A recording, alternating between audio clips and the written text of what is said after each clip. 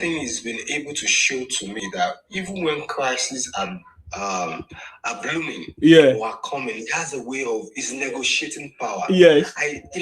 You can. I was expecting America to come gun blazing, but how he was able to negotiate with America and all of that. And initially, I was one of those people, and I still stand to be corrected that this administration need not to have paid any lobbyist in America to write the story. That was my stand, and I'm still standing on that. Yeah. But recently, I discovered that some Biafra were actually paying some people in the US too. So it seems if we let them play it and we don't retaliate, then we are fools. Yes. We are fools. So that is what I'm trying to look at. Even though I would have loved a way where we can tackle that insecurity head on, and but then another thing again is, have you also asked yourself, Nsima, this particular candidate said that the supreme leader, Razan Sokoto, is not a terrorist. That there's no reason why he should be there. Yeah, Obi said that. Peter Obi said that. Yeah. Yeah. He said that guy is not a terrorist. Yes. He said that he even live with them. They are his neighbors. And you want to be the president of a multi ethnic nation. Yes. And you are posing to be a Biafran sympathizer. Yes. So let's say Biafran, IPOB sympathizer. It's quite crazy. Yeah. It's uncalled for. Yeah. And that was why people were bashing him, that there's no difference between Obi and Gumi. He's taking us for a fool. That can be true. That there's no difference between him and Gumi, because they are both sympathizers to their own terrorists and all of that. So for me, even this statement, I don't know why a presidential candidate will be making this statement. But then, hello. Yeah, can you put on your hold on, OSG. Can you put on your camera, please? I'm Chinese. Yeah, no worries. Put on your camera. I put it on for you. Put on your camera. Camera. What? Why? I don't know. You don't know? Hello. Okay. How you doing? Okay, I'm Chinese. Chinese, yeah? Chinese. Say something in Chinese. Yes. Don't worry. Chinese, say it. Chinese, say it. I don't know English. Say something in Chinese. Say something in Chinese, yeah? What? Chinese. Yes.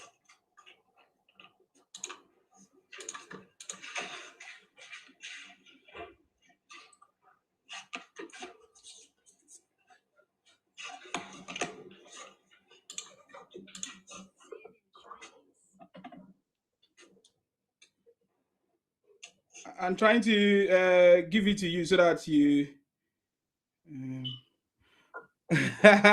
Okay. That's okay. Yes, okay. Yeah, that's okay. All right, take care.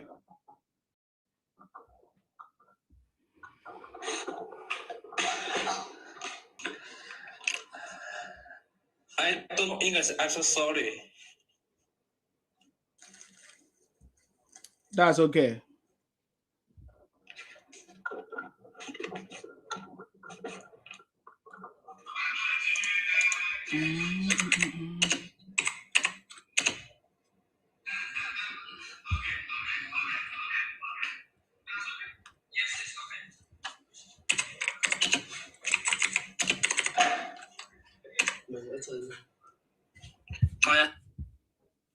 OSG, send another request.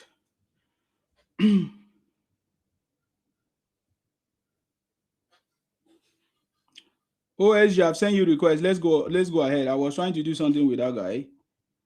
I just find out that guy is not. Okay. I was in another world. Yeah, I know. Okay, so yeah. When you begin to, I don't know. I'm not trying to give you a scope of how you should run your live stream, but I've discovered something. When you tell these people why they don't like Ashiwaju or why they don't want Ashiwaju for the next thing, they make blanket statement. The blanket statement is the people are hungry, things are expensive, blah blah blah, and they will begin to ask you, tell me one thing Ashiwaju has done, and I will vote for you. when people make that statement, they have already made up their mind that they are blind and they don't want to see anything good. So the best thing to ask them is, okay, let's divide it into different situations. What step, what policy has actually taken under economics of a country? Okay. Let us discuss that. Let us have that conversation. What does floating of naira mean to you? What does fuel subsidy removal mean to you? What does the decentralization of the power sector mean to you? What does the call for local and state policing mean to you? Unfortunately, most of them cannot have that kind of conversation. Yeah. And since they can't have that kind of conversation, the next thing is to ask, who is their leader? Can their leader also have that kind of conversation? So it is easier to get to that. So most times, you just let them talk and you see their foolishness and their nothingness being exposed openly. Yeah. So far so good. Obi wants to try to make governance look simple. So he makes some silly comparison that you like, what has security, for example, what has security got to? I was a governor and I flushed the toilet and I cleaned the toilet before somebody was there, it was dirty, and all this. These are the things you want to ask yourself and all of that.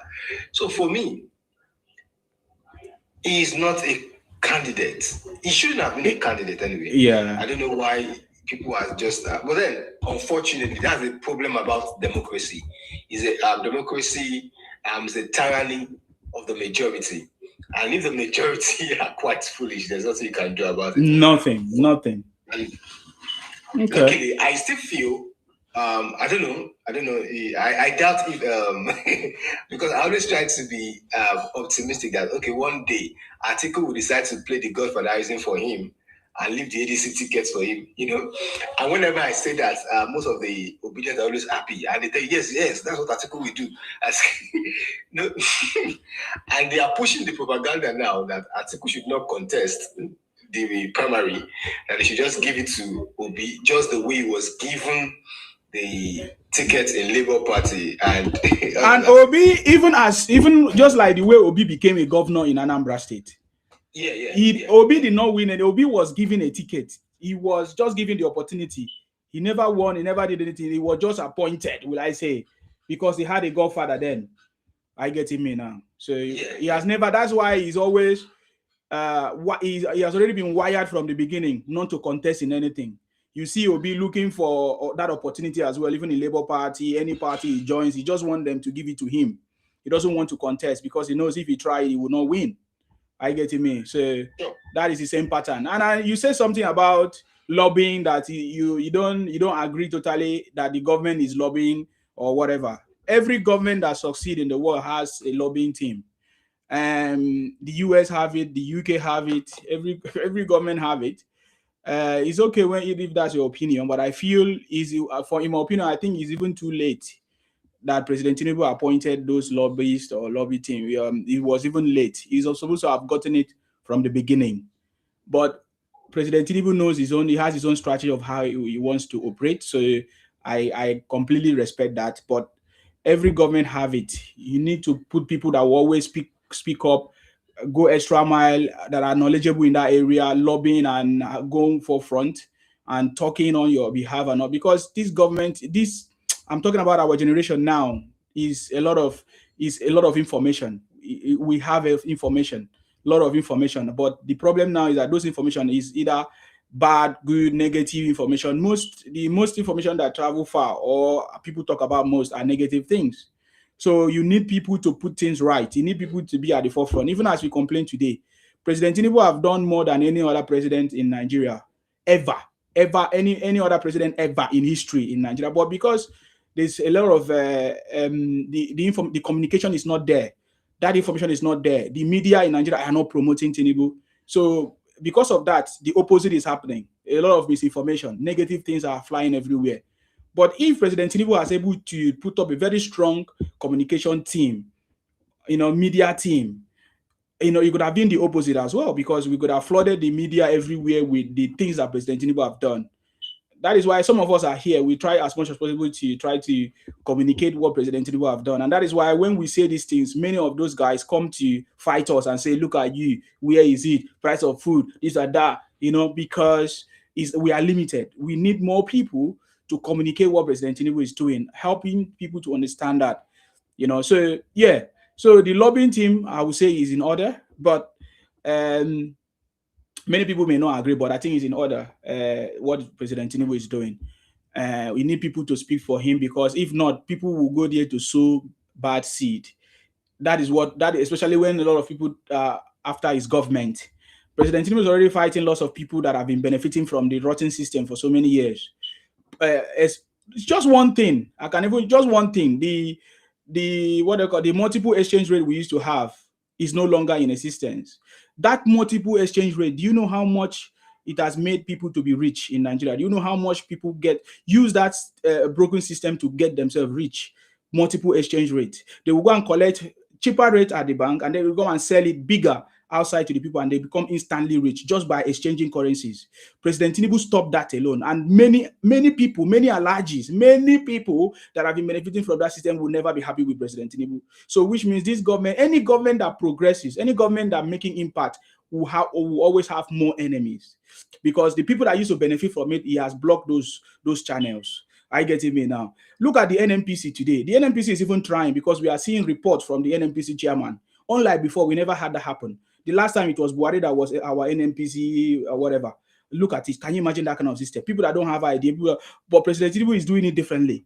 So, but because of these things, blocking those avenues, these guys that are already benefiting have lots of money. They can always lobby and speak evil and sponsor people to blackmail or to give misinformation about this government. So we need a lobbying team, and they need to do more. It's not just being set as a committee. They need to do more to let communicate, or will I say dish out information about President Tinubu administration and what he's doing. So yeah, so in my opinion, I support the president and this administration for appointing a lobbying team to handle this situation, because there's a lot of is a digital world, digital age. A lot of information is everywhere. So much of data. So people are finding it struggling to find which one is real, which one is genuine, which one is true. There are so many people that have been deceived on this social media, and so many people believe a lot of things that they see on social media, which is actually false. Many people, I can tell, many people that are even fighting President Tinubu today are fighting him based on false information and false messages that I've gotten. It's not real. What they are using, the data or the information that are using, the fact that they are using to hate on President Tinubu, or of course is false, is misinformation or wrong information or propaganda. So we really need a lot of communication this time, and I think what President Tinubu have done is the right thing. That is, I just wanted to respond to that part, but you are free to feel anyhow you want to feel, man. And to comment on the other part, President Tinubu succeed when people criticize him, when people talk bad on him, when people say to him, you can never make it. That is when he proves to them that he will make it. The topic is, I don't have a house in Abuja. Who said it? Why Obi keeps using all these statements to entice his own brothers and sisters? Because in my opinion, he can only entice his own brothers and sisters. Unfortunately, last election, he used religion to entice other tribes, other people, because of course religion is like the opium of the people, right? People always get carried away or emotional when religion or whatever tribes are mentioned. You understand me? So Obi understand that game very, very well, and he used it to his advantage last election. But in this election, it's not gonna be the same. That is why most of the things that Obi have said now, he has been exposed. I can see even some of his followers kicking against some of the statement that he's making. Statement like this: I don't have a house in Abuja. That is, I think Obi is getting old because his memory is now failing him. How can you tell people you don't have a house in Abuja when we know that you have so land? Last time Obi's land was invoked by Wike because maybe he did not develop it or something like that. So you have a house, you have a land, you have a house, you have a land. Land is even bigger than a house, because even where you got the house was in a very strategic place in Abuja. And then Obi runs a supermarket in Abuja. So what is he talking about? Obi, see, most of the house Obi has is run by his brothers and his family. Obi is using special vehicle. What do they call it? Special purpose vehicle, right? OSG. He's using special purpose vehicle to run most of the things that he's doing in Nigeria. Most houses are in his brother's name. Most things are in his brother's name. Can you remember OSG the last time Obi ran to Lagos complaining that his brother's house was demolished? Are you aware? Yeah, I remember. But that house was owned by him. Yeah. So go ahead. He didn't say his brother actually. He was fighting for that person. It was when the investigation now went in. That's my brother, this person. Well, for me, I used to have deeper information. He said, yeah. So he's using his brothers. Most of the things that Obi owns he tried not to put it on his name. What about the other one that his daughter's name was found on the one of the businesses he owned? Yeah, but he uses his daughter's name and even his family name. So that is Obi is thinking that many people don't know these things. So he's used, and most of his brothers in Abuja, in Anambra doesn't know this. Obi, look at is a governor that deceives his people in Anambra, that he saved money that was supposed to be used for development of the state. Obi deceived his brother that he saved the money, deceived his brothers and sisters that he saved this money in the bank. So what does that mean? And his brothers never see anything or saw anything bad in such statement. That is a problem. So when Obi, and most importantly, let me tell you, when Obi addresses people, most of the meetings Obi is holding is addressing his brothers. He doesn't go to places where his brothers are not there. Obi goes to hold meetings where his brothers are, like, he's speaking to his brothers, like his Igbos are there. He address them. He go to Igbo market, he address them. He go to Igbo community, address them. And because they have the same blood and energy, and they're always so ignorant, they don't know. Maybe they feel like they are helping him, or they don't want to ask him important questions. Because if Obi come to our circle or where we are, we know what to ask him. We know the things to ask him. Even as we know that he will not be able to answer, you always try to dodge or say something else, just like he said. When they ask him, how are you going to, do things differently in terms of security and all of that? Obi said he was talking about toilet and all of that. So it's very pathetic, man. For us, we need Obi in this mix, in this conversation. That's why we talk about him. Because we know what else we will talk about if Obi is not there. Because President Tinubu is a very silent man. He get his things done.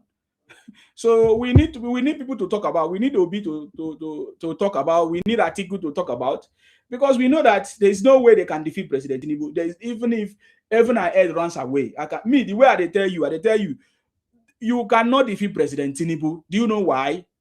Because he's the city boy. He's on the throne. As simple as that. It doesn't matter what people are talking about. For me, I've seen from the beginning when the stumbling blocks that they put, on President Tinubu, but he overcome them. So there's nothing that is going to stop it. And we Nigerians, we know that President Tinubu is moving the country forward. So making mistake to bring someone else, which means that person will need to start from the beginning to understand the system. It's going to be very difficult. For you to be a successful president in Nigeria, you need like 2, 3, 4 years to be able to understand the systems and understand people who is who, the who in the who, the father and the fathers. I'm talking about the godfathers and everything. For you to be able to begin to make progress, even the opposition will be fighting you in your first 2, 3, 4, first year, second year, third year, 4 years. So for President Tinubu, have already overcome all these things. So bringing a new person is like us going backward in our fight for a new Nigeria or for a better Nigeria. Let me throw some questions out. Mm-hmm. The person that wants, if the opposition comes in, and my question is, will they return the naira do they consider subsidize the naira? Very good question. Will they subsidize the fuel? Will they stop the coastal road? Will they stop the nail fund? Okay. What would they stop? How would they do things differently? You understand? Yeah. Would they say that electricity should go back to the exclusive list? Because now most companies now are now generating their power themselves.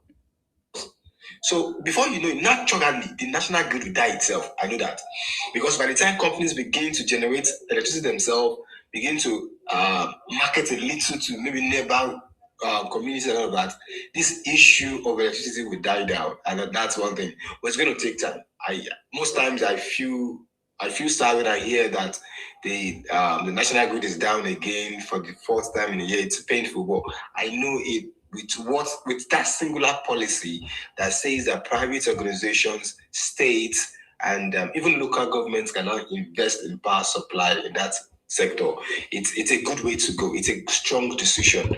But what we just hope is that most of the rich guys in the country will invest in that country instead of taking the money out of the country. And like you said, I think there was a day you were talking about automation. If we finally are able to automate all our data and everything, most of these guys stealing our money will not be able to take it out of the country easily. Because one of the things that most of these Western countries or these countries we think are doing fine is that even their corrupt money are still circulated around that same economy. But imagine somebody pulling out huge amounts of money. Do you know that Desian is still facing court cases in London from way back? Imagine the kind of Abacha loot. If Abacha loot was still in our economy, is being implemented, used for factories, for manufacturing organization, for logistic business and all of that, I think we would have gone. Come back. Yeah. You said? Back. I want to do something. You don't want to talk now? You don't want to talk now? No. Maybe later. I want to do something. No, wahala then. Bye. Sorry, OSG.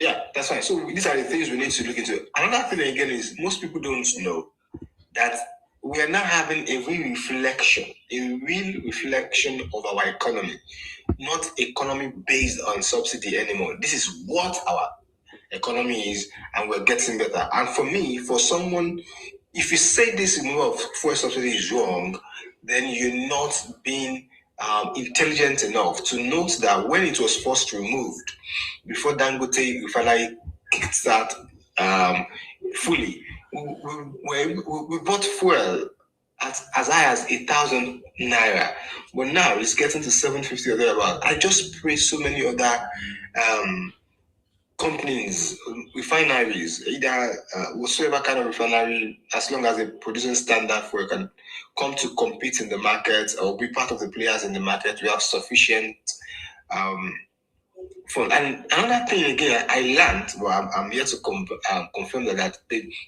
local government are not getting their from this January, they've gotten their allocation directly to their account, not to the state anymore. So I think that should be getting us more democracy to the localities, to the grassroots. I think that is one thing. Hopefully everything will be fine. Yeah, with time we'll get there. Yeah. So yeah, that is Nigerians need political education. I've listened to so many Nigerians speak about the situation in Nigeria, but they are completely wrong. So, but you cannot say they are completely wrong, or you cannot just write off them that way. Like I tell people, although I have somebody on my platform who's always correcting me about that. I said, there's no integrity in the face of poverty. People are saying it because they are hungry and all of that. And the person that asked me, if all of us decide to go and work, that's true. So it's just that some Nigerians and they are acting like Nigerians because they are actually the reflection of their leaders. In other words, most Nigerians are just complaining because they're not the one in power. If they get it, they can do worse. So what that means is people are not misbehaving because they are poor. They're actually misbehaving because of that is what they are. So, yes, things are expensive, things are worse, but what are we also contributing as individuals and as citizens of our country? That's another thing we are not looking into as Nigerians. And I hope one day we'll get to understand that spirit of patriotism, which I think most of the opposition candidates lack. I can't see why they will be demarketing the country. Because you don't win an election, or you say everything you do is just demarketing the country and all of that. But then, I hope you have we have a good conversation today. I don't know if others are coming up or not. Yeah, that's okay. If you are done, that's okay. Thank you very much for coming. I really appreciate you. And just like I said, Nigerians need political education. And when I listen to most of them, they are completely wrong, in my opinion. That is my opinion. What they say, they are completely wrong. And if they continue that way, that's how it's supposed to. That's how it's going to be. Why did I say that? We are already talking about 60 years of independence and governance, and look at where we are. And they keep repeating the same mistakes and still talking about the same thing. They keep blaming president of Nigeria when the government in Nigeria is not just about the president. The president can make decision on his own. And even we have a president, then we all have governors who have responsibilities. And each arms of the or different people, different position, they all have their own responsibilities. But each time I listen to Nigerians complaining of their predicament or whatever, they only talk about the president. That is why I say they are completely wrong. Because the president cannot solve all your problems. The president cannot be everywhere. That is why there's division of labor. So until we are able to hold our own leaders accountable, we have not started. Until we are able to hold our leaders accountable, we are not started. That is why the things that President Tinubu is doing, in my opinion, I see it as something that is going to help Nigerians to be able to hold their leaders accountable. For example, the tax. The reason in a developed world like the UK or US, where people hold their leaders account, is because they pay tax. Nigerians don't pay tax. The system has been designed not to pay tax, except people that are working where their employer will take money. But I would say 99% of Nigerians don't pay tax. So everybody just expecting, oh, we have oil, let the government use the oil money to do something. To never work. That system will never work. What President Tinubu is doing is a system that is going to be sustainable, a system that is going to work. President Tinubu have completely changed Nigerian system. Before now, Nigerian system depended on oil for development of building of roads, hospitals, which is not sufficient because we already see the price of oil fluctuating. We're already seeing that there are different alternatives to oil or power or energy. I don't know if you understand that. So that is why I see most of the comments from Nigerians are completely wrong. And they have not been, they are shouting and complaining has never improved the system or make things to be better. But President Tinubu, with his silence, putting the right things, right steps, two systems in place, digitalization is a priority. Digitalization is a big priority. To digitalize every arms of the government, every bit of it, so that you can trace even monies, where money is going, where things are happening. But without digitalization, forget it. We're just wasting our time. That should be the first step, the first system to put in place. Every government system is supposed to be linked. If we don't do that, we have not started. If you go to gov.uk, where I live, everything is already linked. Whatever you need is linked. It can be trackable. You can get the details. But in Nigeria, systems are in silos. People do anything, another ministry is doing their own, another one is doing their own. It will never work. The taxation system will enable Nigerians to hold leaders accountable if they actually pay tax. Because the conversation will be like, I am paying money and we are paying tax and we cannot see what they are using the money to do. And you will see how the motivation and the spirit will be there for them to hold their local government chairman, anybody that is responsible for that. The president is not responsible for building your local roads if they don't know. The president is not responsible for building your hospital, your local hospital. Okay. But the president is responsible for making policies that will enable growth, startups, businesses to solve these problems. That is why I know that President Tinubu is doing the right thing.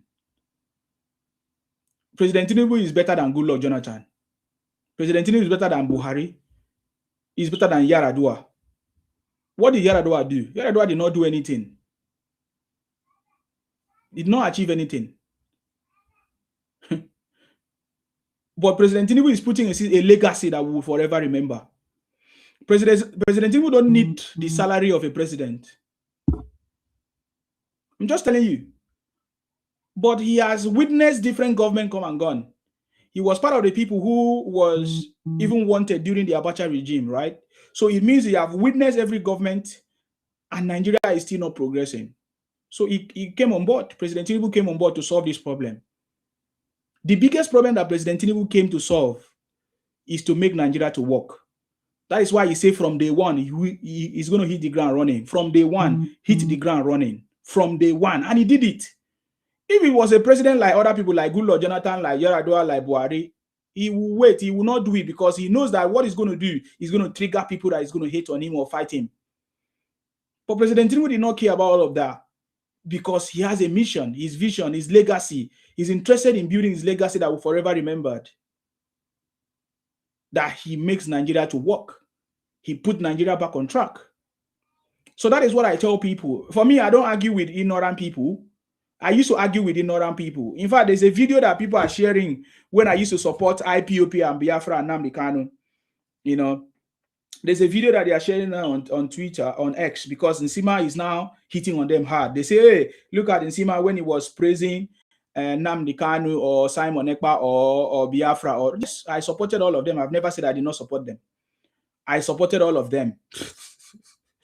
And that is why I can talk the way I talk. I supported them. I went in there. I discovered that what they are doing, they are scam. They are a bunch of criminals. Are you getting me now? So, and I came out to tell people that what these guys are doing, they don't know what they're doing. Look at the strategy that President Tinubu have used, you know, to dismantle all the propaganda, misinformation, and the lobbying that the Igbo IPOP group went to do in America. And now President Tinubu have his own lobbying team now, lobbying strategy. Yeah, somebody say lobbying strategy. I don't know if that is you are saying that in a bad way or a good way, but yes, lobbying is politics. In fact, politics is lobbying. If you don't know that, politics is about lobbying, negotiating, playing your card very well. And he's lobbying with the highest politics, will I say, in the world, America. America is regarded as the highest, of course, world power. So when I see some of you, okay, OS, I have to let you go. Thank you very much for coming up. God bless you. Okay, so when I see, you understand me? When I see some of you exhibit your ignorance, is laughable. But you will listen to people like you'll be listening to traders like Obi saying, I did not have a house in Abuja. What nonsense talk is that one? That is the conversation that you enjoy because you are Ibotic. They are conversations that other people will never enjoy. They are conversations that other people will never regard as anything. Conversations like I wash the toilet. Conversations like I don't have a house in Abuja. Conversations like it's not supposed to be punished. I live with them. They are my neighbors. This and that. Those are nonsense. Huh? That's complete nonsense. So the lobbying strategy is one of the biggest strategies that no president in the past have done it before. President Tinubu brought it on board. You might argue about the money that they are spending, which company they are paying. It's your choice. But I like President Tinubu pay money to get things achieved. We have a lot of money. We have money in Nigeria. Every Nigerian is supposed to be getting a stipend. Every Nigerian, we have a system to make it happen. And just like I said, President Tinubu, with the digitalization system, every Nigerian is supposed to be giving money because that will boost the economy. I'm telling you, that will boost the circulation of money and people will be active. People will get things done. People will get things done. But we need a system so that there will be less of fraud or corruption or whatever. So for me, I strongly believe that President Tinubu have cracked the code to take Nigeria out of the third world status. That is what people don't understand. When you put in a taxation system, all I say, that's not correct economic-wise. That is correct. That is correct. People have money to do little things is what boosts the economy. Stipends. People have money to eat, and to solve basic needs is what boosts the economy. When there is no money in circulation, how are you helping the economy? Doris say in Sima two-faced. My brother, it's better to be two-faced than to be a criminal like Nnamdi Kanu. It is better to be two-faced than to be organ harvester like your brother Ike Kuremadu. Tell me one good thing about the Igbos, Igbo Biafra.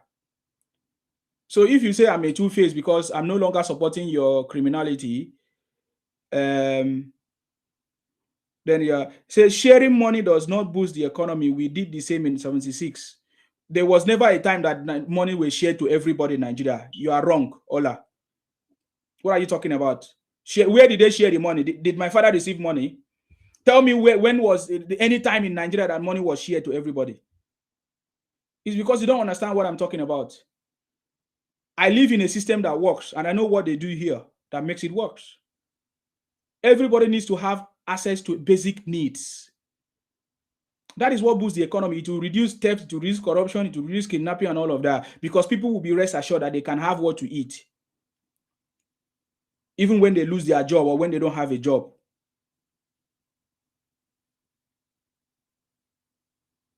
Obo Batala. Okay, somebody's on board. Let me allow this person to speak. Go ahead. What do you have to say, please? I just want to ask you a question. You want to ask me a question? Yeah. Perfect. So who are you? What's your boutique name? Because I don't know you. Who are you? If you want to ask me a question, I need to know people that are asking me questions. Yeah. You can see my name there. No. What is your boutique name? My boutique name. Yes. How do you know I'm Igbo? I know now, because only Igbos that ask questions. I know. You are Igbo. All I said, Gowon did bumper increments in civil servants salary up to 90% in 73. That's what I'm saying. You are not getting the point. You did an increase for salary for civil servant. Is it everybody in Nigeria that is a civil servant? That's not the point. You're not getting the point. We need a system. You understand me? A benefit system that every Nigerian's individuals can have access to. Monies were given to civil servants, not Nigerians. Not all Nigerians had services, so it doesn't make sense. What I'm saying is different from what you are talking about. What is your boutique name? Please, if you don't have anything to say, you can get up, because I have something that I'm saying. I'm not here to play. Yeah. So if you are assuming that... What is your boutique name? I need to know your name. If you can't tell me your name, then what am I talking to you? You get out of my page, please. If somebody just come and ask me, because I don't know who is that, I need to know who is asking, where you are coming from and all of that, so that tomorrow I can make reference to it. So what is your boutique name?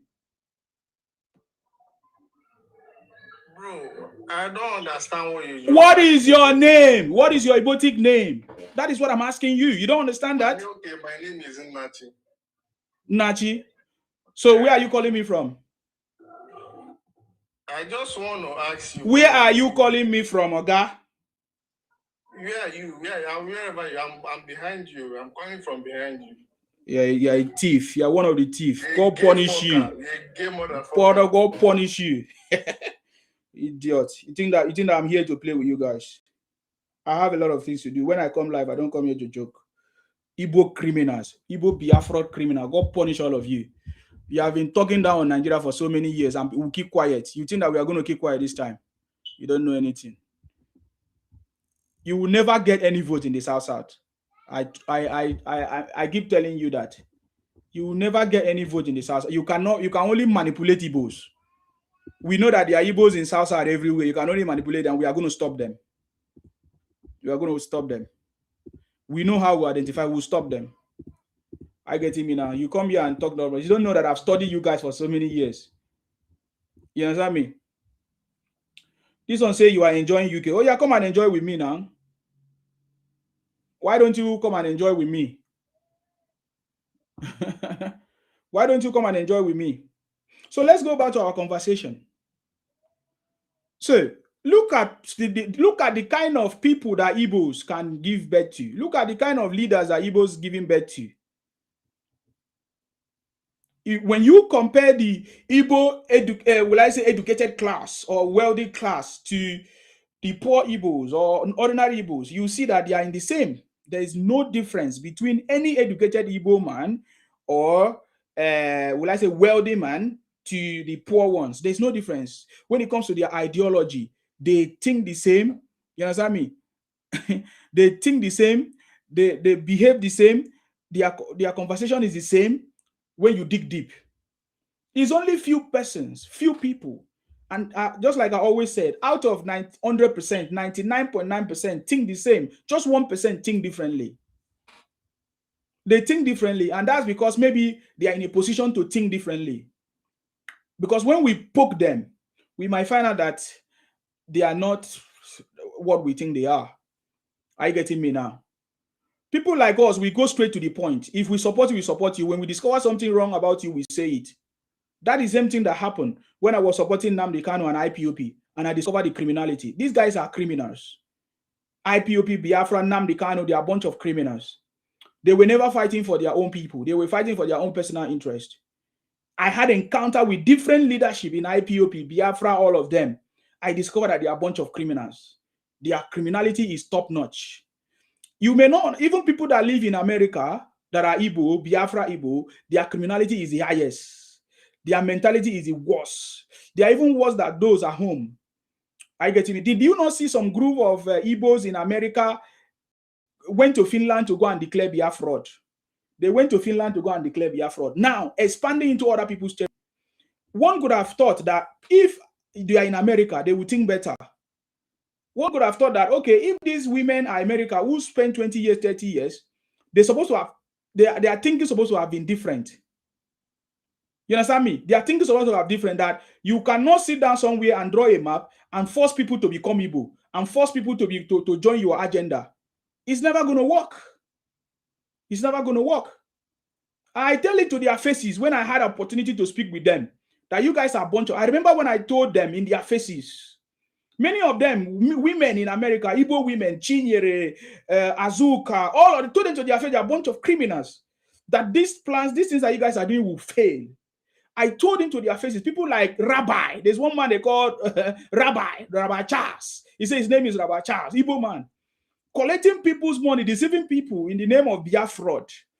It was opportunity that I had to encounter them, and I exposed them. Just like the same way I exposed Izzy Omoriji, one Edo woman.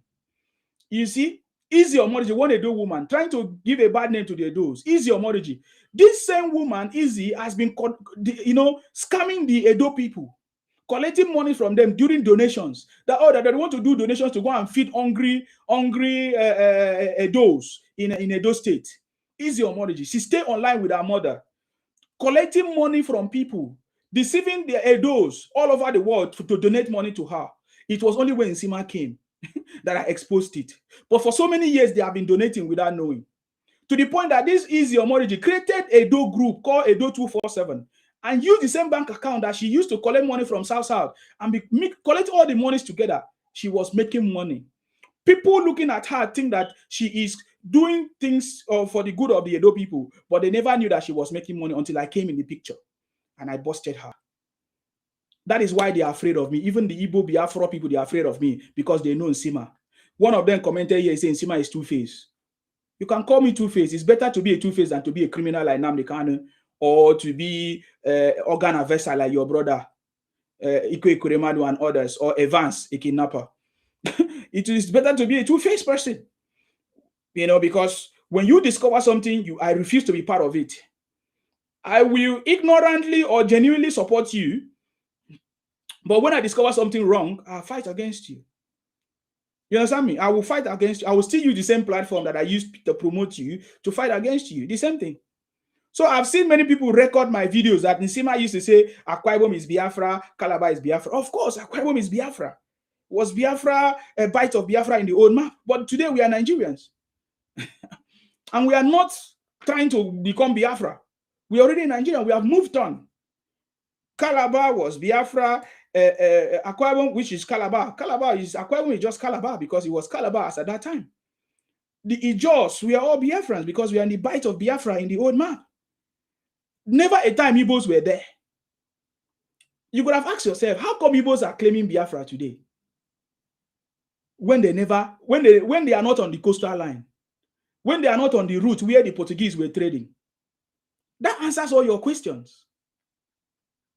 Are you getting me now? How come Igbos have not told the whole world that it was an Ibibio man that saved them? When their brother Ojukwu, the coward, put them into a fight that they couldn't fight. Even common food they did not have. And they say they want to fight. It's the same way all of them are shouting today. I remember when the Igbo Biafra were shouting, IPOB were shouting that if they arrest Nnamdi Kanu, that they are going to burn down Nigeria. Today, how far? The federal government have kept him for more than almost 4 years and now is sentenced to life imprisonment. So what are we talking about? So these are criminals, though they are Igbos. Unfortunately, we have to use the word Igbos because they are Igbos.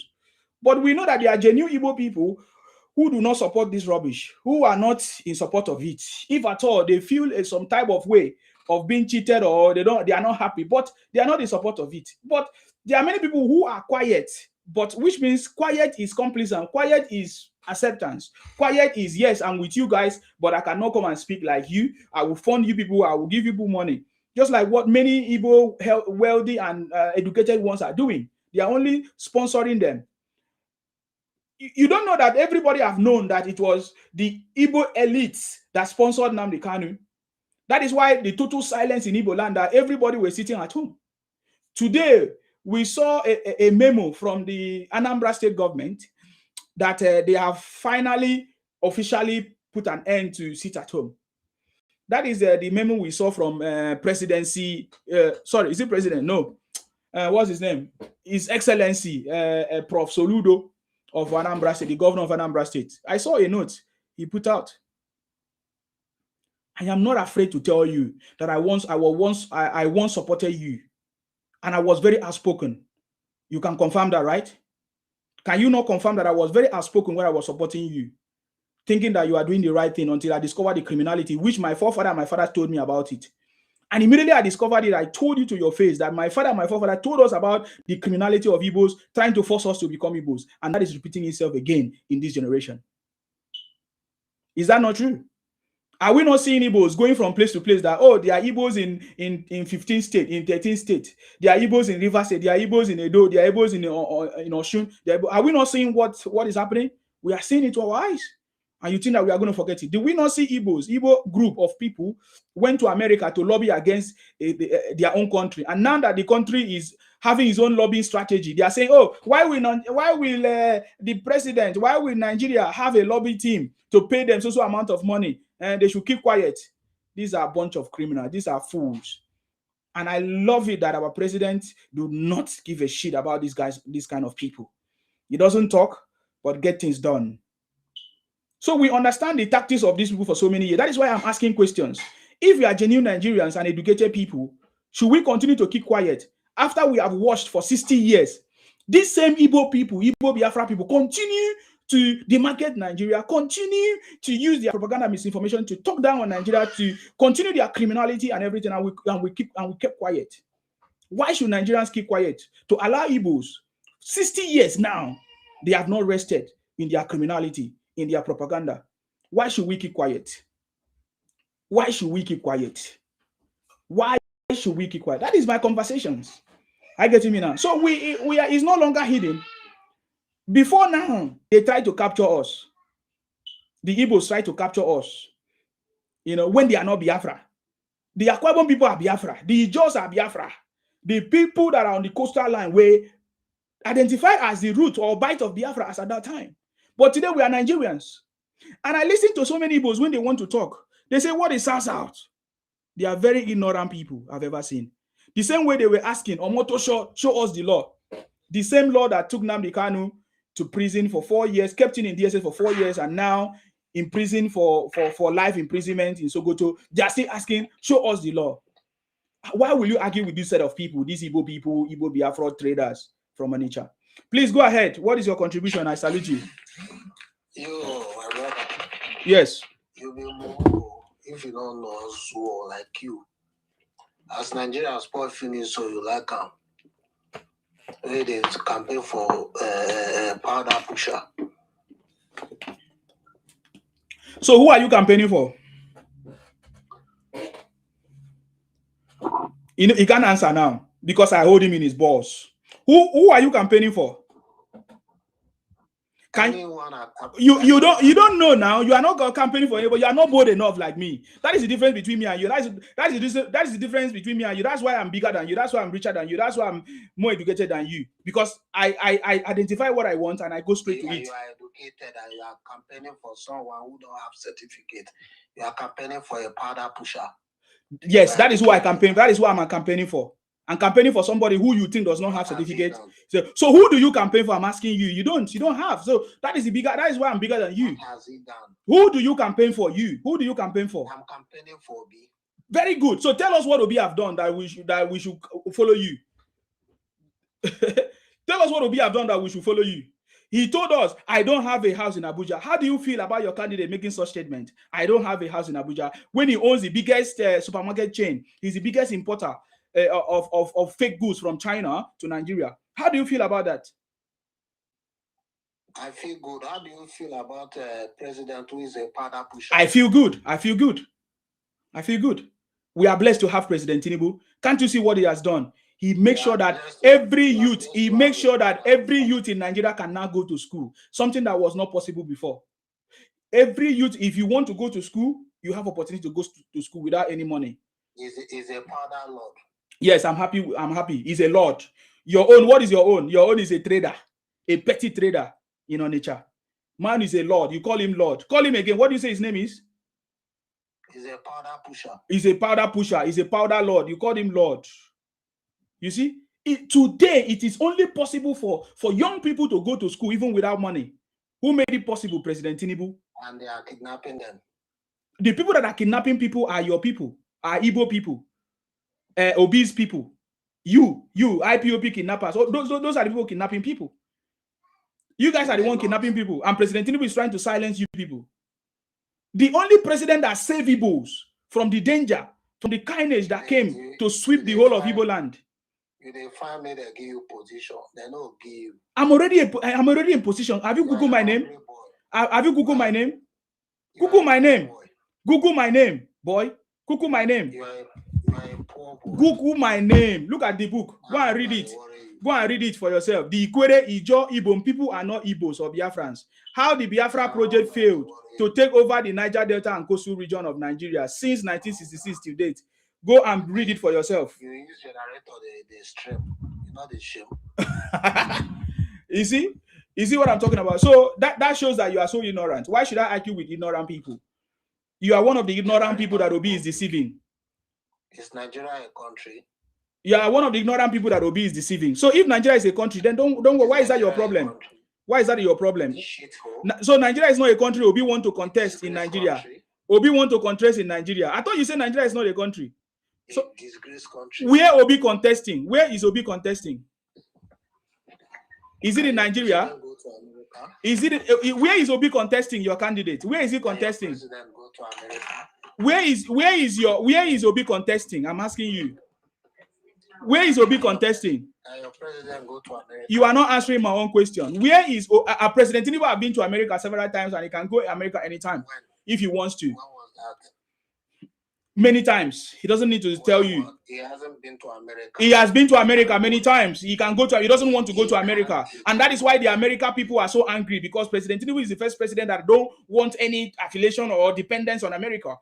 We saw how many other presidents in the past, Buhari and other people depended. Even Goodluck Jonathan told us a story of how America used what's his name, this guy, to destabilize Nigeria. So President Tinubu is a different president. That is why the Americans are very angry, because President Tinubu is not just dependent on them. You understand me? So he's the best man for the job. I get in the point. He has a lot of peace. So President Tinubu can go to America anytime if he wants to. He doesn't want to. He can't. Okay, which country has President Tinubu visited ever since he came to power? Do you know? He can't dare. I'm asking you now, because you are not intelligent. You are Igbo person. Igbo people don't have sense. They are not intelligent. I ask you, how many countries has President Tinubu visited? I'm asking you now. Can you answer the question? How many countries has President Tinubu visited? Do you know? He's an ambassador. You don't know. That's the point. That's what I'm telling you. Ambassador to France. That's what I'm telling you. Okay, so what I'm going to do right now is to put this on a live show, because you guys. Okay, now are you done with your conversation? I don't know. Most Igbos are Me, I'm telling them to their face. Let them come and challenge me. Igbos are foolish people I've ever seen on this world. Igbos are very useless. Yorubas and the queries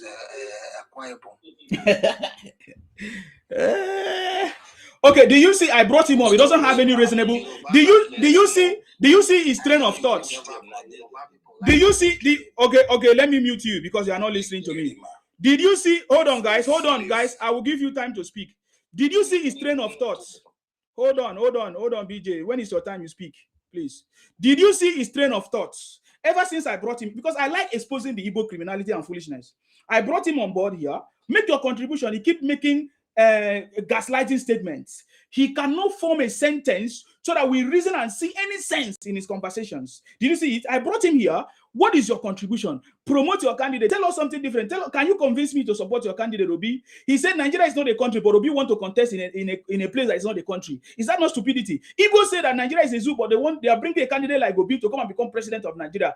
Is that not stupidity? So what does he have? What do they have? What does Igbos have? Igbo Biafra criminals. What do they have? We saw the product of Igbos. People like Nnamdi Kanu, who terminated the lives of their brothers and sisters in the name of Biafra, collecting money from them, buying them, using unknown government, ESN and all of them, buy their people. What are the product of Igbos? Most of them that live in America and other places, all of them contributed money to kidnap their people, to sponsor criminality, to sponsor the kidnapping of their people and making their people to run away from their villages. What are the product of Igbos? People like Evans. What is it? What are Evans, a kidnapper? What are the product of Igbos? People like Ike Ekweremadu, who refused to use the resources that was given to him to build the East-West Road, and now today is in prison for allegedly organ harvesting. What tell us the product of Igbos? Look at the politicians, the Igbo leaders, people like Abaribe, been in government for 20 years. Tell us the product of Igbos. 20 years in government as a senator, he has done nothing for the people of Abia State, Abia North.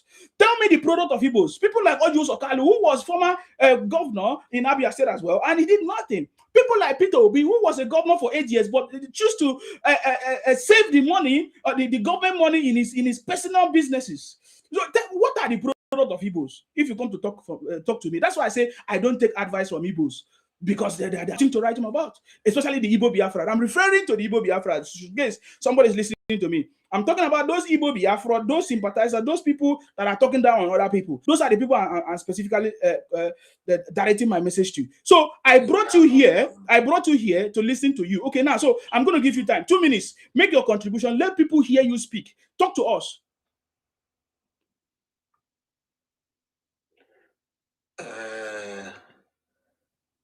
Your candidate is Vice Gumi. They are all sponsors of insurgency in Nigeria.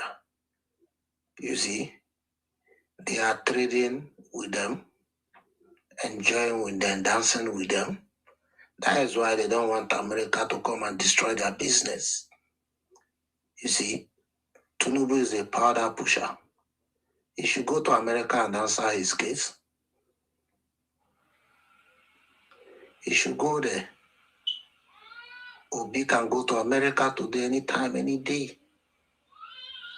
Tinubu should step his foot on America's soil. Let's see. Is a French ambassador. You too, Momo. You're like that. Please allow him. I'm just giving him 2 minutes. Please, BJ. Allow him. Mute. BJ, can you mute yourself, please? Why are you interfering? Allow him to speak. We want to hear what he has to offer. Tinubu is the most useless president Nigeria has ever had before. He should go to America.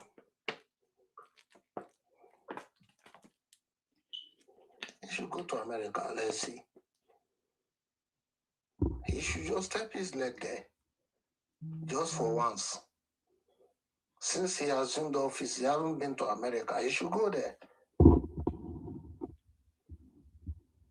If he knows he's a man, he should go to America. Here you have been going to France. Let him go to America. Let's see.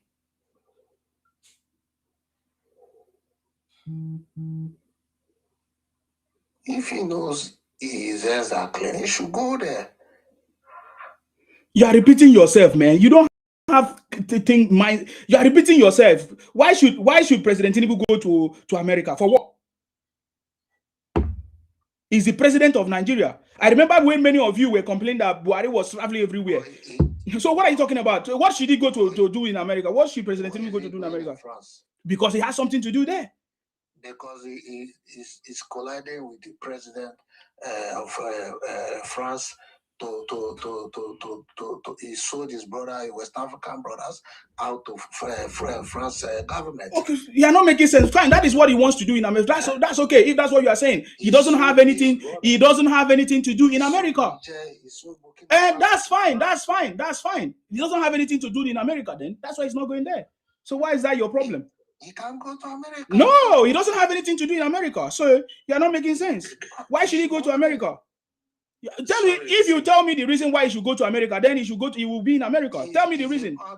Sorry, excuse me. Can you ask him to speak to the prompt, please? Which useless prompts? He cannot. He doesn't have anything to say. Obi said, I don't have a house.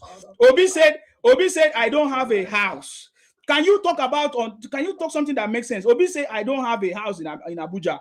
Can't you see how foolish Obi is? Can you talk about that? Same way Tinubu is foolish.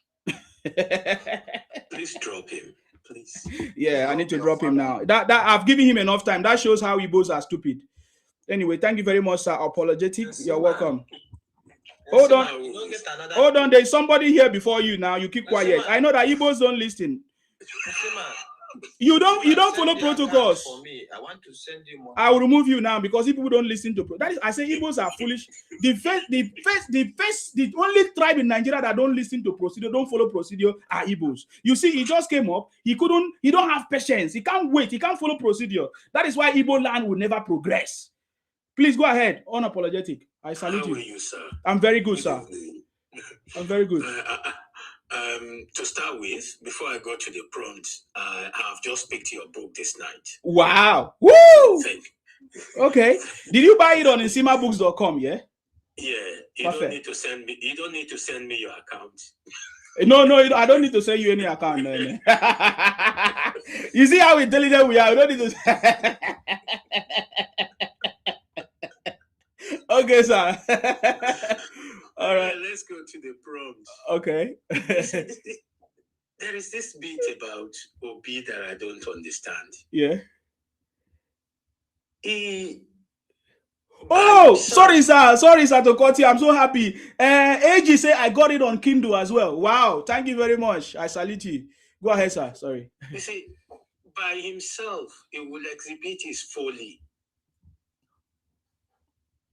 I have who asked him how many wristwatches he has before he slide that he has only one wristwatch. Who asked him how many shoes have you before he said I have only one shoe? Who asked him, do you have a house in Abuja? Before he tells us he hasn't got any property in Abuja, yet you own a big supermarket in Abuja. Yes. That's not a property. Yes. You see, because he's not intelligent by himself, he exposes his foolishness. And this is the same people they want to give Nigeria to manage. I was on a platform very early yesterday. It was yesterday before I went to work here. I was on a platform very early, and somebody came on that platform. They were talking about who is your candidate and all that. Mm-hmm. The guy said, Obi is not my candidate because Obi hasn't got the skill to manage people. And his first point was he hasn't got a successful marriage. Yeah. If you don't have a successful marriage, how can you then manage a country? The moderator disagreed with him. Yeah. And all that, which I would also want to. I won't even go as far as his domestic life, because I probably don't have one myself. You never can tell. Yeah. But there are indices of how Obi does not have the skill to manage people. Obi managed Anambra for 8 years. I suppose, 8 years. And for that 8 years, Obi was not able to groom a successor. After Obi's 8 years in Anambra, can Obi point to one person that had grown through him? Of course not. Okay, shut up. Oh. Please, I brought you here because I thought maybe you follow the procedure. You wait for your turn. Don't interfere. That's the way to operate, please. Respect somebody as someone will respect you. Is that okay? Please, I'll go ahead. I'm sorry for that. Thank you. It's all right. That's fine. Right.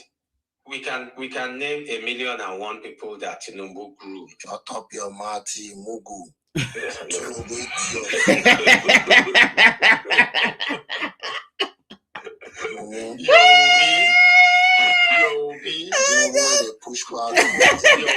could not manage a little party, the smallest party in Nigeria, the smallest political party in Nigeria, which is the Labour Party. Under Tinubu. What has he done? My friend, shut up and listen. Please mute this man for me. Okay, I'm going to mute him. If now, I will drop him now. Because he's bringing shame to the Igbo people.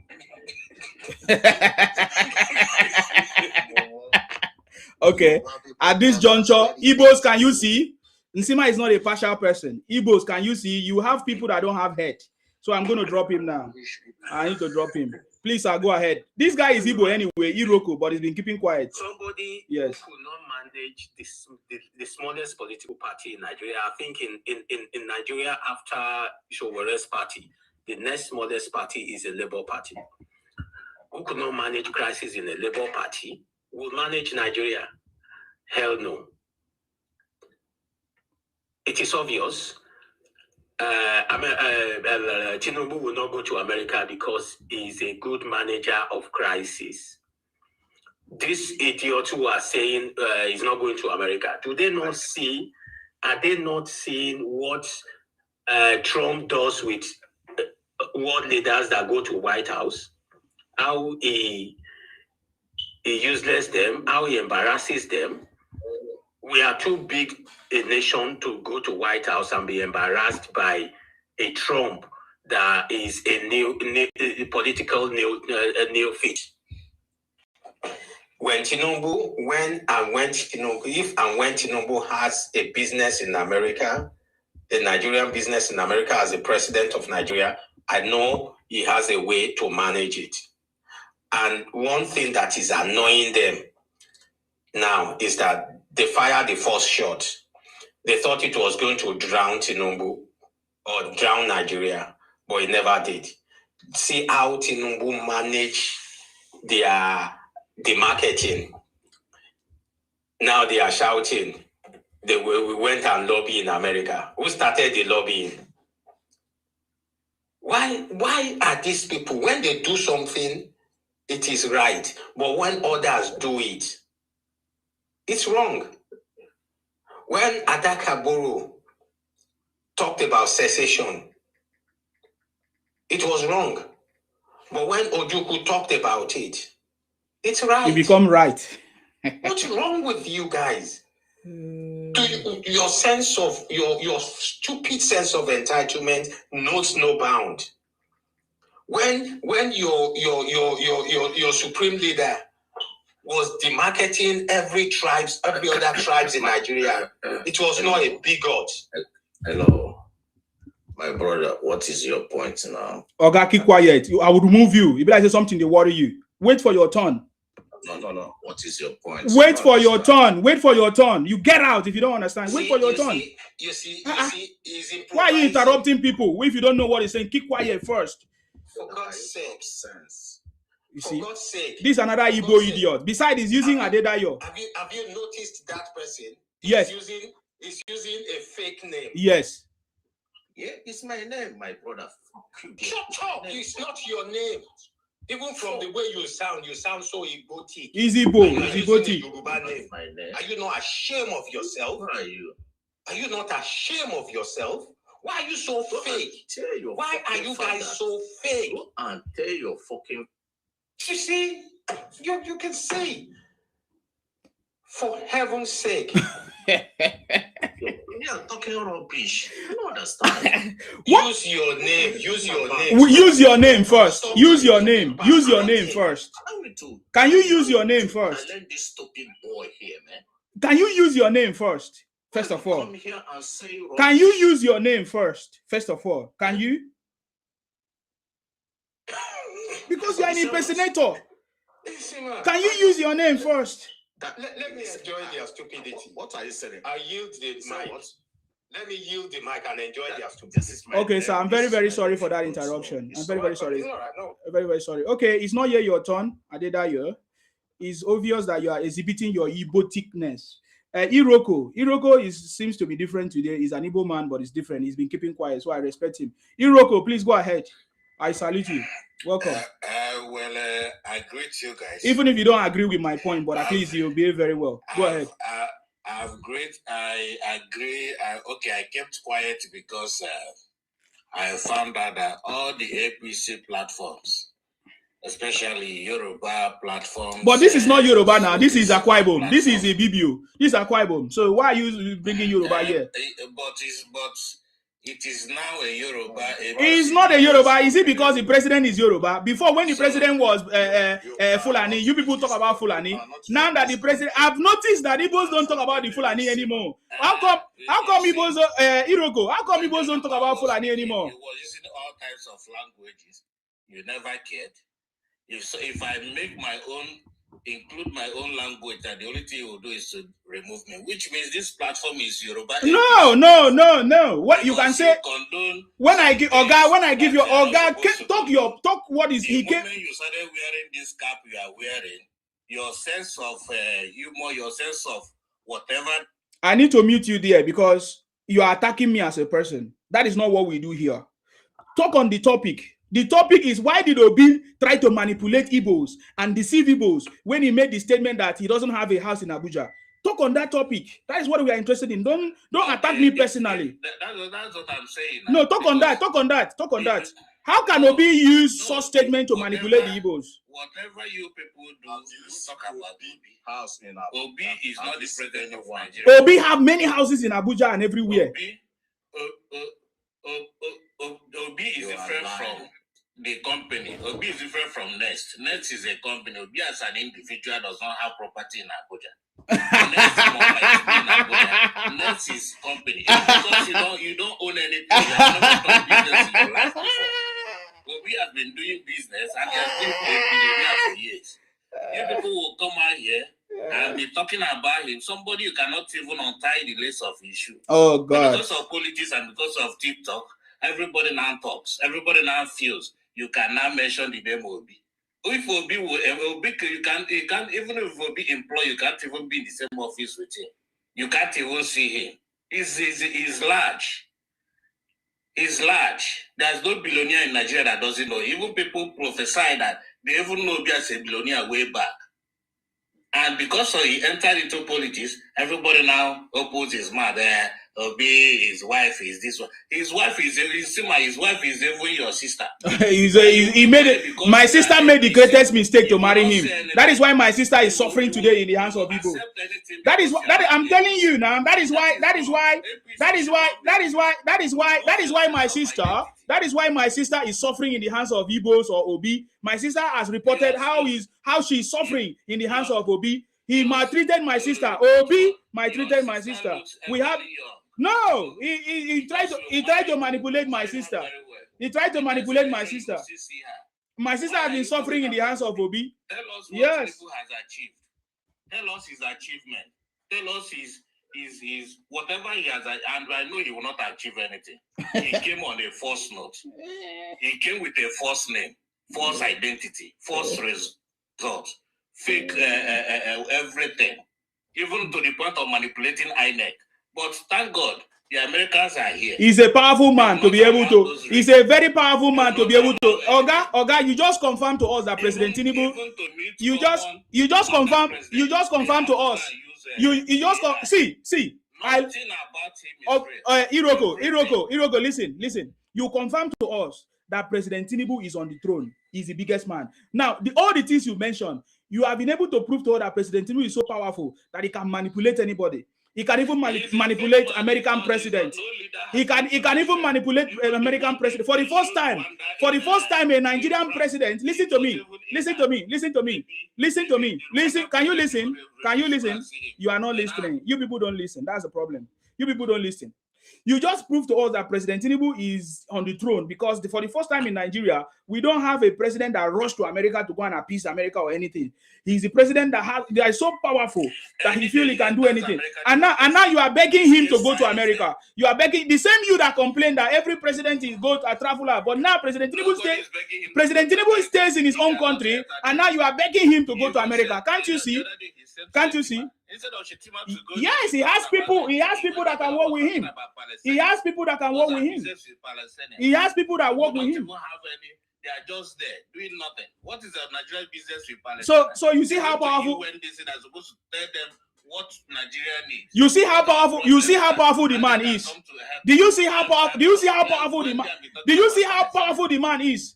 With all the noise, he still remains powerful. He manipulates everybody. You just told us that President Tinubu is so powerful.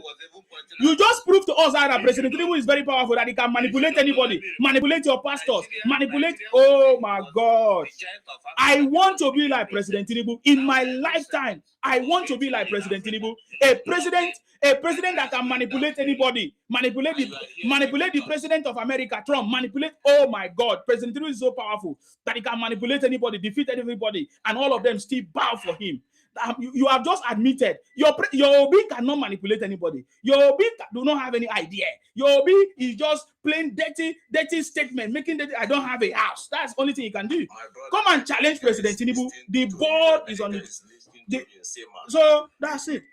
You run away forever. America is now my look at you. Now let me talk to you, Adeda, your fake name. What is your Ibotic name? Why are you not proud of your Iboticness? What is your Ibotic name? Why are you guys impersonating other people's name and identity? Why are Igbos so foolish and so myopic and criminals?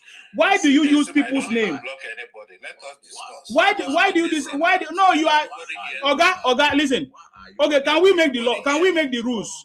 You people are not civilized enough to listen to the rules. If you want us to discuss, when I talk, you keep quiet. When you talk, that is the way to do it. You understand me? You asked me a question. I didn't even mention I didn't even say something up to 30 seconds.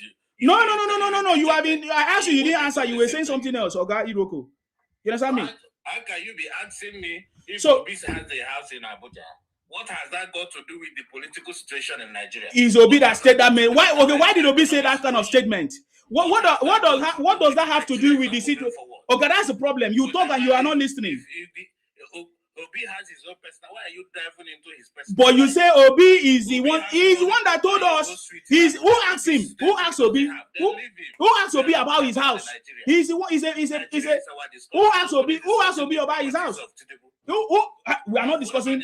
Who asked Obi about his house?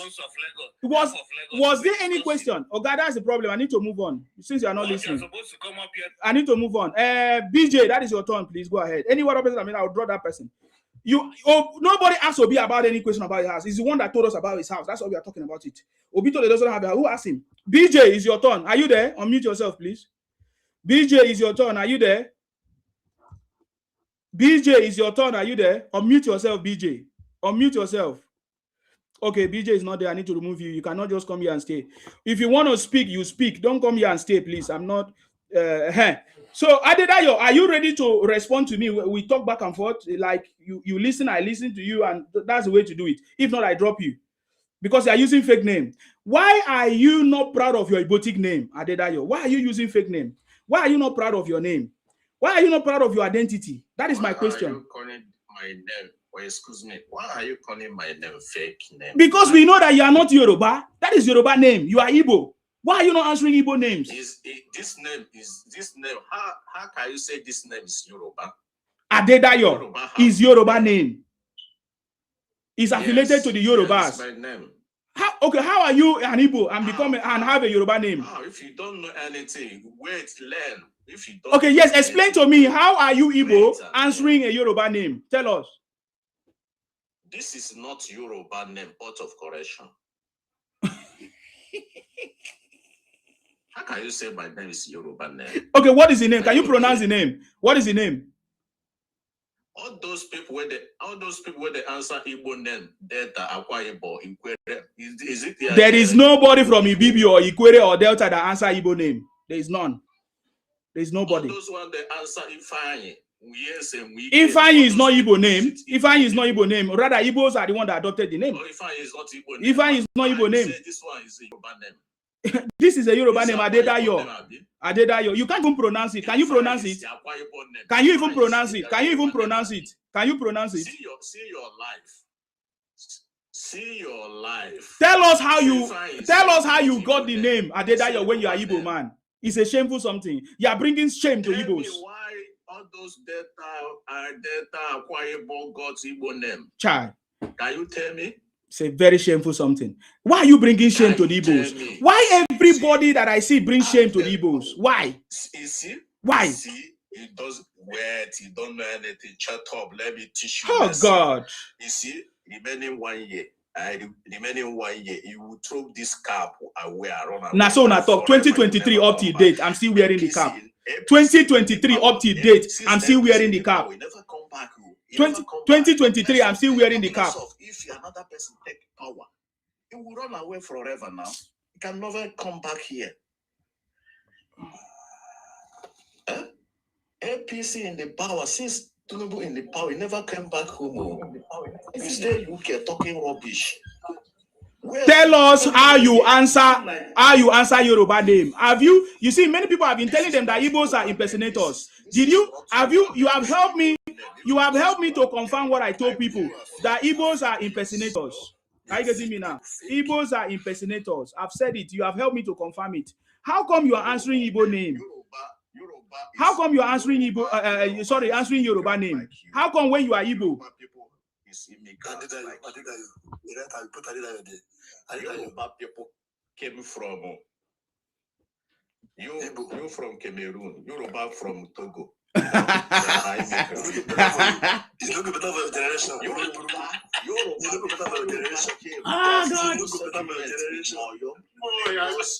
My brother, you ever give it a location? They say they fell from the sky.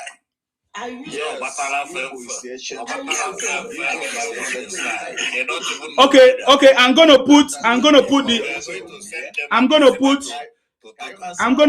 the live show then. Since you guys don't want to do it one by one, I'm gonna put the live show so that I'm sorry. Since you guys cannot respect yourself, I'm putting the live show. When is your turn? You speak. I think it's 5 minutes. Unapologetic. It's time to speak if you are there, sir. Nobody's going to interrupt you this time. Go ahead. Thank you. Where do we start from? You guys are so fake. You impersonate everything from fake drug to fake drink to fake life to fake names. And this is the set of people that want to rule Nigeria. You demarcate Nigeria. You go about giving us bad images everywhere in the world. I tell you what, I can't wait to see you go. Go to your 5 states. But first, go and tell your governors, tell your senators, that's 15 senators from your constituencies, and those representing you in the House of Reps, that every time they stand up to talk on the floor, all they should be saying is, we want to go, let us go. They should be telling them we don't want to have anything to do with Nigeria. Then we would then let you go. But if you are asking us to let you go, to push for you, no, we will not push for you. Tell your senators, tell your governors not to take allocations anymore. Tell Nigeria we don't want your money because we want to go. Then you guys can go and manage your 5 states. All the anger runs from Ondo to Delta to Edo to Cross River to Akwa Ibom. ask them, be civil, be respectful. Ask them, do you want to come with us? Not that you want to lobby them. Not that you want to make them your slaves again. And do you think the Equatorians are stupid? They know what you guys did to them before now. And that's why, oh God bless Wiki. Powerful man. For how he dealt with you guys. Now you have make a rod for your back and you would enjoy it. We will give you as you come. Where were you? Now you think we are bigots. When you guys started, when Zurike started in 1999, when the government, the civilian government were only 3 months in office, it started Mossad. Kanu picked it up, IPOB. All that time they were no bigots. But now that we come out for you, we are now bigots. Call me a bigot, I am a bigot. But you must go. And you must, by yourself, make your path. We will not advocate for you. But when you advocate for yourself, we will support you. I promise you, me and my household and everyone that I know will vote for you to go. We will vote for you to go, but you must ask to go. Constitutionally, legally, your representative should put that forward that request and see if it will not be granted. If I will personally mobilize the senator representing my constituencies and everybody in the house to vote to let you guys go. But first, move your motion that you want to go. Stop demarketing Nigeria. Carry your bag and baggages and go to your 5 states. We would like to see you go. I yield the mic. Thank you very much, sir. Thank you very much. That's very, very correct.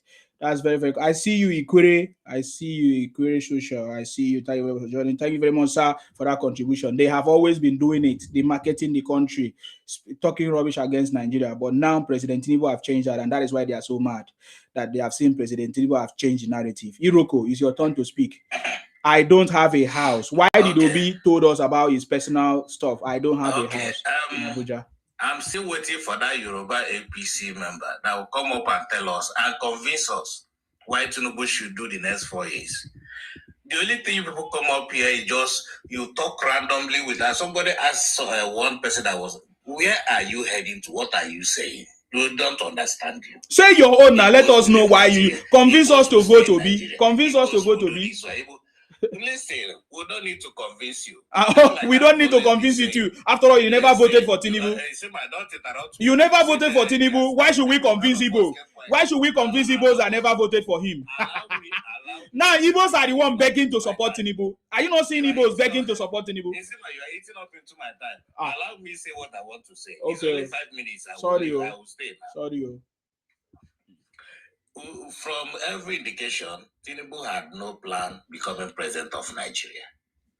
He only saw that he had opportunity because corruption is the order of the day in Nigeria. So because he's a corrupt man, it's easy for him to ascend into leadership. In other countries, he will not even near being a senator. But because of the way Nigeria is, INEC told us that they are going to use IRF. Michael Okoye was going around the country, that as you are voting, it will be appearing on the screen, blah, blah, blah, blah, blah. At the end of the day, nothing happened. We had technical glitch. Till today, nobody was able to explain to us what technical glitch is. All those things was to use it to rig the election. Put in Tinubu, okay, fine. He became president. What have you achieved? Nothing. Nothing to show.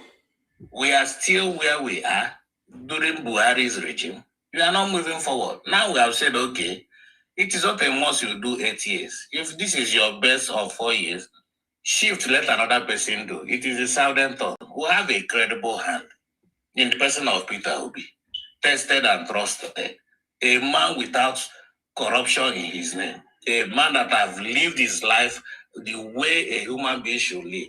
He is a billionaire, but he doesn't show it. He doesn't need to acquire everything, have houses in France and Britain, everywhere. No. He lives a simple life. And he has said it that if he becomes president, he's going to cut down on the cost of governance. The cost of governance in Nigeria is still high. Yeah? He said it that he's going to stop so many leakages in the government. The problem of Nigeria is leakages, corruption, where they steal money. There are good things on policy paper, but implementation is a problem. Why? Because the money will be stolen. Nigerians don't see anything. We'll say, okay, you have done your 4 years. You have tried. Thank you. Let us bring another person to do the remaining 4 years of the South. Is it too much question to ask? It's not.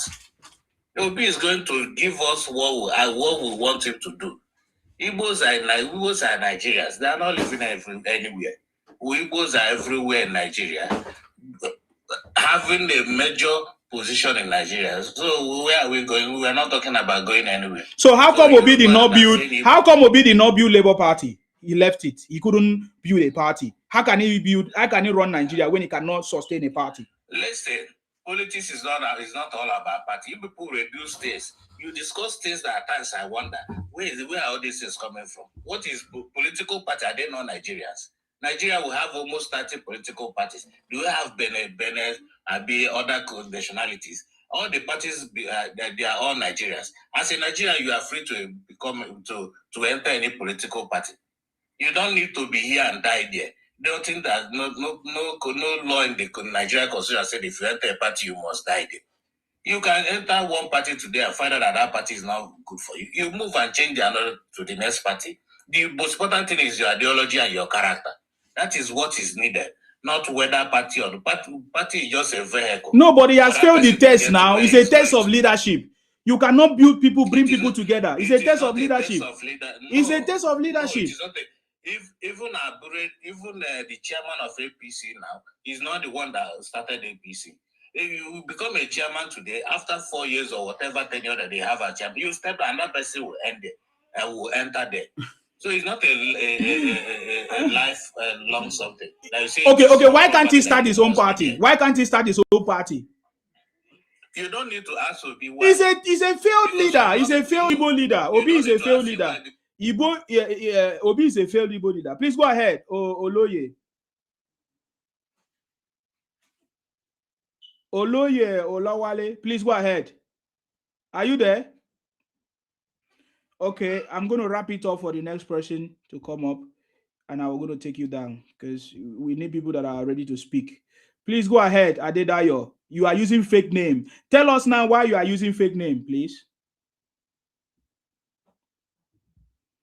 Yeah. Why are you using? Why you are Igbo and you are using Yoruba? Can you explain it? I want to understand.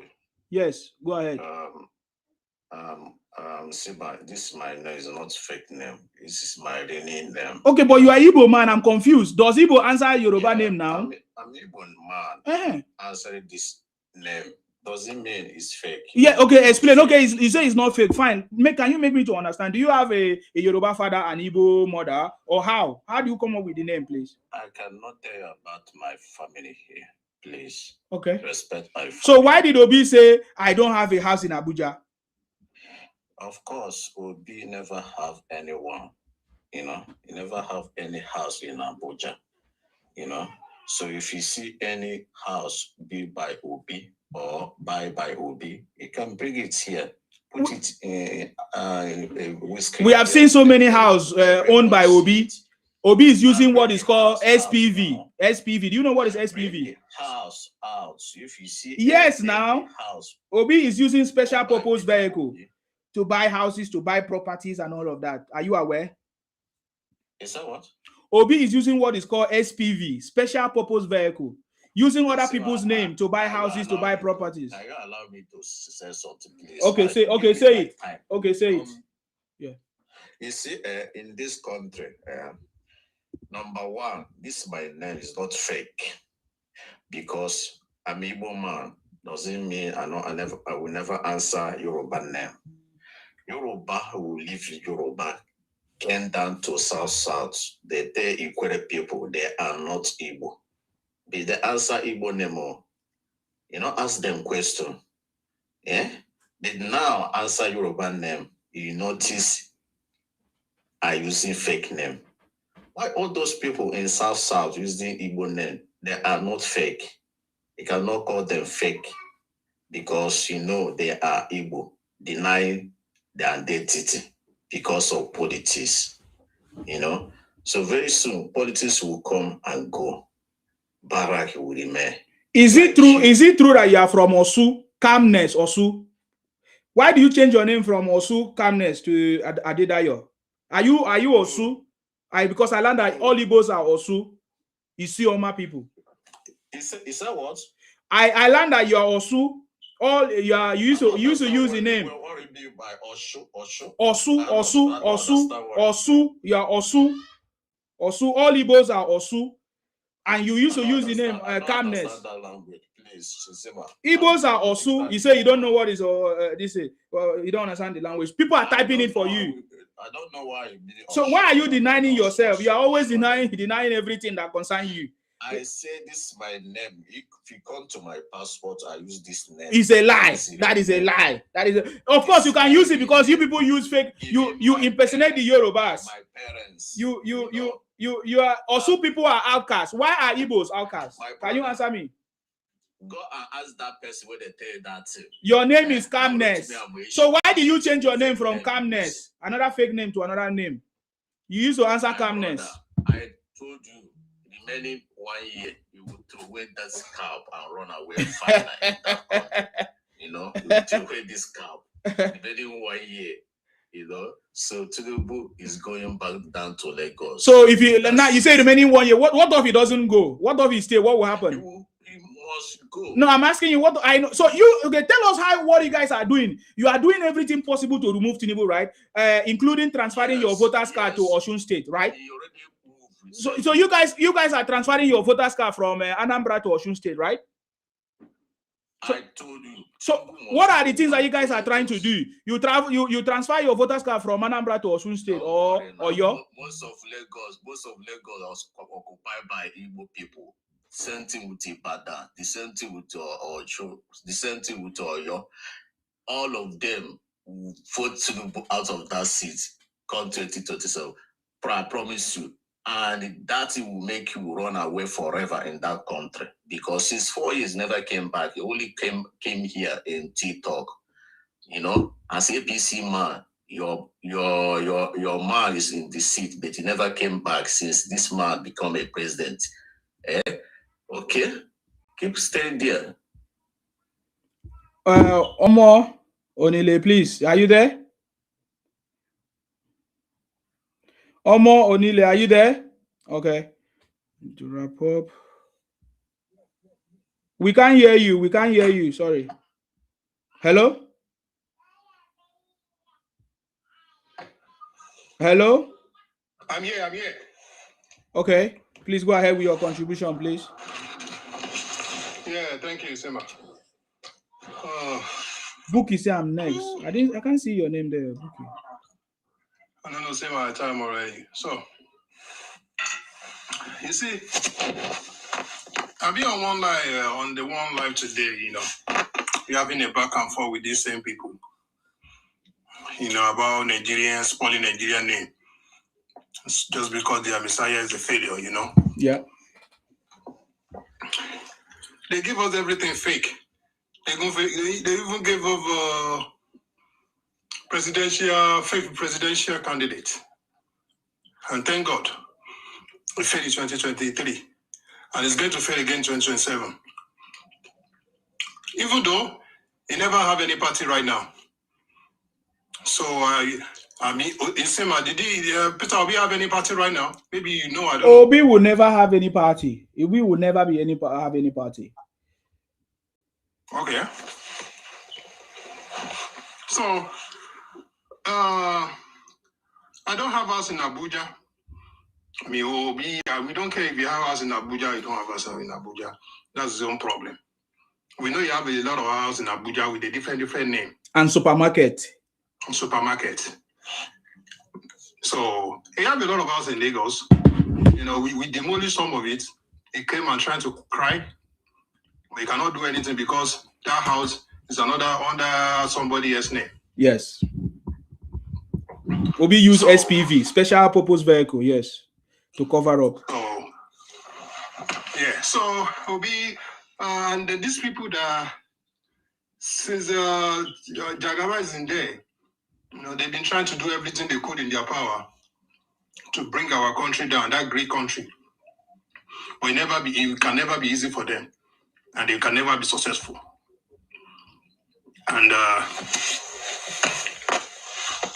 they've been lobbying. They paid a lot of money they're supposed to be using in their region, you know, feed their family. You know, they use that money to lobby. You know, they think Trump loved them so much. He loved their black ass. So we come to Africa, Nigeria to save them. Save them from who were in the first place. You know, when they are sit at home, even their governor, you know, they have to agree with their sit at home. That's a highest of stupidity for a governor to be complying with sit at home. And they can never they can't do anything. And people like that will come here and try to tell us how to rule Nigeria. Is that not the madness? See, let's call a spade with these people. This nonsense they've been doing with this Jagaban. If you open your eyes, you don't have to come online and tell you, hey, Jagaban, you will lose 2027. We have 36 states in Nigeria. And we have more than 2,600 other APC now. What are you expecting in 2026? Before ending of 2026, we have almost 30 under APC. And what do you think is going to happen? Easy win for Jagaban. Easy win. Very easy. They know. Because I promise you, Isima, Peter Obi, even though we know that it's cannot in 2027, it won't be any presidential candidate because nobody will sell in ticket. Even though he has ticket, we never have 2 million votes. Because all this nonsense of go and verify, and nonsense, yeah. We don't know nothing to verify. The only thing to verify is a toilet cleaner. Imagine somebody that wants to be Nigerian president, they ask you a question, you say you are cleaning toilet, you are a toilet cleaner. Is that not embarrassment for biggest black nation in the world? What nonsense is this? You see how Jagaban were talking in Dubai? With the cool-headed. Okay, Buki, I salute you. Please go ahead. I'm sorry, I didn't see your this thing before. Thank you very much, Izima. You know, these are our people, these Igbo people. I don't know what's wrong with them. Obi has failed. They know already. You know why they are all talking about? They are talking about that they should vote online. They should do this because when Obi went to Canada, some people there in Canada they promised Obi that if they use ECRF or whatever that they are going to that use, they are going to rig it. Yes. That they will go to INEC. They will hack INEC server. INEC portal, and they will manipulate it. Yeah. But because INEC people know already, they stop it. That is why they were not happy. So Igbo people, I don't know their agenda for Nigeria. I don't know why they are like that to our country. They are the one dismarketing that country, and they want to be president, especially Obi. You go to all over and you are demarketing the country and you want to come and be president of that country. And look at the way they are abusing everybody. They did it for Fulani. They are doing it for Yoruba now. They are doing it for Akwa Ibom. They are doing it for Ikwere. Who is going to support them? If they want to be president, who is going to support them? Nobody is going to support them. You know, when Hausa man came out and said, Hausa will not vote. Is it Kokwaso? Kwankwaso said if you be a VP to Obi, that Obi is not going to get vote because the Hausa is not going to vote for him, the Northerner. He said the Northerner is not going to because they don't trust them. The Northerner did not trust them, Ikwere did not trust them, Yoruba did not trust them. So for them to be president of Nigeria, it will be in 100 years' time. So it's better for them to go. And we will all vote for them to go. Because, and that one that said Adedayo is Igbo name. For where? You can see that they are thief. Adedayo, that is Yoruba name. He says Igbo name. They are manipulator. They are manipulator. I don't know what's wrong with those people. Why? They want to collect him by force. You don't do that. To collect presidency, you don't just, it doesn't come on a plate of gold. You have to work for it. Jagaban worked for it. He worked for it. He planted people everywhere. He built people. We should try to build people. He doesn't want to build people. Even his wife, he cannot even build his wife. And he wants to be president of Nigeria. And he's a liar. Number one liar that will be Mr. Verify. We don't need to verify it again. We have known that he's a thief. And we just use the emotion. You cannot use the emotion for us again. We are not going to vote for emotion. The one that said he has only one shoe, only one wristwatch. And now he's saying that I don't have a house. You want to use that one so that the youth, people, this one is, no, he's a liar. He's a thief. He stole money from Abacha when Abacha making Nigeria port. That is where he got the money from. He got the money from Nigeria, and they will come here and say Tinubu is a thief. Tinubu is that. Where their own brother is number one. Where did he get that money from? Where did he get that money from? So then you just stop all that. You should not manipulate us again. You should not use the emotion for us again. We are half wake up. And he said they have taken over all the Yoruba land. No, they did not take over the Yoruba land. My father's land is still, the house is still there. I need to have houses there. With all my sister, all my family, we still have our house. And certificate of occupancy that we are giving to you people, we can withdraw it. You did not hold anything in Yoruba land. Yoruba land is for Yoruba. And you cannot, what you did in 2023, you are not going to do it again. We will not allow that you all of you bring your voter card to come and register in our place. No, we will not. You will not do that again. You will not do that again. Obi will see that all the Christians that vote for him, they are not going to do that again. They have wake up. The people that support you before, they are not. Even my family, some of them support. All their eyes have been open now. That know that there is a liar. So no presidency for them. No place. Ashwa Rock is occupied. Jagaban is on the throne. City Boy is on the throne, and he's doing what we want him to do. That is why these people, they used to call the Hausa Fulani Janjawe. Yes. Now they are romancing with the Fulani Janjawe now because they want presidency. No more presidency for them. They should just go back, go and do this. Obi is a trader. Let him go and continue trading, to do his trading business. Thank you very much. Thank you very much. Thank you very much, ma. Query is one. I salute you. What happened yesterday? I tried to connect you. Or is it this morning? It wasn't connecting. I salute you, ma. I wonder. That's why I not too much give problems to make a kuma there for that. Okay. The great. I salute you. You're welcome. Today we are doing history today. Now I know that all these symbols that come outside to talk, they are all we have brain problem. Because even the Obanese and Igbo say 2 million Igbos have mental problem. They have that mental problem making them, they are not stable. They always hear every small thing, they don't go here, don't go here. Every day, these people keep on insulting His Excellency Bola Ahmed Tinubu for nothing. Because of what? He recognized the common people, them, they feel that this tribe are nothing. He recognized every tribe that we are all one and no one is bigger than anyone. is paining them. They have been in that position before. Igbos have become senior president. They have become vice president. What did they use it for? Instead of that, they use it to loot Nigeria. President now is for the Sultana, and the Sultana man have emerged, being His Excellency Bola Ahmed Tinubu. Work with him. Instead of that, instead of them to work with him, they want to demarcate him. They want to insult. They always insult him. Bring lobbying money to another country to come and remove a sitting president. These people are evil. They are evil.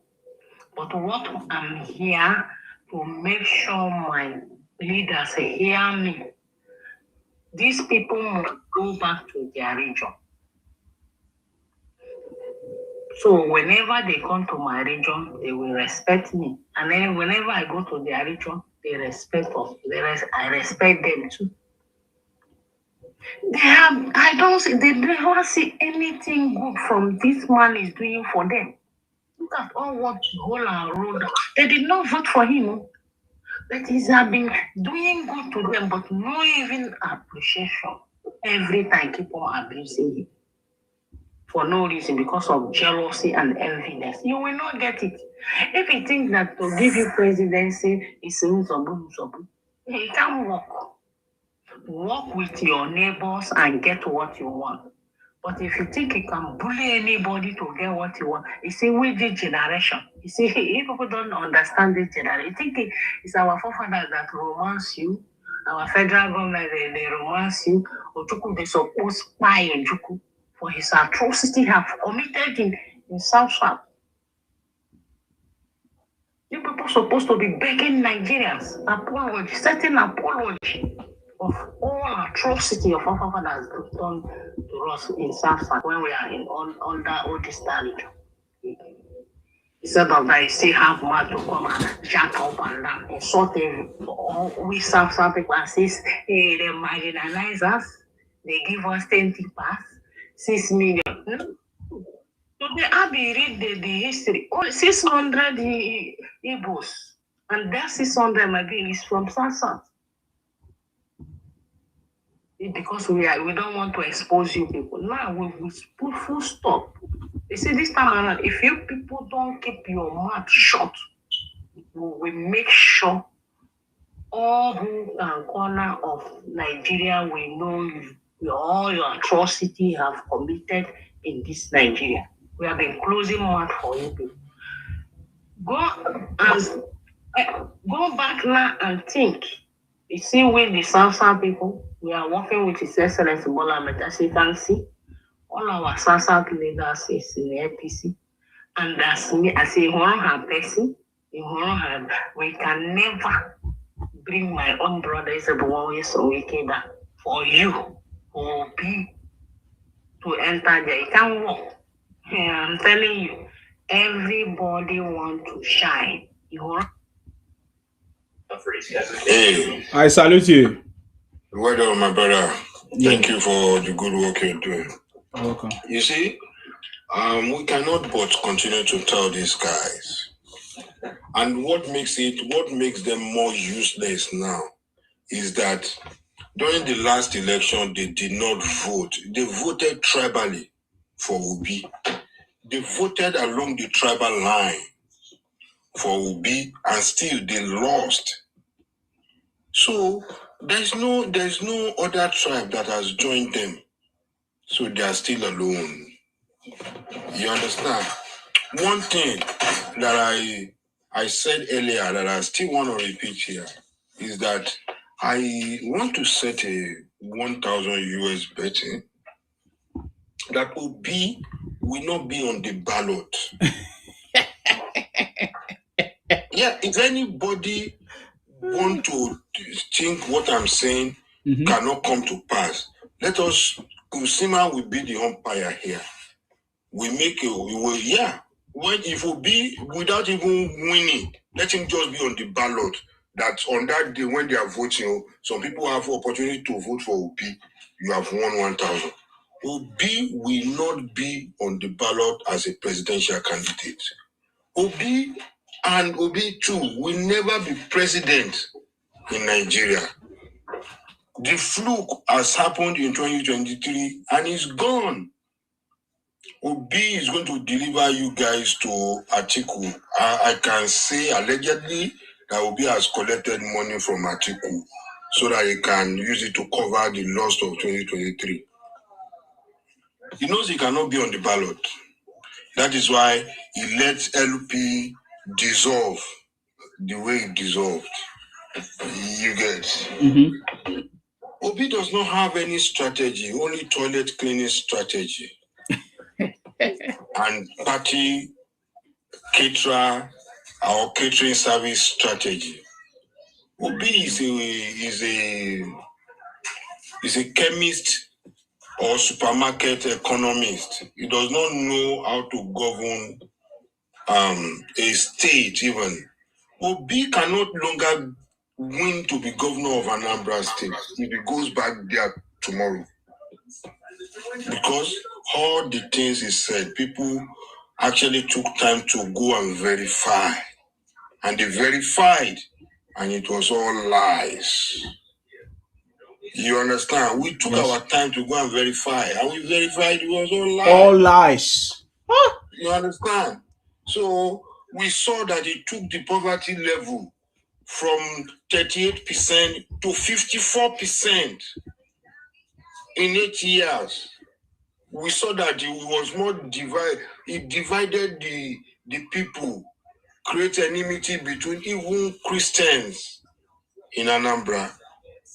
We saw that people who needed to do surgery had to wait for 1 year and 1 month because the doctors were on strike in Anambra. You understand? We saw that the people had a lot of examination malpractices as the highest of all time. The way he got the best education examination rating, the higher the malpractices was. He paid mercenaries to come and do malpractices, corrupt the kids. Obi is not supposed to be one of the people we are talking about today. Obi invested the state fund in a company where he has interest, conflict of interest, in a country where I am as a dual citizen. If somebody has done that, that person will be in jail, not to talk of wanting to be a president again. By now, he will not, he would have forgotten about his career. You understand? But because, there's a lot of leniency, Kanu is to be blamed for where the brain of these IPOB are. Where their brain is, Kanu needs to really suffer for it in Sokoto for a very long time. It took him 10 years to get these guys to be this confused. You get? So I'm not worried about them. Anyone who want to join Kanu, straight to Sokoto. That. Thank you very much, Mr. Simon. Yes. For that guy who said Obi is a man without sin, I wanted to show this. Mm-hmm. Peter Obi demanded 7.5 billion for sponsoring my election. Willie Obiano insists. This is for Mr. Iroko, who is saying Obi was a man, because I came here and we was saying Obi was a man without no sin. Yes. Peter Obi plans rigging 60 billion to install his business partner, Willie Obiano. Lawyers approval, blah, blah, blah, 60 billion. You can find this one, you can find it on Daily Post. The other one, you can find it on U-Reports. Obi's claim on tax generation as Anambra State Governor force official states. You can find this on Politics Digest. I have more. Peter Obi siphoned our party's $15 million. This is equivalent of almost 20 billion naira. Right? Campaign fund, Apapa Labour Faction alleges. So you can see Peter Obi is a very known criminal. Governor Obi sued over alleged diversion of 5 billion state funds. I mean, the list, I have a lot here. Nigeria 2020. Peter Obi wants a slice of diaspora $20 billion to fund campaign. You can find this on African Reports. I mean, this is not even Nigerian news, right? So Peter Obi is a known criminal. I have more. IPOB members, not terrorists. I live with them. This is what Peter Obi said. So our question now is this: is Peter Obi taking all this money, this looted money, as a criminal he is, to actually finance IPOB activity? And there is this report or alleged that IPOB actually means I, Peter Obi. You can see it, IPOB. I, Peter Obi. So Peter Obi is a very known criminal from time immemorial. As a matter of fact, you see all these people coming up here to say Peter Obi is a saint. They were the one castigating him the most because he did nothing for Anambra State. And I'll show you that.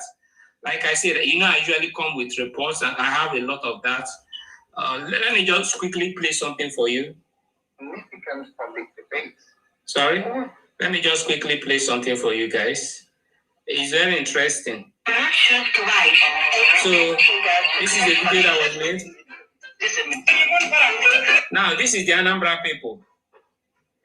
Unizik Junction, Oka, status of the road. Our dear governor, Peter Obi, rise to work daily for 8 years. This is what the Anambra people were complaining during Peter Obi's tenure. We have more. Peter Obi is a saint, right? Yes, I know it. Okay? You can see this. All these people now shouting. This is another one. I want Oka. I went to Oka. And roads. We have terrible conditions. What is this about Peter Obi? He does not take debts, saves. Are those virtues? This is Igbo people asking. The people that are saying that he's a saint now. We have more. You can reduce the volume. More is coming. Can you reduce the volume of the sound? Yeah. Okay. APC accused Governor Peter Obi 20 million monthly movement from Anambra to Lagos. Can he explain? These are Igbo people complaining. These are Igbo people complaining when Peter Obi was a governor. Yes. I have more. Okay. See this one.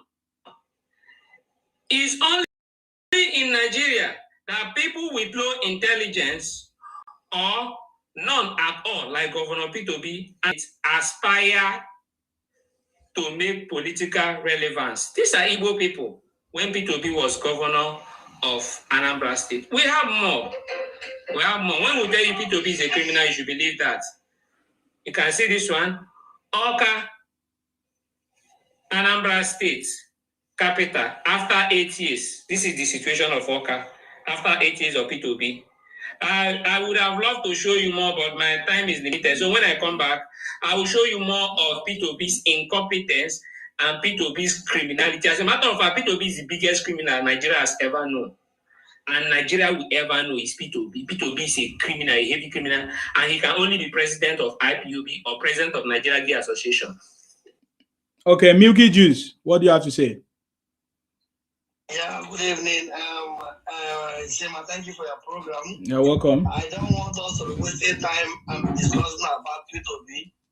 I have taken time to snap the photo of his shoes, since they say have 2 shoes. But I found that the shoes are different types. So how can a man who tells me he has 2 shoes change shoes up and down?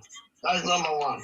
Number two, what he is trying to do is to put Nigeria into confusion by thinking that he has any better agenda for us. He doesn't have any agenda.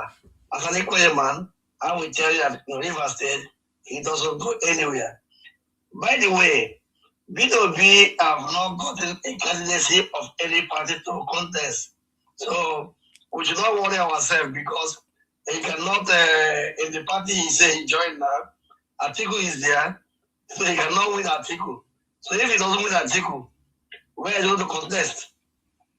The Labour Party has no way, and the PDP has no way. So let us not disturb ourselves.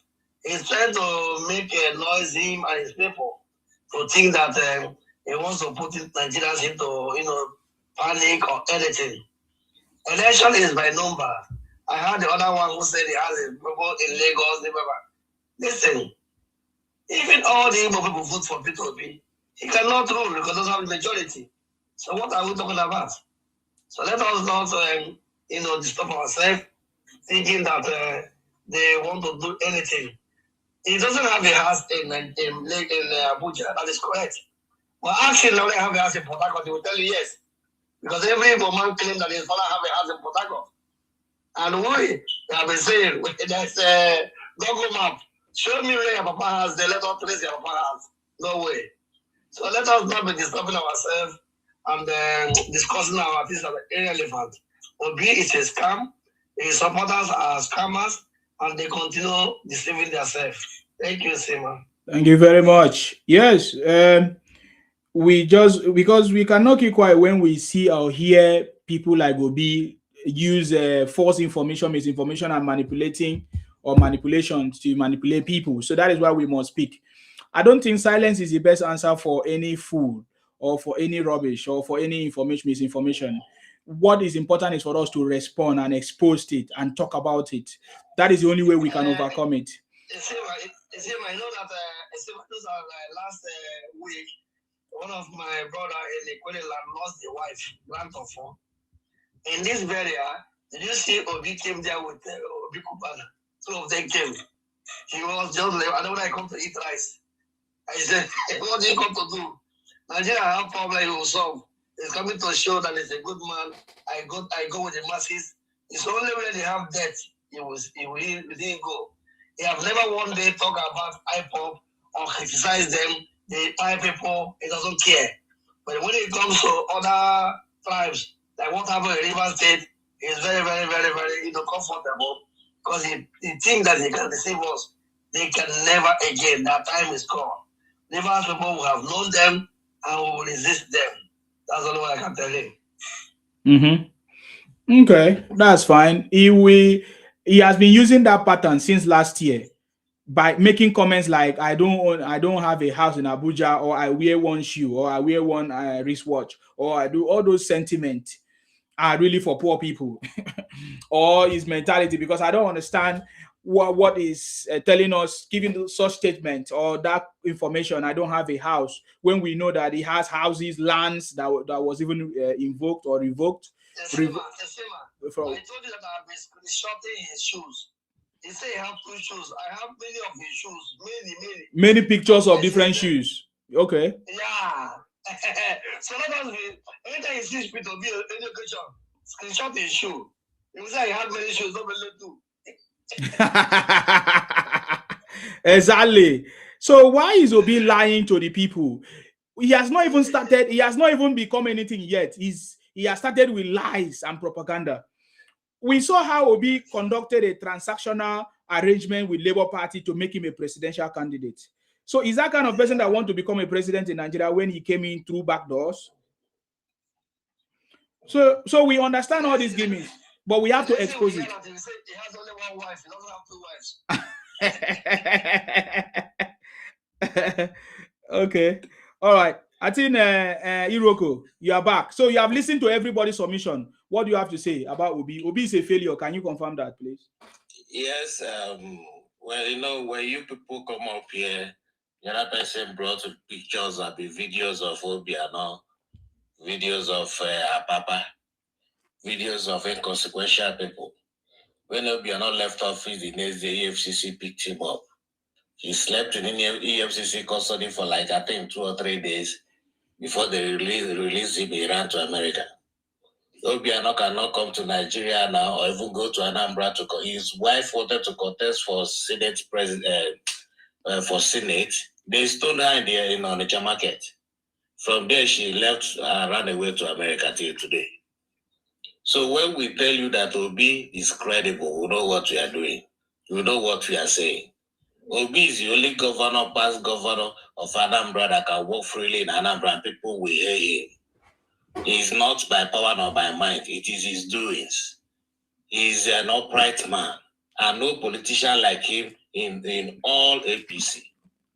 That is why they can't even ask him to join APC because they know he's not like them. Obi wants to change Nigeria. He's prepared to change Nigeria.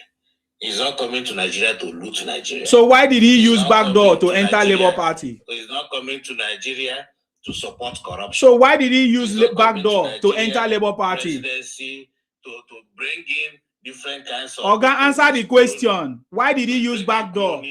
Why did he use backdoor to become a presidential candidate in Labour Party? Presidency to make a positive change. Why did he use backdoor to become a presidential candidate in Labour Party? That change that we have been lacking in Nigeria, you don't say backdoor because you have never contested any position in Nigeria. Obi contested. He used backdoor to become a presidential candidate. Why are you lying now? Oh God, this is the point I'm going to stop you. This is the point I'm going to stop you. This is the point I'm going to stop you. Obi is a liar. I asked you a question. Why did he use backdoor to become this thing? And you are saying is what are you saying? Why are you deceiving people? He used backdoor.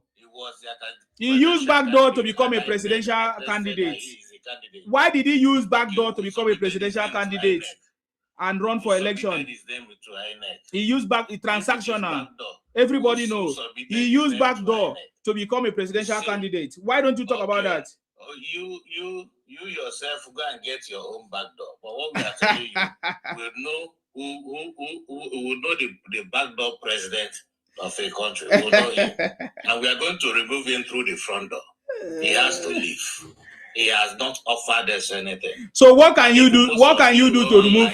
What can you do to remove Tinubu? What can you do to remove Tinubu? We will monitor INEC. INEC must give us free and fair election. Yeah, we give it to With laugh. the help of America, what happened in Venezuela can still happen anywhere in the world. You must give us free and fair. If you win free and fair, fine. No problem about that. But let us have free and fair. When MKO won the election, he won election free and fair. Even till tomorrow, everybody say, let his own election be free and fair. Let everybody, even he, be bold enough to say, so why did Obi fail to help Anambra people since he was a saint? Let him come. Why did Obi fail to help Anambra people since he was a saint? You gave us only for our 4 minutes. And if anytime I want to talk, you'll be prepared to interrupt me. If you want to ask me a question, you set another time to ask me a question. But this little time that you are giving me, allow me to talk. Even more than 3 APC people have talked before me. And you did not interrupt any one of them. Because they are not making such statements they are making. That's the problem. Yeah. If it is for prove me wrong. The name I'm calling here is not an alien name. It's Peter Obi that you call, that you know, that you mention anyhow, even though you are not even up to his houseboy. But you mention his name. But the thing is that Obi has come and he has come to stay. God has brought him to make a change to Nigeria. He's healthy. We have never heard him travel to one outside country for his medication, just like every other politician does. Yeah, Babio, one time they say he collapsed here. Tinubu has never conducted an orbit in any part of Nigeria. He has never called youth. Yes, if tomorrow night he has them to come to State House. Tinubu, go to University of Ibadan and address them. That is how presidents do. Go to University of. Famu, go ahead. I greet you. I salute you. Yeah, that man talking, honestly, I think he has to go back to training school. Definitely. Maybe kindergarten, where teachers who have knowledge, they teach him how senses are meant to be used. In absence of that, if he's still going this way, if his children grown up, they might end up stoning their father, honestly, because it's becoming a public disgrace. The same Obi he is rooting for.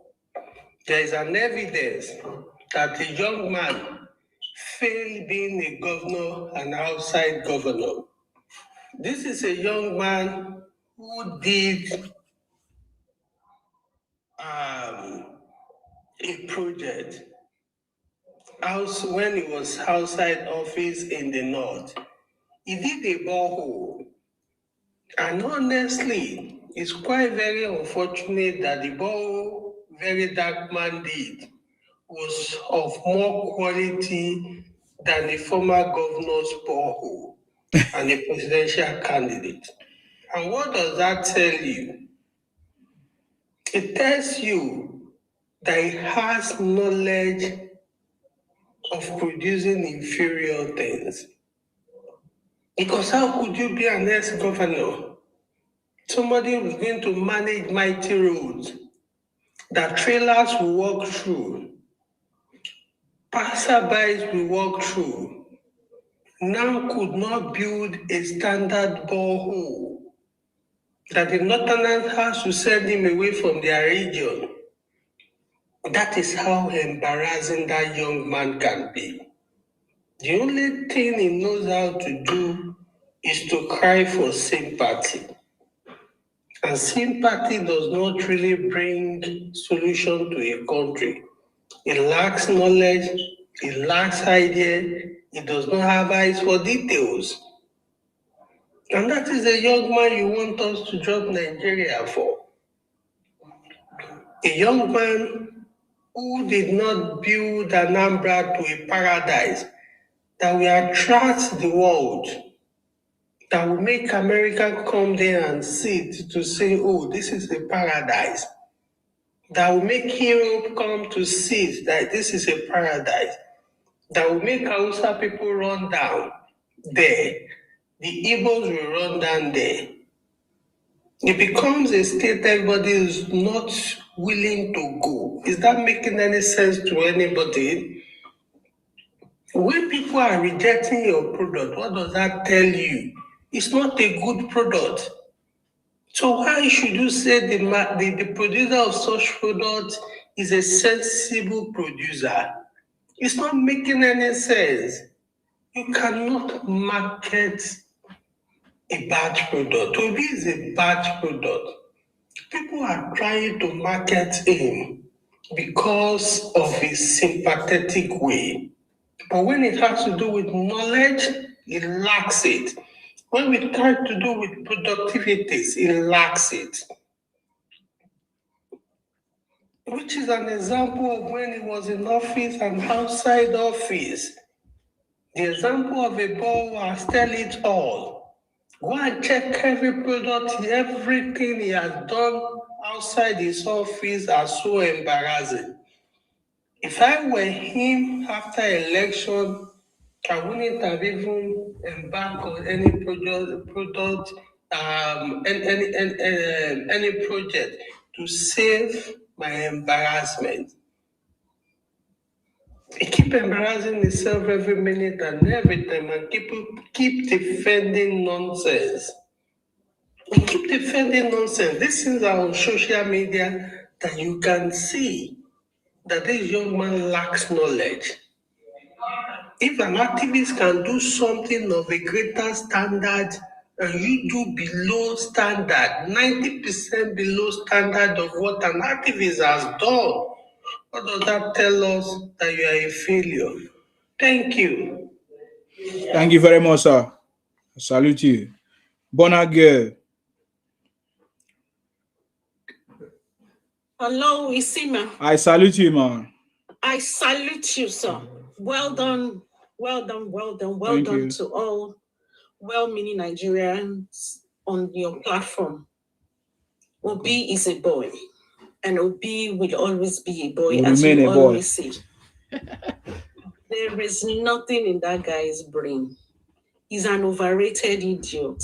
And it's shame on those people selling this bad market for Nigerians.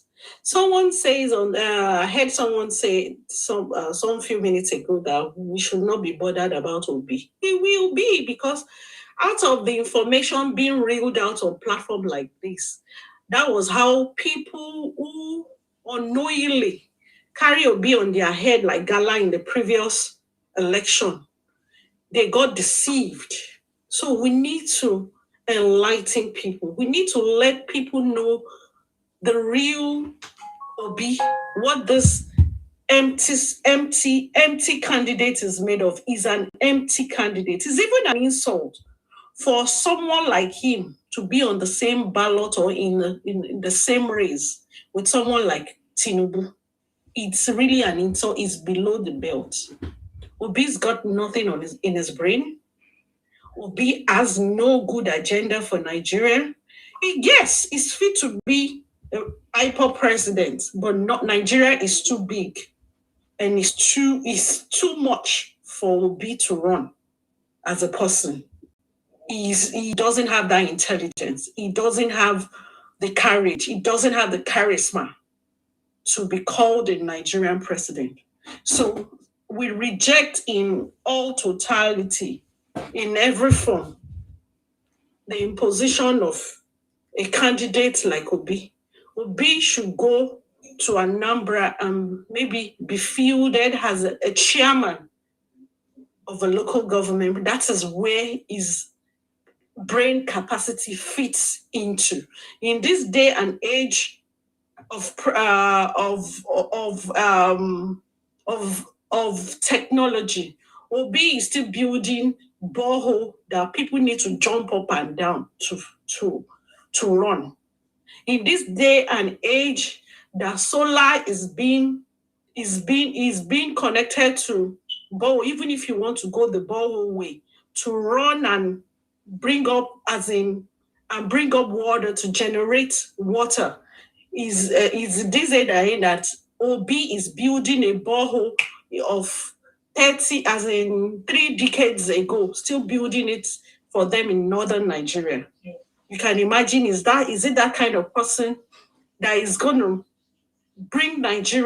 move Nigeria to the next level? No. That means we'll be retrogressing if we have to field such a candidate. But Tofiakwa, we reject a person like him. He lies too much. He should just maintain that his toilet that is washing. He should maintain that no house, the lies that he keep propagating for his Dumbo's followers. It's such a shame that you still find some people still selling this bad market called Obi. You will still see some people that you feel that they've got it upstairs still fielding him. But hey, we won't relent in giving out that information and rehabilitating and let people reorienting his followers to know that they are supporting a fluke, because he is a fluke and he can never happen to Nigeria. Good luck to Anambra people if they decide to field him as a local government chairman, because I know that AC, he has no space. He has no place in ADC. So maybe he can go back to Anambra and probably go and maybe they can even give him that senatorial seat there. Well, good luck to them. Mm-hmm. But in Nigeria, he's got no place. Definitely. In Nigeria.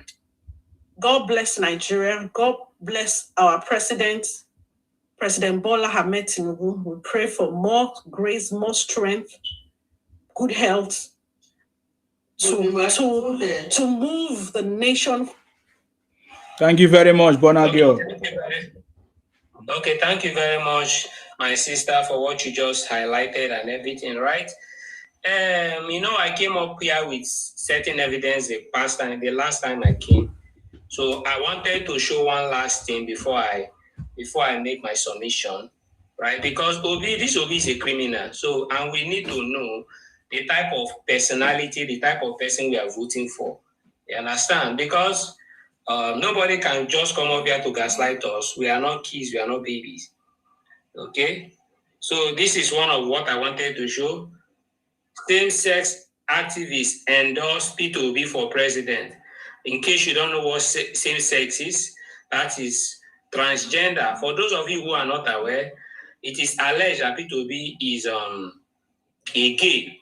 As a matter of fact, their Lord and Personal Savior Nnamdi Kanu came out openly to say that P2B is a gay. I have the video here, and Mr. Ansim also has the video record where they say he's a gay. So you can see people endorsing him, gay are endorsing him, right? You see, his son, this is his son, by the way, in case you are not aware, his first son is also a gay. See? Oseloka P2B's son appears in Gay Magazine. So these are the families that wants to rule us. These are the people that want to rule us as leaders in Nigeria. P2B is a failed candidate. Like I said, he can become president of Nigeria Gay Association. Him and his son can become the vice. You understand? This is his son. So that is all I wanted to say for now. Let me not just talk too much. Mr. Ansima, please just pass the mic to someone else.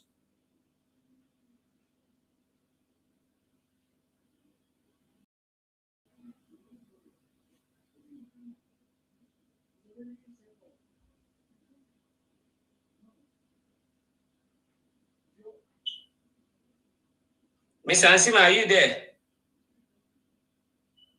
Ansima, no deal. Ansima is not here. So let me continue, Sha. Since Ansima is not here, so that my time will elapse. So for those who are watching, now let me also tell you, you see the way they are shouting P2B, P2B, P2B, that is the same way they are also hearing Alex Oti. That is another fraud. Alex Oti is a total fraud. And as a matter of fact, what Alex Oti is in Abia State today, if you see them shouting Alex Oti, it's basically the same thing like P2B. He's painting roads. What he's doing is to paint roads. And of course, they are all over social media shouting that he's doing heaven and earth. They usually go on this smear campaign for people who are actually working. If you see them going on this smear campaign on the likes of Tinubu, that's because Tinubu is actually working. You see them going on this smear campaign on Monte Kwebolo, the governor of Edo State. That's because he's working. You see them going on this smear campaign on Nyesom Wike. That's because he's working. These are all working leaders. So if they are going on a smear campaign on a particular candidate, just know that that particular candidate is doing an excellent job. That is what they do. They praise their incapable leaders, their leader who has zero achievements. As a matter of fact, there is this video I saw on, it was a picture I saw on Twitter. These people went to Dubai and took a picture of a hostel in Dubai.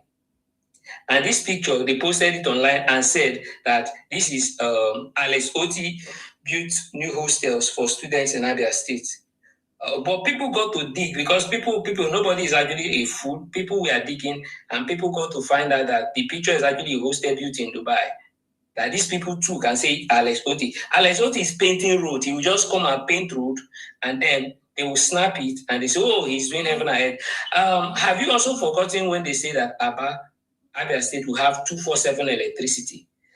And do you remember when they say Alex Oti has given them 24/7 electricity? Now I want to ask, if you have been to Abia State, what happened to the 24/7 electricity they said Alex Oti gave to them?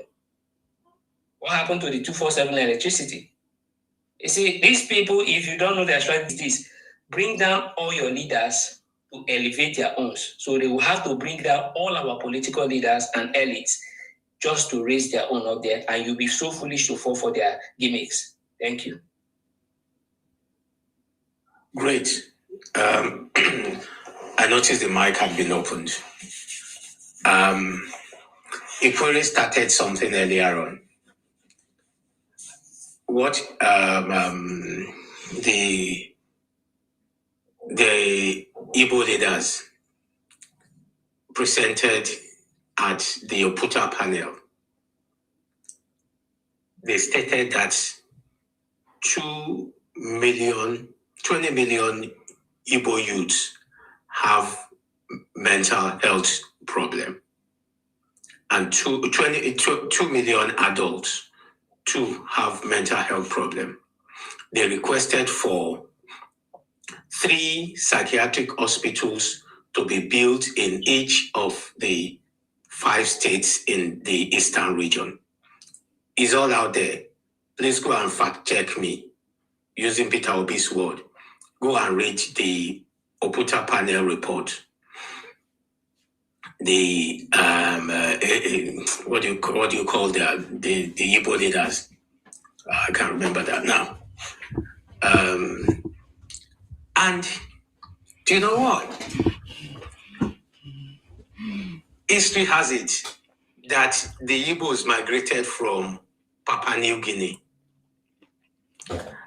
Please, what I am saying here, I want you to fact check me. In Papua New Guinea, they are cannibals. They eat people. They eat human beings. And as a result of eating human being, there is a disease that is mental illness called Kuku, K-U-K-U. Please put that into a Google search, a machine, a Google engine, and search for Ohaide Ndibo. Thank you. I just see that bumped up there. Thank you. Like I said, in Papua New Guinea, there is this disease that comes out as a result of cannibalism called Kuku disease. It's a neurodegenerating disease. So can you see the collaboration between what Ohaide Ndibo are saying and with the history of where they originated from? So I just want to appeal to Nigerians that we should, from now henceforth, understand that there are a lot of mental health issues in the Southeast. So we should understand their behavior, their reasoning, that it's got to do with their illness, and we should learn to accommodate them. I yield the mic. All right, sir. Thank you very much. I was looking for something to eat small. I salute you. Unbothered, I think it's your turn. Unmute yourself. Yeah, good evening, everyone.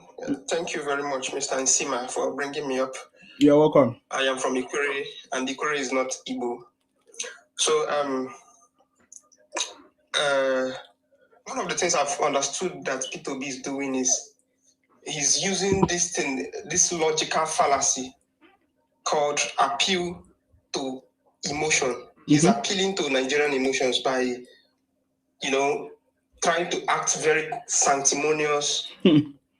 Imagine a question that was asked to him, that he was asked, and then he started bringing up a story of how he was washing toilets. Yes. In an aeroplane. You can imagine how stupid it sounds. Yes. Yeah. I also remember one time my brother here, Ikwere Susha, he was talking about, what is that word? There's a word you used when someone is getting old. That thing, there's something that happens to them where they start losing their memory, they start losing something. Senile. Being senile. Yeah. And it's very true. Sima, you have removed the timing on this thing, and this idiot might talk without ending. It's better you time all the everybody. You are the one that made me put that time. It just started now. We are just here. Why are you doing this, Oga? Hello. Why are you calling? There's no time on him now. Why are you doing that? Why are you doing that? It was because of you that made me to put the timer. How can you do that? It just started. Please. Go ahead, sir. I'm sorry. I give you back your time. I didn't interrupt anybody. Go ahead. Why are you doing like this? I give you back your time, please. Go ahead. It's Igbo. That's how they behave. Okay. No problem. Thank you, my brother. So, like I was saying, if you notice, the guy is becoming senile. You ask him a question, he lacks that cognitive balance to answer questions correctly. Yeah. He will drift and drift. He will drift around Africa without answering the question. You ask him, for example, how do you tackle security situation in Nigeria? And then he starts telling you, there is one time you can go and ask. I was in an aeroplane. Someone went to the toilet and came back. And then I went there. I went to the toilet and washed it. Like, how is this relevant to what you were asked? It's storytelling. Storytelling. Now, anyhow you do it, P2B will circle back to trying to seduce you with some emotional appeals. Trying to sound like this good man, this good man, this good man. But one question I usually ask people is this. P2B had contemporaries when he was a governor. And I can remember some of the contemporaries. Rotimi Chibika Amechi of Rivers State, my amiable and enviable governor. Rajesh Fashola of Lagos was a contemporary to P2B. And who is this guy? Ababu of Akwa Ibom State. We are very outstanding governors back then. P2B I never even heard P2B before that period. Because, there is a level of performance you give out to your people. They will sing of your praises. People will know. It will become a national talk. I remember even during that tenure for my governor, there was this recognition he got from the UN. UN Universal Basic Education, they call it UBEP, something like that. UN Universal Basic Education Program. They even had to host a program in River State, in Port Harcourt here, because of his performance. He built a primary school building across all the villages. I didn't say local government, I said villages in River State. Not one local government, not two, not three, not in metropolitan areas. All villages, both riverine and upland here. That was what Amechi did. In some places, he even built 2 of those schools. Now, that particular action gave him some kind of recognition. So I'm asking, what is the particular thing that P2B did? What can he be remembered for as at the time he was a governor? I don't think we can point out anything. Because if he was an outstanding governor, as they claim that he was back then, we would have had those stories back then. Not be now we go come begin the talk of. Imagine asking someone what were the things you did. Someone is telling you, I saved money for my state. Are you employed? Because being a governor is like the people employing you, right? Are you employed to come and save money for the people? Or you are employed to use the resources of the state and build? I don't know if you are getting my point. Yeah. Because if saving money is a kind of achievement you mentioned that you did as of your time as a governor, then that means he did nothing. Very easy. He did nothing. Yeah. Hello? Yes, now that means you elect me. I will come save money. I will even reach 1 trillion naira for River State in that 8 years. I will save 1 trillion for River State. If you ask me, what did you do for River State? I saved money for my state. Like, it's very stupid. But it's only fools that fall for those kind of talk. It's only fools that fall for those kind of talk. It's only fools. So every single time, you went to an occasion in Karitri to go serve food just to look like a good man. How stupid. Who can fall for this? You will know that this thing is show. It's a typical show. You're doing show for people. Just come to the show, make people. You're doing show. It doesn't show that we are talking about capacity. Someone who has capacity to effect change. That is who we need as a leader. And Asiwaju is that person. And I'm not here to promote anybody, but we are just speaking facts. P2B cannot effect any change in Nigeria. P2B is a showman. P2B is a showman who is always using red herrings to deceive people, bringing up some kind of show. If he goes to any occasion, he wants to pretend. I think you people are mentioning a borehole. Was this someone was talking about borehole that he did? Yeah. Against this man has run out of ideas. His empty brain has let him move. Let another person say something. His empty brain has closed. He has an empty vessel. He has nothing else to say. Asking borehole or no borehole, let him move. This is 1 a.m. Let important people talk. So you don't want us to expose Obi? You know, when people talk without reasoning. I don't know. When people talk without reasoning, their brain tends to lock up. He's an Igbo man. When locks up, they start asking questions without direction.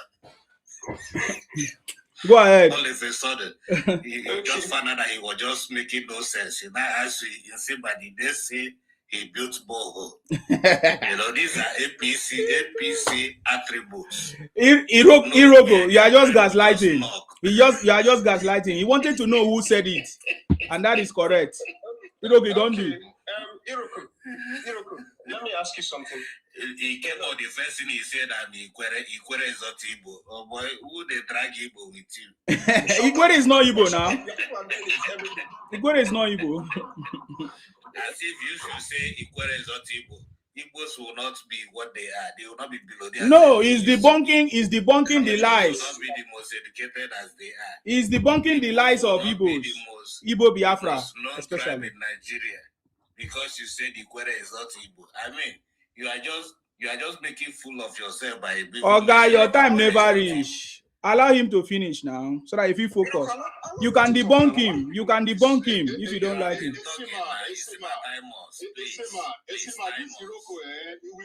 All the black people, you don't distract them there. You don't get anything. I know him very, very well. Lagos Harbor. I know. You told us that now. Somebody just talk about mental issue. These are the kind of people they have mental issues. Show them to Lagos. The people we are dealing with in Lagos. All of you mental issue because you don't have any qualification. It's supposed stay home. Iroko, allow Onboda to finish his point, please, before you comes to you. Lagos Harbor to shut up too. Iroko, Igbo people are not the most educated. They are the most boy. So don't come here to tell us lie. Onboda, are you done? Let me just say this last one. Yes. One of the biggest lies that we were sold as children was telling us that the Igbos are the richest people. Yes, or educated. Yes. I came up as an adult to understand that it's a very big fat lie. I saw this guy mentioning it that it will not stop them from having. You don't have one single billionaire, Oga. You don't have one. Go and check the list of richest black men. You will, out of 25 names, you won't see one Igbo name. You won't see one Emeka. There is no single Igbo billionaire. And there won't be one, even in the next 10 years, in the next 20 years, there won't be one. You people are stuck with your traditional buying and selling from this thing. And then you or either you're inflating prices or you're into pure crime, doing adulterated goods. That's what you're good for. You don't have a single billionaire. Stop selling that lie that you have billionaires. You don't have one, not even one. The Nigerian names in the list of billionaires, we have up to 4 Yoruba people there. 2 Hausa, you don't have one single Igbo person there. So stop selling the lies that Igbos have billionaires. You don't have billionaires. You just have people who swindle people and then come to the village to make noise. That's what you have. Let me end it here. Thank you very much. Iroko, what do you have to say? I'll give you time. Iroko, do you want to respond? This is your time. 2 minutes. You know, I respond to politics. I don't respond to non-entities. He has said many things now. I don't respond to a failed adult. When a man comes up, when he knows he's lying, well, maybe he's a kid. I mean, the last speaker. But you are the first lady. You told us that Obi did something in Anambra. Obi did not do anything in Anambra. Tell us what Obi did in Anambra. That is it. Because I wanted to tell you that tomorrow we'll discuss Tinubu's achievement. Tell us what as governor and as president.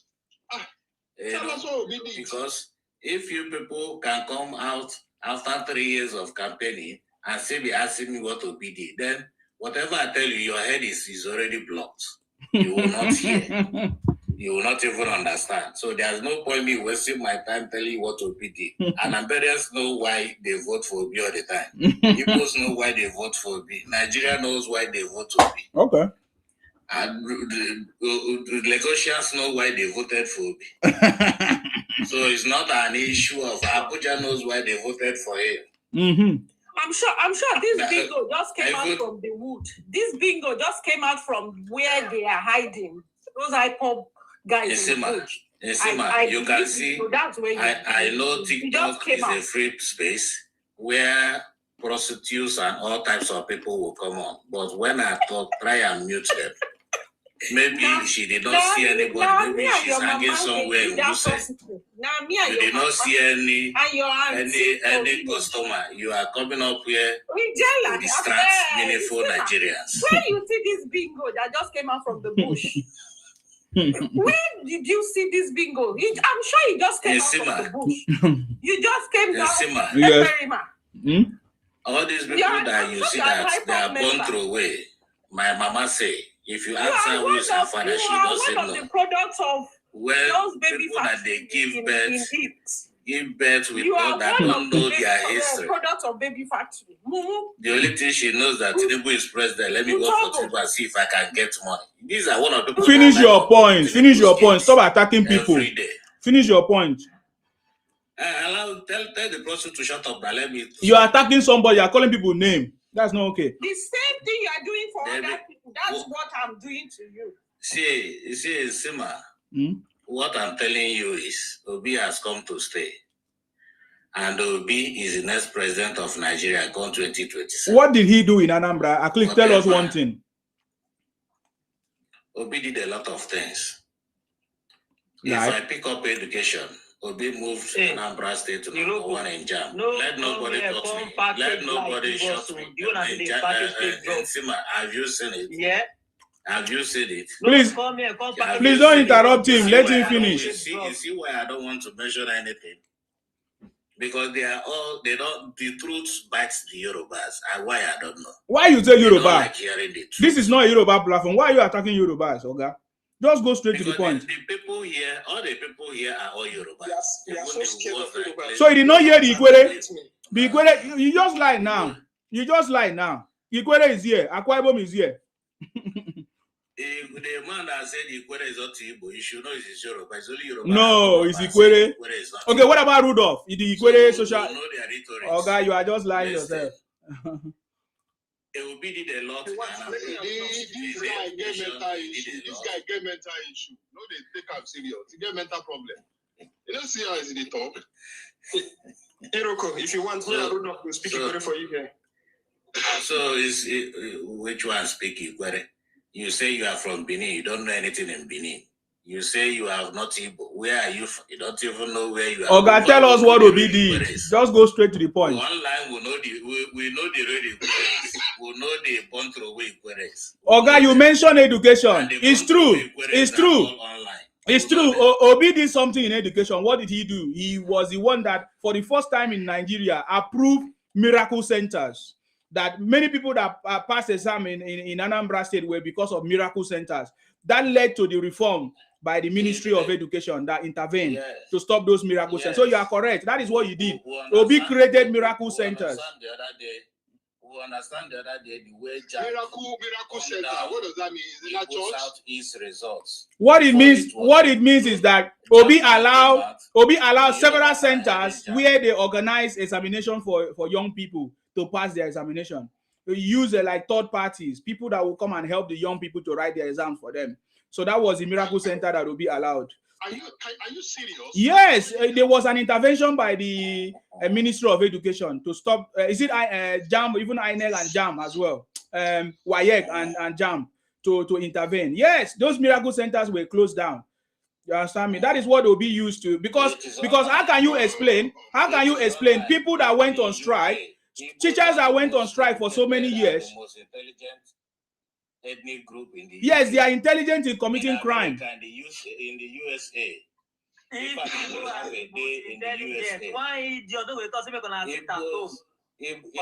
are known everywhere. How can you explain that Igbos are intelligent when all of you are sitting at home? Why is your social busy? Igbos brought China to Nigeria. Only one man held Igbo for 10 years. You are Look how stupid you are. Why is your I'm too mature to be discussing with that. I don't discuss with that. So I'm now a tout now because I'm asking questions. Why did you tell you say sit at home on Monday and you sit at home? Go and sleep, Oga. Go and sleep. Okay, I gave you only 2 minutes, Oga. Your time is up. You say sit at home and you call yourself most intelligent. Cute tribe on earth. Cute date. Cute. No, you bring up hungry people. Look, Iroko, can you allow peace to reign here, please? Why are you interrupting, Iroko? Please, can you be civil? Can you be civil, please? Cute. Oh yeah. Okay. Good morning, everyone. I salute you. Speak up, please. Okay. Well, my network is not too good. You are using earpiece, that's why, because I can hear myself. Go ahead. I'm not using earpiece. Now, my own submission on this issue is that number one, based on the caption here, that I don't have a house in Abuja. We've all known that Obi has a kind of behavior of lying. All right? He has this behavior. I don't know if it's a psychological issue, because we discovered quite a lot of the information he said we should go and verify. They were not actually true. I know Obi has supermarket in Abuja. Everybody knows, almost everyone knows that Obi has a supermarket in Abuja.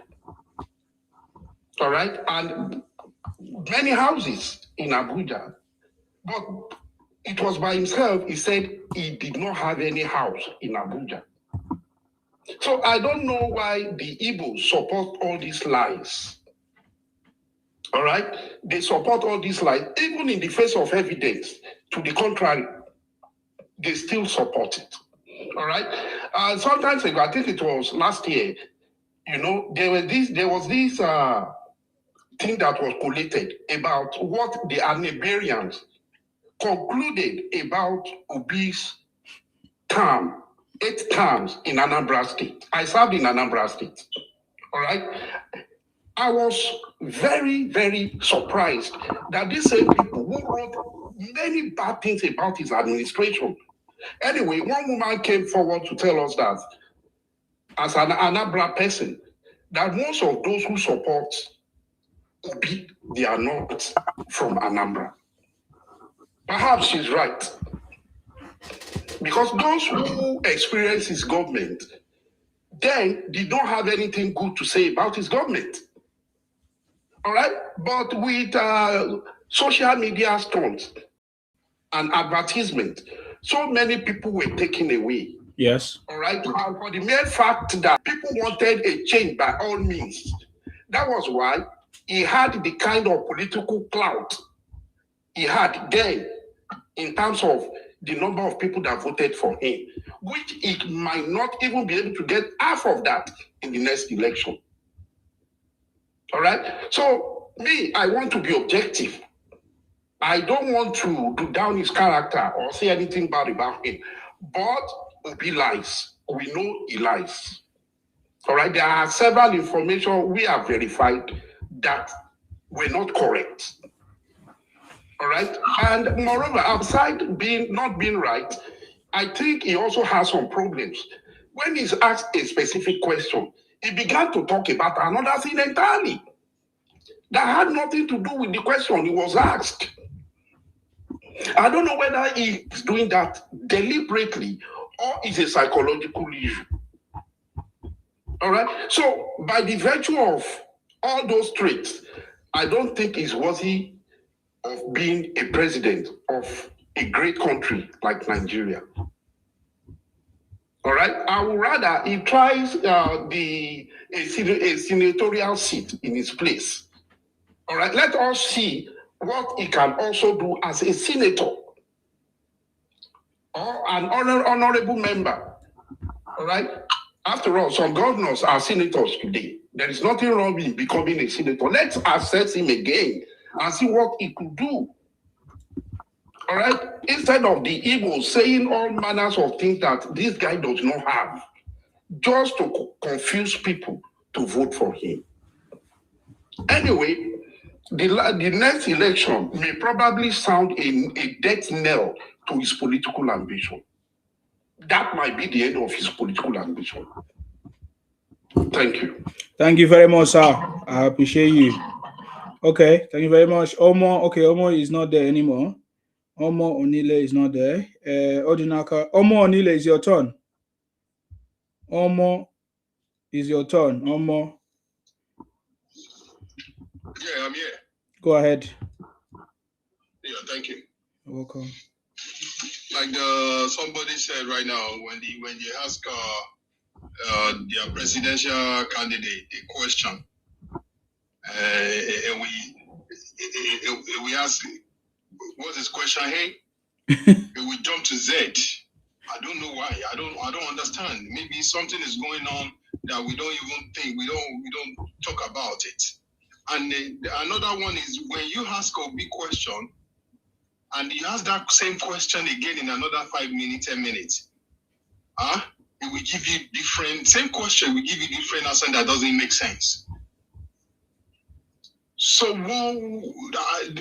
as a Nigeria, smart people, even people on here, I've been listening to a lot of people on here, the way they talk, they're even smarter than the people who want to be put in that presidential seat. We don't deserve this. And I'm talking about him in the first place. Like I said earlier, he doesn't have any party at the moment. I don't think it's the ADC. They can never carry him over Atiku. It's not possible. It's never been done in any way. And in 2023, why people don't really think, they don't talk about Obi destroy Atiku in 2023. Obi destroy Atiku. Because Atiku will be the first, even though I'm not supporter of Atiku, I'm for Jagaban. Atiku will be destroy Atiku presidential. That's the last chance he has, and will be destroy him. Because Atiku will be the one that people will be voting for. But Obi just came from nowhere with his shenanigans and just talking about go and verify. And we don't verify nonsense. We don't verify anything. We just voting and campaign for him. And after that, his supporter, they get out of hand, insulting everybody. And he himself, as a man that is supposed to be intelligent person, all he has to do is just sit and re-strategize. Talk to these people. Don't insult anybody. Calm down. We still have a chance. This another 4 years is coming. We can re-strategize. Don't need to be insulting anybody. Go to another man's country. Go and talk down on your country. Even his own as the presidential candidate. He needs to travel to America somewhere in Baltimore, in Maryland, talking down on Nigeria. You come to America talking down on Nigeria. The people that they never even think that you guys are living in the house, they think we are all living in the hunt. And you want to become that president of that country, you are talking down on that country. The people they just be looking at the funny thing is those people, they will be looking at him and they will be smiling that look at this fool. What do you think is going to happen? And we are making him popular every day. For people to know him as a criminal, they will never know him as a president in the first place. He's going to be criminal in the history because Obi is the biggest criminal in Nigeria. In politician, biggest chief politician. Obi is the biggest one. But you just know how to dabaru everything, how to play that kind of game, to his people to tell her, Obi is the Messiah. They will be talking like he's an angel. Somebody just come here and tell us Obi never steal any money. A politician in Nigeria never steal any money. Are you crazy? Somebody that work with Abuja, where do you think you get the money from? Papa no be billionaire, Papa will not be millionaire now. So where did you get the money from? How can you say politicians are not, not the thief, not the steal money? And you are talking to a state that you're keeping their money. Who send you say make we they keep our money? And your papa money they keep inside bank. I don't know why you have you ever heard that thing where you did? Say if somebody's governor is keeping money to his own bank. I've never heard it, sir. It's only in Igbo land because they are foolish. How can you be keeping state money in your own account? The interest they go Obi pocket. The interest they Hold on, let it reach your time. You are using his time. And you come outside, you have the audacity to be telling people that you are saving money in your account. If the military with Obi supposed to be prison by now. He's supposed to deal with in Sokoto with the other guy. They're supposed to do something together. That's how it's supposed to be, but we are pampering these people a lot. There's no any pamper, any nonsense pamper again. Now, if you do nonsense, you will collect nonsense. That's how you did now. All right, you are not the one have monopoly of madness. Madness there everywhere. All right, sir. Thank you. You cannot. Yes, sir. Your 5 minutes is over. Thank you. I really appreciate you, sir, for taking time to point out all these things. How can you say you save money that is meant for the people? Money that's supposed to be used for the road construction and all kinds of developmental project and all. You use the money to save it to get chairmanship in Fidelity Bank, and now you say, does Obi have any handwork? Obi have never have any. Does not even have any professional training. Doesn't have anything that is tangible or whatever. It's only lately, after some time, when he started going to some short courses in Oxford or Harvard or all those places. Does Obi have any professional background? Has he worked in a corporate office, the corporate setting before, to learn skills and leadership and all of that? No, he has not. He used the money from Anambra State allegedly to get chairmanship and all of that. And that is what these banks do. They use all our governors, our politicians to take the money to come and dump in their banks so that they can give them position. And that is what Obi ride on that. And the Igbos were deceived foolishly. But today, everything happened in 2023 because many people did not know Obi. They desperately need change because of Buhari and what Emefiele did and all of that. So, but now everything has been exposed about Obi. Obi is a failure. Obi is a con man. Obi is a liar. He's deceived many people with lies and manipulations and all kinds of sentimental conversations. So that one will never happen again in 2027. Because now the truth, you can only deceive the Igbos or confuse them because, of course, they are their brothers. Odinaka is supposed to be your turn, but I can't see you there. Fambumi, Odinaka is supposed to be your turn. Where are you? Are you there? No? Okay. Fabumi, please go ahead. If I did not get your name, I'm sorry.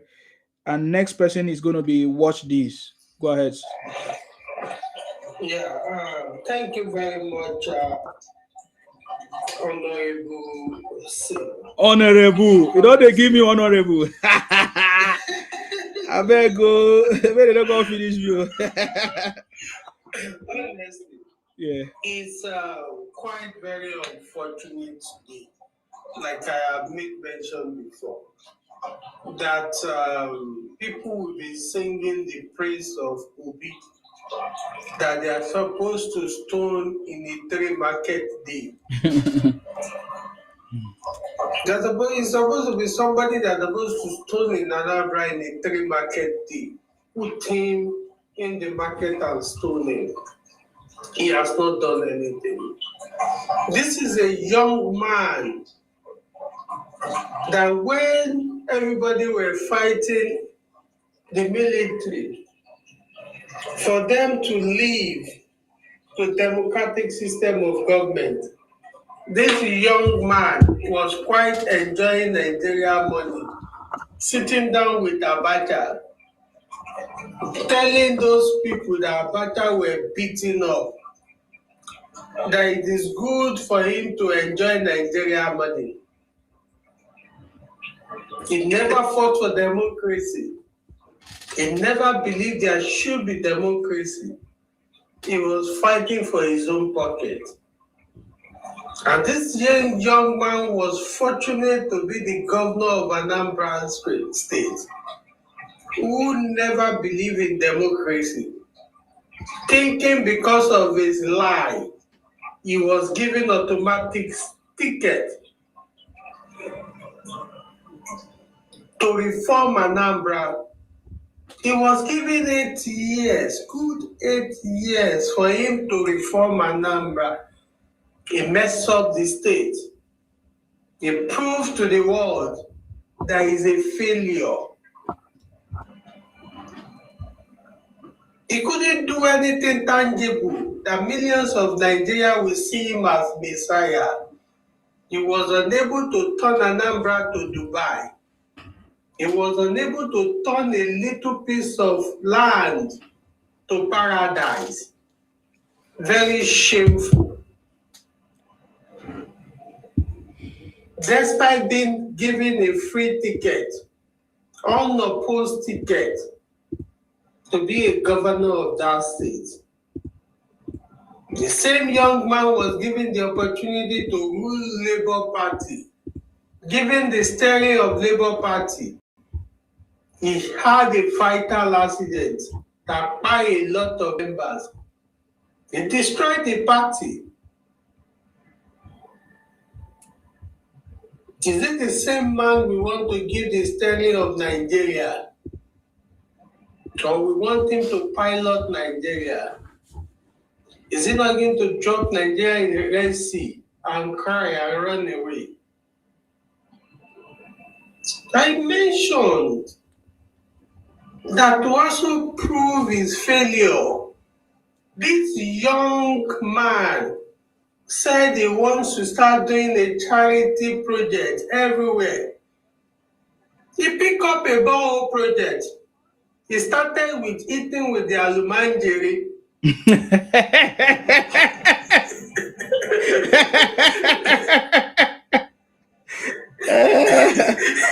Oh God. He promoted his behavior to building a borehole.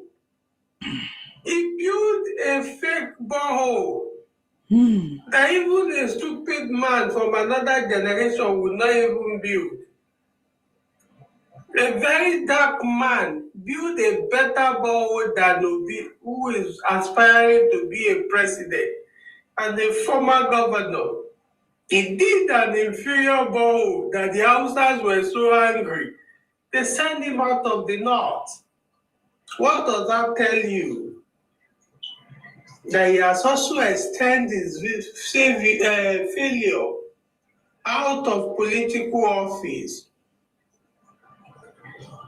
And that's the person you want us to give a president because he can cry? He's not the best person that can cry. There is one actor in a Nigerian movie, he can also cry. If you think we should start awarding presidency to people that can cry, we can give it to that actor too because he can cry. This is not an achiever. Somebody who is meant to take the money for good projects that will benefit Anambra. That's the purpose why you are there as a governor. You are keeping such money in the bank. Do they tell you they need a financial keeper? That's why they make you a governor. No, to build projects. If you had built a tangible hospital with good equipment, I know every other state will be running to Anambra for assistance today in time of medical. And that would have put his name in the book of life. But he has invested his name in the book of destruction of part of people that destroyed the state. And he's excited, and people are marketing fake performance of him that we cannot even see it. This is a young man who tested his popularity. Despite being there, the present governor won the election in his local government. Just for you to see that it's not popular, that those people within that place does not even like him. He was there, they counted the result, and he was so ashamed of himself for losing an election. All right, sir. In his own polling unit. Round up, sir, your time. Yeah. So God bless Nigeria. Thank you for not voting for that man. I think we would have all run away from Nigeria if he has been the president today. Thank you very much. I salute you, sir. Thank you very much for your contribution. May God bless you for coming and saying the truth. It's not easy these days to see people that say the truth. It's not easy at all. I appreciate you. Thank you very much. What's this? It's your turn, please. Go ahead. Good evening, host. How are you? I'm okay. Quickly, I want to answer that man that said that Igbos are doing good in America. No, I mean, all tribes are doing good in America. Igbos, South tribes, Southwest tribes. I don't know why they always want to. Igbos are the smartest. Igbos are this. Igbos are that. I don't understand. Even in America, you see these Igbos. They don't even like themselves. You ask the Igbo where you are from, they'll say, I'm from River State. They'll say, I'm Delta Igbo. They'll say, they will claim Lagos, sir. Yes. No, I'll get to that one. They'll say, I'm from Abuja. Uh-huh. They'll say, oh, I'm a Lagosian. Mm-hmm. You ask them, okay, there was one day I promised you this happened. You say, okay, what state is it in Lagos? What's Lagos capital? They don't know it's Ikeja. How are you from a place you don't even know the capital? I've never seen people so embarrassed of themselves. They don't even want to be themselves. They'll go home and build a mansion that they live twice a year. They'll go there for 2 days and run back to everywhere else. And right now they are impersonating people's name. They are no longer using their name. They are using Adedayo, Yoruba name. You say Igbo speaking full Yoruba. Uh-huh. So I don't know. These people, they don't even like themselves. They don't want to be themselves. They can't even stay. Okay, Nigeria has marginalized you. Okay, why don't you stay in your territory and be with each other now? Build your territory so you don't have to go and be marginalized everywhere else. You see Igbo in Sokoto. You see Igbo in Benue. You see Igbo even in the Savannah Forest. They're everywhere. It's so embarrassing. And Obi, even Obi self is probably embarrassed to be Igbo because now he wants to run again. And these iPod brothers are pissing every tribe online. They're abusing the Oba Bini. I saw him yesterday on your thing. Abusing the Oba Bini. Yes. Abusing South, abusing Yorubas, abusing. Is that how you play politics? How do you want to win an election? When you said these guys don't know politics, these guys don't know politics. They don't know how can you abuse somebody and want them to vote for you? Oba Bini people voted for these guys. Yes. Last election. So now that you have abused Oba, now you want them to not vote for you again. You want to cut off that state, this place from them and make it Igbo state, and you want those people to vote for you. And then Obi himself, that was saying these politicians are corrupt, these are this. He went to go and join with Atiku and El-Rufai, and he wants to win election. I don't understand. These people don't know politics. They don't understand politics. They are the most gullible, the most annoying people in Nigeria. They are worse than Fulani.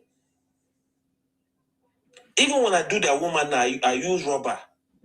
Because I don't want to mistakenly go and have a seat for them. It's crazy.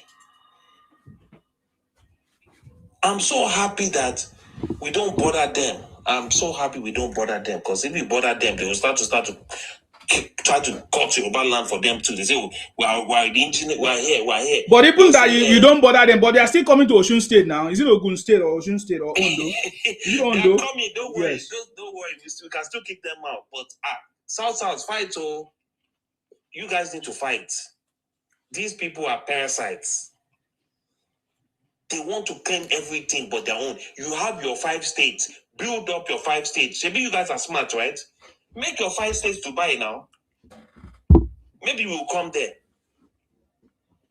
They are the only tribe that is in every single state. They are the only people that is in every single town. I've never seen it before in my life where you don't like everybody, but you're in everybody's space.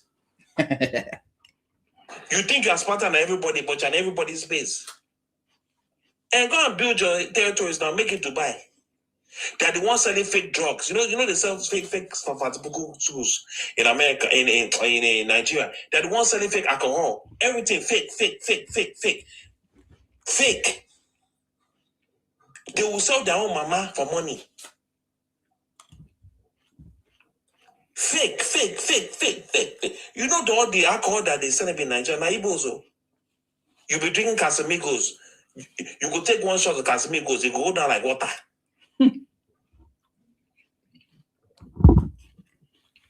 If it's even water, it will be good so that at least you are safe. But it's poison. You drink things that will cause problems for you in your body. Fake drugs in the pharmacies. Fake. Killing Nigerians. It's embarrassing. They're the ones selling fake pharmaceuticals, they're the ones selling fake furniture, everything fake. They're bringing everything fake into Nigeria. Just to make money. I've never seen human beings. You see all those houses that are built in Lagos. I also built houses in Lagos. I was building a house right next to Igbo man. And I saw the materials we used to build the house. Fake. Cheap things. Just so you can make the most money. Don't worry. Say we'll soon drive all of you guys out of Lagos. Enough is enough. All of you Igbos gotta go. Go back to your Anambra, go back to Enugu, go and build. Say you build Lagos, right? Okay, go back to your Anambra, go back to Enugu, go and build those things over there.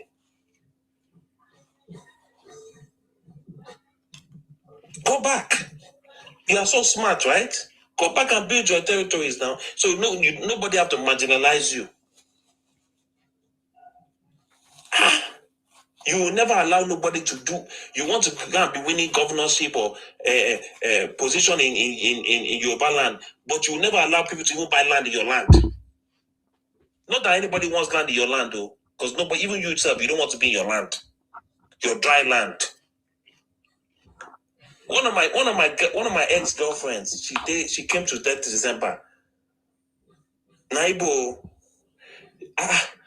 she went to the east 2 days. She's back in Lagos. I said, what's happened? She said, that place is boring. Or there's nobody there. Dead. There's nobody there. No development. Begging, grown men begging up and down, running up and down, begging. That's what she told me. Their governors that are the most corrupt. The politicians that are the most corrupt. The most corrupt. They don't care about them. They don't hold them responsible. They praise them. They dance with when they come around. But they'll be looking at other people's governors. They'll be talking shit about other people's governors. They have never held Soludo accountable. They want to come be attack other people's governors. They will come to Lagos. Lagos smell like shit. They are the ones that do those TikTok videos. Lagos smell like shit. They have not gone to their own state, though. Lagos is smell like shit. There's no road. Oh my God, the Nigerian government. What are you doing? Oh my God, Lagos smell like. They will never do. They will never go to their own village. Oh. We don't get road. Thank you. No worries, sir. Thank you very much. I think what you said now reminded me of the story of that Lagos things. They have tried so many things to paint this government black. I remember when they were shouting, Lagos is smelling this and that, make video. One stupid copper claimed to be from Calabar, which I know is a boutique person, this thing. Because that's the only thing, because we can't do that. I get me. So I remember all those stories that failed. All of them failed. Olusegun, please go ahead. Is it Olusegun? Olu, go ahead. The son of Idu, the first son of Idu himself. I salute you. Yeah, welcome, sir. Sima Baba. Thank you. How you doing? I'm okay, sir. They have forgotten that only Edo is giving President Tinubu 3 million. 3 million votes. Oh, but these guys, they go cry well, 2027. Oh, boy. I say, Good morning to everybody in the house. You're welcome, sir. I've been following since I was on my way from work. Okay. So I couldn't talk. So until I have to get home before I have to make my own contribution.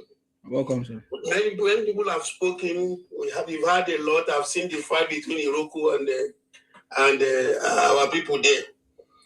What I just want to say is that anyway, the topic of the day is Obi. I don't have house in Abuja. So before I say that, I don't want Iroko. I hope Iroko is still there. He ran away, but he's listening. Yeah. Okay. Because I want to talk to him and his likes. Please go ahead. Probably maybe he can along the line face reality and see what's on the ground and discard the frivolities. Yeah.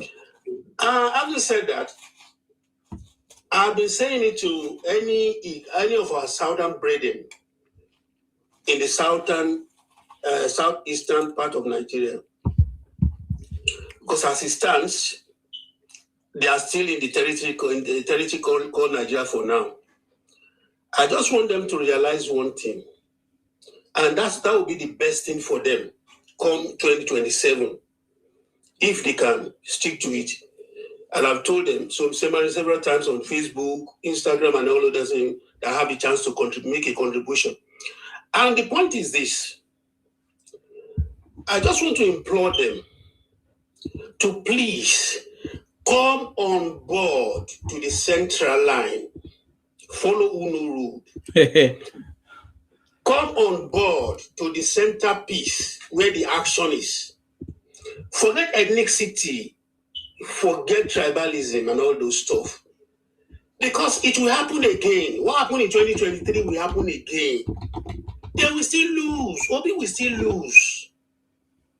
Look, can't they read from the lines? Like one of them who came, obedient that came from America. Is it from America? When he was relating to his friend, he said, "Oh, ego hard also. I'm in Nigeria now. What I'm saying here, this one is just declaring for Tinubu. This one is just declaring for APC. The way I'm saying things, oh my, ego hard us from 2027. No, it's not even an issue of ego hard us. Obi go lose for 2027 of a surety by his grace, by God's grace, because it is obvious, very, very obvious. Obi is not the right man that our own southeastern brethren should be bringing out to represent them. And talking in terms of caliber of a person of Jagaban of the universe, talking in terms of brain, dexterity, civility, brain-wise, accountability, and what have you, administrative-wise. It's just like you compare an elephant to an ant. Tinubu is an elephant. People like Obi is an ant when it comes to governing. When we're talking about government, you can't just bring somebody like Obi, no matter how you try to paint him, no matter how you try to color him, the difference will always be there. We all know that. So let my southeastern brother, that is the bitter truth. It might be hard for them to swallow, but that is so. I have to tell them the truth because I hold them that duty of care. Because this Obi you are bringing out, it's just like when Sunday Igboho was coming out to say he's fighting for Yoruba nation, he wants to lead Yoruba. How can Igboho lead Yoruba nation? A tribe of so many intellectuals, when we have Professor Wole Soyinka, when we have Professor Wande Abimbola, when we have so many professors, many doctors there, how can somebody like that say he wants to lead us? That is the same thing with Nnamdi Kanu and this Obi.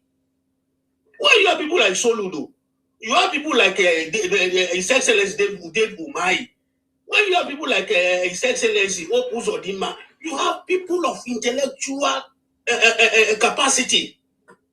How can you be pushing somebody like Obi up to come and represent you in the Nigerian context?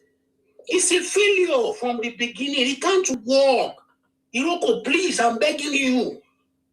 Sit down, talk to yourself, face reality. It is not Obi. Okay, let me give you this analysis again. This Tinubu you seeing today that became the president now, go and start checking pictures. Go back to history. This is the man behind Awolowo in the 70s. This man, you will see his picture behind MK Abiola in the 90s. So this work he has done this work for 20-something, 30 years before it gets there. That's why Obi is trying to manipulate, trying to get under, according to Fela, he said passy under. He wants to be using passy under, which can never work.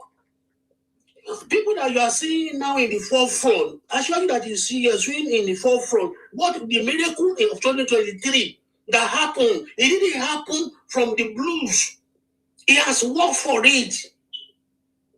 You see all the shenanigans that went against him, the painting of the naira, the scarcity of the fuel during the election, just to make sure he couldn't make it. All the manipulations before the APC primaries.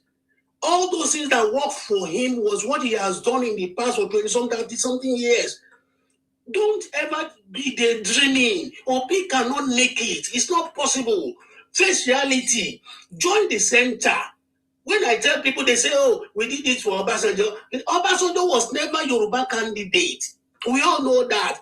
When he contested with Olufalaye, most of Yoruba people voted Olufalaye. They didn't vote Obas. Obas has never been in the good books of the majority of the Yorubas. So never don't make that as an example. I'm telling you, this time around, align with Tinubu, the man who knows this road. I'm telling you, if you align with Tinubu, your chances of getting there will be very, very easy for you. It's just a matter of time. Have that patience and toe the normal line. That is what is going to save you. But if you continue to toe this line again, you will still come back in 2027 and start shouting judiciary, INEC, rigging, all those language you keep on saying. You keep on saying it again. You will repeat it again in 2027 because it will never work for Obi.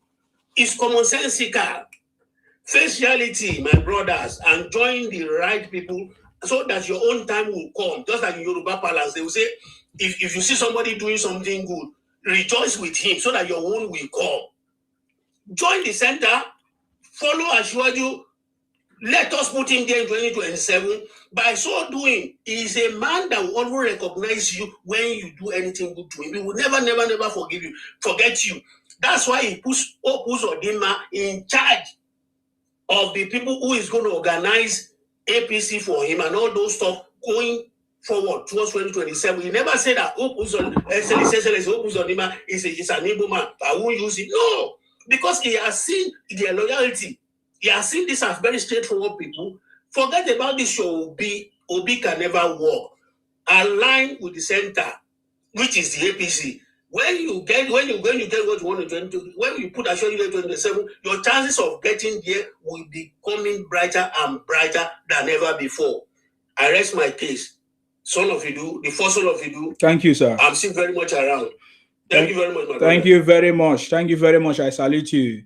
Thank you very much, sir. That was very, very loud and clear, and you made it very clear. Follow who know road. I can still remember during that time, 2023, when I told Obi, can you collapse this your 4 months presidential ambition and join the man who knows the road? And even the uncommon Senate president today, distinguished Godswill Akpabio, told everybody that I doff my cap for President Tinubu because that is a man. Because I'm telling you, for President Tinubu to come and to give himself to want to serve for Nigeria, it means that's a great honor that Nigeria have ever gotten, because he comes with a wealth of knowledge and experience to build and make Nigeria to be the Nigeria that we dream of, and that is happening already.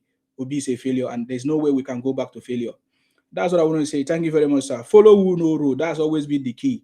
Thank you very much. Temi, please go ahead, ma. I salute you. You're welcome. Thank you very much. A weekend, like you said, Yes. follow no road. I said it last election. I said Obi is a boy. I keep saying it. Obi is a boy.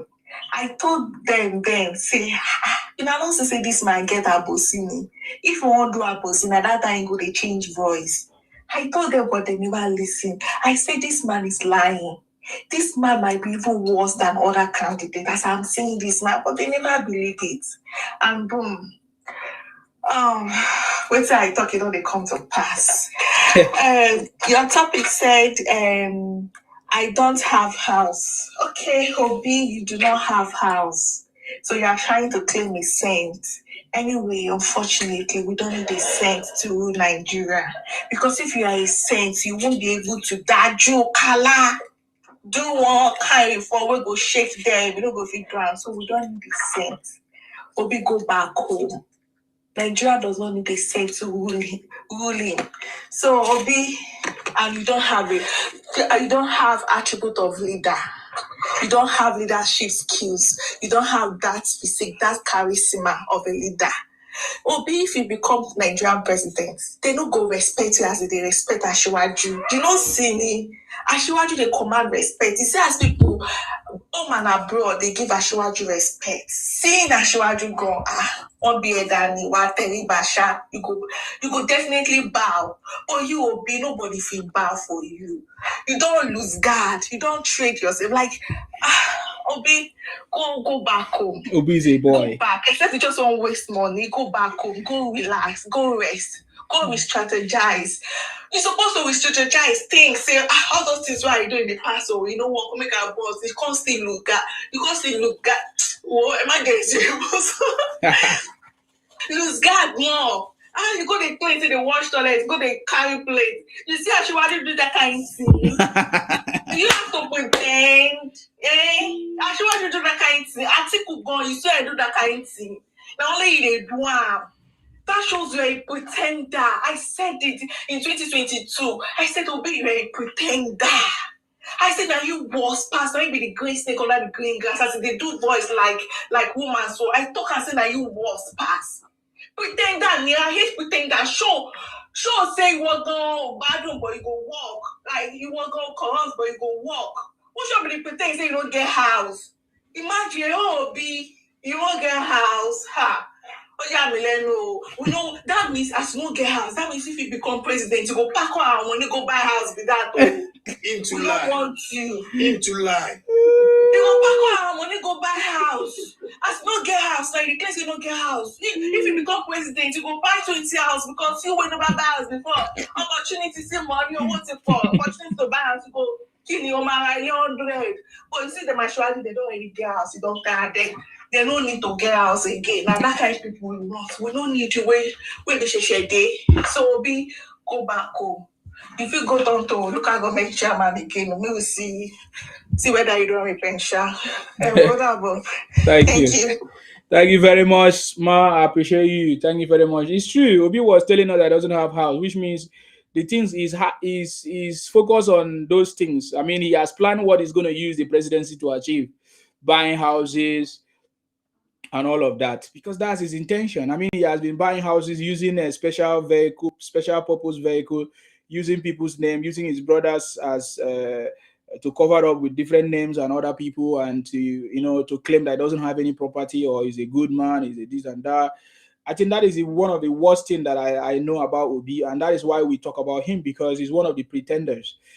I've never seen Obi, President Tinubu, come out to say he's a saint or he doesn't do anything. No, he's focused on his job.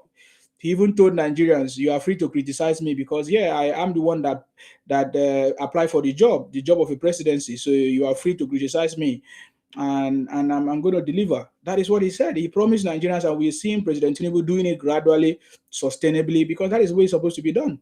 I asked one question: even you that has been watching or complaining about what President Tinubu is doing, how old are you? Have you able to build your father a house, or have you able to build your father's house?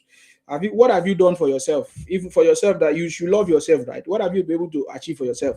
Every day you want President Tinubu to solve a problem of 60 years in just 2 years.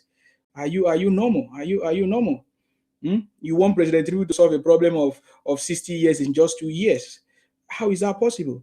So President Tinubu is doing the best, and we can see that he has a plan and is building the foundation for the progress of the country. Nigeria is back on track. So we know that in the usual way of President Tinubu, we know the blueprint is ready. The blueprint, is ready.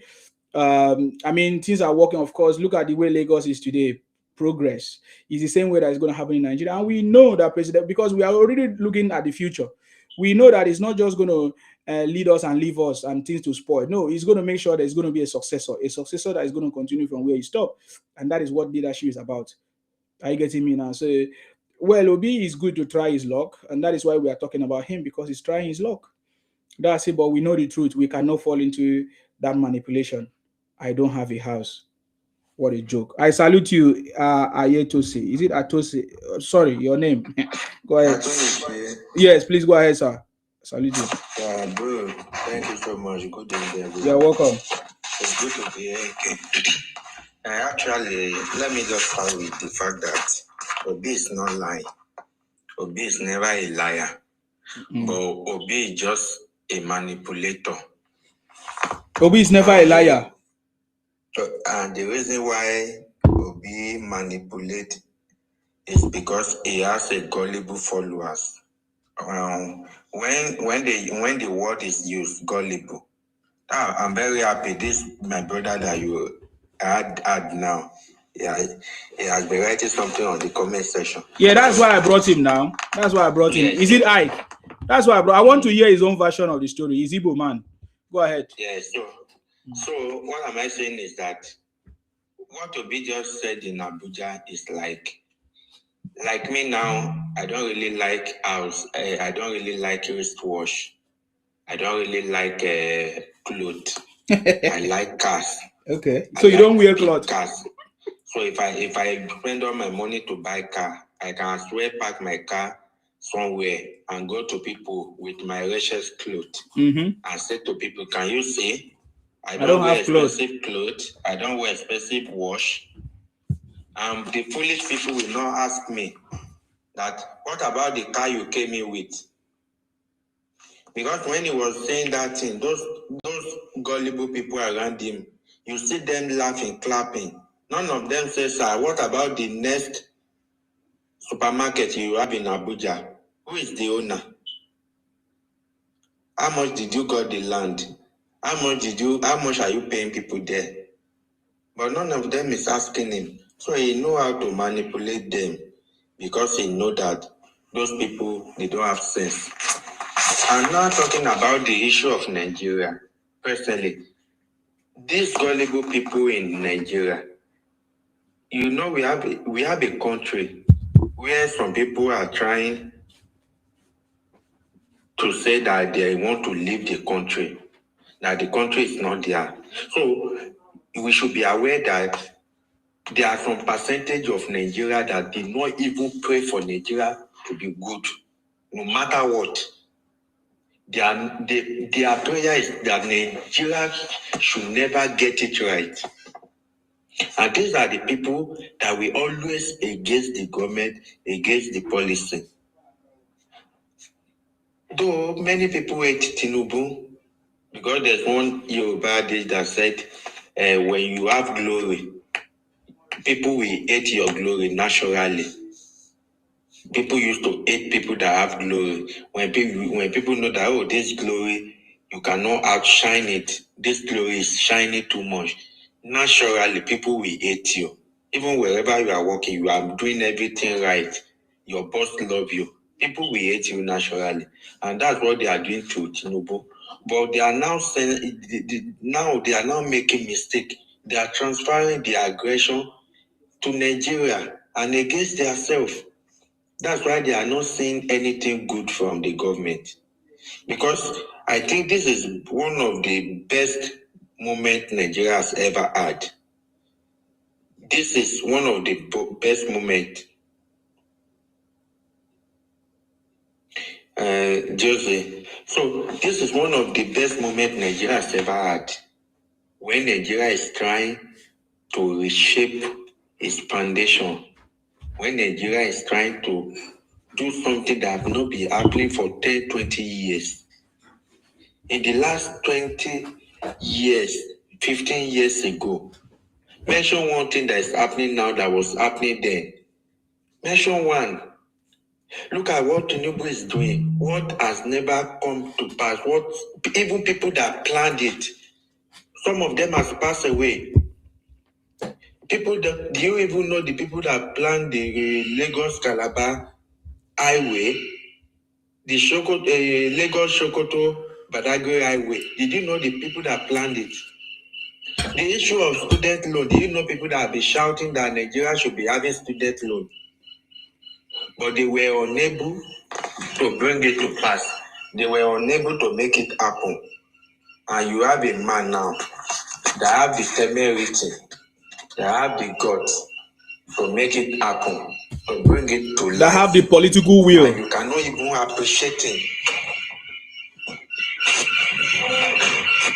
Okay. Thank you very much, sir. I think your time is up and there was a lot of noise from you. I lost brother. I'm sorry. Yeah. So people cannot even sit down and identify the difference between Nigeria before and the Nigeria now. And most people, if you see people coming on the platform now, they are just opposing Nigeria now with the Nigeria 20 years ago, 15 years ago. It's unfair. It's unfair. And this person on the comment section talking about one person that in your generation that is feeding well, including you. Even me, I can feed your generation. You don't know who is talking. You don't know me. My family has never been poor. Me, I did hear the job. Even till now that Nigeria, even during the COVID-19, we were making our millions in my family during COVID-19. Because we are not lazy in my family. We don't even depend on government. I came from a family that doesn't depend on government. But how many of you guys depend on yourself? How many of you depend on what you can provide for yourself? Or what you want a government to come and subsidize rice for you, to subsidize tomato for you, to subsidize condom for you. Those are the government you want. And this man said no. He's doing the fundamental thing that Nigeria need, the things that will set us on the pace for our future. And if you don't get it, if you are not in line with it, you will miss. That's why you will see when the student loan came out, who were the first people that have benefited? The North, the Southwest, Southeast, most especially the Southeast. They refused to apply. They thought it's a lie. So when good things is coming out, because of your myopic mind, you will not take the advantage. And every government have the advantage. If you cannot take the advantage of the present government, you are not you don't have education. Instead of you to go and apply to school now, you have WAEC at home. Instead of you to go and apply to uni now, it's going to be free. But because you hate the government, you want to follow someone that is lying to you, someone that is saying something that can never happen. Do you think it's easy? Do you think it's easy for somebody to turn an economy around? What Tinubu did, I am very sure when Tinubu pass away and go, Tinubu is going to be an icon. By that time, Tinubu is going to become an idol that people will be worshiping. I'm very sure people like us, if it is yearly or once in 2 years, we will be going to wherever they put the man. We will be going there to go and worship him. And if I have opportunity to meet him in real life, it's one of my greatest moments I'm hoping to in my life. Because I've never seen a great man like that. I've never seen a very committed, responsible, and loyal person to his country. To his country. No matter what, go and look at Tinubu since Tinubu has been in government, even when he was in opposition. If they want to criticize, they criticize the rating, but they have never given up on Nigeria. Showore wanted to become Nigeria. He's calling Inspector General of Police criminal. Because you want to be a president. But these are the people that all these gullible people follow. So let Obi continue to make mistake, because that's my greatest prayer, and God is answering it. Let him continue to make mistake. Tomorrow, let him come with another thing that is the one washing his wife's clothes. So let's now let's now be writing all the qualities to be a president in Nigeria. You should be able to wash toilet, especially British Airways. You must be able to be washing airplane toilet. You must not have house in you must not even have house at all. At all. You must not have, you must be sleeping in gutter if you want to be Nigeria president. So let Obi rewrite Nigeria story and be giving us the quality of who should be Nigeria president. And even that jeep that is using is not fair. It should be boarding testing. All those testing without AC. When you get to an airport, you should go out, they should get him a test. They should go to the roadside and board a test to where he's going. Those are the advantage of who want to be a Nigeria president. If you want to eat, you should go to the roadside. You should never use a car with AC. So it should increase the quality of who want to be Nigeria president, and you should continue to fool his people. Thank you very much. Thank you very much, sir. I appreciate you. I was thinking that Igbo man, even from his name, you will know, Ike Money. I thought he was ready to come and tell us something different, but he ran away. They are always running away. They don't have anything to offer. Bona girl, do you want to add something? Or you? No.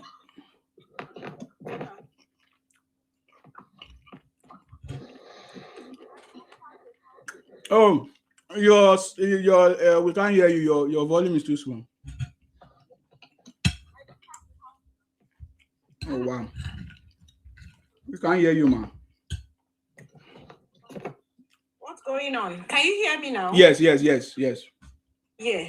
I don't have a house in Abuja. Is that a criteria to be a president in Nigeria? Obi just said a new criteria. Obi just said a new qualification. Obi is the boy. Obi is a boy. Obi is a joker. Obi have borderline personality disorder. He lies with ease. He lies even when the situation does not come.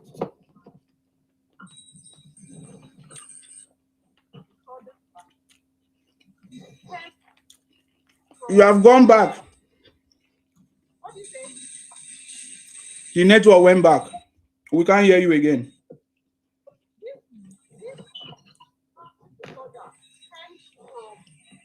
Low self.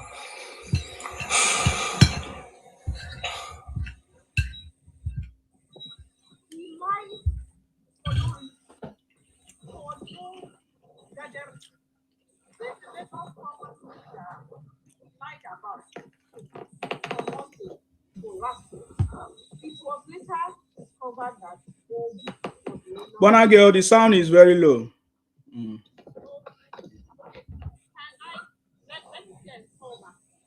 That's fine. Thank you very much. Ike Money, what do you have to say? Hey, good evening, everybody. I salute you. Go ahead. Yeah, well done. Yeah.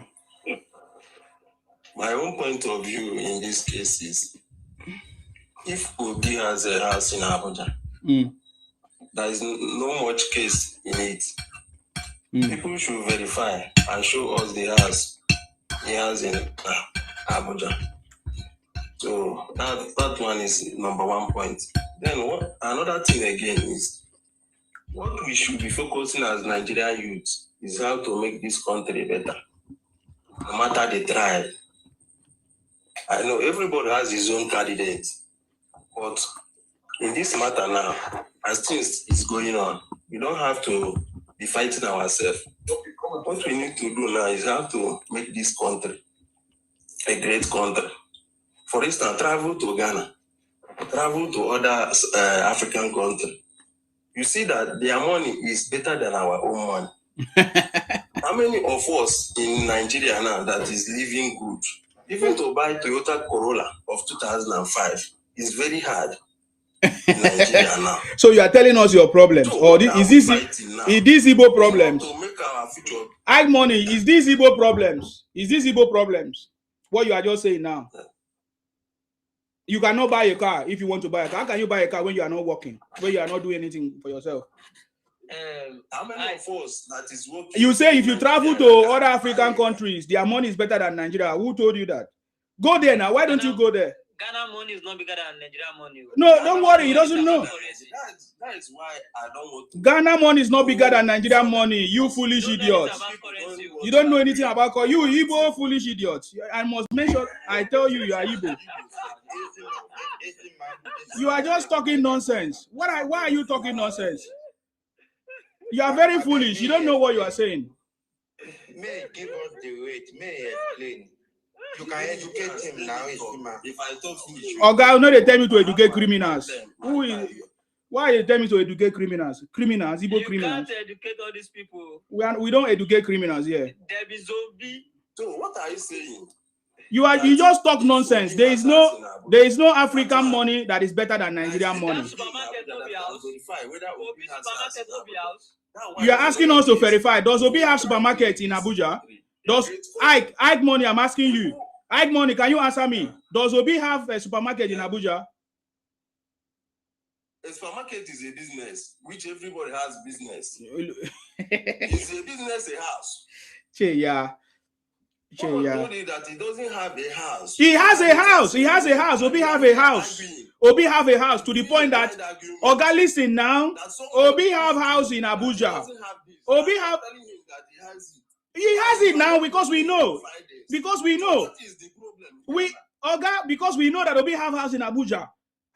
The last time that Wike revoked the land. Don't come here to distract our youth. Don't come here to distract. Which of our youth? Igbo youth. Which youth? Which Igbo youth? Which Igbo youth? This one, the other one. What we are facing now is. You say a supermarket is a business. Who owns it? It's a business. Who owns it? Business is not The conversation is who owns it? Who owns what? Who owns the supermarket in Abuja? Is it not Obi? Are you living in Gota? How can you own a supermarket in Abuja without having a house? You guys are Igbo anyway. You are Igbo. You don't have sense. What exactly are you trying? How can you own a supermarket in Abuja and you don't have a house? It's a very simple ideology. You that do Oga, since you don't want to listen, I have to mute you. How can you have a supermarket in Abuja? You don't have a house. Are you stupid? Is that not a very simple ideology? How can you have a supermarket in Abuja? You don't have a house in Abuja. How did you find the supermarket in Abuja? How did you get there? How did you start the business in Abuja? Obi have a house in Abuja. He used special purpose vehicle. One of the houses, the land that was revoked by Wike, is because Obi left the land and he did not develop the land. The land was revoked. Obi. And you are saying that Obi did not have a house in Abuja, but he has businesses. How many supermarket does he have in Abuja and he does not have a house? If you don't have a house, then he doesn't want to buy a house in Abuja because Igbos don't want to contribute to any other person's this thing if they don't see any need. You understand me? Obi have house in Abuja. These are the things that he has been deceiving you guys with lies and propaganda because he used another person's name. That is what happened. And you are telling us story. You say you want Nigeria. Just like what he did in Lagos. Exactly. Just like what he did in Lagos that was demolished. You are telling all kinds of lies. Why are you telling us? You say it's for us to come together and make Nigeria better. How can we make Nigeria better with Obi, a liar? A man who used transactional negotiation to become a presidential candidate in Labour Party. How can that person become a good leader? What are you saying? How can you make Nigeria better by bringing Obi, a failure? A man that could not save Igbos in Anambra, just less than 2 million people in Anambra, as a governor for 8 years. How can you make Nigeria better by bringing Obi with lies and propaganda, using ethnicity and religion to try to get a presidency? You say you want Nigeria to be better. How can Nigeria be better with such a person like Obi, who can't even put his house together, his family together? His wife is not with him, his family is not with him. He cannot even keep a Labour Party, common party. How many members? He can't make it work. He left there looking for another a party to give him a presidential candidate, and that is why the ADC people have already told him, you cannot just come from nowhere and say you want a presidential ticket.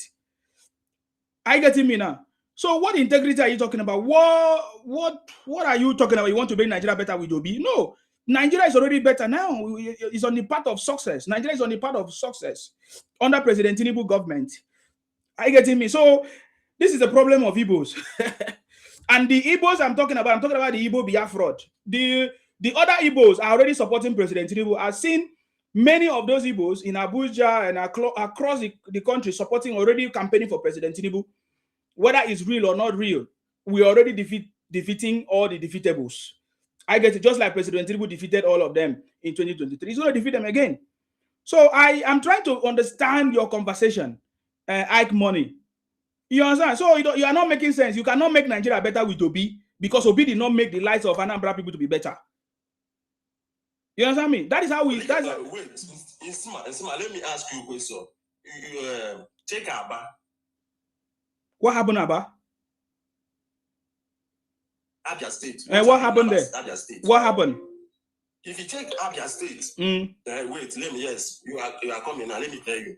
If you go to Abia State, there is almost 4 governors that passed without doing much work. But if you go to Abana, everywhere is clean, good, and business is moving. But that is a lie. That is a lie. That's a lie.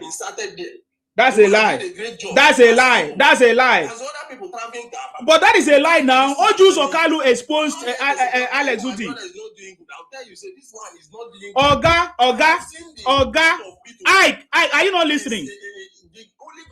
The problem I have with you people is I don't listen. You are very foolish people. Which money Alex Uti they use? Tinubu gave him the money, and the road that most of the road that they are talking about is a federal road, and not just that. Even Ojus Okalu, who was a former governor in Abia State, has come to expose Alex Uti that he's lying. That is Alex Uti is only repenting road, and Igbo Biafra are just promoting Alex. There's nothing good about Alex Uti. As it stands, there's nothing good. If at all anything is good about him, is because of President Tinubu making sure that there's enough resources, for Alex Uti to use to build the but it's not even doing it. We are aware that Alex Uti allegedly requested for loan from the Muslim bank. So, and you are here making noise. If at all Abia State is good, it's because of the money from Muslims that he has used to develop that place. Or that is, but then can you compare Alex Uti to Obi? Let us see. Between Alex Uti and Obi, who is doing better? Who is performing better? Tell Alex, Ike, can you tell me? Who bring Alex Uti?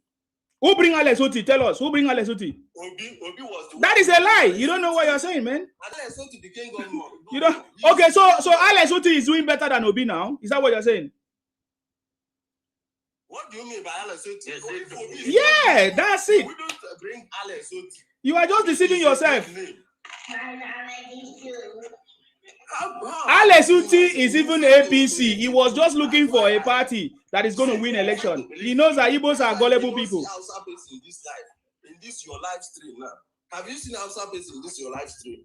Why should I see Hausa person? I'm not from the north. I'm from the south. If you want to die, let him die. There are so many Hausa people that come to my platform, Oga. What are you even saying? You say Hausa people. What are you talking? You want me to bring Hausa people on this platform? What are you talking about? You are just talking nonsense. You are just talking nonsense. Hausa people. Okay, did Hausa people love Obi? Who told them that it's a religious war? Muslim ticket. Is it Hausa people? Are you telling me that Hausa people love Obi than Tinubu? Hausa man can never trust you. You are a very foolish person. You are very foolish. You are a very foolish person. You are very foolish. Where did you live?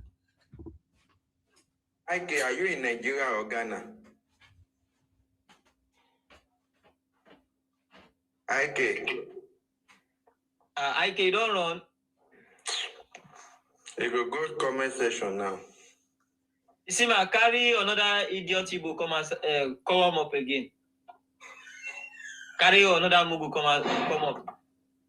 The most intelligent people. These people celebrate usually 5 kilometers or 10 kilometers the Alex will do, but criticize coastal highway.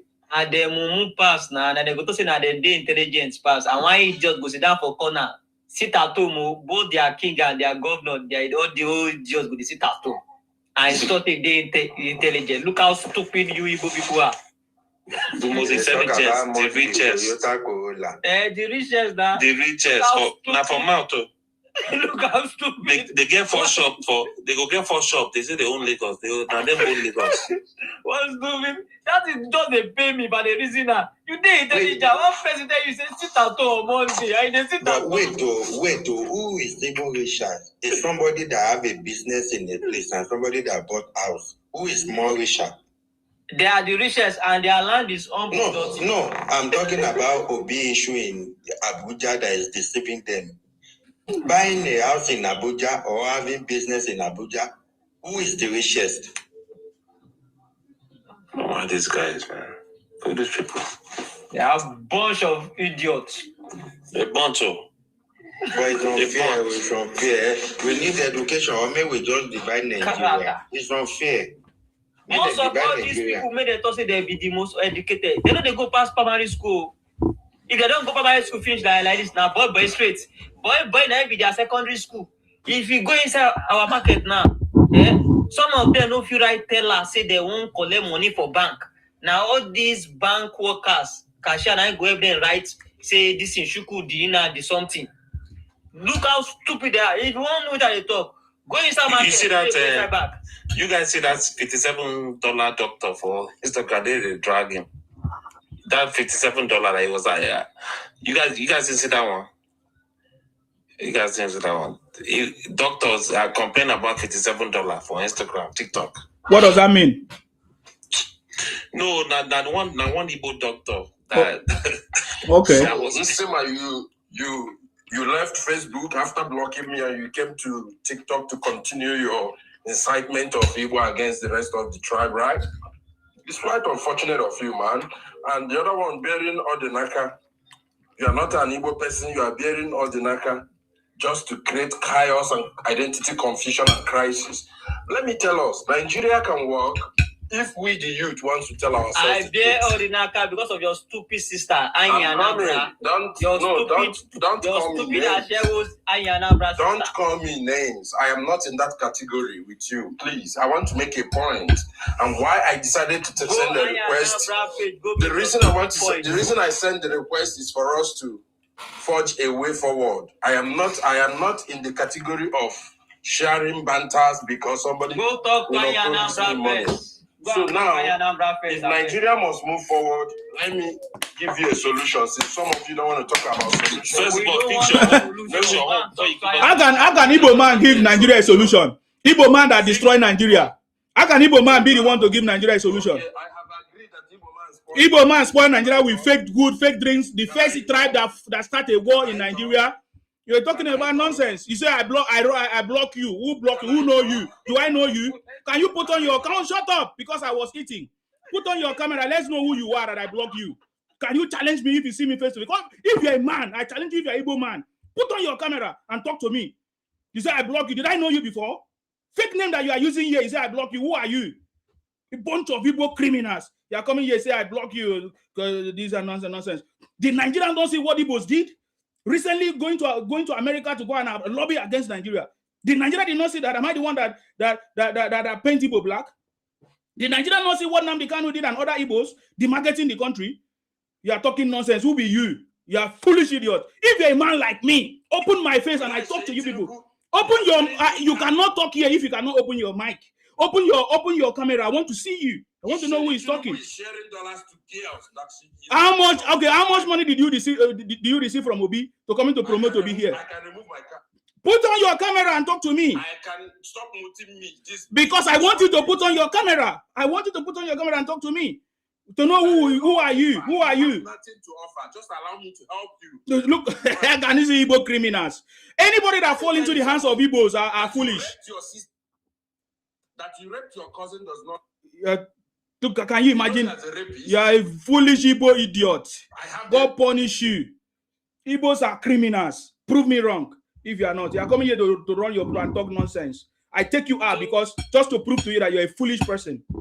So foolish Igbos. Propaganda. This your dog sense. Now you want to tell us how Nigeria want to be. Can you imagine coming to talk nonsense? These guys are so foolish. Igbos are foolish. If the Igbos are not foolish, prove to me that Igbo are not foolish. People that for 10 years they were all sitting at home. Criminals. You are talking to Zima. People will not develop their side. Don't teach everybody how to. Can you imagine? He say he want to help us. Can you imagine criminals? As he's speaking now, he's in Akwa Ibom, trying to force himself on Akwa Ibom people. You will never see Igbos in their space. You see, you know, tell her how many criminal IPOP members don't threaten you with death threats. He knows. You know, tell her. He's a small boy. He knows. Okay, please, who is the next person? Is it you or the Naka or watch this? Go ahead.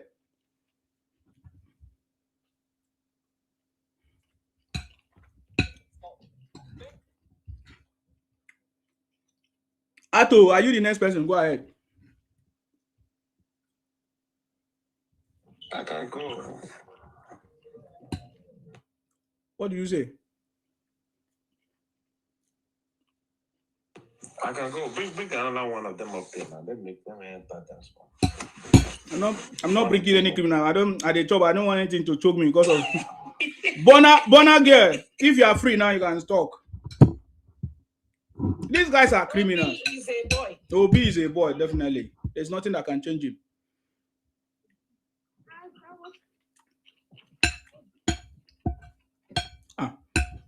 You see, my own suggestion, we see. Yeah, Bona girl, we can't hear you. Yeah, go ahead. It's like she's on the airport. Yeah, we can't hear Bona girl. No, he used to be good. Are you on airport? Yeah, he comes and goes. I'm not. I'm not. It's better now. Airport. It's better now. Yeah. Obi is a boy. Obi has personality.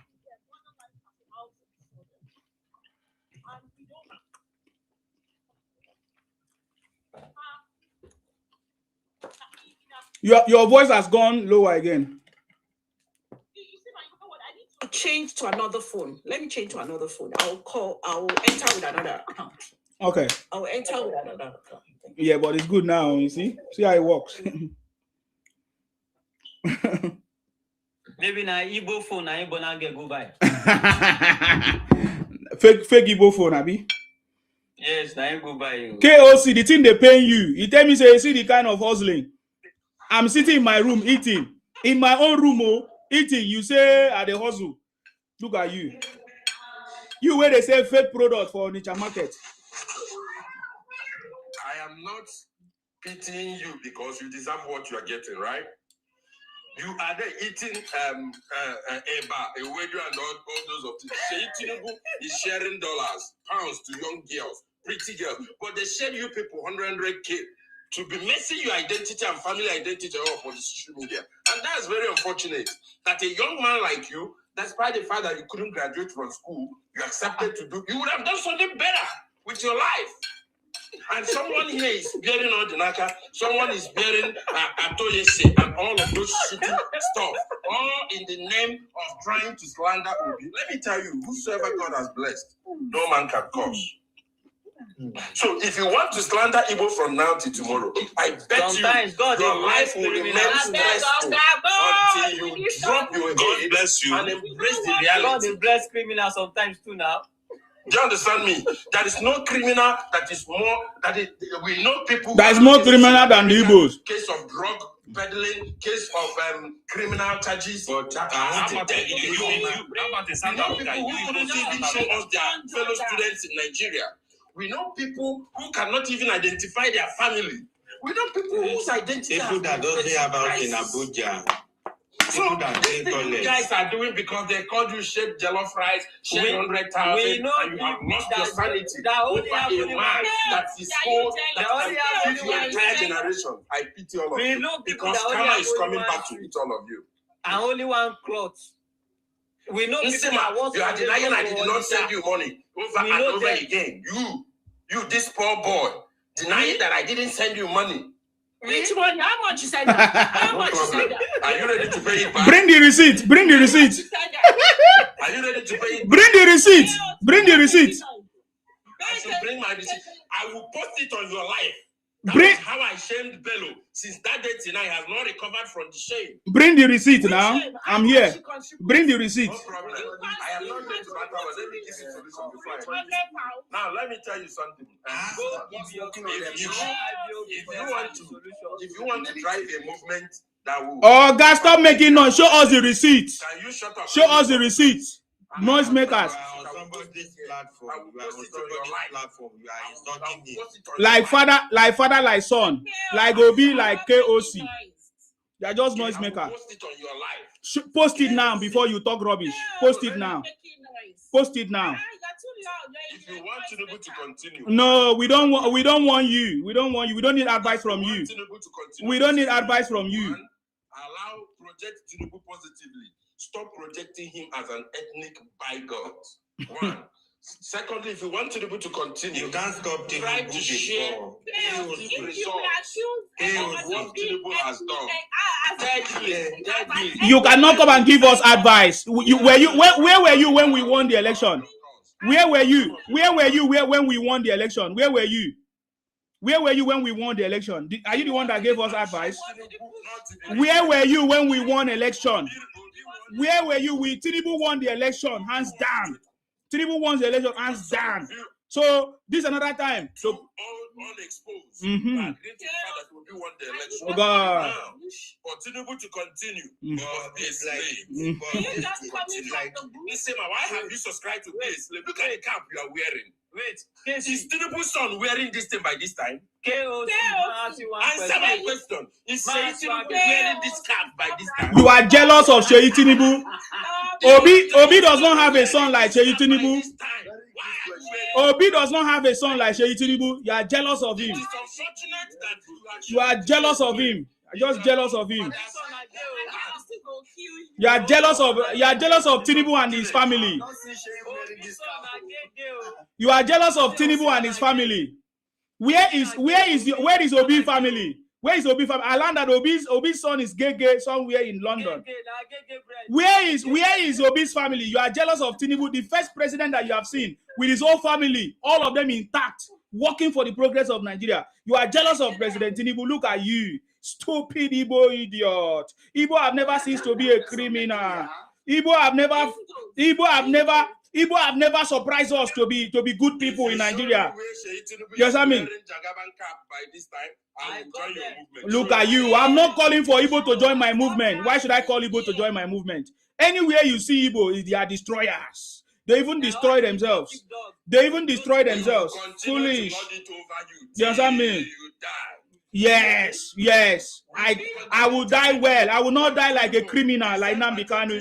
I will not die like your brother Evans, a kidnapper. You understand me? I'm the one showing you. I'm wearing the cap so that you see it. It's paining you. I'm not wearing Obi's cap or Nnamdi Kanu cap or Igbo cap. Failures. See,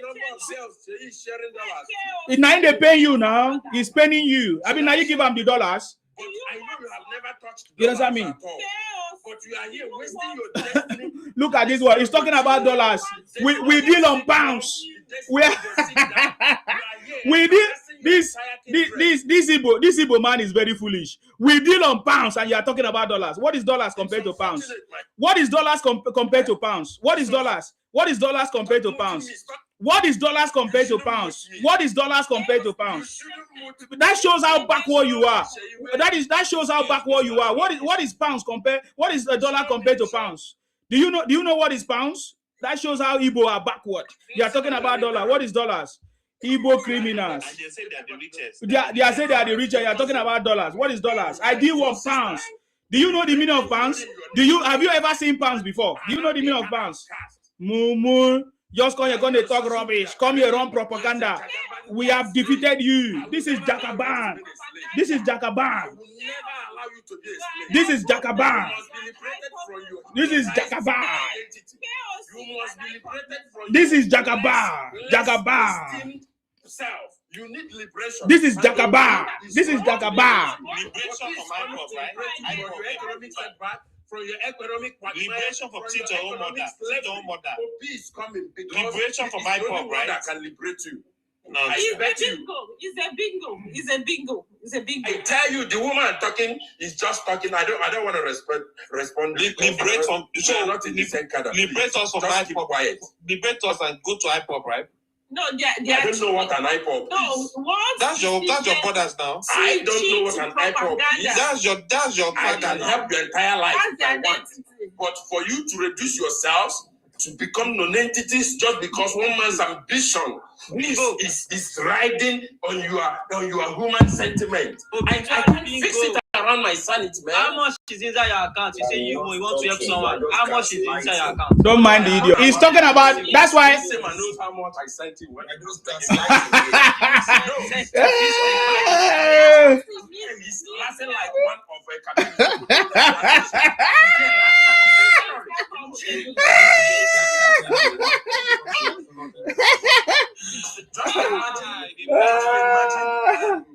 imagine how frustrated a country with this kind of population of youth can be. That a young man like you, by this time of the night, you are awake wearing another children's father's hat cap on your head, and you are here talking as though you are making sense.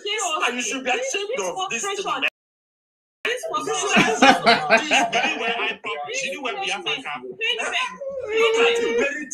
The city boy is on the throne. The city boy is on the throne. The city boy is on the throne. He's penning you already. He's penning you. He's penning you. Are you from Lagos State? He's going to be your governor. Whether you like it or not. I don't care. I have contributed. Do we care about your Anambra State? In Lagos, I have contributed more than anything that your family can think of. Take your money to your village. My properties in Lagos contribute to your village. Who is going to be your governor? Whether you like it or not, it's going to be your governor. I am supporting you. We are supporting you. If you want, you can do anything. I can never pay a woman because I have a mother. I know that this. Bam Radio, what do you have to say? I need to put the live show so that idiot KOC cannot interfere. Igbos are a bunch of criminals. I've said it already, especially Igbo Biafra. They are a bunch of criminals. They only know how to run propaganda. He came to run his propaganda. Yes, trying to destabilize my platform with noise and all of that. That is what Igbos are known as destroyers. He came here to destabilize. He's just shouting everywhere. He doesn't want another person to speak because that is the characteristic of Igbo bunch of criminals. I busted him. He knows me very well that I deal with Igbo criminals. I deal with Nnamdi Kanu. I deal with all of that. And today it has been exposed. There's evidence that Nnamdi Kanu will serve in life imprisonment in Sokoto for life. The way is Simon Ekpa today, all of them. But here is Nsima talking to you. So that is why Igbo should continue to be afraid of Nsima. I'm promoting President Tinubu. You know, the man, the last man standing. The city boy is on the throne. I'm wearing his cap because I'm proud of him. I'm proud of what Tinubu is doing. I'm proud of how President Tinubu has changed the life of Nigerians and made Nigeria to be a better place. That is why the Igbos are crying, especially the Igbo Biafra, because they know what it is like. They are jealous of his family, even his son Tinubu and all of that. They're already projecting and seeing what Tinubu will become and all of that, but they can't see that in their own region, in their own space. Where is Obi's family, Obi's wife? Where is Obi's son? Are you not seeing President Tinubu's wife? Are you not seeing his son? Where is Obi's wife? Where is all those people? So you are noisemakers. You are noisemakers. So radio, fake radio. What is your Igbotic name? I'm not an Igbo man. Go ahead. Let me think. Yeah, go ahead then. It's good to be realistic, because the truth is that it's like you've not visited Nigeria for some time now. You are the one that have not visited Nigeria. I've visited, I have families, I have many people in Nigeria. I don't even need to be in Nigeria to know what is happening in Nigeria. This is a global village, a global society with the internet and everything. What is happening? We saw Dirty December. Dirty December is a good example of what's going on in Nigeria. We saw even Igbos that ran away from their villages. They were able to go home because of President Tinubu. We saw the market in Onitsha, how it was full of everything. So what are you talking about? We have families back home and we know what is going on. And you are telling me I have not been. Do I need to be in Nigeria to know what is going on in Nigeria? Are you in Nigeria to tell you that is talking? Are you in Nigeria? So what are you talking about? So you guys are just, you don't know what to say. President Tinubu has changed the face of the country. Are you getting me? President Tinubu has changed the face of the country, and that is why all of you are jealous of him.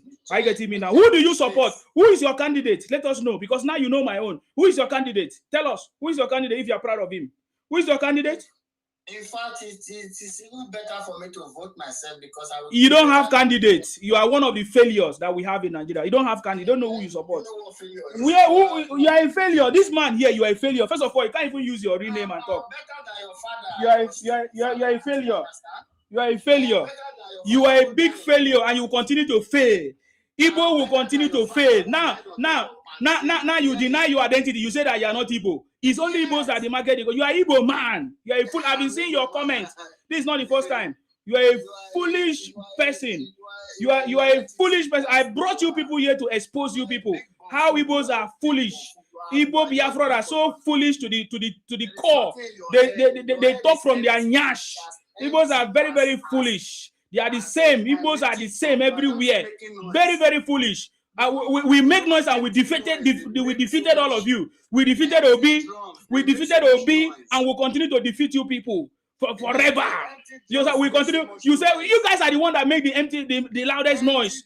I saw how Igbos were shouting, and if they arrest Nnamdi Kanu, we are gonna bring na. You guys are the loudest empty noise makers everywhere. You are not even ashamed of your tribe. You are, in fact, you are ashamed of your tribe. That's why you cannot answer your name. You come here and deny your identity. I brought you here because I wanted to show everybody to know that you are a foolish person. Igbos are foolish. Igbo Biafra are foolish, and they will continue to be foolish. I challenge you people to bring Obi. Let Obi come and win election. Let us see. I challenge you people. I challenge you people. Noise makers. You can continue running propaganda using fake name. You think that you are talking nonsense. Igbos are suffering. Igbos are suffering. Igbos will continue to suffer. Igbo criminals will continue to suffer.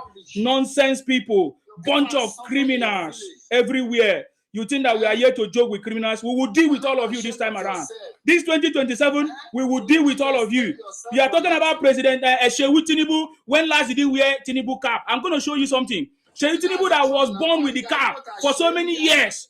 Yeah, people are going to talk nonsense. You are jealous of Tinubu and his family. Igbo bunch of criminals. Igbo bunch of criminals will continue to be a failure. Okay. Let me help you, brother. Yes. A bunch of criminals. You see that brother talk about Lagos State. They will never talk about their own states, their governors. They are very fraudulent governors. They will never talk about the House of Rep or their senators. They want to enter Lagos. They're worried about Lagos. Go and fix your land. Go and fix your homeland. Show us that you can come. Okay, you know what? Make the East Dubai. Then we'll listen to you. You are everywhere but your territories. You are trying to eat from here. You want to go to Port Harcourt. You want to go to Benin. You want to go to Delta. You want to go to Akwa Ibom. You are everywhere but your territories. Very foolish people. Very stupid people. They say that the richest, we are the richest, we are the smartest, we are the kenny, but you are not smart enough to create your own common economic power in your own territories. You are worried about say Tinubu is going to be governor of Lagos. Yes. What's your business? I was the one that built it. Are you guys okay? You sit around and abuse Yoruba people all day, but you want to be around them. Isn't that sanity? The same Tinubu that allowed you to be in Lagos. You are not coming to abusing. You think if it was somebody else, they would have allowed you to be in Lagos? He would have frustrated you out of there. Just a bunch of they are in South Africa. They will say they are Nigerian in South Africa. They are in Ghana. They don't want them in Ghana. Every single country they go, they mess it up with their stupid arrogance. You go try to be king in Ghana. You want to develop, I want to develop schools for Igbos in Ghana. You don't develop this school in your village. Can you imagine? You don't develop your own village. You want to go to Ghana. You want to go and develop somebody's village. You don't develop your own. These guys are criminals. A bunch of criminals. Ghana, South Africa, na Igbo. And then they when it's good, they will say it's Nigeria. When it's bad, they will say Biafra. We are Biafra. We are Biafra. Stupid people. I said now I'm using rubber now when I want to do that woman because I don't want that thing inside me. I swear. Oh, even that woman don't want them. Oh, have you noticed? Yes. That woman don't want them. I see one Igbo girl. I can never date an Igbo man. What's happen? Those guys, their brother will die. They will steal their brother. They will go and be trying to find them, get their brother's property from the wife and children. Very useless people. People will get no shame. They'll be dragging property with the late brother's wife and children. That's the way they are. People. Yes. They'll be. I've never seen a tribe more useless before in my life. I swear. I used to defend these guys, but my eyes has opened. My eyes has opened. They're like parasites. Never. You see this other guy. I'm not Igbo. They're the only people that doesn't want to claim themselves. Of course. I'm not America. With the America here now, they will say, "Oh, I'm Nigerian. I'm from Port Harcourt. I'm from Rivers. I'm from Bayelsa." They took up. Why can't you claim your territories? You are so smart. You are so smart, but you cannot even stay in your own state. They are marginalizing you, right? Okay, cool. Stay in your own state where they don't marginalize you. No. I want to be in Lagos. I want to be in Sokoto. I want to be in Benue. I want to be here. Only you.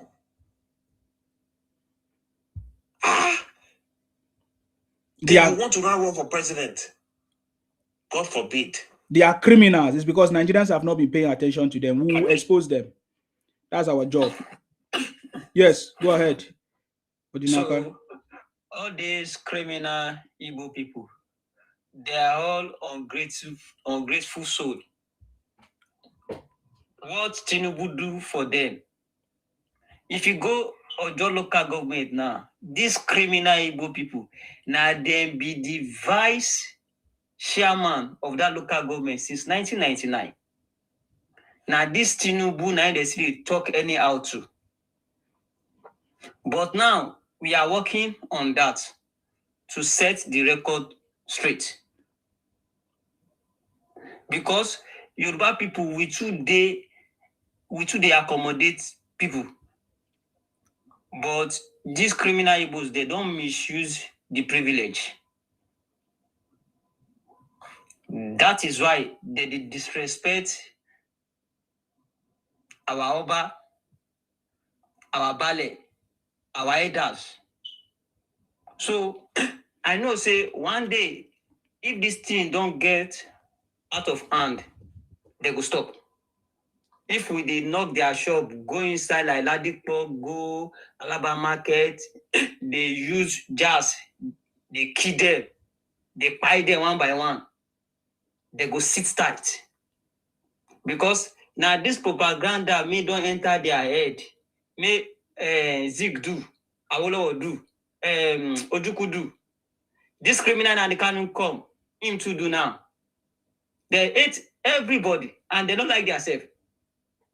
Now, they talk say injustice. I've been always they call them marginalization. I've been always they call them.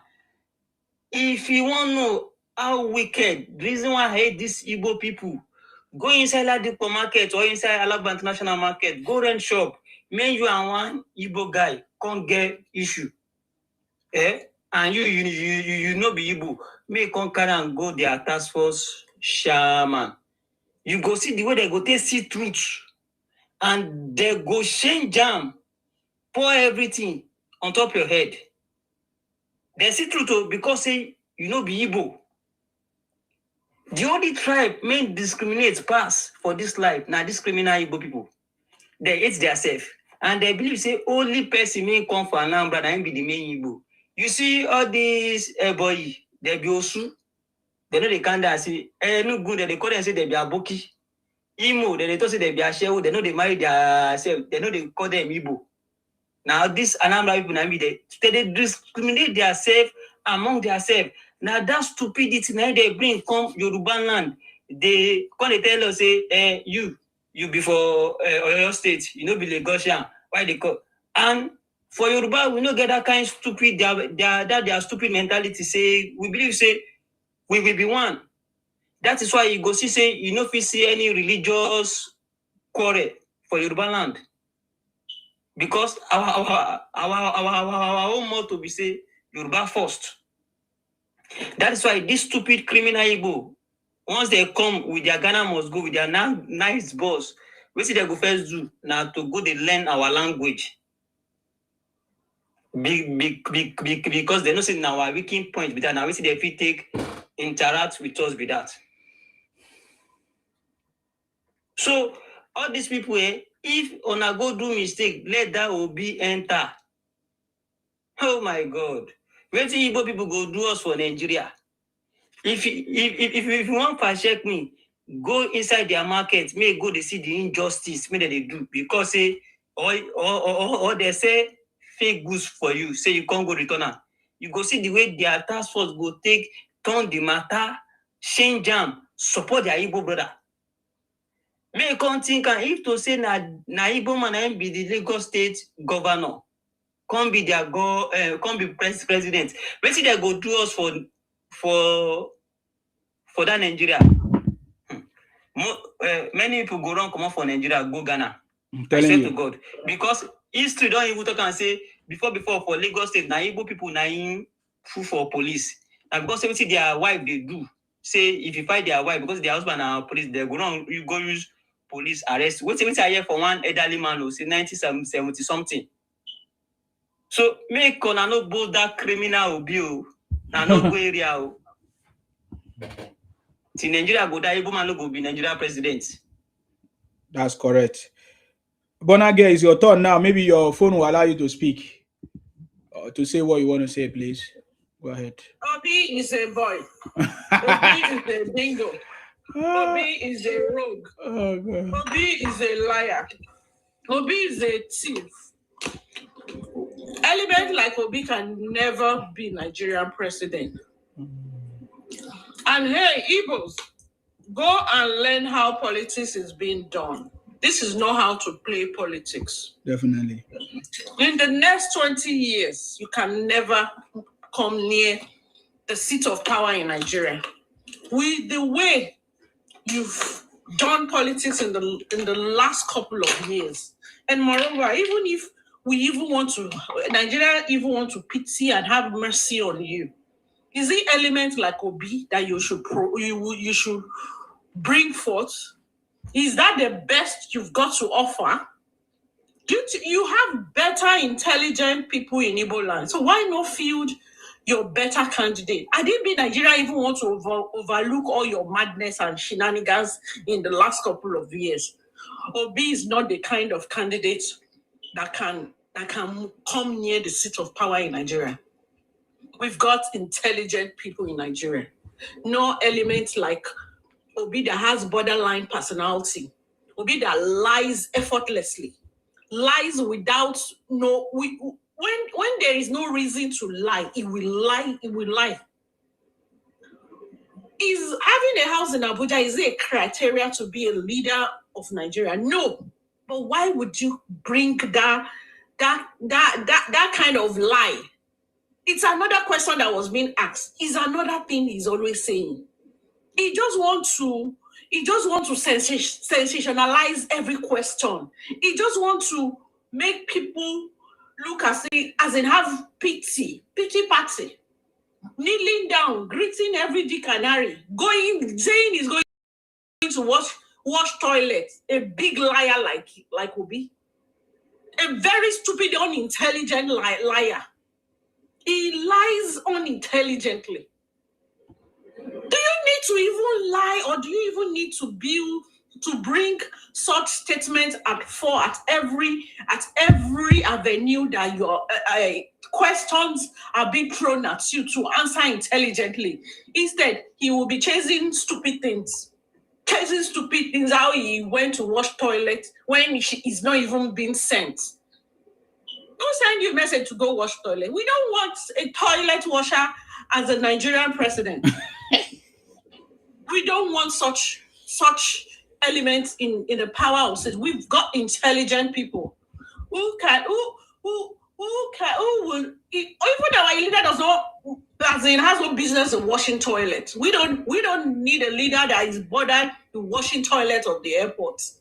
There are better things and tasks to be done in Nigeria than washing toilets and greeting people and saying you don't have property when we're being told you are one of the biggest property investor in Alaba in Lagos. And even in the Abuja that you have property that you own by proxy. You are a big rogue, Obi. And your sympathizers, shame on you all. That you can't see the bigger picture. You can't see how this man lies effortlessly when there is no reason or call to even lie. Unintelligent lies.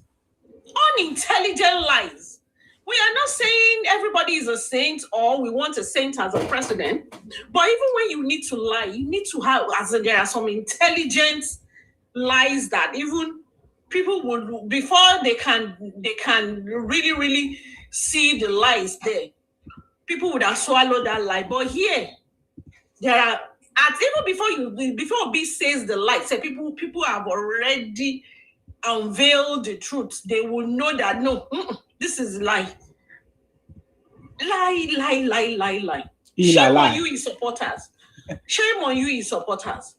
But hey, listen and listen well. Nigeria is bigger than this stupid Obi.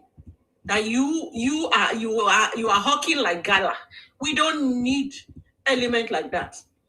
Obi will never be Nigerian president. Take it to the bank and wake up and smell the coffee. You see? If we need to. Oh wow, your time is up. Pay attention. Oh yeah, go ahead. Bona girl, thank you. All right. I just hope you will be able to hear me so well because I'm very close to the beach and a lot of wind here. Wow, you are enjoying yourself. Go ahead, we can hear you. Oh, brilliant. I'm so happy. I greet you, host. Thank you for the good work you are doing. There's a lot of efforts. And we bless Olodumare for the wisdom he has given to you to be able to, push this through. Amen. And to be consistent about it. Amen. We should not deceive ourselves in this country. If we fail to identify what our problem is, we keep chasing shadow. We keep pursuing mirage. We keep wasting time. And our problem is particularly technical because, the source of our problem also makes a lot of effort to cloud our judgments. And that is why we see a whole lot of our youths doing something else. And they are embracing their problem. They are gallivanting around and they are feeling okay in their shortcomings. Igbo is a big problem in Nigeria. Their history is consistent. Their lifestyle, their journey in life is very consistent. The way their forefathers lived is the way they live till today. They are a bunch of ungrateful entities. And somehow people have found a place in their heart to want to make them feel comfortable, feel welcome, want to adjust to accommodate them. And there has been a consistent follow-up story. Everyone who attempts to do that always end up regretting, having themselves to blame. Nigeria as a whole is a big example. Accommodate the nonsense of Igbo, and now we are regretting. If you keep looking away from the problematic poses of Nigeria, we suffer for long. Igbos are everywhere in Nigeria, but they are the ones that keep crying like nothing is being given to them. Igbos are given what they do not deserve already. The 5 states they occupy today does not belong to Igbo exclusively. But we keep ascribing it to Igbos. Now they are saying they have 13 states and they want Biafra. And Biafra should include Delta, should include Akwa Ibom, mention all sorts of places that their forefathers does not even stay as a freeborn. Their forefather only stayed those places as slaves. They are claiming today that Igbo has 13 states. Another testament to the fact that when you want to give comfort to ingrates, you have yourself to blame. We have too much over-pampered Igbo in Nigeria. And it is time to start putting Igbo in their places. Because whether you like it or not, Igbo is a big problem. You make them feel accommodated in your places. You give them markets. You know they come with ashewo and carrying sheets. Then they graduate to petty trading, and then you kept giving them comfort. They feel so comfortable, and fast forward to today, look what they do in your spaces. Nigerian, if you want to help Igbo and help yourself, because Igbo have mad nature, silly nature, stupid nature that make their situation hopeless and irrecoverable and irredeemable. So the only thing you do is to deal with people like animals. You tame them. You don't try to advise or to try to talk them to senses. It will never happen because they're animals. You have to tame them. You have to isolate them effectively in your space. You have to withdraw all the hospitality you have mistakenly given to them, thinking they are humans. If you don't do that, Igbos will destroy themselves and destroy you. This may sound harsh, but this is a reality. They have strange agenda, and it's not just starting. It has started for long. Nnamdi Azikiwe was one of the major brain behind 1966 coup, but they covered it all. They were planning to put everyone under devilish, wicked agenda, and they are still on it till today. And that's why they said they don't want to leave Lagos. Isn't that strange? But they don't want to leave. They are claiming Delta State. They want to carve state out. If you don't see that you need to isolate this set of people now, we will suffer. If you are trying to play down, because they spin a lot of narrative to play down on Igbo being problem, and you are playing around, you are trying to be correct, you will be part of the victim. And some of you are marrying them carelessly. You will be a victim. Isolate Igbo. Igbo are real threat. Isolate them and deal with them massively. Okay. Good evening, everyone. Thank you very much, brother. On board, go ahead. I greet you very well. I greet you enthusiastically, sir. You're welcome. Yeah, thank you. The problem that these people are posing to Nigeria, it's not just a present problem. It's a problem that will linger for a long time into the future. And so that's why I'm a very big supporter of Biafra, the actualization of Biafra. But it's not that's their illusory Biafra, that they are including states that are not supposed to be part of them. It should be strictly 5 states. And if possible, that Biafra should come with excluding those minorities that are among them. Inside these same 5 states in Southeast, for example, Imo State, we have Jagaban that have some Ikwere people there. They also have the Ebema people who are also part of River State.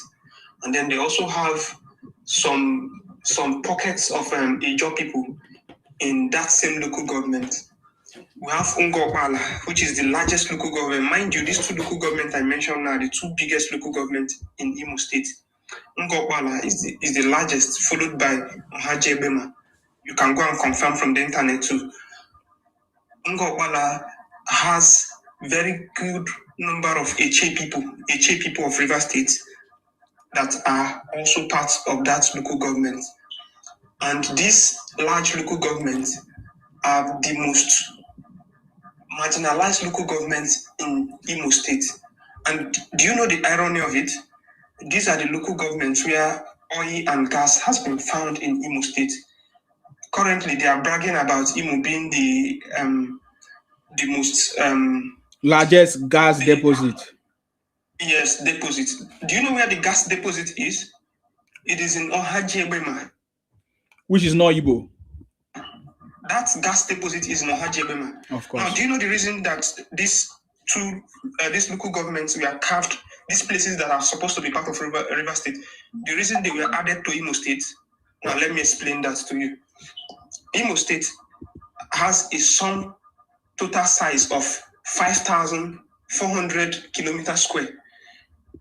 River State, for example, is about 11,000, which is 2 times the size of Imo State.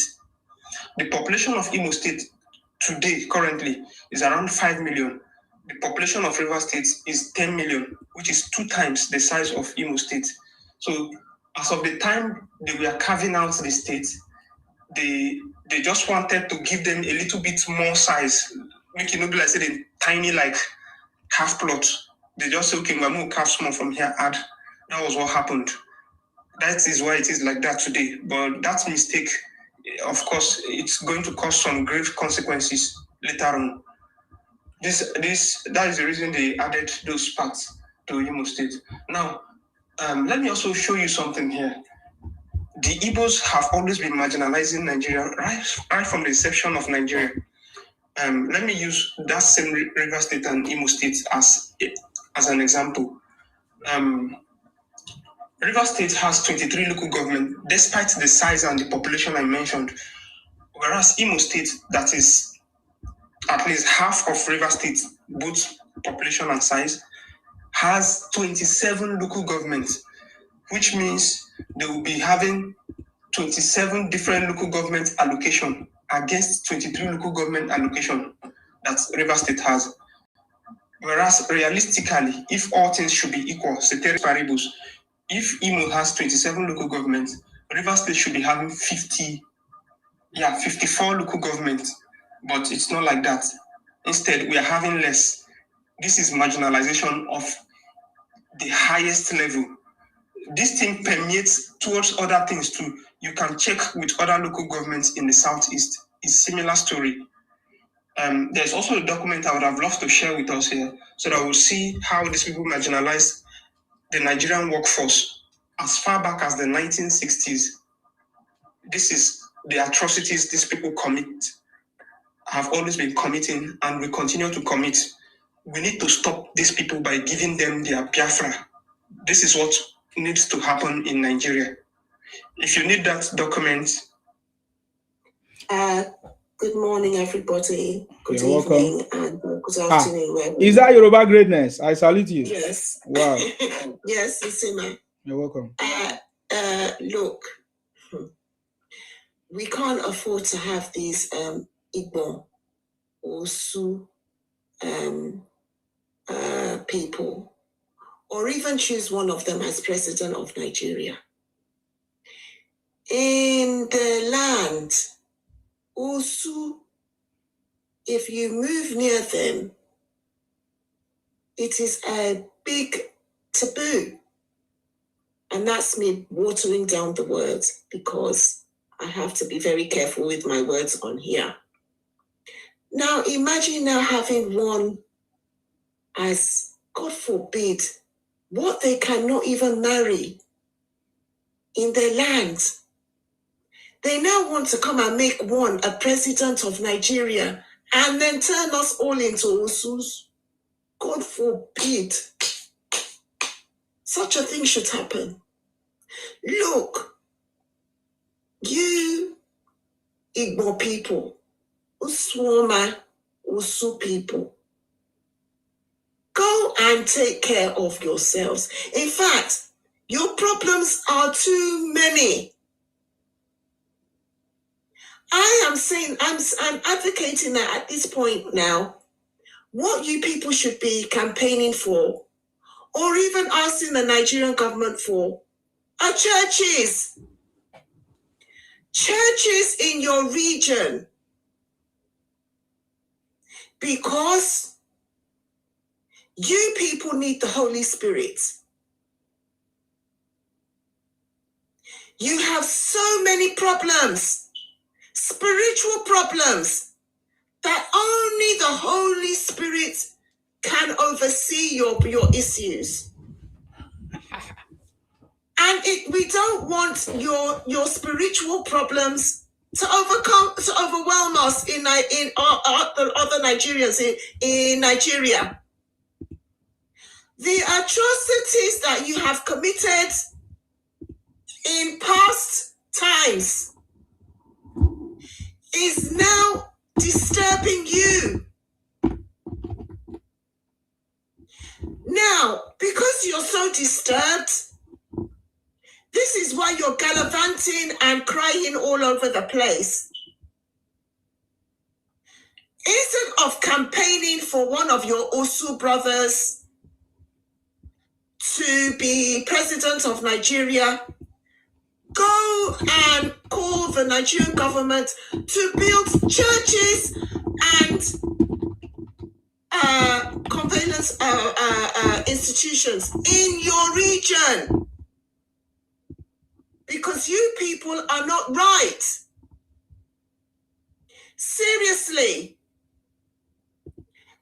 I know you might say that you are Christians, but the Christianity that you're practicing is not enough. You see, your spiritual problems are so bad. This is why you can't stay in your land and you're all over the place like cockroaches, saying that you are Indigbo, Indi Swama, Indi Osu developer. You're the ones developing everywhere. But that your land, come and tell me why you can't stay there. What is chasing you away from that place? The Nigerian government, honestly, I am please begging you to build churches in that region. There's something that is terribly wrong with the people and the land. We need spiritual cleansing for these Igbo, Swama, and Osu. The atrocities that they committed during that Biafra war, and even during the Igbo coup, and even before then, the ancestral gods, because one of them confessed that they have an evil forest in that region. So all these problems they have, they need, seriously, they need the Holy Spirit. Oh, sorry, Yoruba Greatness, your time is up. Ibokun, please. Are you there?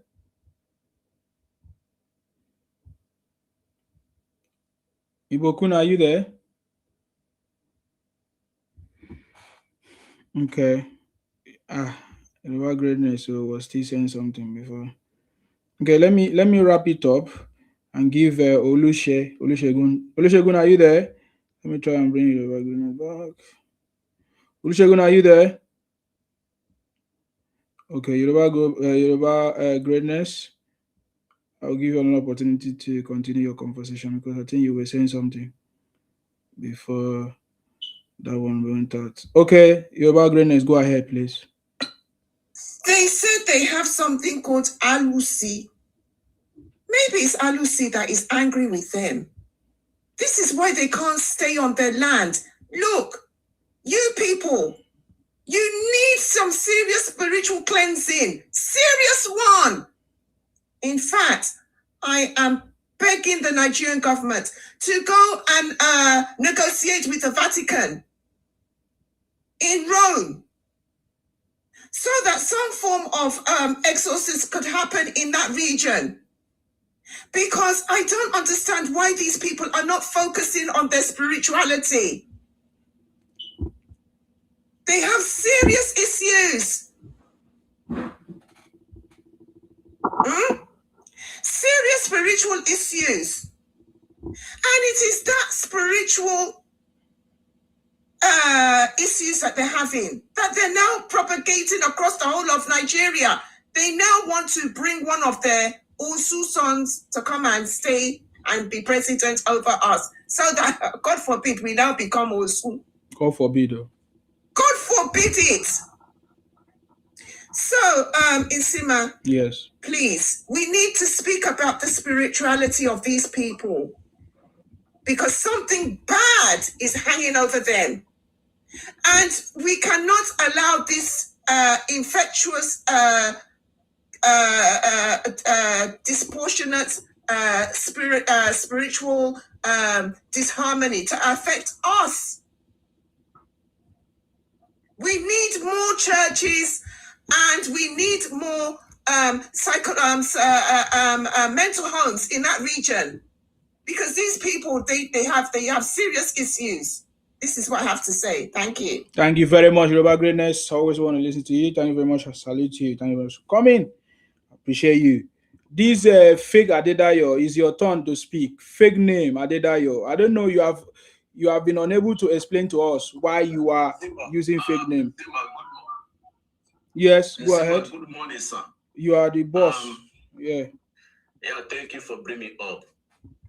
My brother, I thank every one of us here because I like this program, So I say I will use this opportunity and let my brother for South know that if you allow Yoruba still using your brain and building bridges in Southwest, you will never learn. You will learn. Before you learn, you will be late.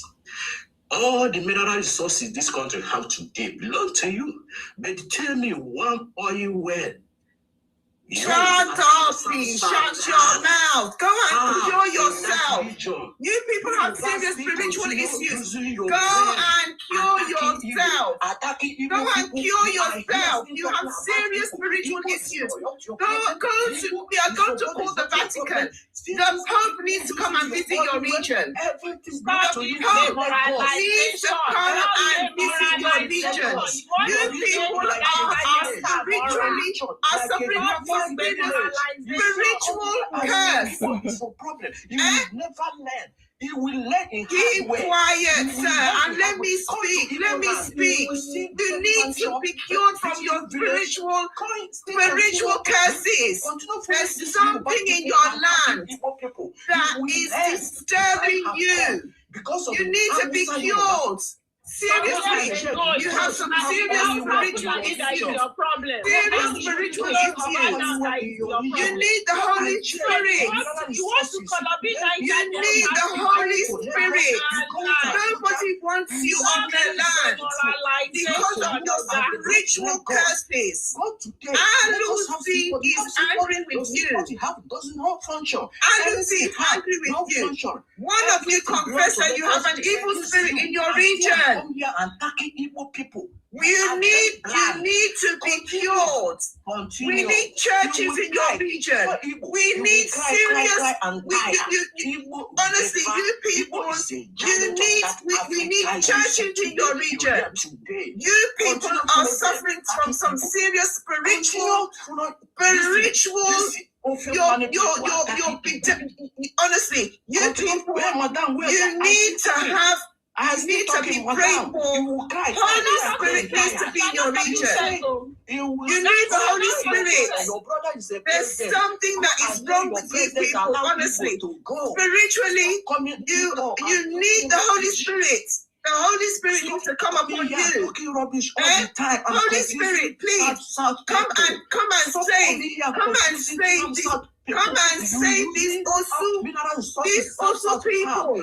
I call upon the Holy Spirit. Father, Baba God, please cure this Isioma.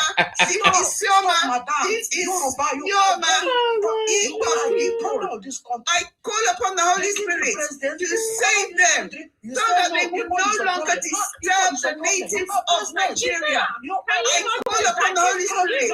Holy Spirit, you don't show up people. You're them. Holy Spirit, I call upon the Holy Spirit to take away the demonic spirit that is sitting in these, take away the demonic spirit that is sitting in these people. These also people, I call upon the Holy Spirit Spirit, Holy Spirit, come upon them. They need your presence. This woman is not call upon the Holy Spirit upon you. I cast out demonic spirit that is benevoling you. I call it out of you now. Holy Stop mentioning the Holy Spirit. I rebuke you in the name of Jesus Christ. I rebuke you. Shut up in the name of Jesus. Devil speaking. Shut up in the name of Jesus Christ. I punish you. In the name of Jesus. I pipe you in the name of Jesus. Shut up.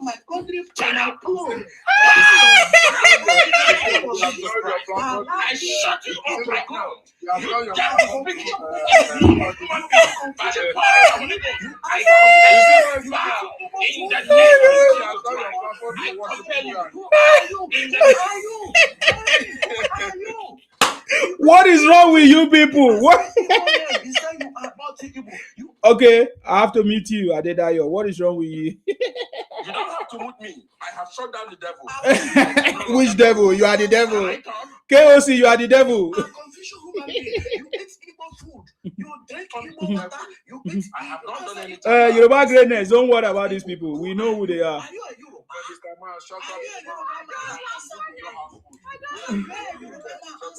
Sometimes we need to see their stupidity.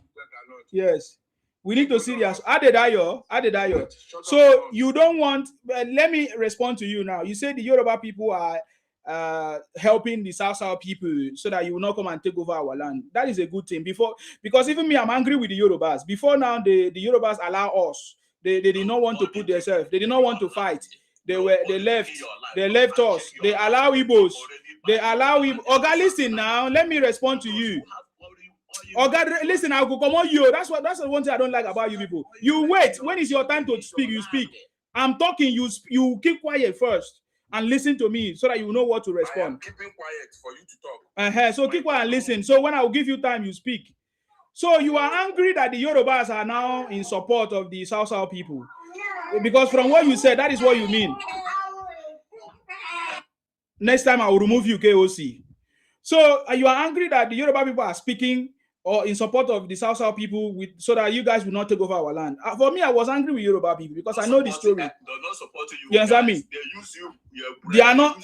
It's okay for them to use us because the last time they did not use us. The last time they did not use us. The last time they did not use us, you guys tried to come and take over our land. So now we are happy that they are using us. Is that is we are not complaining. So I don't know why you are the one complaining. You try to come and steal our oil well. You try to come and steal our oil well. You understand me? You try to come and steal. Oga, I will remove you. I'll give you one. You wait. When I finish, you talk.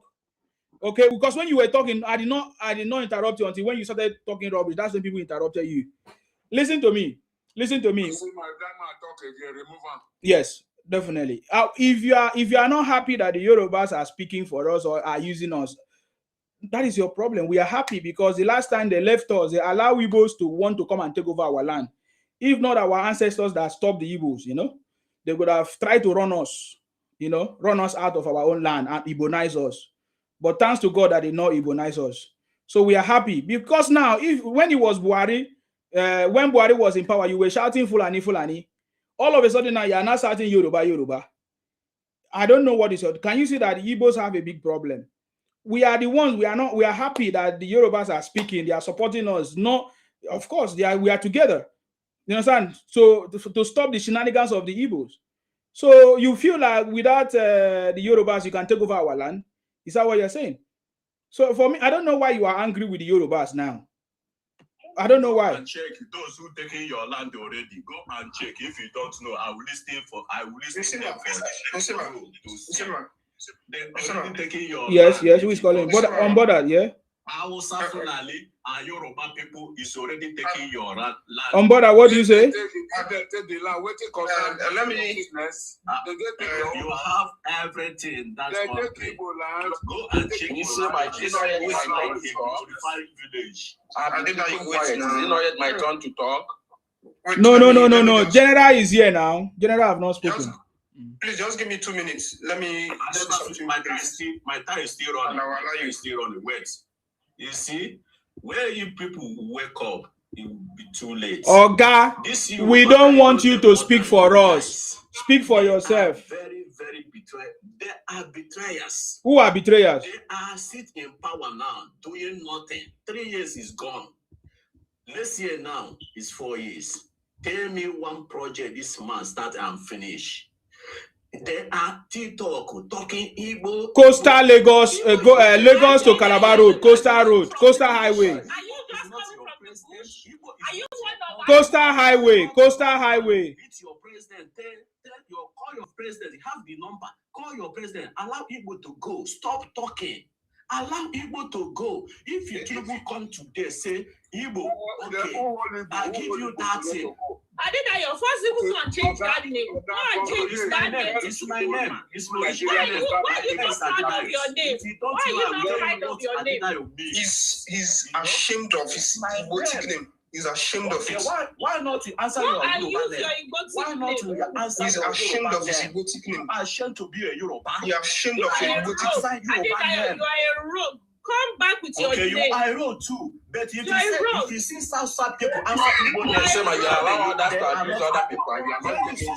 You see your Igbo name. You tell them they are not Igbo. But now you're telling me I'm not a Yoruba. Why? Hypocrites. You guys are hypocrites. You come from your name Yoruba people, the Yoruba state. Commander, your name they are not Igbo, but they answer Igbo name. Oyenegu. You telling me why are you answering Yoruba name? I'm a Yoruba. Change down your name. Your name now. Yes. This Adidano is not a Yoruba name. If you don't know, I would prove it to you, man. Yes, now Igbo name. Yes, it's Igbo name. Yes, Adedayo name. KOC is Adedayo Igbo name? Answer your name. Let me KOC, I invite you now to speak. KOC, I invite you now to speak. Tell us. Silence your people. I have used the power of God to silence. No, KOC, I want you to speak on this. Is Adebayo Igbo name? You cannot moderate me on what I am. You are one of the criminals then. On board, what do you want to say? Okay. No, your topic says I don't have house in Abuja. I want to speak on that. Wait now. On board, go ahead. Allow me to talk. Okay, Adebayo. You said, what was your question? Is Adebayo Igbo name? What is a name? A name is a name of a person. I did not ask you what is a name. I said, is Adebayo Igbo name? I have a brother that is going by name Nsema, but he's an Igbo man. You are not. They don't say why not they use Odinaka. So now it's my turn to talk. Let me talk. It's not your turn. It's not your turn. I call you to answer something. You did not answer. It's not your turn. On board that, what do you want to say? On board that, you want me to put the live this thing again? Let me tell you. On board that, I will put the live this thing since you are not respecting the platform. You are not respecting the platform. 1 minute. You are not respecting the platform. That's a problem. To respect the platform. It's not your turn. I will give you time. I said I will give you time. On board that, go ahead, please. Thank you very much. Yes. You know one thing about the Igbos, they lack responsibility, the sense of responsibility. They can blame. You see, if you see them dragging state governors of other places, they will never drag their own governors. They will never. They are dragging Tinubu up and down, which project? But they don't take responsibility. Since Tinubu took up office, he has increased the allocation for states on different levels, even state governments, local governments. They don't demand for accountability from their governors. They don't drag their governors. If you see the way they chook mouth for River State government, they are looking for how to drag Wike up and down, but they will never demand for accountability from their own people. It's very bad.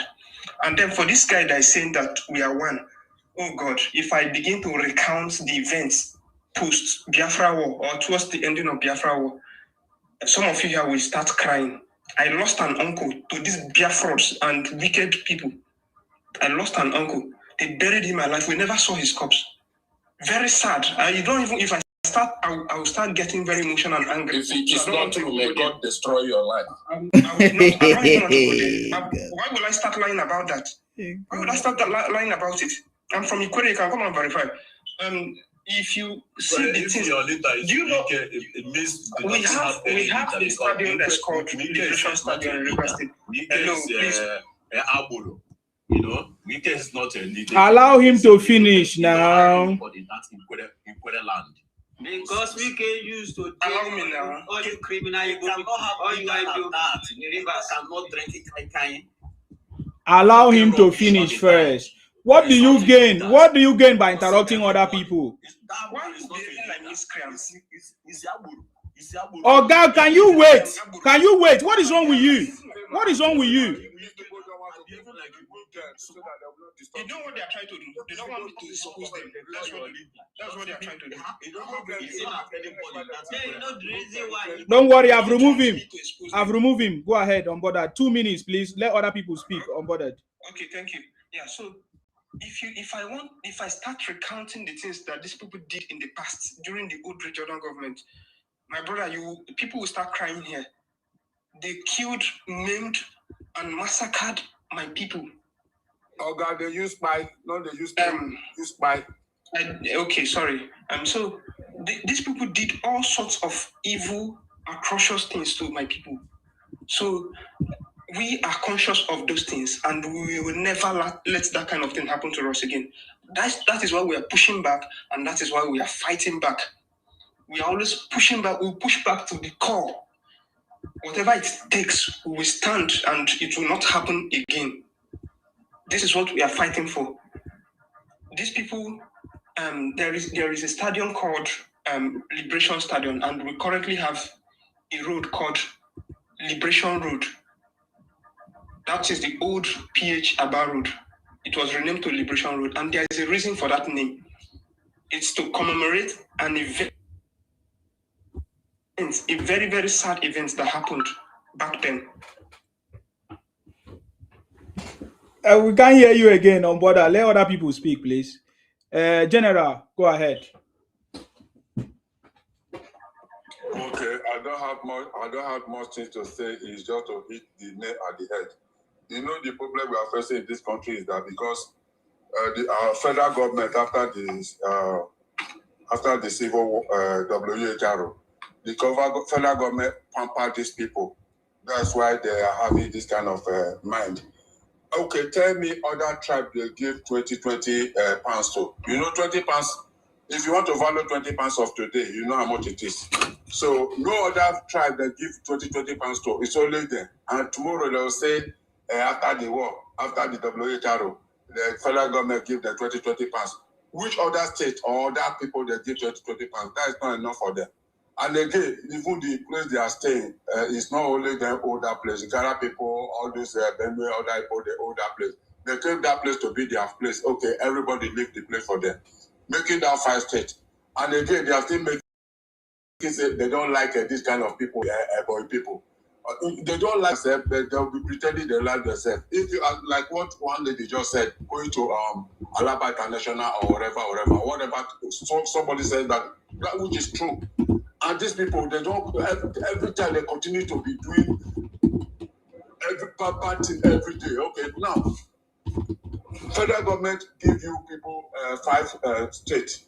That 5 states is not to one state in, let me say, Ibadan. They cut it like a small one piece of 50 by 100 land. And you people are getting an allocation. That one is not still enough for them. What do you want the government to do for you people? They should carry all the whole money in the country and give it to people before people will sacrifice. It is hard time for this. It's possible for these people to just take that their 5 states and we fence their land. If they want to go out, they fly through helicopter and go to where they are going. That's what we're supposed to do to these people. These people, they are disturbing us. They don't want the country to move forward. If you travel, once they know that you are in Nigeria, they will put you aside. They will allow other people to be going. They will take your passport, check it. Therefore, they start searching you all over your body, your mouth, everywhere, your anus, everywhere. Why are these people behaving like this? And this thing they are doing, they don't know they are causing more harm than good to their children coming up. But that all Nigeria people hate on them now. They cannot see anywhere to go. That time, they will see that marginalization they are talking about. Like in our state now, if you go to my state, I'll tell you 85% of them hold the market in my place. But still, they'll still be abusing us. But to climb it also, the other people will talk. I've already said it. We are going to stand on it. This politics that is coming on this 2027, Obi will not have any vote in our place. That is the truth. So let me stop here for now because it's not long, I think. And again, let me speak on this. I don't have a house in Abuja. This man is lying. It's lying because why I say it's lying, he cannot tell us that you don't have a house in Abuja. Okay, let them find out if they know his house in Abuja. Federal government should seize it. This man is not straightforward. He was talking like I have only one shoe, I have two shoes that I will be using, and if they happen to make me a president of the country, I will know all this cover. Do you want to force him to have a house when he doesn't? Okay, federal government we check. If you have a house in Abuja, they will seize it. Because this man lies. And you think you are more brilliant than Tinubu, who has not searched? The supermarket in called Nobi House. Well, listen, in a bush. Listen, even this coalition, that he went and joined what they call it, the Atiku. Do you think they will give him a ticket? Atiku will step down for that. He's already a failure. You must know. Don't worry. When it happens, all of us will still be on this platform. Yeah, all of us will still be on this platform. You will see how he will cry like a baby that day. We talk. Example now, nowhere all this criminal go. My turn. General, are you done? Okay. KOC. Let somebody else talk. KOC. Go ahead, right? Yeah, go ahead. Thank you. The point is that you guys are so funny in this country.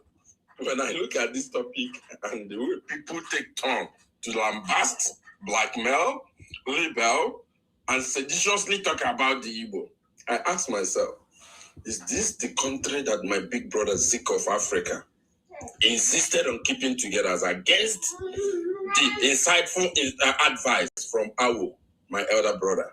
I ask myself this question. Is this the kind of legacy, truth be told, that we want to leave behind?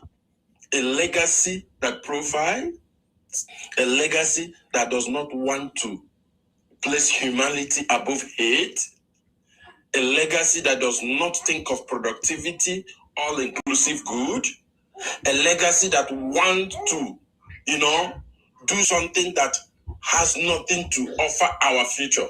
My brother, we can do better than this. I'm a core Igbo man. I have sat down to listen to every speaker that spoke. And I will tell you the honest truth. You guys are not speaking your mind. I see hypnotized minds here. I see individuals who are acting script for the purposes of political reality. And I say to myself, I will not blame anybody for choosing to pitch his or attend in anywhere. But the person that most annoyed me in this section was the lady that was mentioning Holy Spirit, Church, Vatican. I knew that it was a Satan speaking through her, and that was why God inspired me to shout her down. And ever since I shouted her down, you can see that spirit has rested her and she has gone, because a real man of God came in, by the way. That is by the by. What am I trying to say? You need the Holy Spirit. I will repeat it again. You have demonic forces working inside your body. And I call upon the Holy Spirit to cast out any demonic spirit that is working. You are the one that caused the problem. That you are disturbing the whole of Nigeria. I call upon the Holy Spirit to cast out any demonic forces that is using you to destabilize Nigeria. I call upon any demonic spirit that is working in you. I cast it out in the name of Jesus. I cast it out in the name of Jesus. Demonic spirit that is working in this. I cast it out by the Holy Spirit, every demonic forces that is working inside this to destabilize the nation of Nigeria. I cast it out of you in Jesus' name. I cast it out of you. I cast it out of you by the name of Jesus Christ. In the name of Jesus Christ. That is working inside you. I cast it out of you in Jesus' name. Any demonic spirit that is want to come and impose on any Nigerian, I cast it out of you. Demonic spirit that is working inside you. Evil people, I cast it out of you. By the power of Almighty God, I cast it out of you. I cast it out of you by the power of God. I cast it out of you. Any demonic spirit, any demonic forces that is working inside you, I cast it out of you. By the mighty power of the Lord, I come against your demonic spirit. Any demonic force that you want to use against your family, I come against it by the power of the Almighty God. My Almighty God, I cast whatever demonic spirit that you want to destroy anything of Nigeria. May the mighty power of God, may the mighty power of God, may the mighty power of God come and cast out your demonic spirit. May the mighty power of God cast out any demonic spirit that is working inside you right now. In the name of Jesus Christ. Any demonic spirit, Holy Father, mighty God that I serve, you are greater than these demonic evils. I cast any holy spirit, any demonic spirit, any demonic spirit, I come against it by the name of my mighty God. Well, you people are evil. You're evil. You are evil. Your goodness, leave him. Leave him. You are demons. And I come against any demonic spirit. Any demonic spirit. Any demonic. I come against the name of Jesus. KOC. I call upon my Holy Spirit. The God I serve will conquer you. No, KOC, no. You caused the problem, KOC. I respected you. KOC, I blame you because instead of you to go straight to your point, you said that you are the one. You said how can you respect your husband? Adedayo. Don't worry, it's the same guy. How can you say to the lady that you are the one that bind her? You caused the problem that she left. That's not correct. Let us be fair to one another. Let us not call out an ethnic group to profile them. It doesn't make sense. The one that went to which ethnic group? KOC. If you are sincere, let us know now if you are sincere. Who went to America to lobby against Nigeria? Paid money. To lobby America, you think is a small business? Is Igbo group? What is it? Is it not Igbo group? The people that went to America to lobby America. Tell us who went there. Tell us who went there. Adedayo, you are one of the stupid person I've seen. People that went to lobby America. Planning to use America. But see, let me tell you what they do, and I'll play the recording. Mute your mic and let me talk. Can you tell us demonic evils?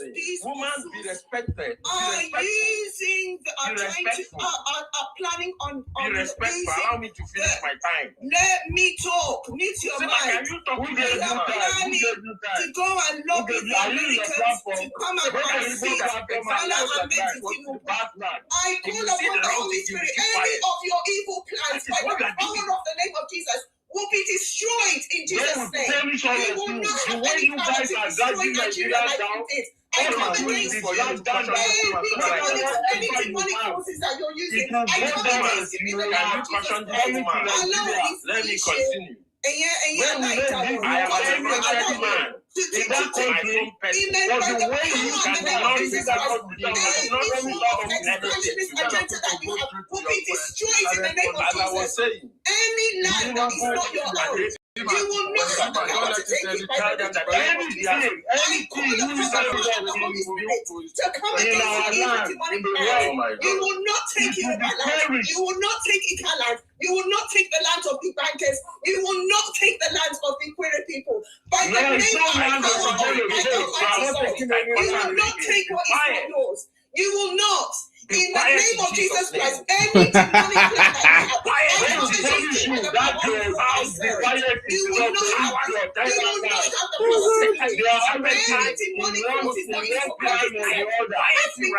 in the name of Jesus. Any demonic forces that are working me when the sovereign Lord is speaking speaking in Jesus' name. Be quiet My in the name of Lord Jesus and my Christ. Lord and the power of the Lord that I serve I has come command you to be against quiet. you. Any In the demonic name forces that you are using has been conquered in the name of Jesus. You will not succeed. You will not succeed. You will not succeed in Jesus' name. You will not succeed in Jesus' name. You will not succeed in Jesus' name. By the power of the Lord God that I serve that lives inside me. Any demonic plans that you people have, any plans to use the Americans, has been squashed in Jesus' name. Has been squashed. You will not succeed. I can't meet the woman because the woman is correct. You started it. I asked you a question. The woman is correct. What kind of generation are we? Tell us who are the one? Are the kind of generation we are generating.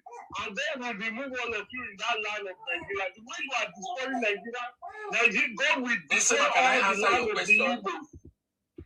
Okay, answer the question. Who are the ones that went to lobby? For yourself, to go straight to your point. You cannot caution the people you are eating like to talk. I want to treat women in the region. Mute them and listen to this recording. Mute them. Look, this is how they treat women. Listen to this. Now, let me tell you something. Because you people forget. Listen, man, let me finish what I was saying. Yes, that started okay. Let's listen to what she's playing. It's very important. Yes.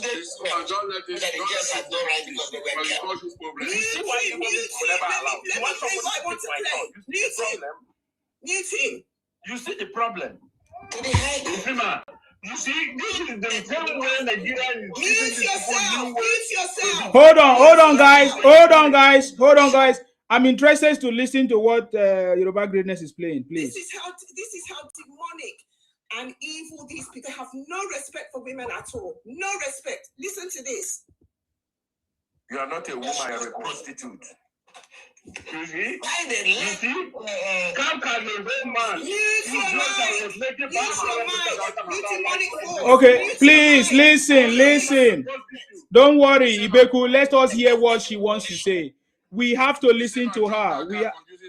It's a prostitute. I repeat it. You can. This is how they treat women. This is how they speak to women in the region. Can you hear it? Yeah, please play it. I've dropped her.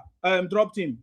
Play it. Let us hear. Last people to recognize the right of inheritance for woman and girl child, and it took the decision of the Nigerian Supreme Court. Decided, lead judgment was given by Justice Bible of the Supreme Court, the Yoruba judge. Now, let me tell you something, because you people forget a case that started in Onisha. In inheritance, they excluded the girls, said that the girls had no right because they were girls. The case came to the High Court of Anambra State, presided over by Igbo judges. So those Igbo judges recognized the Igbo custom and told the woman, sorry, you're a girl, and madam, you're a woman. Girls and women don't inherit according to the custom of Igbo people. And the Igbo judge accepted the Igbo custom. So the woman went on appeal. Court of appeal. The Court of Appeal had Igbo judge there, two Igbo judges. The two Igbo judges convinced the non-Igbo judges that this is the custom of the Igbos. That women don't inherit anything. This is our custom, our rule. So Court of Appeal decided against the woman. The woman went to the Supreme Court. And when he got to the Supreme Court, the case landed on the desk of a Yoruba judge. The Yoruba judge was looking at the Constitution. He was not looking at any custom. He was not supposed to look at custom. A custom is useless if it denies your rights. Before any custom can be accepted, it must pass the test of validity. It must not be repugnant to natural equity and good conscience. A custom cannot be upheld. It's inconsistent with natural justice, equity, and good conscience. So a custom that denies a girl child inheritance is inconsistent with natural justice, equity, and good conscience. And it is incompatible with no law shall be applied in such a manner to favor one gender over the other gender. It is in our constitution. But these Igbo judges choose Igbo custom, over the rule of natural justice, equity, and good conscience. If not because of a Yoruba judge at the Supreme Court, Igbo women will not have inheritance rights today in Nigeria. So it was good that the Igbos did not have their own country. If they had their own country, that their custom would be the constitution and women will have nothing. And this is and then they now want to go and put the Obi there. Can you imagine? Not only that, I'm going to bring out more evidence. These Igbos, these Biafroids, these Igbo, Iswama, Osus, are planning to now bring the Americans in to come and destabilize Nigeria. I have it on my phone. Tinubu will enter prison. I have it. You know? It is you. You can see. You can see where your candidate has landed himself. You people, whatever demonic plans that you have against Bola Ahmed Tinubu, by the power of the God that I serve, it will never come to fusion. Any demonic plan that you have against Nigeria, by the power of the Almighty God that I serve, it will never come to pass in Jesus' name. It will never, because you people are evil. We haven't forgotten the atrocities that you committed during the Biafra War. The women that you disgraced. I'm being very careful with my words. How you treated women during that war. How you used the other ethnic groups as human fodder. You will never ever see that presidency. You will never see it. I'm not even saying 20. By the mighty God that I serve, these Isioma people will never see the daylight of that presidency. You will not. By the power it's not even a matter that you change. The best thing that can happen now is let these Igbo, Iswama people also let them have their Biafroids. And let us just come park them to one corner. Let us park them and squeeze them inside that place. This is my prayer for 2026. They should not even see the daylight of that presidency at all, because history cannot lie. We have to remember what history, and I don't even understand how we, the rest of us Nigerians, allowed these people to come back into the Nigerian system. They have committed so much atrocities, even before the mountain of Nigeria. All the atrocities they have committed on that land, that is why they can't stay there. There's something in that land that is pushing them away. That their spiritual gods is not allowing them to grow in that land. They are now spreading their locust cockroachy self across everywhere.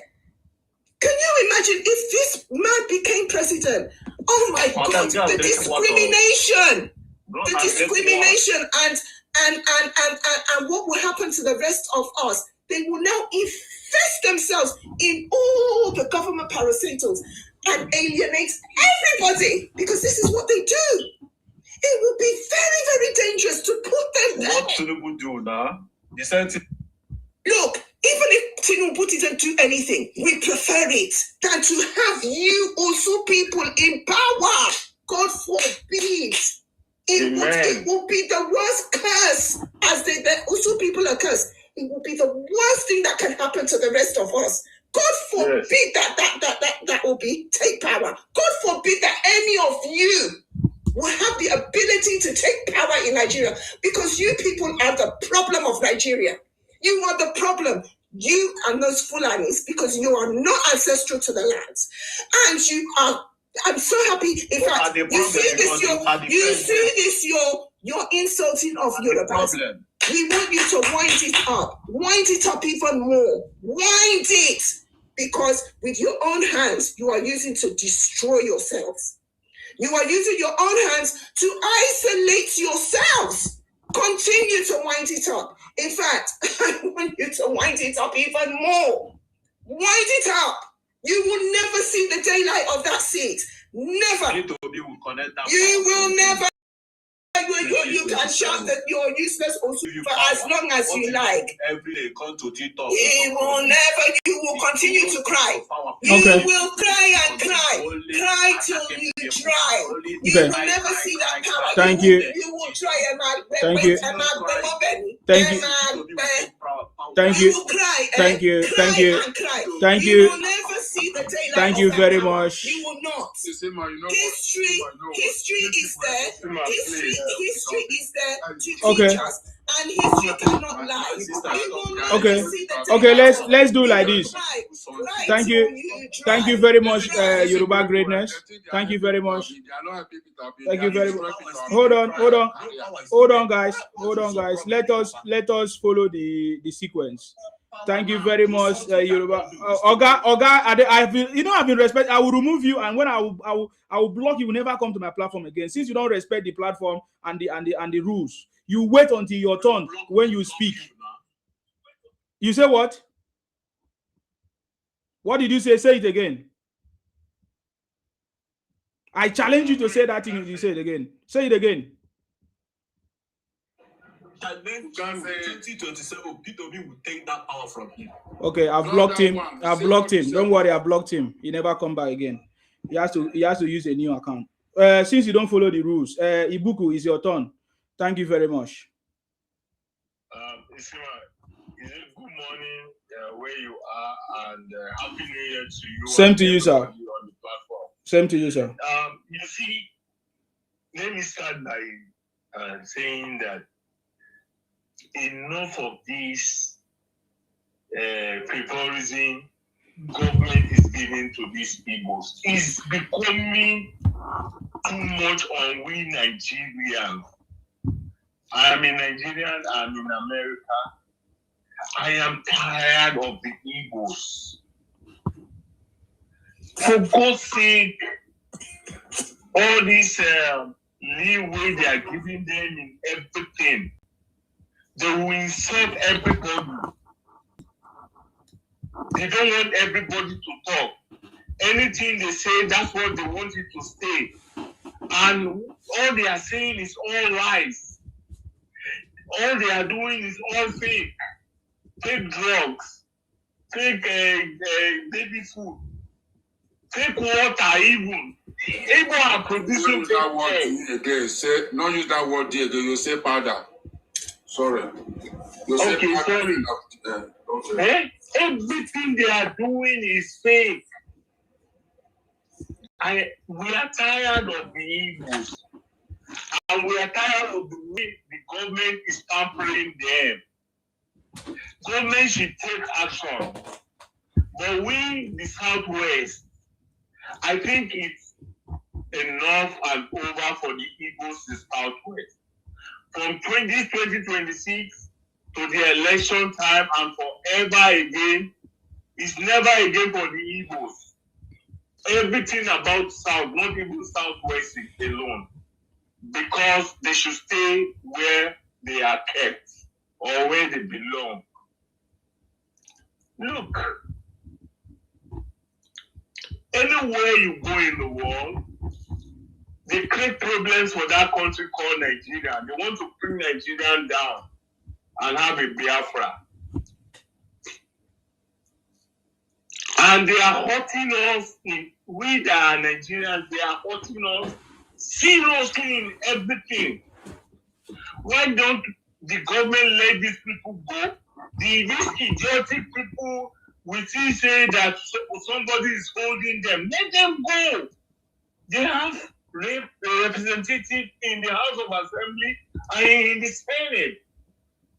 Let these people propose that they want to leave and see whether there will be anybody that will antagonize them to stay in Nigeria.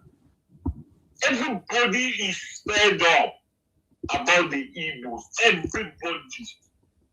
Everybody is fed up about the Igbo. Let Igbo go. They are hurting us a lot in every aspect of things, in every aspect of life. Let this Igbo go. Look at they are encouraging the Americans to come and speak Nigeria because that's what they know best. But God will not give them that opportunity. Nigeria will remain, and Igbo will leave. Igbo will leave us, and that country will be one of the best on earth. Because, you see, man, there is no country on earth that has what we have. So, say it anywhere where Nigeria is. I swear, if not because of the Igbos, we would have gone very, very far. They are the ones dragging us down the most from what negative things they are doing to us in every aspect of life. They are bringing us down. They are committing all sorts of crime. When they commit crime, it's Nigeria. When these bastard people or wicked race on earth are doing the wrong thing, they will call Nigeria. But when they want to turn to whatever idiotic idea they have, they want to belong to the Biafra. So I just plead to the federal government to allow them, one, to go. Then secondly, see, from now upwards, the Igbos, we know that Yorubas doesn't take any shit. We had enough of them. They've done us a lot of wrongs and we've been quiet. It's not that we're cowards. We've been like that because the Yorubas are very accommodating. They take you to a fort. They will accommodate you to a fort. Even a Yoruba man, you will do unthinkable things to him and his family as a stranger, but he just keep quiet because he feels that, look, people do not have to do the same. They want to help any person that comes around them. Now we want to show them we are no cowards. From 2026, by the grace of God, the Igbos will start living our land. We're going to start it from the hinterlands, not even in Lagos. All this Lagos they are shouting is small thing for them. They're going to see hell, pepper. We're going to start it from the hinterland. All those villages they are selling fake drugs and all that. They're going to live there immediately. They will not even know how they will live. All those wicked things they are doing to us, we're going to show them that we've just been accommodating them. It's not that we don't know what they do or we are cowards. It's a norm. The Igbos have, misused the opportunities we gave them. Most of them will come by night bus to our southwest, and when they are going back, they ride all kinds of car back home and build all street there. All wickedness they are doing to us silently, and which we are taking. But it's over now. It's over. For the youth, the elders, everybody in Yoruba land knows what the Igbos are doing to us. Who is the Yoruba man is staying in the east? How many Yoruba people are staying in the east?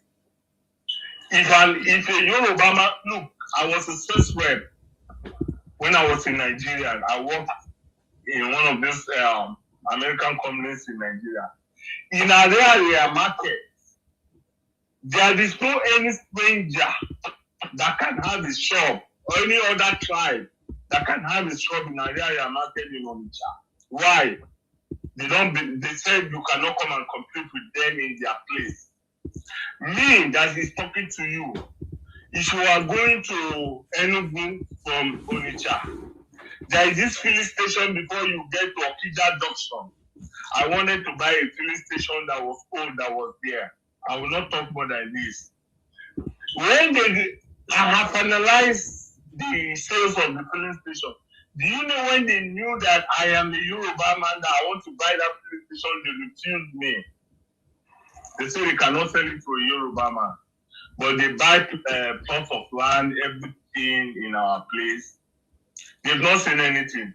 Maybe it's just Charlie Boy, some few streets. They change their names and all that. They are crying. They will cry hell. We will need to give them basket.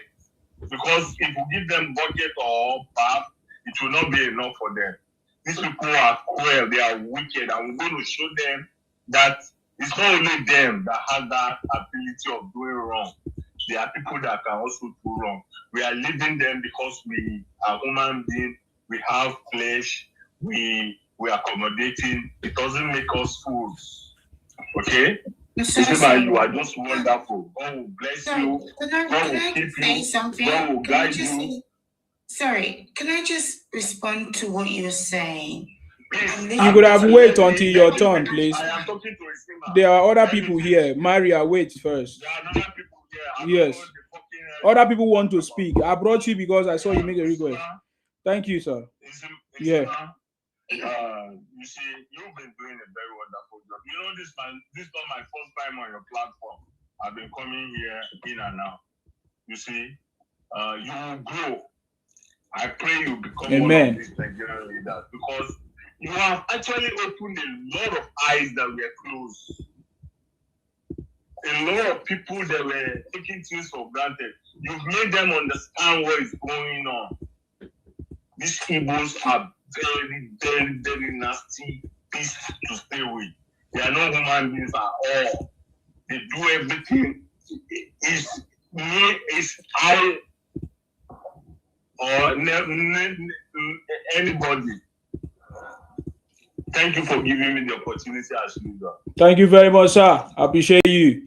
Thank you very much. Odinaka, I know you have spoken before. Kanu, do you want to speak? Thank you so much, Isima. You're welcome. And thank you for bringing me up.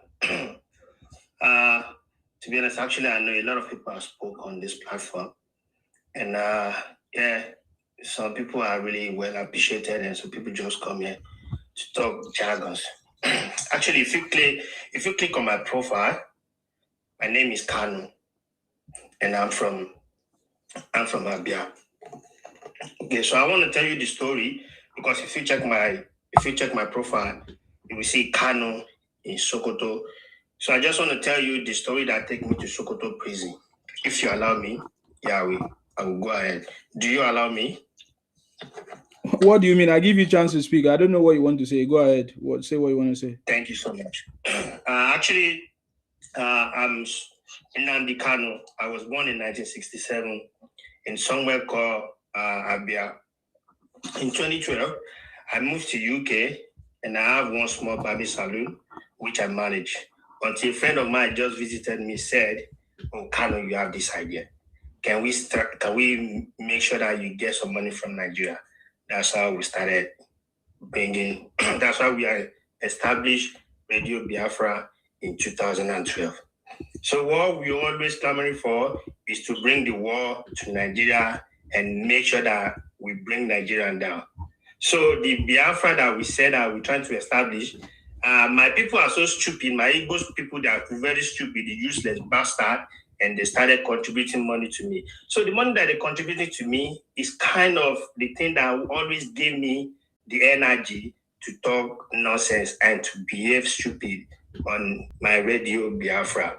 Until 2015, I was talking to a lady in Kenya. This lady name is Kachu.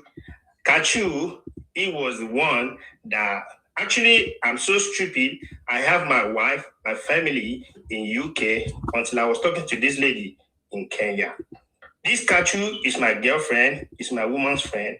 So I went to Kenya to visit Kachu. That's where I got arrested.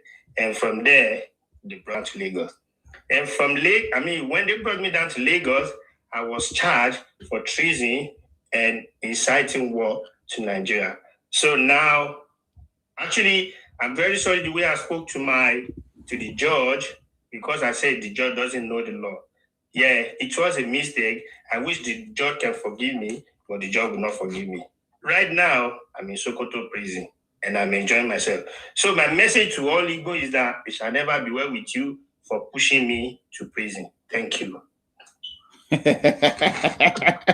Are you the Nnamdi Kanu, the leader of IPOB?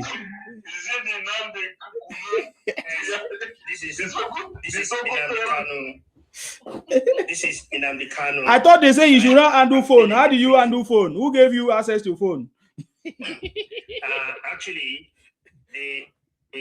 before I can use my phone, yes, the Sultan of Sokoto always slap me like 20, 30 times in a day, and they can allow me to use phone just for 10 minutes. Okay. Thank you. Any question again? No. You're welcome. So have you learned your lessons now? Have you learned your lessons? Mr. Isima, to be honest, I really learned my lesson. The only lesson that I learned is that my ego people, they push me to this extent, and now I can't go back. Hopefully, if Kano didn't die in the prison, maybe when Kano comes out, maybe Kano will change his mind. But hopefully, because right now, the prisoner in Sokoto, they already broke one of my knee and they broke my jaw. So now, if I come out of the prison, I might not look like Nnamdi Kanu anymore. There's no coming out now. It's life imprisonment. Life imprisonment. You are not coming out. Who is going to free you? Yeah, that's what I'm saying. That if Nnamdi Kanu have to come out, even by the time he come out, you can't even recognize Kanu anymore because the jaw is broken and one leg is amputated. Thank you. It's a pity. I don't know Any more question? No. Now, Gungo Payo Igbo. I never see anything. Thank you, Simon. Yes. I will yield my mic here. Thank you very much. You are very talented. Thank you very much. Yoruba Global, are you there? Yes, so. Yes. Do you notice something about the Igbos? Now, about 2 or 3 Igbos came here. They don't even have patience. They saw people present, or will I say speakers or guests line up. They just want to speak. One lady now, Maria, both man and woman, Igbos, Israeli Igbo Biafra, they are the same. They cannot follow protocols. They cannot follow instruction. They don't observe rules or nothing. She just came in. She just want to speak. Her name is Maria. She just left now. So these guys are nuisance. It's because Nigerians have been leaving them. It is time for us to tame them. That is what I'm saying. Please go ahead, sir. Exactly. Thank you very much. Exactly. They're always like that. I was going to make comment about that girl that just popped up. That looked like she's going to be Michael Jackson now, so she will disappear. Because she's bleaching her skin. Yes. I was going to make a point about that because immediately she come up, and again they also have this tactics, which is the oldest chapter in the book. They say, "Oh, I'm in a hurry now. I'm going to walk. Let me quickly talk. They do this all the time. And at the end of the day, they will end up spending 3 hours. They will calm down, argue. You'll be asking, Madam, are you not going to walk again? So Igbo do these things. When they come on the platform, they want to be the first to talk because where they are coming from, this is how things work. The loudest person in Igbo land is the smartest one. And the one who is richest, even though he's the powder seller or headhunters. It's not question. It's not question. He is the one that is going to speak above all the elders. And do you see the latest thing that is going on right now is that newly built PK3 supermarkets is a big, not even supermarket, it's a big stores. It's built in Misebo in the Benin Republic. The Igbos took the picture of that newly built market and they wrote Biafra market on it. Now the Benin people have started shouting Nigeria. And we are contacting the Yorubas, the indigenous people of Benin there, so that we don't want to hear Nigeria in their mouths. We should focus on the Igbos. And some of them, you can already see in the comment, they are saying that, yeah, we can now understand what our Yoruba people are going through in Nigeria. We're telling them, these Igbos have started, they took a newly built market stores, very fine newly built market stores, and they go and write Biafra market on it. And the Benin Republic people have started shouting. We're going to host meeting. I'm going to host meeting with some of the Yoruba Benin because we have group. And tell them so that we don't want to hear Nigeria in their mouths. They should focus on the Igbo criminals.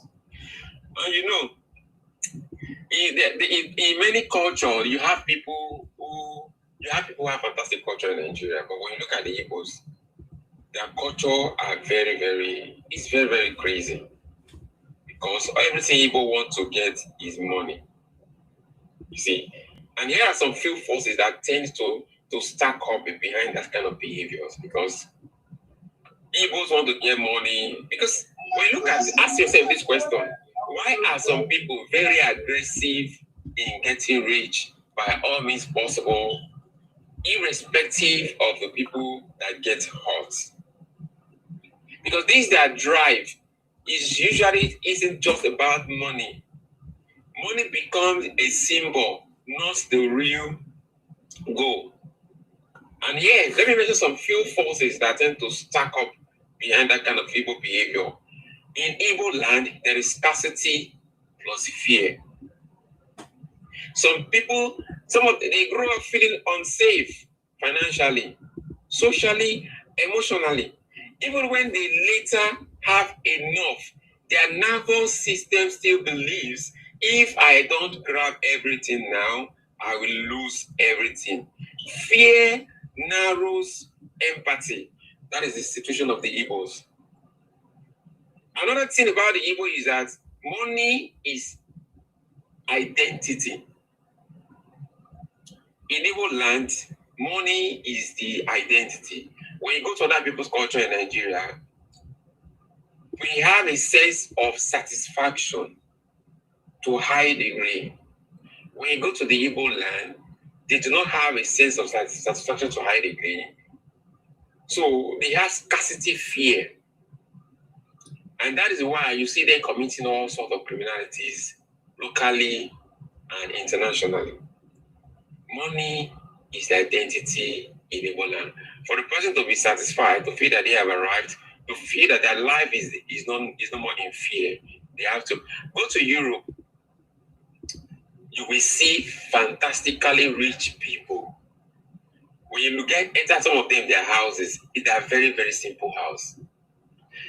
If an Igbo man, just one man, if he has not built 17 bedroom, 10 sitting room, 34 toilet and bedroom, just him and one wife, even if he doesn't have a wife, and one child or 3 or 4 child. That is the kind of things Igbo want to live. Because Igbo has scarcity mentality plus fear. Because getting rich isn't about comfort. It's a proof that they matter in their society. That is why when an Igbo might get a little money, you want to call himself President Igbo of Ghana, President Igbo of Lagos. And I was very happy last year that the Yoruba picked up that nuisance Igbos and put him in prison. Another one that said he wants to bring Kai Pop to our land. We took him. That idiot was detained for 2 years. Even before the judge pronounced him guilty, they now sentenced him to jail.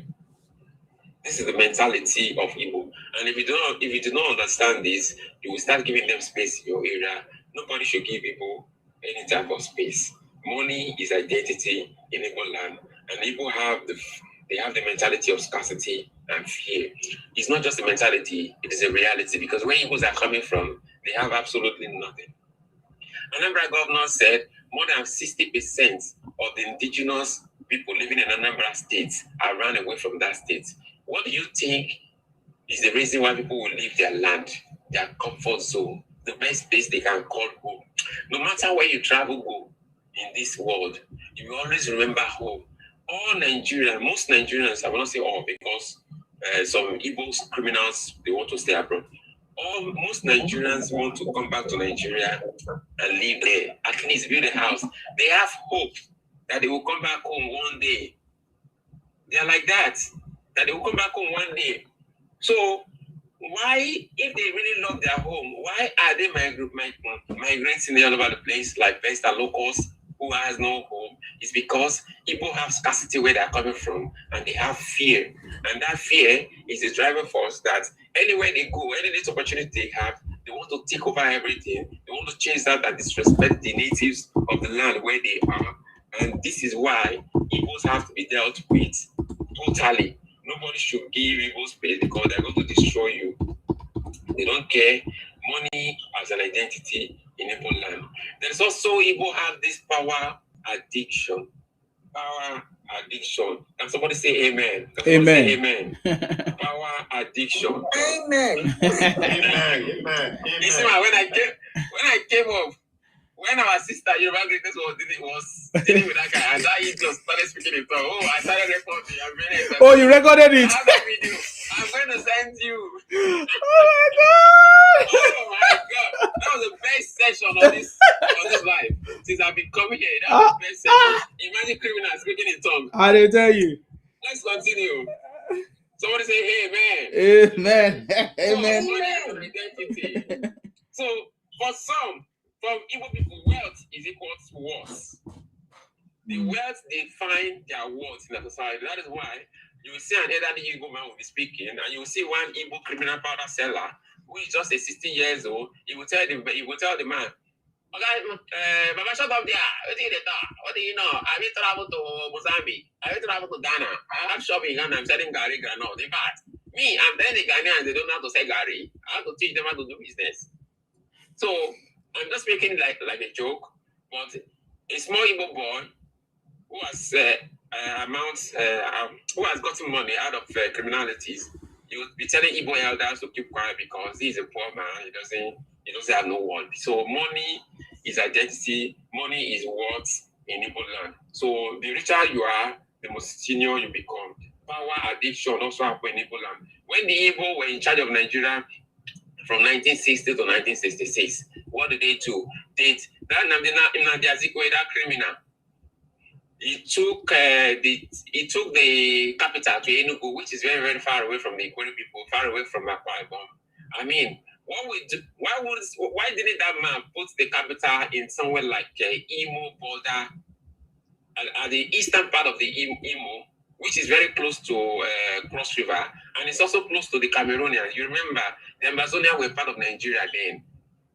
But this criminal, he took the capital to Enugu, and for 6 years, all the oil money in the eastern region were used to build Enugu. And who built Enugu? It is the Europeans. When the Europeans came, Igbos have no city. The only city they had was the one built them by the British in Enugu.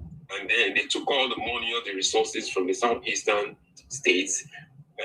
They took from the eastern region of Nigeria, they took it to Enugu to build Enugu. And we can still talk greatly about western region. When the western region includes everybody before they cross to the rivers. And when we look at the list of people Awolowo gave scholarship in the western region of those days before 1963, because 1960 to 1963, the Midwestern region was still part of the western region. When we look at the list of the people that Obafemi Awolowo gave scholarship, most of them were coming from Benin. There is a list. If I was able to open the camera, I would have searched it and show it. Most of them were coming from Benin. So Awolowo was kind of fair about the western region. And when the western region decided that they want to leave, when the Midwestern region people decided that they want to leave, the Delta people that they want to leave the western region, Awolowo supported it that they should go. You know, that Igbo was behind it all. At the end of the day, despite the fact that Igbo migrants are very, very minority in the Delta region, in the Midwestern region, they became the premier of the Midwestern region. So the Igbo had premier of Midwestern region. They have become the premier of the Eastern region, and then they became president of the Nigeria, vice president of Nigeria, speaker of House of Assembly, and they took all Nigerian federal job to themselves. For good 6 years, they marginalized all Nigeria. The two universities in the Western region, in Yoruba land, the Igbos were the vice chancellor of those two universities, because the Igbo was also the minister for education, and they were the presidents. They took all this job and gave it to themselves.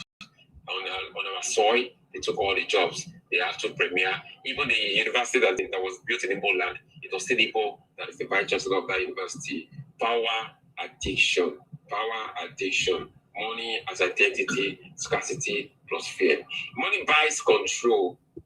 People who felt powerless earlier in life may chase wealth aggressively because it flips the power dynamic.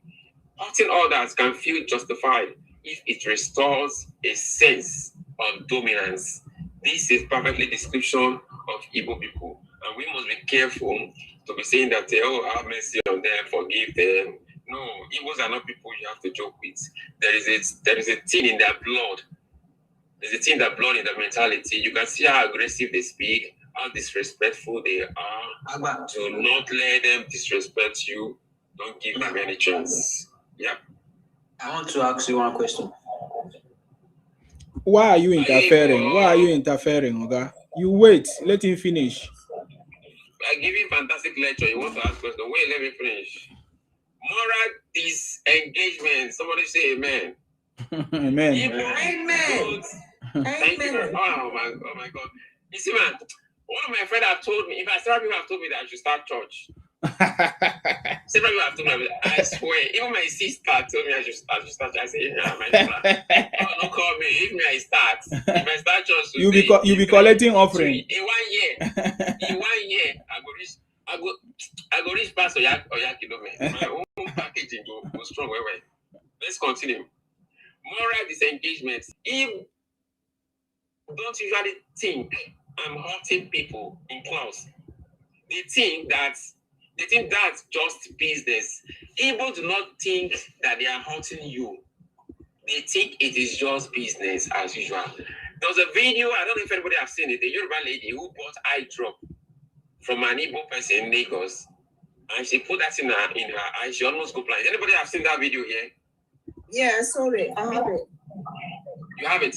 Yeah. That lady, if you have the video, you're rather there, please prepare it. When you get it, let me know so that I can let you play it. Okay, all right. That lady, she bought eye drop from Igbo. She was having what do we call this thing? This conjunctivitis, what we call it for Nigeria. Apollo. So that lady was having Apollo, conjunctivitis. And she went to an Igbo guy to buy eye drop. The eye drop she was given, it has expired. And it smelled like shakarin. So she put that in her eye. This woman almost go blind. In fact, if you see that woman's eye, you go pity life. So, Igbo have a moral disengagement. There is no morality in Igbo land. Even Jitibas, they don't live with Igbo for 35 years. He said that Igbo has this word integrity. They say it all the time, but it does not exist in their reality. I'm telling you, this is not a joke. This is a person who lived with the Igbo. He's a missionary. He lived with the Igbo for 35 years. And he was the one that wrote the book, the Niger Igbo, and among the Igbos of Nigeria, who explains how these people are doing skull mining and head hunting. So Igbo, they don't usually think that they are hurting people. What do they think? Igbo think that is just business.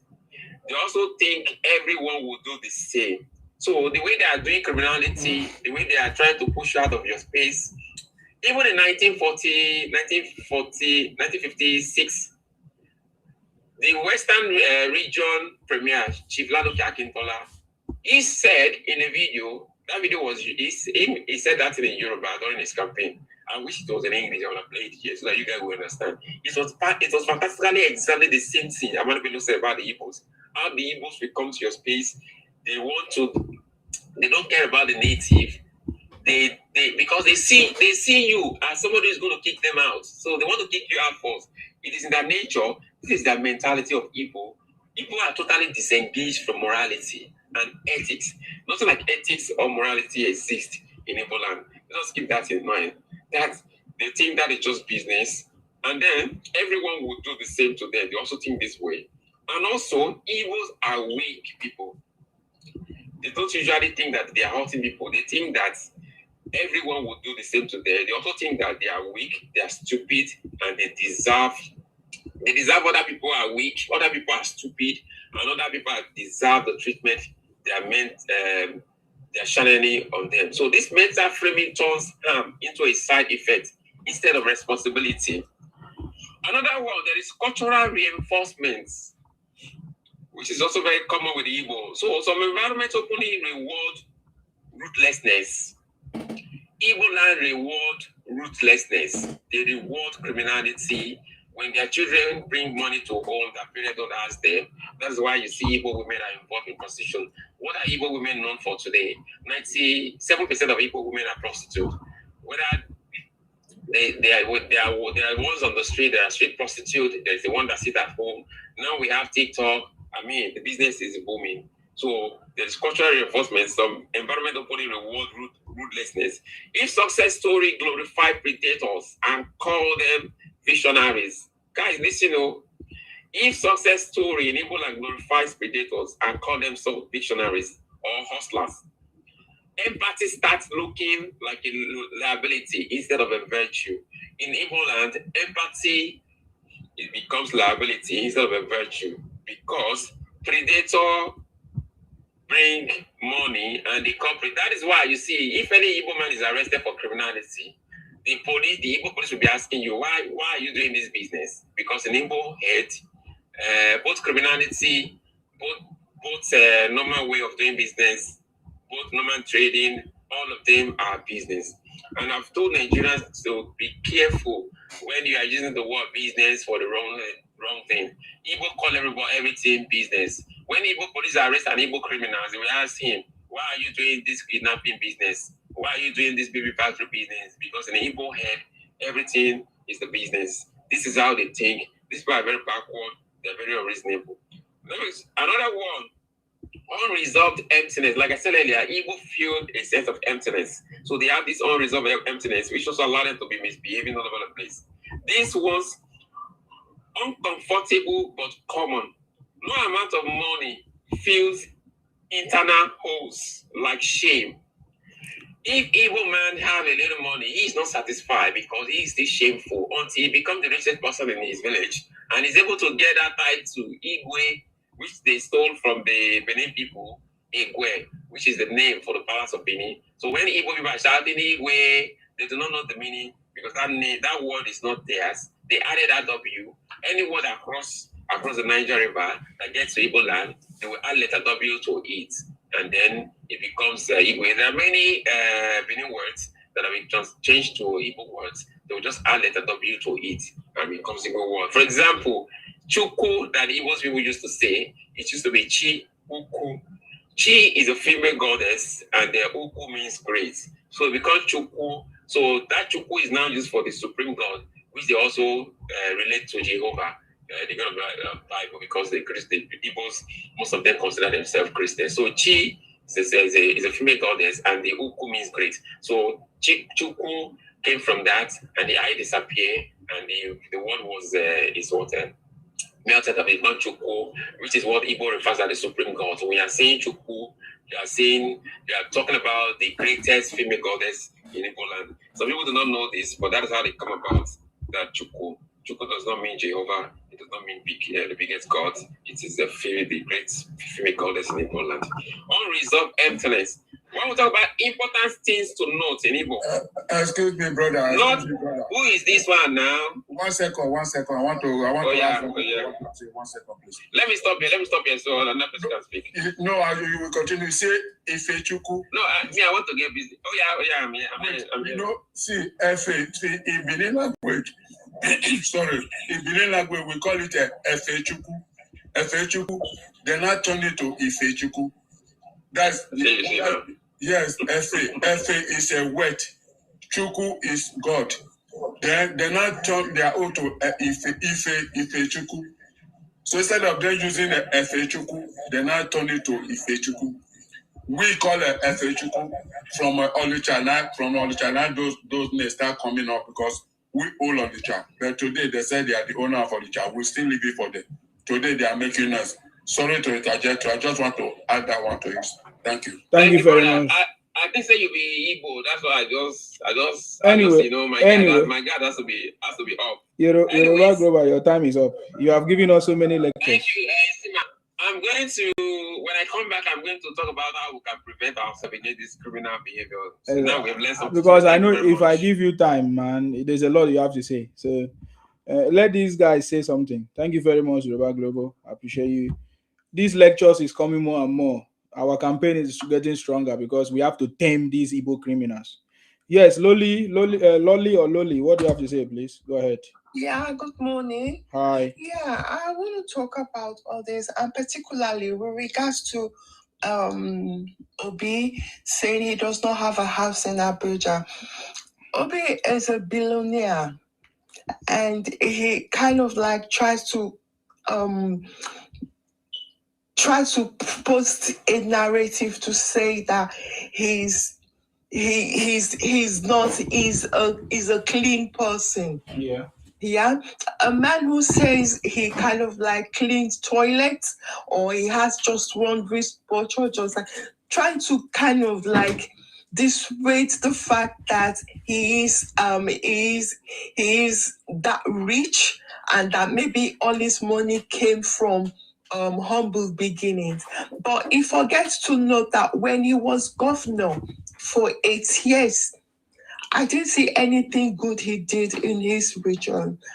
And also when he was leaving, he left a lot of debt. Obi, we cannot actually say he has this manufacturing company, he is kind of like employing his own people, or he's kind of like making way. He's not able to build a structure, he's not able to build people around him, even politically. And yes, he wants people to believe and give him that mandate to rule Nigeria. You cannot even build a political party, because when he sees or he senses skills, he moves, he switches. That is why you cannot say he is able to kind of like provide very big structures in Nigeria's companies. A person who has been rated in America as a billionaire, you can imagine what kind of money he's got. But he's not ready, and he's says, we're having a conversation here. Keep quiet, make person talk. Nigeria is not about Keep quiet. What is wrong with you people? Could you not wait your turn? Why are you so impatient? Miss Lady, continue with your submission, please. Wait for your turn. Wait for your turn. This guy don't interrupt again. Wait for your Is turn. it Maria?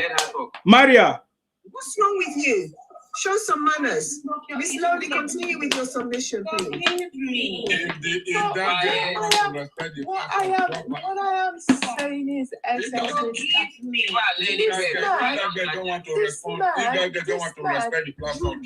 you want to rule a country, and you are at the same time bringing down that country. Who do you want to rule over? The same thing that happened to Nnamdi Kanu. Obi knows that Nnamdi Kanu is a tea guy, and he went to negotiate with him. He knew that the IPOP has been proscribed, and he went to negotiate. Was why they have the signed sealed document in 2019. And when he knew all the ills, and yet he's kind of like subscribing to it. And you want to rule this same country, and you go about kind of like spreading hate. And if people, these Igbos, these IPOPs, these ESN people, they can deal with their own kind the way they did, it is very sad. Very, very sad. Because I cannot imagine when I had those recordings and saw the videos, that the kind of like mayhem, pain that these IPOP people unleash on their own kind. What will happen if they have to rule that country? They're gonna kill everybody because they are so wicked. They have posted different narratives. They became kidnappers to kind of like post a narrative that it's the Fulanis that are kidnapping them. They kidnap their own kind. They buy their own kind. They do all these atrocities, and they want us to sit down and look at them and accept them. When the war they created in 1967 to 70, at the end of the war, we welcomed them to Lagos. We gave them a succor. We provided them properties. Those that fled during the war, we welcomed them back. Today in Lagos, we've had Igbo people contesting as House of Reps members, contesting as local chairmen in Lagos. In the East, How many Yorubas have been able to walk in any corridor of power in those 5 states? And yet they claim marginalization. There is no one country, there is no one state that cannot say, oh, we've been marginalized. The Igbo, I don't know what their problem is. They want to kind of like pull down that structure that if we cannot get it, nobody should. They kind of like made themselves believe that they are the solution to that country. That is why I cannot understand why anybody will sit down and say he wants to rule a country that he is pulling down. Who are you going to rule over? What do you have to give? Because you cannot give what you do not have. It is not possible. Obi is kind of like going on the campaign that he is the best that will happen to Nigeria. And I'm so surprised that people are kind of like accepting him. Somebody who had 80 years of rule in a state, and today we cannot point that this is what he has done. Lagos State still lives on the legacy that Bola Tinubu left behind, and he is still working on that state. That is why that state has been able to attract investment, attract people to want to come to Lagos to do business, to live there. He has created a safe place for that state. So tell me, what can people point to that Obi did in his 8 years as a governor? And yet he's coming to say he does not own a house in Abuja, but which we all know is false. Because that guy, he owned a bank in Nigeria. So he does not want to point to a source of wealth or for people to, because if anything happened like they are inviting America to come and bomb down Nigeria to disintegrate the country, because they feel that the natural resources, the resources that they have in Nigeria is not getting to them. So why would Nigeria continue to stand? They just want to break down that country. They are not happy. And they will never be happy because God will not allow it for them. God will not allow it for them. They are buying themselves. They are kind of like now saying that, oh, it's the Fulani people that are buying them. It's the Fulani people that make the T group to grow. But they themselves, they do all these things themselves. They are the one, the IPOP people, the ESM people, they are the one who kind of like, now these guys are make themselves look like they are the Fulanis that are kidnapping them. And when they do this, they kind of have become harvesters.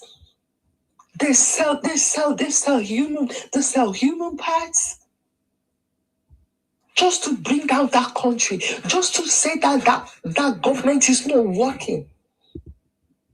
But they forget that these things are kind of like out there. It's getting to the open now. People are becoming kind of like wiser. But just that these people who kind of like not wanting progress in that country, they keep selling the wrong narrative. They keep kind of like selling lies.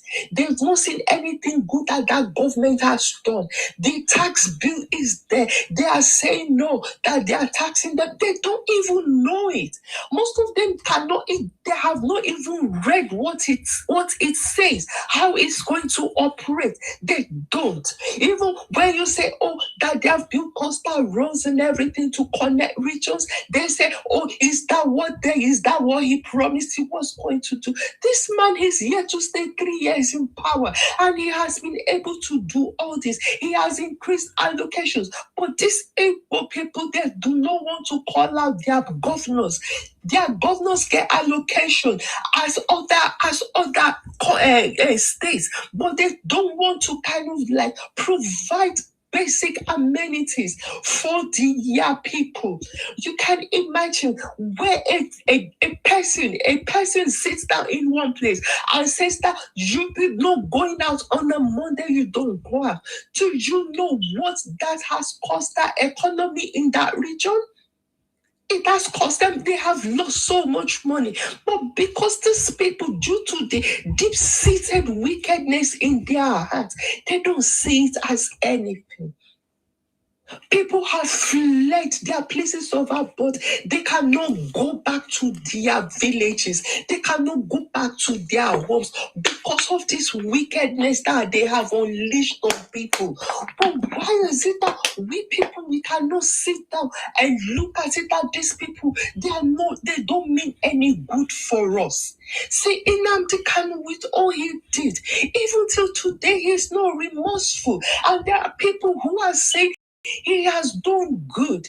I cannot, and somebody comes on a platform and starts speaking tongues over wickedness.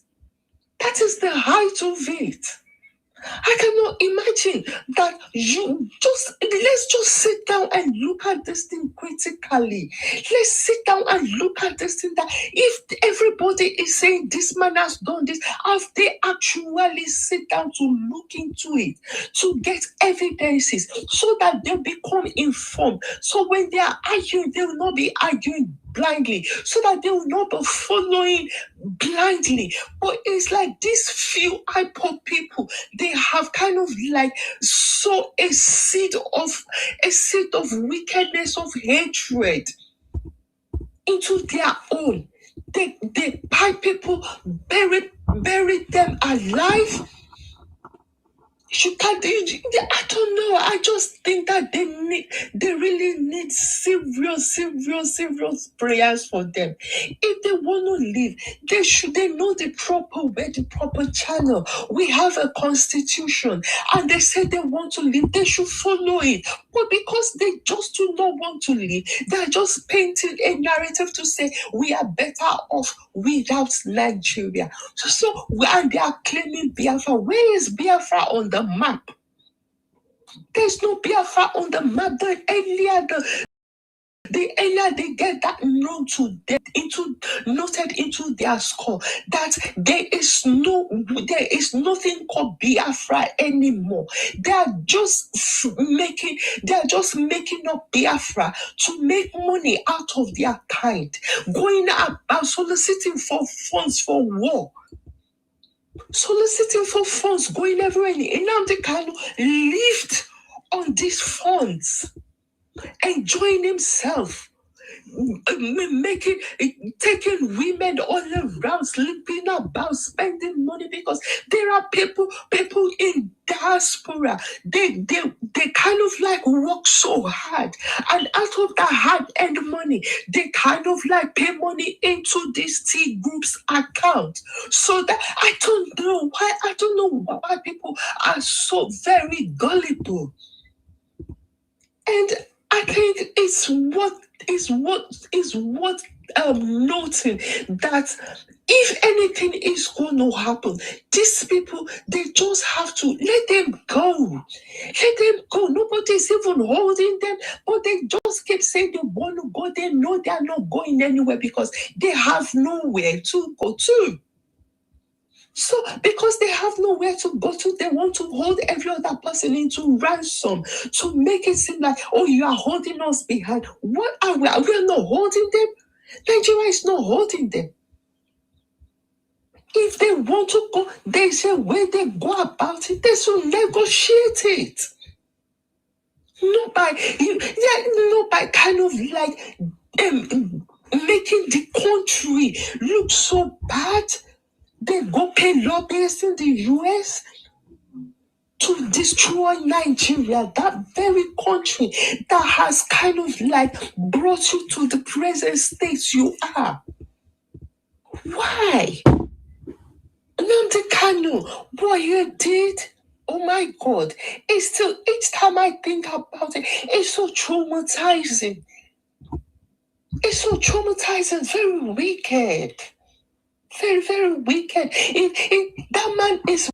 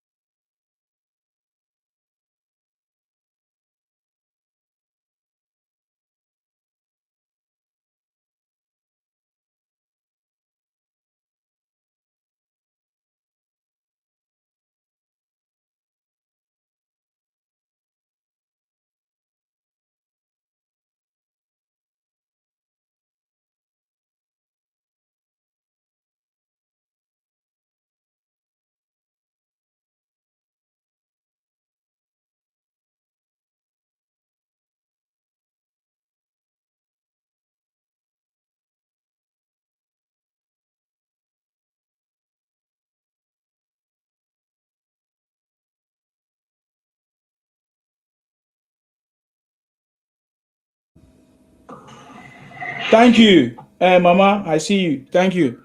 Do you have anything you want to say? You go straight to the point.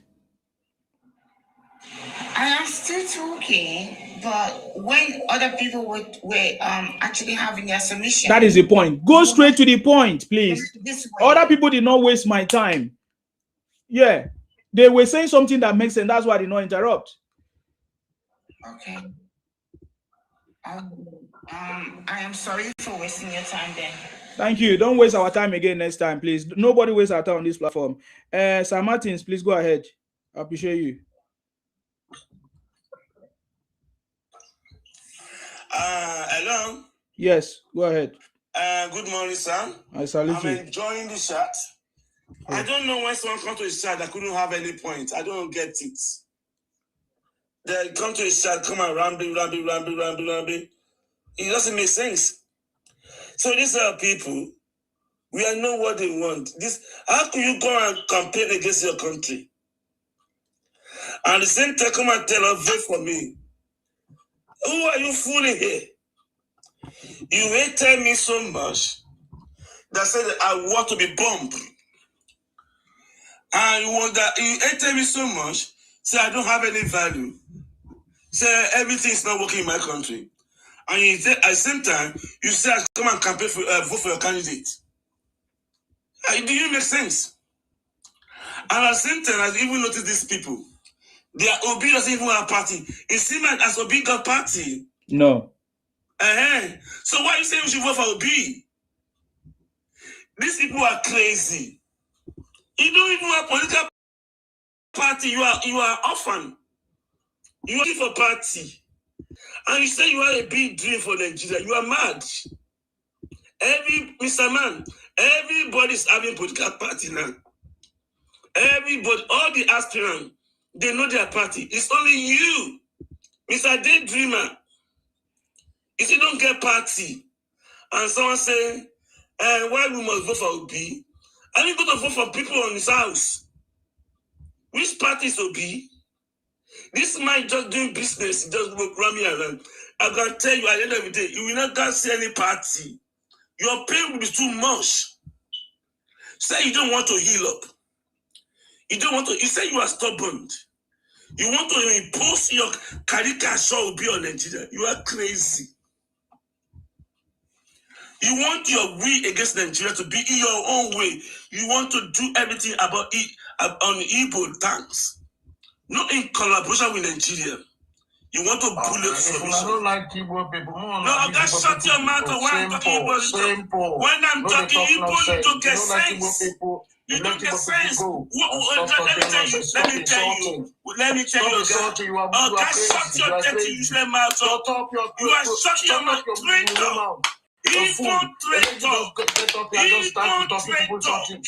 Unpatriotic. Shut up your mouth. Close your mouth, you are a fool. You're an idiot. Shut up your mouth. Shut up your mouth. Shut up your mouth. You are giving the country to look at what is happening in Nigeria. Useless. Come back from Nigeria. Come back Nigeria. Come back to Nigeria and stop this you are talking. You are a fool. Your pain is come and get out. You are a fool. You are mad. You see, I'm bearing this pain. You are very, very fool. You are mad. You are very, very crazy. You are mad, and that will make you a fool. Since you don't like Igbo people, you don't want Igbo people to stay in Nigeria. Allow these people to go. Allow them to go. Allow GT, why don't you wait for your turn? Wait for your turn. You will speak. Wait for your turn. Thank you. This man, I could understand you are feeling pain. I am richer than you. I am richer than you. You are feeling pain. Cut them out. I don't know what is wrong with these guys. I give them. Look at. Sorry.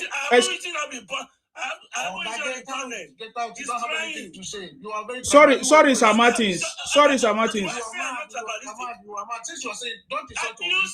tell you I'm not tribalistic? Do I tell you I'm not tribalistic? Okay, I'm tribalistic. Go to court. Shut your mouth. Thank you. Let me move this map. I want to talk now. Thank you, Isima. Thank you. I have to remove him. Everybody can see. Igbos lack discipline. That's it. Go ahead. Thank you, Isima. I want to make my submission.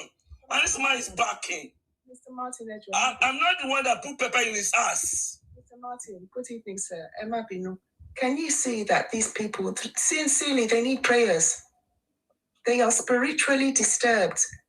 Everybody is now saying that they need prayers. Mr. Martin, continue with you. They need prayer. Hey, thank you, man. I don't know this man from Adamu. I just want to make my gentle submission, honest submission. And this man is trying to say I put pepper in his ass. Because everybody that Igbo click is a failure. They never click anybody that's successful. That's when they plotted, they kicked the boss of coup. Last night they cry at the back of it. They plot every boss Igbo click is a confusion. They want to pick a boss and say, Donald Trump come and bomb Nigeria. We saw the outcome of it, the failure. And this man was crying. So now me saying to go and meet America, come and bomb Nigeria. When you consign me? When the meeting you are in your meeting on Sunday, you plotted in your meeting, you want to go and lobby America, come and bomb Nigeria. And you contributed money. And you can't you don't click. You can't cry for me. You never say anything to cry you. There's nothing I can tell you. Any proposal of Igbo, if you follow is a catastrophe. If you follow any policy Igbo put on, they don't have sense. They are not good administrative. They cannot give a good policies. They are not governables. And they have been blaming Nigeria for not giving them presidency. Oh, God, nobody give it to you. It's your skills. You don't have skills. You cannot form collaboration. You cannot coordinate people. You like to bully people to intimidate people. That's your disadvantage. Why are you crying to me that you are feeling pain? I'm not the one that causes pain. And I mean the way I make you not get skills. To form team bond with people. Instead of being this irrespectful and arrogancy of people. You need to go and learn how to build human relationship. People like that. If you have them there, they come and abuse you. You cannot form partnership with anything. You cannot govern Nigeria. Nigeria is a complex country, baby. Nigeria is a complex country. There are over 250 tribes in Nigeria. You need to form alliance. You need to build team playing with people. To coordinate them. Igbo can never achieve that. And these people are telling me, give them presidency. Give you who? I will handle one the Nigeria president to the chaotic region. I will handle one Nigeria president to Biafra. I will compensate Biafra with Nigeria presidency. Do you have sense? Do you have sense? With all what shenanigans you be doing, I will say, oh, welcome Igbo. And I will compensate you, Biafra, IPOB, by giving presence for Nigeria. You decrease. You decrease. Your big thinkers in your camp, they don't get brain. You better go and reshuffle them, or you recruit them, recruit other people. Because I believe you must have thinkers. You don't have brain. So you want Nigeria to love Igbo, but calling America come and bomb Nigeria. We will hate you. And come and tell me, why do you hate Igbo? Your action and dealing in Nigeria state contribute to be hate you. No Nigeria be happy for you to campaign, to go and bomb their country. No Nigeria. You are the one that caused it. It's our land. We will not be allowed our land to be abused and be disrespected. It's our honor and dignity. If you do that, so you want us to come and like you, decrease. You decrease. So anything that Igbo does, that's why the candidacy, anybody that for that candidacy will be, is following failure. Is following failure because you don't have capability to rule Nigeria. They are packaging fraud, calling obedience. Are you obedient? Fraud for Nigeria. Nigeria is very smart and intelligent. They will commit their country to the kind of incapable hands. Someone that cannot coordinate things. I saw Obi video. Obi in one outing. He was begging, he nearly prostrate for everybody in the meeting. Good evening, sir. Good evening, sir. Good evening, sir. All the allergy, all the Fulani. He was bending down. So then, give me power, give me power, give me presidency, give me presidency. We can say to you, and you want to be commander-in-chief of the Nigeria Supreme Court Council. Okay, you know fit. That cap too heavy. That cap too heavy for Obi or IPOB to carry. Someone that can coordinate Nigeria, that Nigeria will respect. If Obi is down there, now see there, they will kick his backside away from that. Now one Asaru woman being, they need to kick him away for that group. This you really leave a man. You go and do Chinese, go to Chinese to them. Not in Nigeria here. We want concrete policy. This man, he have been jumping all about. I've never seen Obi present a white paper on Nigeria's insecurity in Nigeria. You are opposition. Tell us your alternative. Tell us agriculture. What do you have in offer for us? That's what is you are meant to do in opposition. Every conference you go to, you tell us your option. This man lack initiatives. Upon all insecurity in Nigeria, I thought it would hijack insecurity and present opposition option for proposal for Nigeria state. This crazy man doesn't have it in his brain.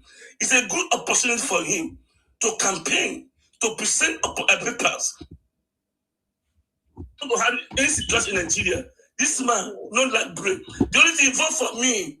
I don't have property in Abuja. My people is lonely. Do you think we are baby? Do you think we don't have brain? I will wash toilets. You are mad. You don't give us substance. You want caricatures, You want debulous to power. You just entertain them as if you're going to them singing practice. Talking to Nigerians. And we wash toilets. The guy is hungry. China go to China. Where is our president? You the craze. You the craze. I want to see your white people on security in Nigeria, Obi. That's why I take it serious. I want zero action on table. Don't give me no dancing, bouncing. We don't have lights. We are sorry we lost some people's lives today. That's what I call you to come and do. I want to give me options. What we are going to do from what this man is doing. Convince me. You couldn't have anything. So I'll give you power to come and dance in the Aso Rock. You don't want to sit down there. I'll be president. Okay? That job is so heavy. So in Sima and salute what you are doing. These people will teach them a brutal lesson this time around. During that Biafra war, they are not properly disciplined. We saw what happened to German after the Second World War. They were brutally punished. Today, in German, they can't terrorize any arms against the world. We saw what happened in Japan. They were penalized heavily. Today, they cannot use any arms against the state of the world. Only Biafra we didn't handle it properly. That was the mistakes. That these mad people became mad. We pampering them. We want to integrate them. We are all Nigerian. That's what we are doing. We do handle it proportionally. If I handle it proportionally, I think that the cost for that war, they should make Igbo to pay for the cost. That should be the penalty they should have to give to them.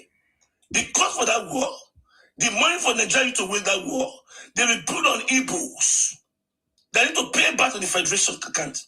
After that war, the federal government paid Igbo and looking for 2 years.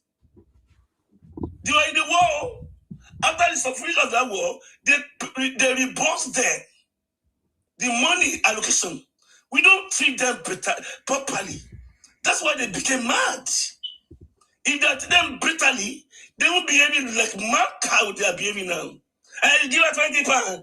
From 20 pounds, you don't steal our money. You give her 20 pounds. We bring money from that. Okay, you are not punished. Go and meet Germany. The bomb monkey. Germany cannot be supporting council in UN. Germany cannot be there. That's the punishment. Like what Japan. If you raise arm against the system, you'll be punished. So in our own case, we didn't punish Igbos. We treated them very fairly as a human being, as a Nigerian, but they misbehave. I think we have to correct that thing. We need to make sure they pay money back for that war. For that war, the money that cost Nigeria state. They waste our revenue, so they will be punished. Or that war, we will take that money from their input allocation. So when they do that one for them, they behave well. These people are crazy. We have example in the world how people that raise arm against the system being punished. We need to punish these people. So these are things. In essence, what I can tell you that this President Bola Ahmed Tinubu are come to stay. We are in a capable hand. This man is doing a great job. This man is the only man that can handle the affair of Nigeria at this stage with the strength that Nigeria will respect among the political class. Anybody born monkey way. Can't look President Bola Ahmed Tinubu face. You are political guru. President Bola Ahmed will teach you a bitter lesson. So this only man that can handle those kind of big fish in Nigeria state. Now, not Lily Liver Obi. Obi, you are a poor. You cannot control anybody in Nigeria state. They will slap you. Now, ordinary Boko Haram will slap Obi. If you dare stay that presidency, that who be you? We need tough hands. And this man is doing a great job. Some people are packaging fraud. The fraud that doesn't have a political party. Vote for Obi. Which party? You are confused. You cannot confuse me. That Obi, you carry your Obi to go with to election policy. Obi, you no go help. You no go get party.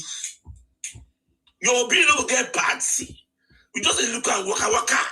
Keep on campaigning. You haven't seen anything yet. We are going to our promised land. President Bola Ahmed Tinubu is writing new Nigeria chapter. If you cannot see it, we can see it. By the time we finish, we are going to be entering new Nigeria state. By the time President Bola Ahmed finish in that office, not a clueless, visionless, no idea, jumpy. That kind of just if you say one in the morning, see one another one in the afternoon, want to be in that office. You don't know what you are talking about. You want to put in a chaotic situation. We tell you Nigeria is not like that. We love our country. We beat you. Any area you want to carry, come. But I don't want you to be too late for Igbos. Because where you are going to dangerous hand. You don't want to collaborate with Nigeria. You want to be in opposition with Nigeria state. You can't withstand the pressure. We will discipline you guys. No matter how you plan your own shenanigans, you can never impose your will on Nigeria. The will of Nigeria must be collective. This is of Nigeria, not Igbo.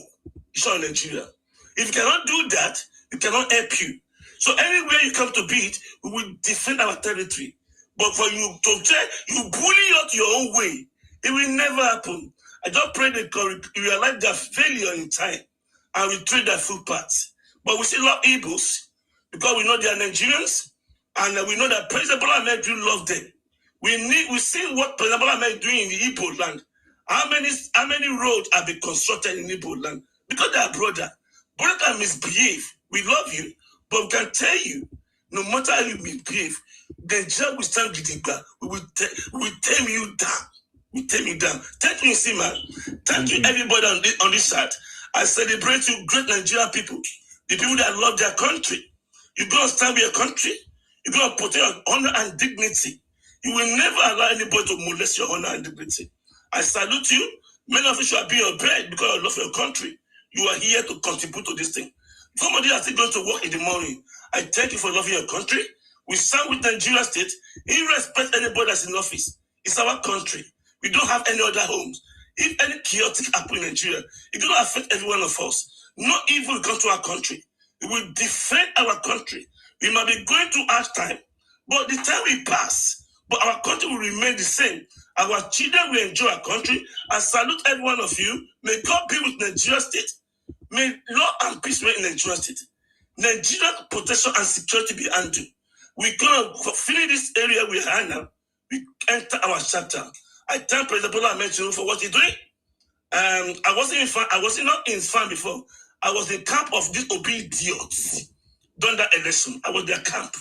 But thank God I saw my own right line. I ran away. I could have been in the camp of idiots. I could have been in the camp of chaotic set of people. I could have been in camp that insulting my country. I could have been traitor to my country. I can't be in that camp. I fled. These people doesn't want to go for my country. Unfortunately, I was there before. But I don't regret that it failed. But I thank God I've retraced my footpath to the kind of patriotic Nigeria, no anti-Nigeria, that be campaign for downfall and negativity of our country. That type of disobedient group of people, they are anarchists. They don't want good for Nigeria. I take what I call my footpath. I salute Nigerians. May God be with Nigerians. I submit the mic. Thank you. Bye-bye. Thank you very much, Sir Martins. That was very loud and clear. I always want to hear from you. Thank you very much, sir. Appreciate you. Thank you for coming. Yoruba, I think the next person there is Yoruba Challenge. Is it Yoruba Challenge or Yoruba Justice? Please go ahead, please, if you are available. Yoruba Justice. Yeah, to my countrymen, my Nigerian people. We are sharing a country with wicked, evil people called the Igbos. Their agenda is to capture power and to run the country like a zoo. We must never allow them. We must deny them everything, including their so-called trading in our regions. They are planning to make Nigeria ungovernable. This is the agenda. And we should never allow them. They are working with all the enemies, both internally and externally. They do not wish us well, and we should stop treating them and looking at them as a fellow countrymen. Igbo do not wish Nigeria well. So the time has come for now we also to treat them the same way they are treating us, treating the country. Like my other brother said, they call Nigeria a zoo. They call Nigeria all kinds of names. They went all over the world to demarcate Nigeria. And they are the one responsible for all this negative energy we are getting in this country. Come next election, I believe there must be an electoral reform. Igbo must never be allowed to vote outside Igbo land. Igbo must go back home to vote in their own region for their best interest in their own region. Igbo should not mass migrate to Yoruba land to come and interfere in our election. That in their region, this is very important. If Igbo refuse to listen to do that, and they decided because their energy now is to mass migrate to Lagos State in their millions, and they are thinking that they can take Lagos State with their stupidity, this will never happen. And if Igbo decided to mass migrate to Lagos, especially Lagos, they will suffer a calamity worse than their civil war. We are going to teach them a valuable lesson. If they are tempted to try to undermine our electoral or our political progress, in Yoruba land, that's the end for them in Nigeria. Go to your space, develop your space, leave Yoruba land alone. Stop mass migrating. You all are collecting enough money from the federal government to develop your region. What are you doing with this money? You take this money to China to go and buy all these inferior products, and you bring it down to Nigeria to come and mess up our little small business we are doing in Nigeria, destroy our industry. This is your agenda. We know that all your political leaders are sponsoring it. We know all your political leaders are the ones sponsoring your IPOB, the insecurity in your region. We know all these things so that your people can be coming to our region to make life ungovernable for us. This must stop. If you want what the best interest, Igbos, if you are looking for your best interest is not outside Igbo land in Nigeria. Your best interest as an Igbo people is in your region. Go and make that place a conducive environment for yourself. Stop unaliving yourself. Start loving yourself. We don't want you in the region. If you refuse to stop, mass migrating into other people's region in Nigeria, we're going to attack you. We're going to reject you. And if you don't want to go back to your region, to develop your region, and you are thinking that you want indigenous rights, you want to have the same rights like me in my own region, then you are crazy people. Something is wrong with your head. You need a doctor. You need a medical doctor. You need a psychologist. Or you need a babalawo to check your brain, because the late Justice, the father of Charlie Boy, I've already said that most Igbos, millions of Igbos, have mental problem, mental issue problem, psychological problem. We know this thing. But keep your mental illness in your region. Develop your region. This is what we are saying to you. But I know you will not receive. You have this like a hell, what do you call it, a death wish in your brain. You be what belongs to somebody else, you are thinking is yours. This is where you are going to have problem. And let me warn you, Late Chief Awolowo is gone, is dead. It was Late Chief Awolowo who forgive you, who return your properties, especially in Yoruba land, and who convince most regions in Nigeria to allow you to come in. This time Awolowo is dead. If you try to interfere in our political system, especially in Lagos State, you are going to lose all your life. Not only lose your miserable, stupendous life. You are going to lose all your property. Now you are not going to get any 20 pounds again. We are going to take it over. We are going to militarize everything. We are not playing with you anymore. We are damn serious with you. This will be a child's play. What happened to you in the Biafran war will be a child's play. If you attempt to come and mass migrate to register to vote in Yoruba land, you will regret it. This is my submission. I love you. Thank you very much. Thank you very much, sir. Thank you very much, sir. That is what they are planning. That is their secret plan. And they are not just coming to Lagos. They are coming to every part of Yoruba land. That is their plan. Because they know the people of South. They know what we can do. They still feel like the Yorubas have not understand their game. They want to invade not just Lagos this time. It's every part of Yoruba land. That is their ultimate plan. That is what they are planning to do.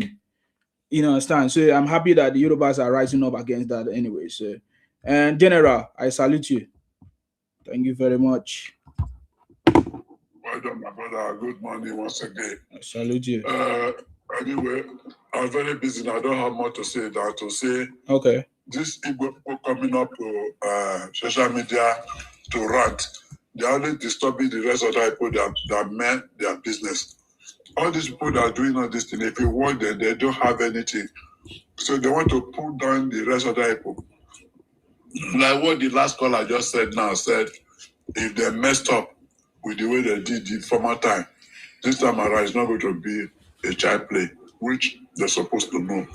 It's not only the Yorubas, it's all everywhere.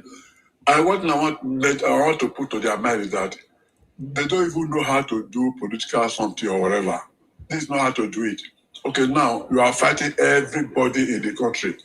By the time you get to your country and you say you want to come and do any business in the country you left, one thing they don't understand, the country you are before, you are very free. By the time you pull out from that country, say you are no more that country, you will not get the same right you have in that country before. You will be marginalized. They will resist you. And again, I want to come to this seaport or whatever they are talking about. If they say they want seaport in their state, they should have that one in mind that all Abia state will be wiped out. Owerri will be wiped out. Some part of Enugu will be wiped out. Then before some part of Anambra State will be wiped out before they can get seaport. They don't think of that one. Do you think they put seaport on top of air? See, if you want seaport is going to pass through land. By the time they drill the place, and the water will pass through all this area, starting from Aba. Some part of Port Harcourt, some part of Port Harcourt will also be wiped out because that's the only way they can get that water to come towards that direction. That's one thing they don't know. We want seaport. As any, I want to ask you one thing. Anybody that said they want seaport, tell them to explain how the seaport will come to their place. Is it through air or through tree? It's not through land. It's through land. And the area the seaport want to pass, how many states do they have there? They have five states, which is not up to one state in other person in Nigerian country. They are calling themselves Brafa. That's one thing. The only thing they would have said federal government should help them to do is dry port. When they have dry port, anything that comes from any other state, or they mingle with other people. I know the reason why they don't want them to be passing through Port Harcourt because these people, they are always fond of bringing something that is not good to the country. I don't want to mention it. That is the reason why everything that is coming, let it land in Lagos. They will checkmate it before they can allow them to take it off. The only thing they will have said is, okay, please, our trailer do fall on the way. Can we please have a railway so that when the goods come to Lagos, they will pass their goods through their railway, like as they are doing in the UK. So if your goods pass through railway to your place, when you reach there, you go and get your this instead of taking a trailer. And Nigeria itself is half time for us to have a railway connected to all states, so that heavy load, like that Dangote truck carrying the heavy cement, almost about 300 wagons per one trailer, passing the road. That also destroyed road. If we have a railway, you see all this kind of something will not be happening. If they maintain any road, the road will be lasting. That's the only thing they will do. Like all these people, it is hard time for them to sit down and think back that this thing they are drawing to themselves now, where other Nigerian people are not happy with them. Come to think of it before I hand everything. Number one, Peter Obi don't have party that is becoming the flag bearer to become the president. He's just doing coalition with as a boy. How can you say you are a president, you want to become a president, you start go and sit down with Alema Jerry, eating together with Alema Jerry, washing toilet, lying you don't have this and that. So all those kind of something will not help you. But to me, I have to be frank, I will still come back here when that time by special grace of God to tell you that what Peter Obi have made a very big mistake for doing a coalition with Atiku and other people that they are doing together, because they are not going to give it that chance. But these people, if you tell them the truth, they will not like to take it. I don't know what is wrong with their brain.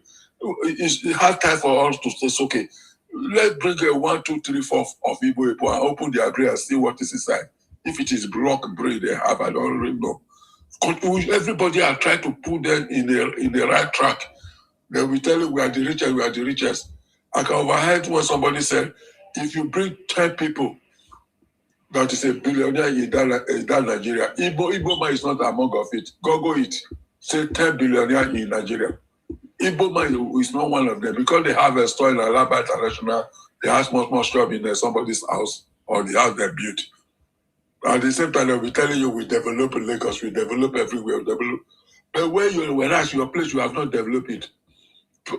To climb everything before I mic now. What the last man just said now that if anything happen again, they're going to lose all their property to each state they don't belong to. That's what is going to happen. Let them have that one in the back of their mind. Thank you very much. Thank you very much, sir. Sir General, I appreciate you. Thank you very much for that contribution. Thank you very much. We are the fight should be among ourselves to understand what these guys. I say from 1967 to date, they are still doing the same thing. That tells you at this point in our lifetime, Nigerians and we, especially the South people, the Southwest people, must rise up to understand that it is time to take a proper stand to tame this criminality, especially the Igbo criminality, the Igbo Biafra and IPON criminality. On conversation, it will never stop. If we don't do something about it, it will continue like that. I get it. So for me, I feel the part of the job that we need to do is among ourselves, our people. You understand me? We cannot change the way the Igbos behave, their thinking, their ideology, their mindset. You know, looking at the fact on ground since 1967 or 1966, they have never stopped. They continue doing the same thing to the point that as the years goes by, it keeps, you know, becoming worse and worse. They keep demarketing the country. They keep, you know, invading our communities with fake marriages because they want to. Everywhere, every nook and cranny of our land is being taken over by the Igbos, not the Fulanis. So it is time for us to do something about it. That is the actual truth. If you are not paying attention, begin to pay attention in what I'm telling you. The people that have invaded our community, even our thick villages, are the Igbos. What are they looking for there? Is the expansion agenda. It has never ended. That is the same Biafra ideology. You know, I listened to when somebody said, oh, the Igbos should go with their Biafra. No, Igbos are not Biafrans. That is why they can never go. They have never been able to go. They are not Biafrans. That is the truth. The Biafran people are the people that they are trying to drag into it. The South region, the Niger Delta people. These are the Biafran people. The Niger Delta people, the coastal region was the root, the bite of Biafra. Igbos are not Biafrans. That is the truth. Ojukwu only stole the name. Just like the way Igbos are stealing people's names and cultures and traditions and everything. It's the same way Ojukwu stole that name. Igbos are not Biafra. That is why they are not able to go. When you say go, because that's why when I hear people say Igbo should go with their Biafra, Igbos are not Biafrans. When you say Igbo should go with their Biafra, it means that Igbo should continue dragging the South people into the conversation. That is why I don't understand when people say Igbo should go with their Biafra. Because when you say Igbo should go with their Biafra, you are saying that Igbo should drag the Ikwere people, Igbo should drag the Akwabu people to it, because that is what is Biafra. Igbos are not Biafrans. Go and find out go and check, verify me. Igbos are not Biafrans. Because if Igbos are Biafra, they could have gone. That is why they are dragging other people. So when you use the word Biafra, it means you want Igbos to drag us, the BBO people, the Ijaw people, the Ikwere people, the coastal lines to join in their ideology. And that is why they failed. If you are talking about Igbo nation, Igbo should go with their nation, or Igbo nation, if they want to create their own, they call it Igbo nation. That is the difference. That is possible. You understand me? But saying Biafra, it will never be possible. It will never be possible. Because we, the true Biafran people, we don't want to join Igbo Biafra. And we don't want a Biafra. We are already Nigerians. You understand me? So, because I need to really say the language so that people will understand now. Because already there's a video circulating. Say, oh, Nsima say Akwa Ibom is Biafra. Yes, Akwa Ibom is Biafra. Calabar is Biafra. But we are not looking for Biafra country. It was the old map that, because of the route of that the Portuguese people take for their trading, they call it the bite of Biafra. It's not Igbos that are Biafra. They only steal the name to include us. That is what happened. So please, Igbo cannot go with Biafra. And that is why they have not gone with Biafra, because we are rejecting it. You get the point now. So please, thank you very much. I really appreciate you. Mustafa, it's your turn to speak. Please go ahead. I appreciate you. You get the point. Yes. Good morning. Good morning to you. Yes. Like what people are saying about their plan, one of the logic that I see when they use be say, you know, all this in most of the states, especially Lagos State, those places, they are very plenty everywhere. All this hotel where they go build, they pack like 100 and share will put for there. You understand? In one building. Yes. I've been saying this. In Lagos, government should look into all those things.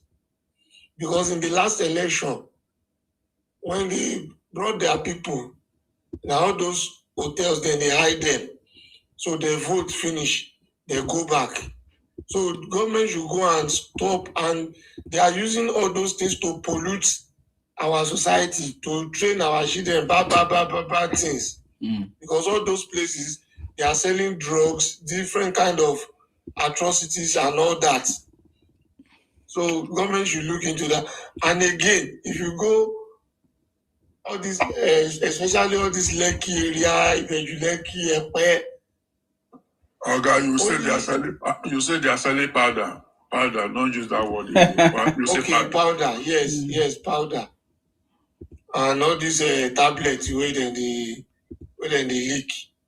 So if you see them in Lagos, only one person go landlord say he need a 3-bedroom flat. Before you know, after getting the house, about 20 people will be inside. You will not know who is who. So all those things, people should look into it. That's all the system they are using to stay in Lagos, because I don't think most of them can afford to pay rent if they don't use that system. So that's my own submission. Okay. Thank you very much, Brother Lee. I appreciate you for your contribution. Thank you very much. We have defeated every Igbo Biafra propaganda. We have, see, the city boy is on the throne. You see, whenever I say this thing, my body, they shake. Because 2027 is celebration of these legacies, whether they like it or not. I get it, because all these nonsense things have been exposed. Are you getting me now? I'm not even talking about the reason why we talk about Obi is not because he can win election, or it's not because he's on the ballot. No, we are just debunking his lies, because there's very gullible people that are still believing the lies. We cannot keep quiet. Anybody say don't talk about Obi, you don't know what you're saying. We talk about Obi, we talk about Biafra, we talk about every propaganda that is, because we have noticed is something that we have learned, that keeping quiet for so many years have allowed these people to grow wings and to even confuse other people. So we have to begin to speak up, and that is why we are speaking. We have to correct them. I get it, Mina. So thank you very much for that revelation as well. They use all kinds of systems to invade. They use hotels, whatever business they do, they just want to do it. That is their mentality, and that is what they are planning. So I really appreciate that. Thank you very much for that contribution. May God bless you. Let us hear from Mr. Alpha. Mr. Alpha, what do you want to say? What is your contribution to this conversation, please? Okay, Mr. Alpha is not available. I need to take you down. Anybody that is not available, please don't come up, please, because we have limited space. Many people are asking to come up, but I don't have space for them. Ugochukwu, what do you have to say? Do you support your Obi brother making such statement? I don't have a house in Abuja. What do you have to say? You know, if they laugh because you don't know what to say. I don't know why Igbos are like this. They can't communicate. It's only when it comes to trouble now they go shout. Tell us, what do you think of such comments? Are you proud of Obi? Ugochukwu, are you not talking? I will take you down. I just watch first. What do you watch? Do you know this program have been here for like more than 7 hours? You say yours a watch. When did you join us? No, now I just join. I never reach even 20 minutes. You never? Okay. So your question is I don't know. No, I still listen to everybody now. You see, man, drop out. He's coming to report your page. When you are drop out, when they listen from FYP, after when they're ready to talk, you bring him up again. Okay, I drop out. Yeah, drop out. Okay, that's okay. That is the logic they use. Okay. Agba, are you ready? Do you have something else for us? I salute you, Yoruba Global. Okay. Now, let me show you something where everybody. Yeah, just some time. Just give me some time. Yeah, okay, that's fine. I just want to show you something because so many people have now recognized that Obi is a fraud. You see the way Obi invaded some people. During the election 2023, is because many people were ignorant of who Obi is. But for people like us that knew who Obi was, I remember very, very well when I told Obi to collapse his 4 months presidential ambition and join the city boy, the man wey no road. Today, now, that what I said has really come to pass. Because when you look at Obi, he does not have any idea. He does not, even when they ask him question, he doesn't know what to say. Somebody asked me before, where is it that Sheyi Tinubu have not won the cap, his father's cap? Look at it. Sheyi Tinubu has been wearing the cap even when he was young. He was already indoctrinated into the wealth of knowledge of his father. That is why you see him around his father, learning and doing his own part and playing his own part. The other day we saw him, he was bestowed with a title. What was that name? The name of that title? I've forgotten it. He's doing well. Olomo of Yoruba land. Olomo of Yoruba land. It was not a joke. Olomo. Sorry? Olomo. Oko. Okay, Okolomo, right? Lomo. Yes, Okolomo. The best child. Do you hear that? Where is that KOK? Is it KOC? That Igbo man that was talking nonsense. Have you ever seen that kind of achievement before in Igbo land? You see, this is not a joke. If you want to, we'll talk about President Tinubu in full. I'm talking about in details during when the campaign starts. For me, I will tell you from my own understanding. Is it not the first time we have seen a president where his family join him, follow him, do everything with him in Nigeria? This is the first time I've seen that happen. Before now, even Goodluck Jonathan couldn't do that. So, that is why many people are jealous of him. They knew who he was or who he is, who President Tinubu is. They knew that he can never fail. Whenever he wants to do something, he's always successful. They knew that with the team of people that President Tinubu have, what that means is that President Tinubu have built people, empowered people, mentored people that are governors, senators, ministers, even beyond Nigeria, not just in Nigeria, beyond Nigeria. So you don't know who President Tinubu is. That is why they are so jealous of him. I remember when they prayed, like the man that came here and was speaking in tongues, speaking rubbish, complete rubbish. They prayed against President Tinubu to buy. Obi went to all the churches. He used the church network. I remember very well during that time, we listened to pastors from all over Africa and abroad, and everything. They were speaking against President Tinubu, that it was a Muslim, that Muslim wants to take over Nigeria. Only this should make you to understand that Obi is a liar, is a con man, because there is no sign of anybody trying to take over Nigeria. Rather, even in this administration, we have seen that even Christians are more than the Muslims in President Tinubu's administration and appointment.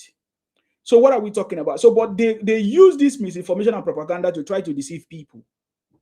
So we have a lot to say during this campaign. That is why I say President Tinubu campaign is going to be a celebration of legacy, from putting an end to this is it fuel subsidy, to taxation system, to the reforms, to the construction that is going. In fact, President Tinubu have turned Nigeria to a construction site.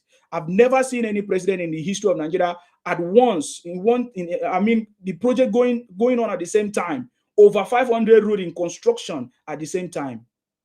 The good news is that it's handled by an Igbo man who is truly an engineer dealing with it. But this Igbo man, his name is His Excellency Dave Umahi. He does not agree with what his own fellow brothers are doing. The Igbos from Anambra and other places, Abia State.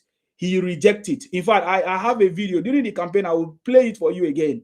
When Dave Umahi, His Excellency, said, we don't want to join our brothers and sisters who are doing rubbish to do what they are doing. We will never, that the Born State will never be part of Biafra. I will never be part of what they are doing.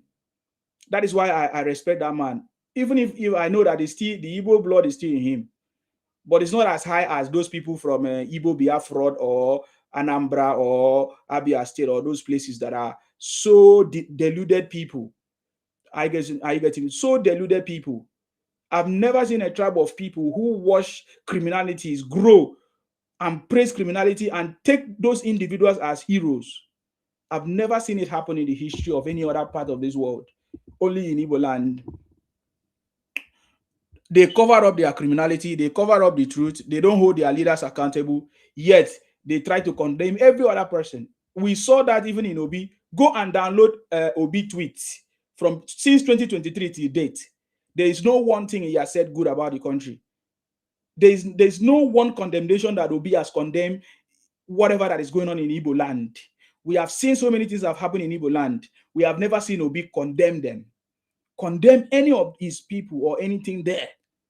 Do you think that is a coincidence? Or do you think that is normal?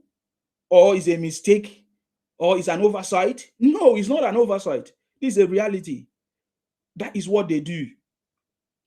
They are meant to behave like that. They are like animals. They are like the zoo. When you hear Nnamdi Kanu describe Nigeria as a zoo, he was referring to his brothers and sisters in Igbo land. Because the experience that Obi or Nnamdi Kanu is sharing is the experience of their brothers and sisters.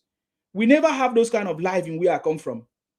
I'm from Ibibio. I'm from Akwa Ibom, Ibibio. I've never seen that kind of experience.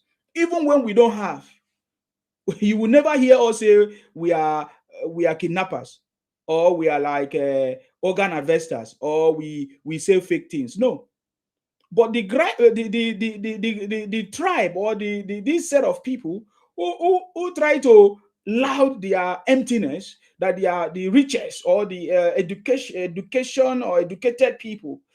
You see them involved in all kinds of criminalities that you'll be shocked to say, are these people not educated anymore? Are these people not rich anymore or wealthy?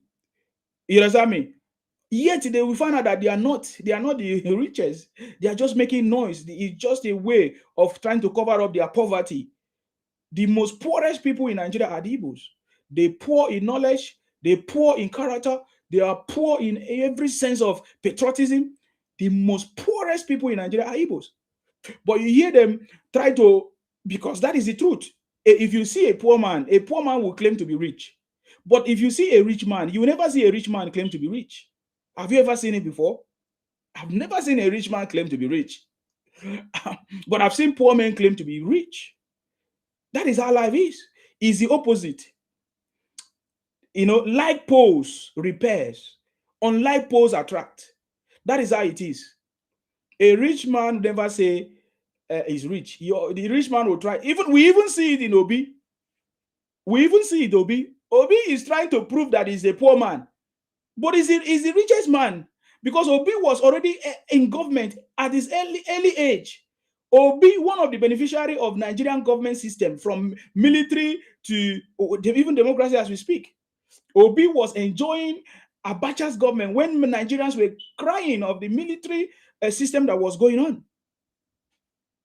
Do you think that Obi trying to defend himself as a poor man is a coincidence? No, it's because he's rich. Go and see everybody that is poor. They will try to make themselves rich, including those Yeye British.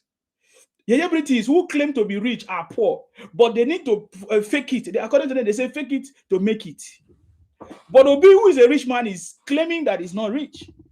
Every day he's trying to show that he's not a rich man, because he knows the implication that if his people understand that he's the richest man who has connived of their money or the resources, they will come after him. So he spent the whole of his life trying to prove to the Igbos, because it's only to the Igbos, that he's not rich, that he did not siphon their resources. Because Obi, have you ever seen Obi do any professional job? So where did he get his richness? Where did he get his money? If you talk about business, you need capital. Where did he get his capital from? It's always government. Obi has participated in government. Obi is one of the people that make Nigeria to be the way it is. That is why I made a video there's a video I made on my platform. I said Obi is one of the men or politicians that made Nigeria to be the way it is, because he was a governor. He was a governor for 8 years. What did he do? He did the same thing that every governor in Nigeria does. Stealing the money yes. Storing the money abroad and home and abroad. That is what they do. They use special purpose vehicles to siphon the resources of the state. That is what Obi is not different. Obi did the same thing that every other governor did. So Obi is not a saint. But every day of his life, Obi lived his life to prove to the Igbos that he never stole their resources, that he never benefited from the wealth of being a part of government in Nigeria. But Obi benefited from it. The greater part of his wealth was from government, Nigerian government, the Nigerian government that they despise. That is why I tell to Obi to his face, if you condemn Nigeria that Nigeria is not good, how did you become wealthy? Did you become wealthy in another country? Obi became wealthy or whatever in Nigeria. He took the resources of the country. Because it doesn't matter whether it's in Anambra State, it is the resources of the country that was shared to him, just like it was shared to every other part of the country. So we know this thing because we go in details of what has happened. You understand me? Obi took the resources of the country, just like every other governor, and enriched himself through different things. One of the hero beer that Igbos talk about today, the beer factory that Obi built or whatever, he destroyed the state-owned beer company. Anambra State used to have a beer company. Is it called 333 or what? I can't remember the name of that beer. I can't remember the name of that beer company that Anambra people have before. Obi destroyed the state-owned beer factory and brought his own, where he has stake, a shareholder, where he's a shareholder. I know this thing because I was there when Obi launched it, when Obi launched the beer factory. You people don't know. That is why Obi cannot confuse me or convince me otherwise. So, but the Anambra people they are busy selling in the market. Anambra people are busy doing trading, and they don't know what their politicians are doing. It's 3-3, yeah. So 3-3. So I was correct. 3-3. Yes. Thank you, sir. Yes. So there is no 3-3 in Anambra anymore because Obi stopped it. Obi destroyed it and went and established his own called Irobie because he need to have a share in it. So today Obi is still collecting royalties or some profit from the Irobie that Obi created using the resources of the state. And he saved money to become the chairman of Fidelity Bank, become the biggest shareholder. He used the money of the state to save in the bank for many years. That is why he said he put the money in the bank. Go and find out which bank did he put the money. He said, oh, we put some in another bank. But I tell you, Obi put the biggest part of the money in Fidelity, which he became the chairman. There is no way Obi could have become the chairman of Fidelity if he did not put the state money in the bank. And that is how all these banks in Nigeria work. It's not Obi. Obi is not only the scapegoat here. Every other governor does the same, except the good ones. And those good ones are few. And that is how the banks operate. They go to people that have the money. They know that the state governors have the money. They go to the politicians. Most times when you hear that the governors don't pay salaries, it's because they use the money to put it in the bank for a period of time to get accumulated profit. Do you understand me? Ask yourself, how come governors say they don't have money to pay salaries? It's because they put that money as a deposit, as a fixed deposit in banks. So that was how Obi became chairman of Fidelity. Because Obi have no professional skill. He has never worked in any corporate office. Unlike President Tinubu, that is a chartered accountant. That is why they are so jealous. President Tinubu understands economics, and we can see it already. He's making it happen. By the way, in this government, in this administration, I've not heard about salaries not paid because President Tinubu have given federal allocation to all the governors 3 times than they used to receive before. When many people say, where is the money? Where is the first subsidy money? These are the things that President Tinubu is using it to do. Using it to invest in the governors, and the governors supposed to in turn make use of the resources. The President Tinubu is using the resources to invest in education for every youth in Nigeria. That's why today we have scholarship. The first subsidy money is used, to offer grants and incentive to small businesses and companies. That is what I'm talking about. That is the man that understands the vision. And in my opinion, the next stage is to make sure that Nigerians have a benefit system to receive money, even if it's 1,000 every month, because there's a power in sharing that wealth to everybody when they need it. And the only way we can achieve it is when we have a digitalization system. And that is what President Tinubu is working. If we want to stop corruption, the only best way is to have a digitalized system. With the help of AI, we can trace every money that leaves the country. We can trace every transaction everywhere with the help of AI. I'm telling you. That is why we must build that digital infrastructure, a system. There's a system of government. When they say there's a system of government, for example, in the UK, a system of government means even if there's no prime minister, there's a system of government that keep it working until they have a prime minister. Do we have the same in Nigeria? We need a system of working. That is what President Tinubu is building, a foundation, just like Lagos. Even if it's not, what's his name now? The present governor now. What's his name? I've forgotten his name. Baba who? I've forgotten his name now.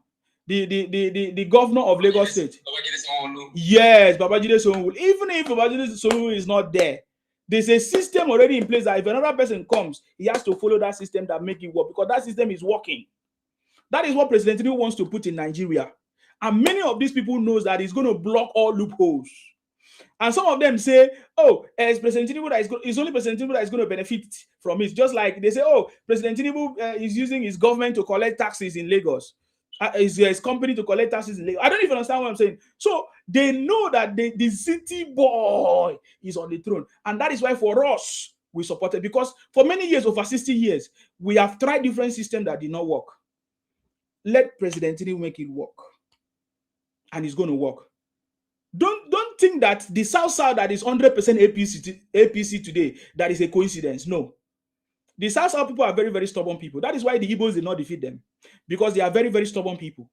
But for the South states, South today, to all come together for President Tinubu, they must have passed through all kinds of levels that we are no longer taking it. That is what is happening. So the Igbos know. For the South to come together, to collide every other structure for President Tinubu, my brother, it is a time, it's a changing moment in Nigeria. But guess what? The media in Nigeria don't want to talk about this. They don't, but they will be forced to talk about it in 2027. You see this media that are not talking about President Tinubu progress and achievement. Go and check all the media in Nigeria today. They don't talk about President Tinubu achievements. They don't. I have never seen any. They don't talk about only TVC. I think only TVC talk about some of the things that President Tinubu is doing.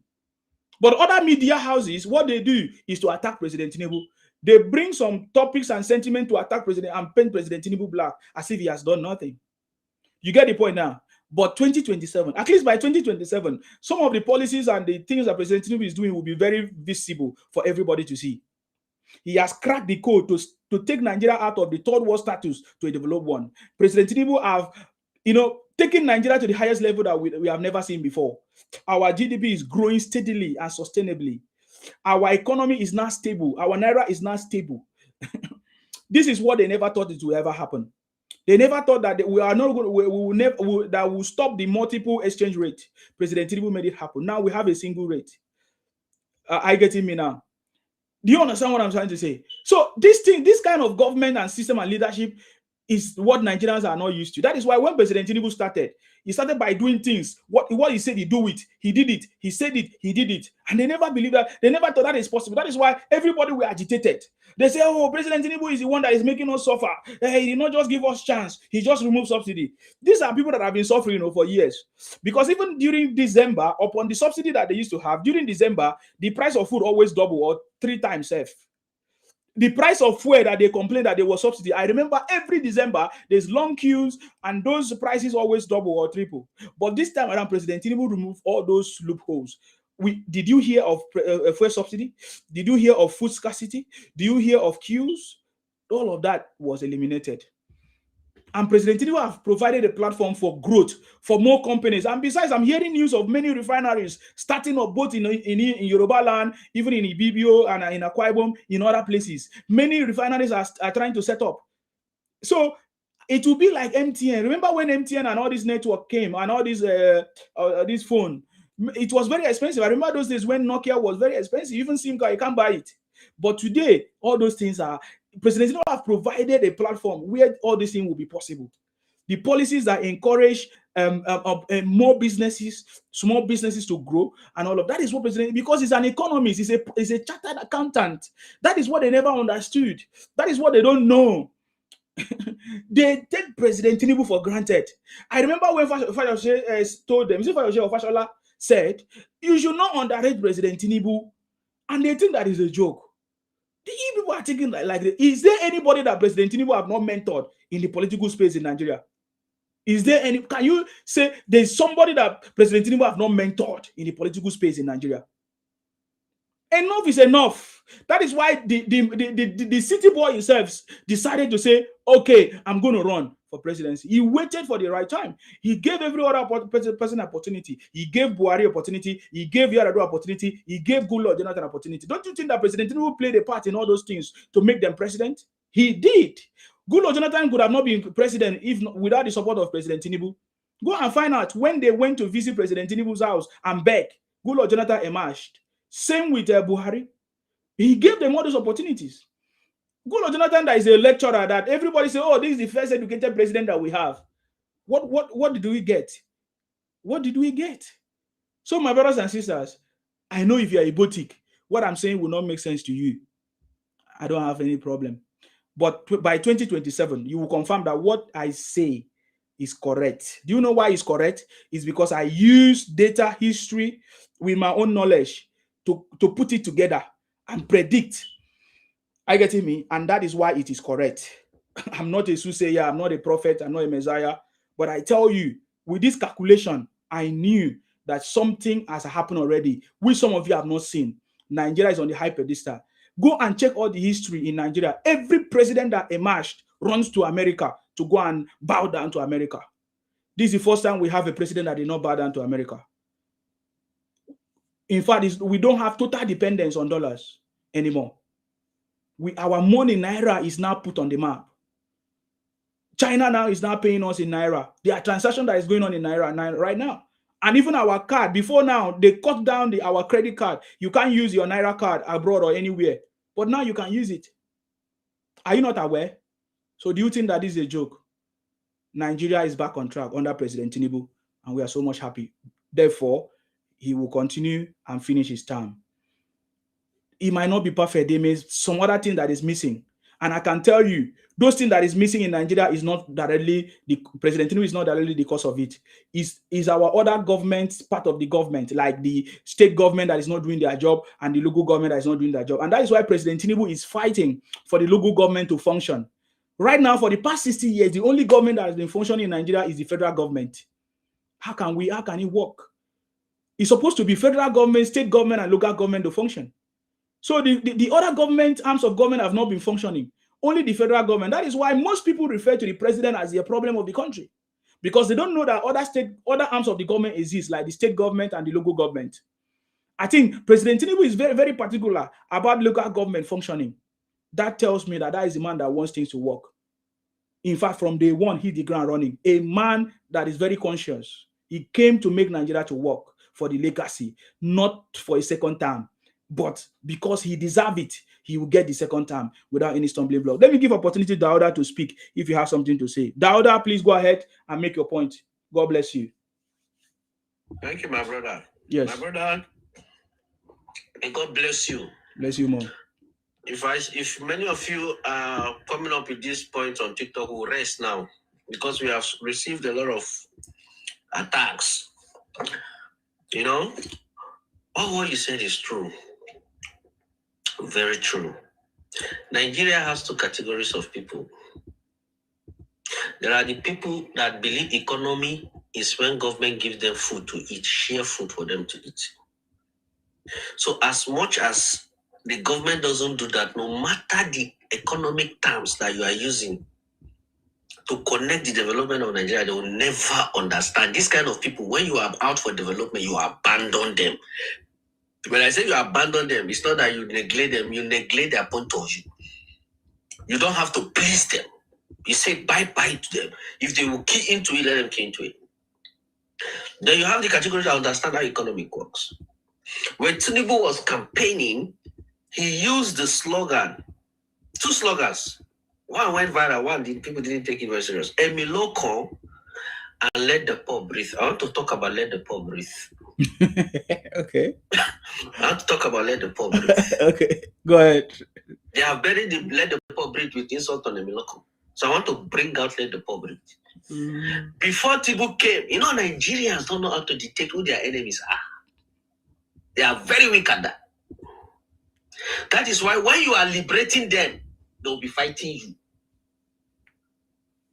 When Tinubu came, before he came, the poor people of Nigerians cannot breathe. Their oil that the government have subsidized for them, we are smuggled into Cameroon, Niger, Benin, Chad. And then you that the government has subsidized that fuel for, they will now ration it for you in the filling station. 2 hours, you get, they close it. Soldiers will carry belt and flog hell out of you because you are killed. Beat hell out of you, block your nose, you cannot breathe. The oil smuggler say you will not breathe. They gave you a phrase, fuel scarcity was a common term.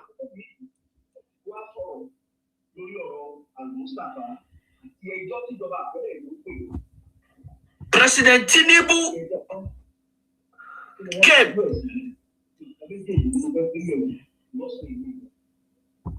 He knew that these oil smugglers that were fighting Dangote refinery have blocked your nose that you will not breathe. He removed their hands. He said, let the poor world breathe. Emefiele have suffocated a lot of you. Your business people that buy goods as for you to buy, we are denied dollar. They had to go to black marketers to buy dollar at exorbitant rates because Emefiele was giving his friends at official rates, and his friends will sell it to bank managers. Bank managers will now sell it to black marketers. Your businessmen were in their kuro eyes, they were denied. And Emefiele will now collect kickbacks and was building to your very eyes 750 something duplexes in Abuja. You are seeing, you cannot talk, you cannot breathe. To your eyes, to your face. He led to what we call the quintuple inflation. A bike that was sold at 120,000 naira became 600,000 because your marketers cannot access dollar. Tinubu came, put an end to that. Instead of giving that money to Emefiele, it made it an income to the country. Stabilize the dollar. He said, let my people breathe. Your governor suffocated the hell out of you. No local government allocation where the poor people are. All the poor people in the local government could not breathe. No money. The governors were suffocating you. You cannot open your mouth to talk. They were frustrating you. You developed 3 diseases. You cannot see, you cannot hear, you cannot talk. Tinubu came. Because you people don't understand who your enemies are and who is your liberator. Tinubu took your matter to Supreme Court. Tinubu said, leave these poor people in the local government areas, let them breathe. The governors wanted to fight back. He got you victory at the Supreme Court.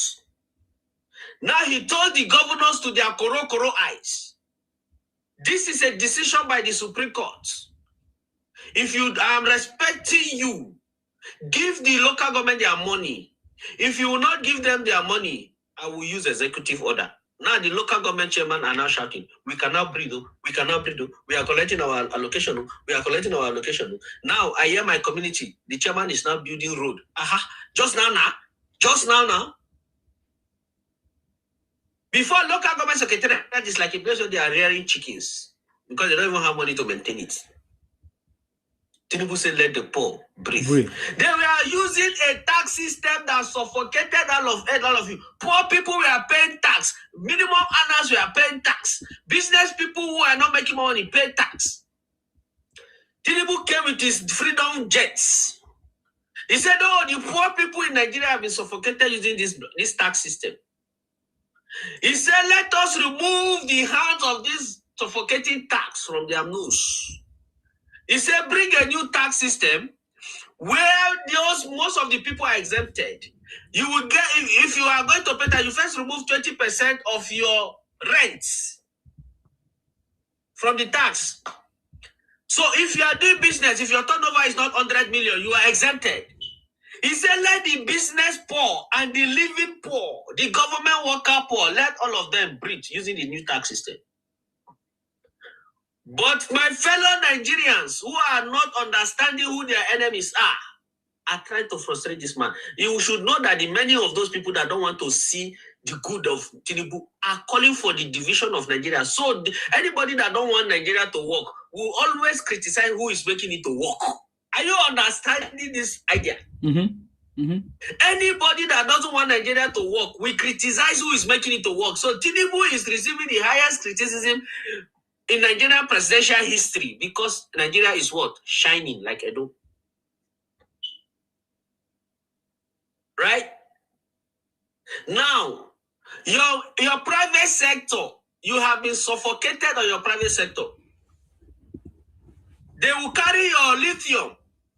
They will carry your rare earth sand. They will carry your shea butter nuts and move them to other countries. Go and process them and you cannot buy something. They'll go and produce something and be selling it maybe $20. You calculate the money, you shout. But it's your own raw material. People are tilting away from chemical creams. So they are tilting towards what? Natural substances, which is shea butter nuts. That's why they are doing a lot of creams and all this is. Now Tinubu came. They have suffocated you. All your minerals going out of the country. No company to employ you. They are only tapping and exploiting your resources. Tinubu said, do not again, in the east of Nigeria, take my lithium out of this country. Do not again carry shea butter nuts out of this country. Do not again carry rare earth sand out of this country. Our oranges in Benue were always transported to Chad in trailers. And we recorded post-harvest loss. But what is happening today?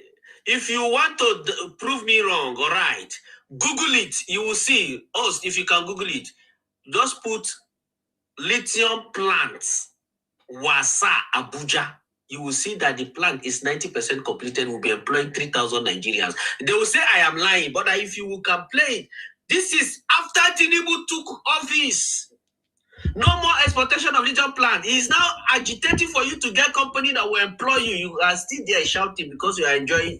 You want food. You think it's let the poor breathe. It's about amalatu and this thing. Right now. In Nasarawa, rare earth sand company, almost completed. It will employ 10,000 Nigerians. Check YouTube, you will see it. I'm not talking AI. Go to Benue, plan for the processing of oranges into juice. And then the bags will be, there are some oil substances that were extracted for production of medicine, pharmaceutical purposes. That plant is almost 90% completed in Benue. I think they were saying they will start operation in October last year. Hopefully they have started. Anybody that wants to give you food to eat will give you job to do. Will build your private sector. America has 150 million employees. 130 work in the private sector. All these people you are seeing that they are migrating to America, you see them following Sahara everywhere. Sahara Desert, Atlantic Ocean, everywhere. They are going to work in the private sector, not with the government. So any government that is ready to give you job will fix your private sector. That is why no matter how cheap food is in Nigeria as it is currently, very, very, very cheap, you will still complain because you don't have the money to buy. And it is not government that will give money to buy, it's work.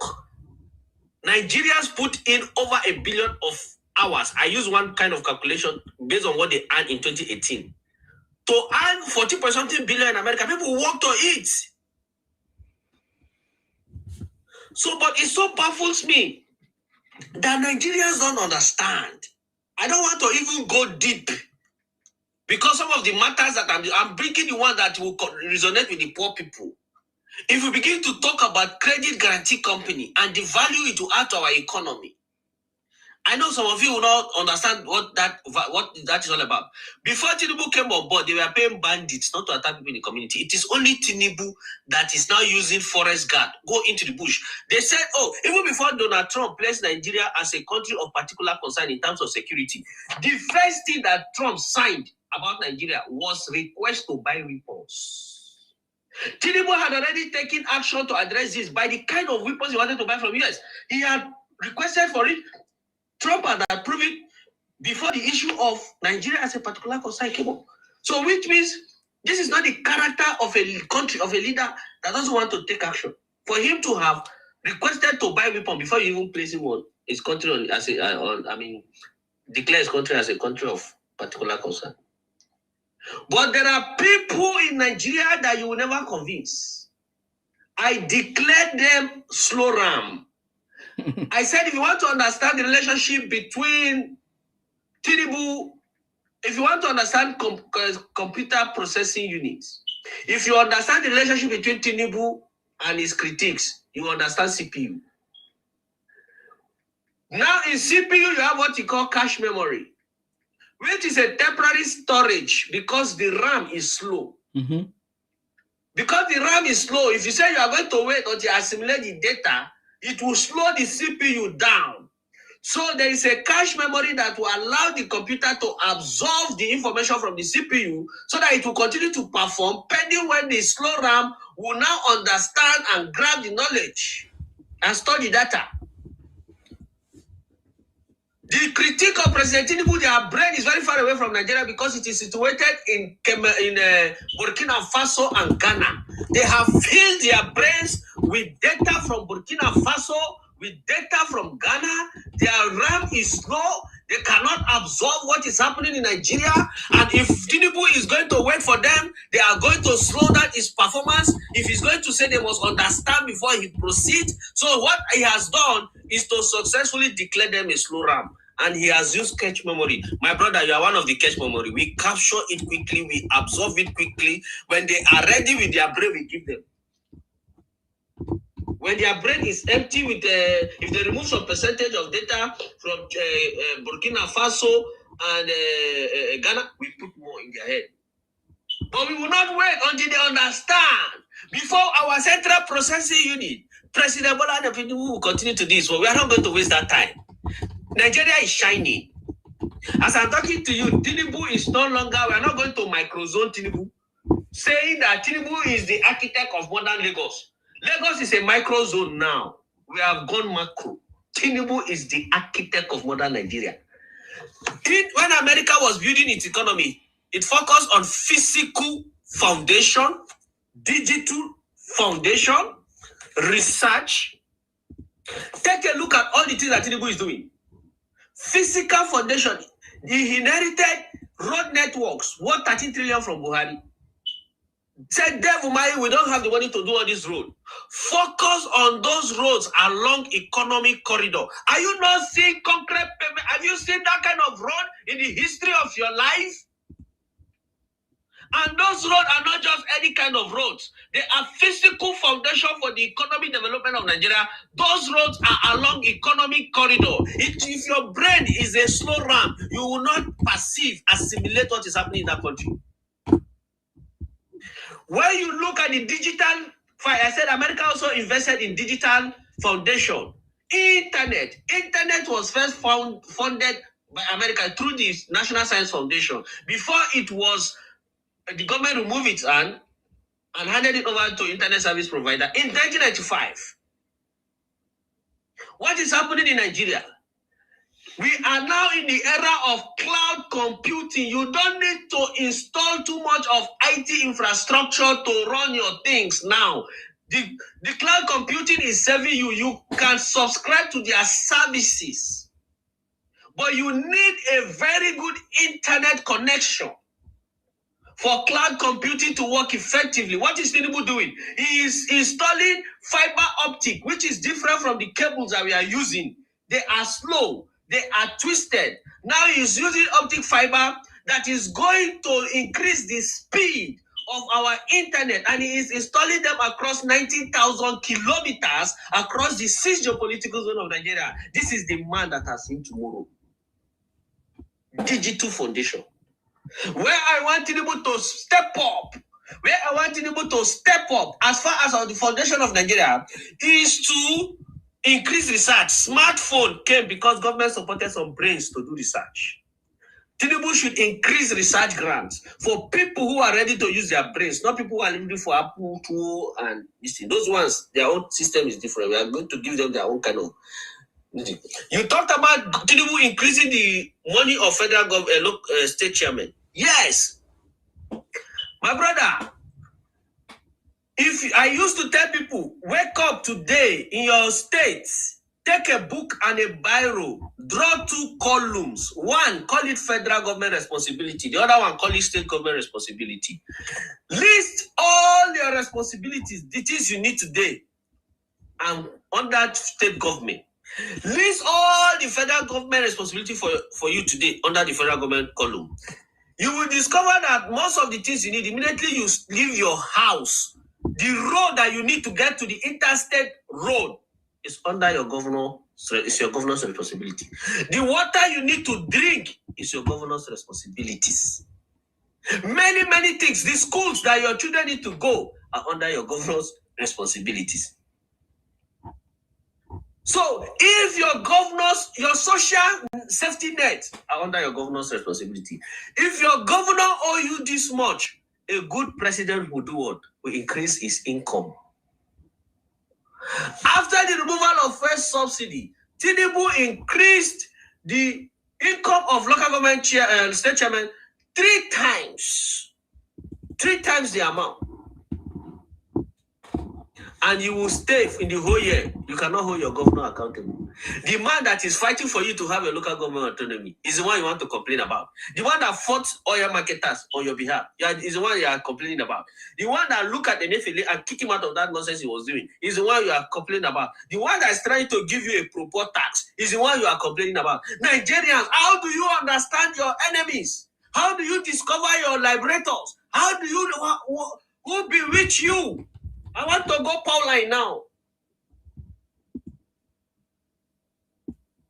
But you know when we have come to the understanding, you don't pity Nigerians, you don't tell them, oh, you must please them. No. If you are a good leader, you are not going to speak to please Nigerians. You are going to respect them, you are going to explain to them, but you are going to take action. Let them shout, let them jump, let them cry, as far as it is in their own interest. Do it. Nigerians don't know. You can see when Speed, Usher Speed, or what is that his name, came to Nigeria. What is the first thing that Nigerians are requesting? Money. Money. That is our problem. It is not now that it started. You see Nigerian celebrity on the road. Nigerians will be running after him. Show me love. That is the first thing. Nobody is thinking about growing his future. Show me love. Money. Money. The same thing with our politicians. If we come close to them, money, money, money. Nobody's saying. That is why if you want to liberate this kind of people, you abandon them. And that is why sometimes I recommend what Sigmund Freud said. Sigmund Freud said in his book, people always remember Sigmund Freud when it comes to his idea of religion. But he made a very powerful contribution as to how to get to the golden age.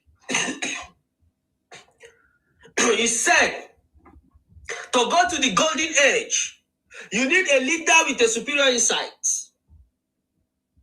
But he now said also, even if you have a leader with a superior insight, the process that brings that leader should be democratic, which means it's a majority say system. He said you could have a leader with superior insight, but the majority have a different interest from what he wants. But because he wants to please the majority and get there, he will now lower his standard. So Sigmund Freud said, therefore, democracy may not be the right path. They say, okay, what do we do? What is the other option? Sigmund Freud said the best thing to do, focus on the future generation, the children, transform them, give them the ideas, change their mindsets, change their thinking. And he said, people complain, how can we start? He said, plan it. You have no excuse. Plan it. Then they said, okay, any data to prove the efficacy of this approach? He said, well, as at 1960 something that I'm writing this book, America just introduced this policy. Asia just introduced this policy. So we don't have enough data with which to prove it. But you can see many of these American societies have changed through that approach. Many years ago, one of the reasons why America started giving loan to children to go to school was because many Jews were left out of school. And they were constituting social nuisance. But they targeted the children. Sometimes for good, some it became for bad. But the children, if you use good ideologies, became a very good approach to changing the country. All these adults that you are seeing, what they want is not what is good. You see, and even if it is Obi, Atiku, whoever comes to Nigeria, if you want to reform the economy of the country to the best way it should be done, there are 3 stages: shock, adjustment, and growth. Even if Obi come to power today, if he wants to fix Nigeria economy genuinely, we will still shout. There will still be a period of shouting and complaining. Tinubu came, the shout before is going down and down and down. You see, before they are talking about hunger, now they have abandoned it because he has defeated them. Now they are going to insecurity. He's going to defeat them hands down. So my brother, when I listened to you kind of analysis that I have been looking for, you took it to a level. I would have called you an AI optimization idea, but let me just stop there. What will I call you if you call me AI, man? you have finished the work. Please, can we host a program together? Because my plan is to educate Nigerians about some of the things that President Tinubu have done because they don't know. Just like you have said, they have been beclouded with fake information and misinformation on social media or all those other things. So I think we need to keep dishing out the right things and the policies of President Tinubu. So please, I would like us my brother, even if it is 12 midnight. Yes. If it is Tinubu matter.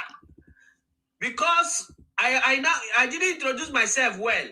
Introduce yourself. I used to say my name is Dauda Adamu. I am a data boy. I support Tinubu for a living. So you are a data boy. Even though I don't say so, that is what they call me. Because you speak in favor of Tinubu, they say you are a data boy. Okay. I added, I'm not just a data boy. I support Tinubu for a living. Any other criticism? No, my brother, if it is Tinubu matter, do you know why we are doing it? Tinubu does not know me. And I don't care. Do you know my interest? The kind of economy I've been looking for, I have seen it. The kind of leadership I have been looking for, I have seen it. So not even here on social media, I pay money to go to radio station. You see this thing I'm talking to you now? Very soon I'm going to a local radio station to blow it in Hausa. Correct. I will blow it in Hausa. They will hear it in mountain top. Base of mountains where people live, they will hear this language. The message, we are not doing it because we are paid. God knows Tinubu is not paying me, he doesn't even know me. But when you see a good person and you allow people critique to weigh that person down, you have contributed to the failure of the country. But when you see a good person, when others are not seeing it, stand by that person with power, with your mouth, with everything. Even me, I know I will spend up to 70,000 just to have 30 minutes on radio station. I do it. I can give you the money, boss. If you are ready, I can give you the money. No. I paid myself. Don't worry. So don't worry. I'm in US. With $1, we'll get it done. But I'll just say is that we can expand it across different states. Now you can look for somebody in your state that will take this message, listen to it, and go and analyze it to the people in their local language. We can, if you have sponsors like this that will be taking care of people at different. See, we will tell these people on social media that their polling units start and end there. Rufai of Arise is the INEC chairman, and Ruben Abati is the police inspector general of police. They will declare Obi on TikTok. And Obi will rule on TikTok. We don't want to see them on ground. So my brother, anytime you need me, yes, you don't need to pay me a dime. You don't even need to tell me thank you after I finish. Call me and give me your platform. I will come and declare the message, the good news of Tinubu, the architect of modern Nigeria. Thank you very much. Thank you. Thank you. I appreciate you. Thank you very much. I think what you have said today confirm what we have been saying before, that President Tinubu have cracked the code to take Nigeria from the third world status to a developed one. And that is what Nigerians don't understand. I really appreciate you, Sir Dauda. I'm going to reach out to you as well, because we need to anchor this kind of programs with this wealth of knowledge. I really appreciate you. Thank you, sir. Okay, who is the next person that wants to speak here? Abba, are you ready? Or Mustafa, or General, or Yoruba Greatness? I'll be happy to hear you guys if you have a contribution, or if you are sleeping, I can bring in Adedayo to speak. Falano. Adedayo Falano, are you there? Mustafa, are you there? Next one is go. Yes, but continue. I'm just listening. Okay, you want me to continue? Okay. All right. I really spoke with him. I actually thought he was Biafra because of his accent. I never heard somebody from the north have that kind of accent. Didn't you hear that he's in the US? It seems now not that no get education. No. Let me correct some impression. It's the accent. Let me correct some impression. You see, we have to understand the demography of northern Nigeria. As early as the first half of the 20th century, missionaries were there preaching the gospel, using schools as strategy to reach out to the people. There are places that accepted missions activities as early as the first half of the 20th century. They have gone to school. Other part of North rejected it. So if you enter inside North, if you go to some areas, you see the difference. But just like during the time, I'm not anti-Muslims. I don't have a problem with them. I'm a Christian. But during the Emirate system, the North operated indirect rule and the South operated direct rule system. And the Emirate did that for a reason, because there were many indigenous people that they have subjected to their leadership through jihad. Especially the flag bearers of Uthman Danfodio, who went to him and said, give us authority to carry out the jihad in our domain. Those people, some rejected it, some fought back. Some didn't want to fight continuously, so they paid loyalty. So the northern parts of Nigeria did not project them, and those people kept quiet, so they were marginalized. And it is the same thing today in the political forefront of Nigeria. Those people are not. They are giving, if you go to Gombe now, maybe they are giving commissioner of the states, they are giving SA to the governor, PA to the governor. They don't give them federal job to portray them. They will never send them to become ministers. So what I'm trying to say is, those people are there. Every state, if they're in the southern part, most of the state, Obi went there and campaigned. That's why I said Tinubu people should not neglect that population. Tinubu should have a team intentionally focusing on those areas. Because they neglected them, Obi went and got their votes. So when Obi go to North and campaign, and you see a lot of people, it was those areas I was going to. And Tinubu should also strategize that way. Thank you. So a lot of educated people are there, but they are not projected. Thank you. Okay. Thank you very much, sir, for that. I appreciate you. Thank you very much.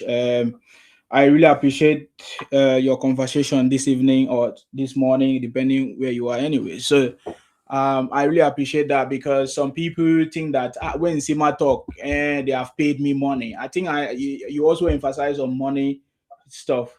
I use my money to do what I'm doing because I know my reward is coming. Exactly. If you need your own reward, you join us because we know what we are doing. I've been funding this project since 2023 myself, and I spend my time. I mean, I don't know how much I can quantify my time to my belief and to what I'm doing. So I'm not even worried about all those things, because my first focus is to be part of the change that President Tinubu is bringing. He helps me personally. I don't even when somebody is not there, it motivates me, it makes me to be alive, it makes me to know that I've done something valuable during my time. That is my first motivation before any other thing that is coming. Many people have abused me, threatened me. I laugh at them, because for them to see me come out with my face, with my real name and talk, they should know the kind of person I am already. But because of their myopic mind, they don't still know. Some people say to me, if you come to Nigeria, I say, when I come to Nigeria and announce it, you can't do me anything. I've been to Cannot do anything. I've been telling them, who are you? I've been who to are going to threaten? Exactly. I've been to Nigeria many times without letting it out. But if I'm in Nigeria and I want you to know, you can't do me anything. You see, the threat that you people, you only know the threat. You are not, will I say, what did they used to say? You are not the only body, you don't have monopoly of threat or something. And because we don't believe in that way, we do something differently. We do things differently. So I strongly believe that many Nigerians are already seeing the change that they never thought would ever happen under President Tinubu. That is why they don't know what to do anymore. Look at all their complaints and their conversation these days. They don't know what to say anymore. Before they complain about food, this, that.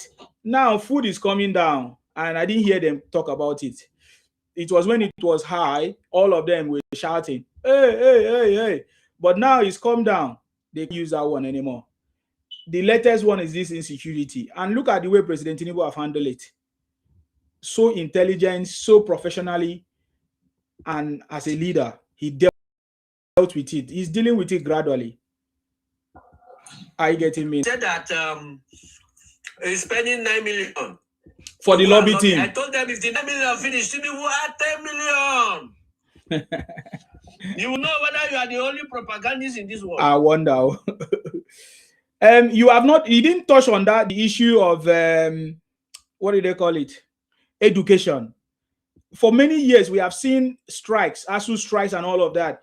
The political group or the presidency as at that time, many years ago, even including Buhari, was not able to resolve the issues with teachers and all of that. But look at President Tinubu. I believe the news was broke out some weeks ago that President Tinubu was able to grant the demands of the teachers or something like that. ASU. My brother, I was an ASU member for 10 years. Okay. Before I left Nigeria. Yes. So I left Nigeria to go and do PhD as an ASU member. So that's why I cumulate to 10 years, right? Okay.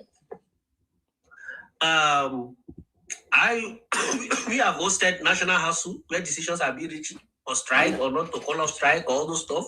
I've been the one, because I was a young lecturer there, where the one taking microphone and giving to people who would speak.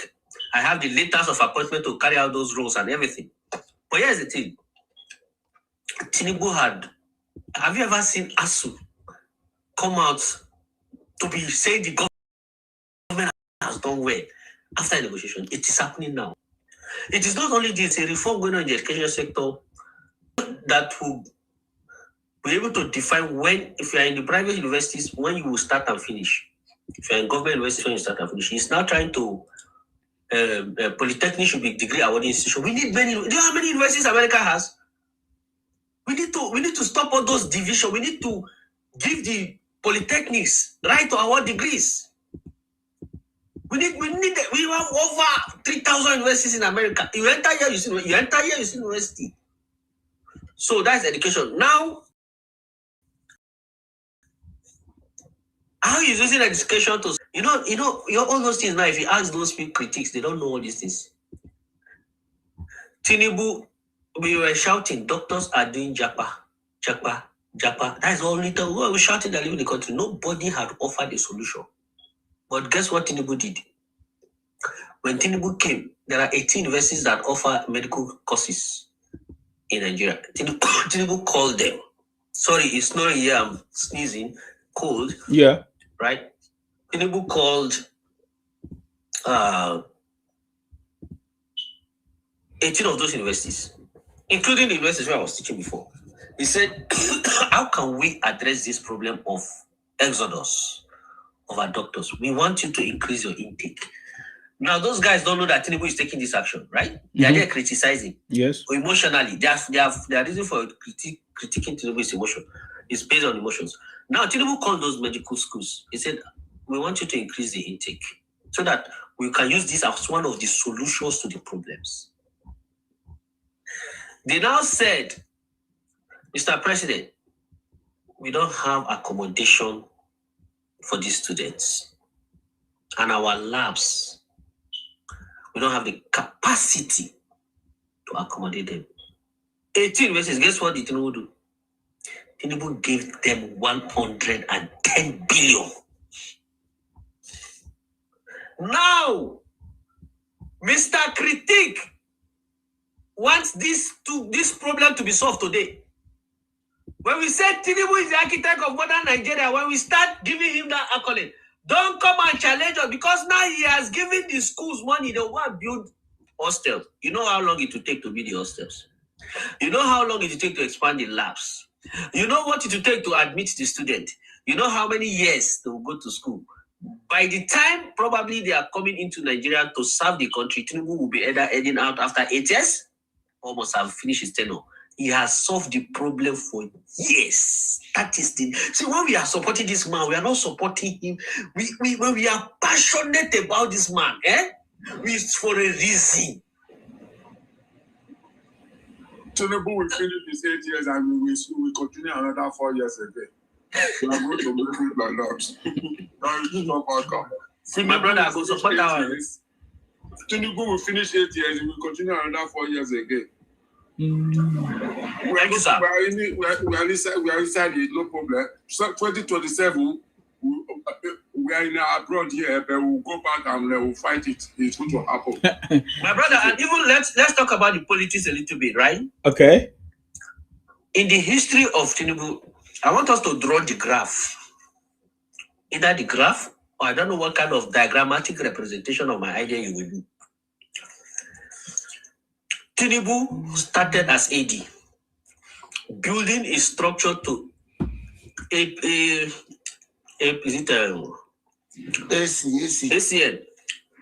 Taking over Southwest, keep growing.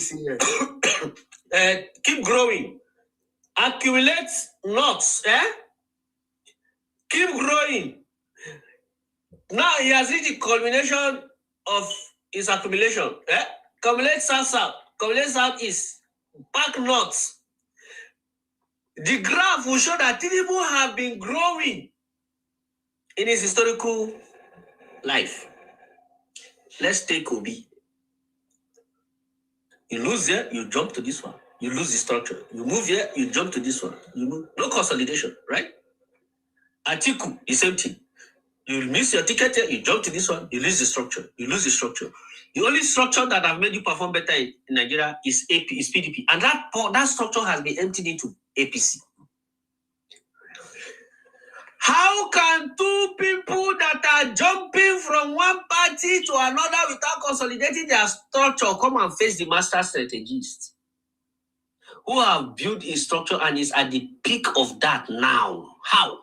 When we beat you people in 2037 and Obi look up and say, how did I get 20,000 votes? Or Atiku, how did I get 25,000 votes? Don't come and shout region. Study the graph.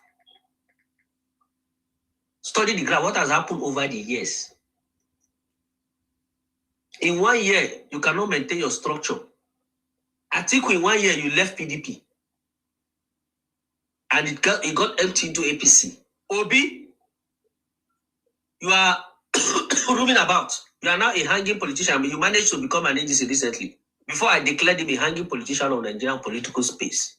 Neither year nor year, between and betwixt. How can you now face a man?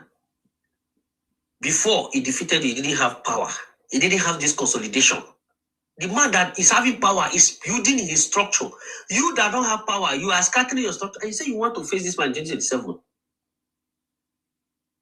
And when we are talking, people think it's no. This politics is not a miracle.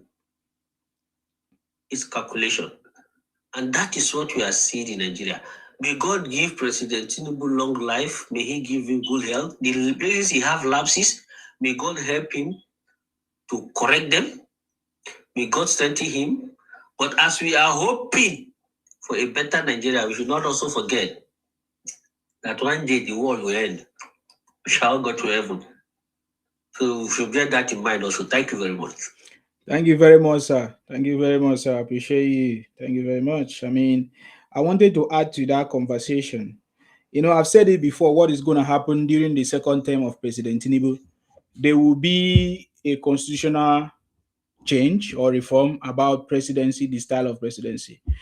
It's no longer going to be 4 years. It's going to be one term. And that might be 6 years or 7 years term. That's it. That would be sweet. I'm telling you, that is what is going to happen. You see, I've said this thing many times. I just follow you. AK White, I just follow you. Many times I've said this thing, but people don't listen to me. Initially, I already said it around November, December, that Obi don't have a party. I said that before, and now it's happening. Obi don't have a party. That is the truth. Obi doesn't have a party. They are begging him to be a vice president or presidential candidate to Atiku and all of that. So there's a lot of things that is going to happen during the second term, and which is going to be the way forward for Nigeria. Let us hear from AKY, sir. I salute you. Okay, AKY is not there. Yeah, good morning. Good morning. Oh, yeah, I salute you. I salute you. Go ahead. Sir? Yes, go ahead. Yeah, thank you. You're welcome. Yeah, let me just continue from where Mr. Dauda stopped. Okay. You see, all these our noise maker, they don't know what politics is all about. When you tell them would be jump from one party to another, they will want to compare with Tinubu. Can someone tell me if Abuja is not still existing up to today? If PDP is still not existing up to today? If Labour Party are not still existing up to today? Then I can tell you categorically that the downfall of AD started in 2023 when Obasanjo is coming back for second term. It was only Lagos State that succeeded that fight against the federal power. And Asiwaju from that AD moved to AC. Now, no single party that is AD again. You can't find a councillor that is AD. But Afghan is still existing where Obi left. When he moved to AC, they continue like that. From AC to ACN, can someone tell me where AC has ordinary councillor that is still existing? Because when Asiwaju changed, he changed with his people. It is every followers that will change along with him and rebuild another party, bring in new set of people. So when we move to ACN, we still have, you see, we always have crisis. The Asiwaju know how to deal with this crisis. We have crisis to the extent, even in Lagos, we are having 2 state chairmen, 2 state schools in ACN back then. But what did this man do? He calmed down, he bring everybody together. But it is the same ACN that merged with Baba Buhari party and other parties like that. So if you look at those parties that they merged together to form APC, are they still existing? Aside from being APC. This is the difference there. Compared to somebody that would left Abga that still having incumbent governor. Labour Party still have incumbent governor and some House of Rep if they have not deflected. Look at PDP still have governor. So these are two different things they don't know. No single party.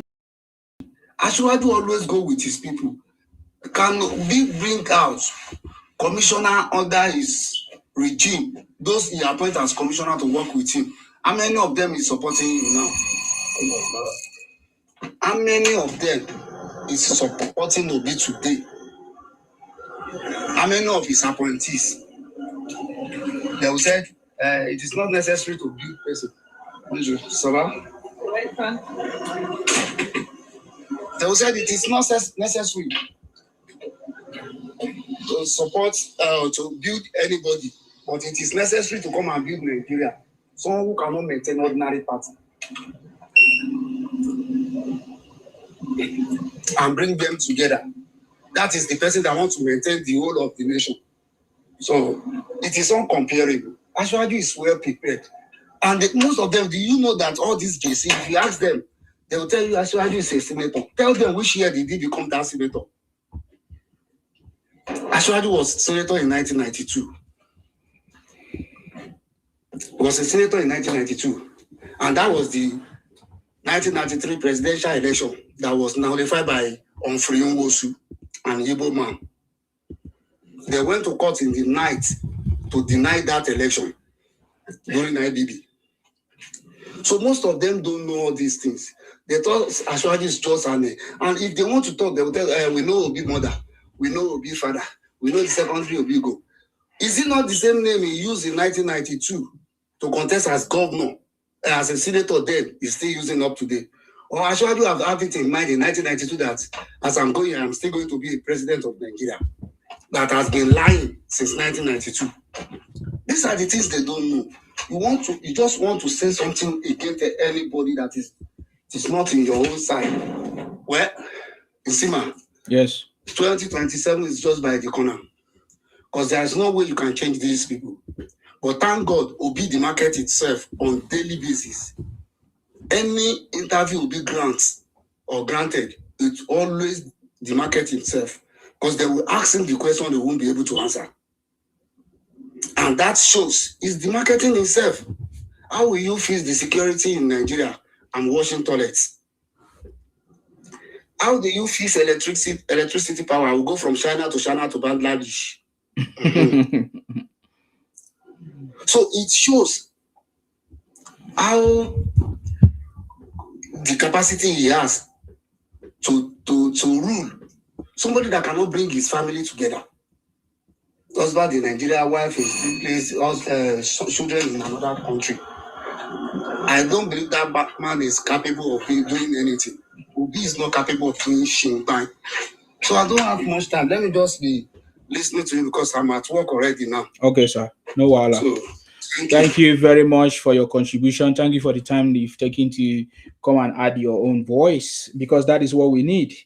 You know, we can no longer speak. We need to educate them. We need to share the information which they don't know, which we have. Maybe that will help them to think, but we are doing it for ourselves to make sure that we secure our own area and protect ourselves from any invaders, or protect ourselves from wrong information or misinformation that will misinform people and all of that. So that is what we are doing. I really appreciate you. Is there anybody on the panel that wants to say something? Okay, I'm just going to drop all of you. Thank you very much, Dauda. Thank you, AK White. Thank you, General. Thank you, all of you. I really appreciate you. Thank you for coming. May God bless all of you. Thank you, Dauda, as well. I appreciate you. General, I drop you. Yoruba Greatness, I drop you. I have to drop you. Whenever you are ready to come up again, you can come up. Perfect. Now, I want to show you a lot of the things happen already. I'm aware that Tinubu launched the City Boy movement. And I think, what's his name? Cubana Chief Priest. Is it Cubana Chief Priest or Cubana? Cubana himself is one of the coordinators, or is the head of the zonal coordinator in the Southeast. No wonders that Igbo guy was crying about Obi Kubana, yes. No wonder that Igbo boy was crying that Sheyi Tinubu will be the governor of Lagos State. I see where the problem is. I salute you, Sir Martins. Go ahead. Thank you, Saisima. Yes. You are a big time fighter. I cannot leave this channel. I keep on listening to it. Very entertaining. You're welcome. There are many people here listening to what we have said. We are showcasing what the president is doing. And the last speaker spoke very well. I'm so impressed with what he said. Very richly informed. We tell every Nigerian supporting their president. We could see what he's doing. This man is affecting every area of the nation. This man has created thousands of jobs in just 2.5 years I've been in office. He has created thousands of jobs in the Nigerian state. They will not talk about that. They don't want to hear it. The moment they hear he created a job, they get angry. They don't want you to create jobs. You just want to say that Nigeria is crazy. Nigeria is bad. Anything positive, they don't want to. They say, don't talk about it. Don't talk about it. Don't talk about it. I don't know where these people came from. They don't say they came from this world. They're so weird. So weird as a human being. When I listen to some of their submission, I say, what's wrong with these people? They keep on screaming propagandas. Something that is not there. Someone was saying that Tinubu has signed to Islamize Nigeria. I said, this is Willie. He said, Tinubu has signed to Islamize Nigeria. Someone was saying that, and Tinubu will be removing his tax. Oga, you don't even have tax code. They all say rubbish. You are poor. It's you that want to give money to. We want to help you. I look at him, that shot. I look at this man. I don't think this man can be able to have tax code. You are not among the bracket. Why crying? Why lying? And say last month they removed some tax in my account. Imagine this lie. That's a lie. Imagine this lie on white chat. He was even encouraging Baba also go and check your money. They will already remove some tax. This is what crazy. I think we need mental health hospital in Nigeria. Seriously. These people are displaying high level of sickness. In fact, I'm being frightening because the magnitude of these mad people. They've added it up. They will add it up now. They will tell you, you will buy this year. You will buy this year. I said, waiting. You can't reach buy. Say if you support this government, may God let you buy this year. In that campaign, this illegal campaign that you people want to be using, you cannot gaslight anybody. You want to threaten us to your own way.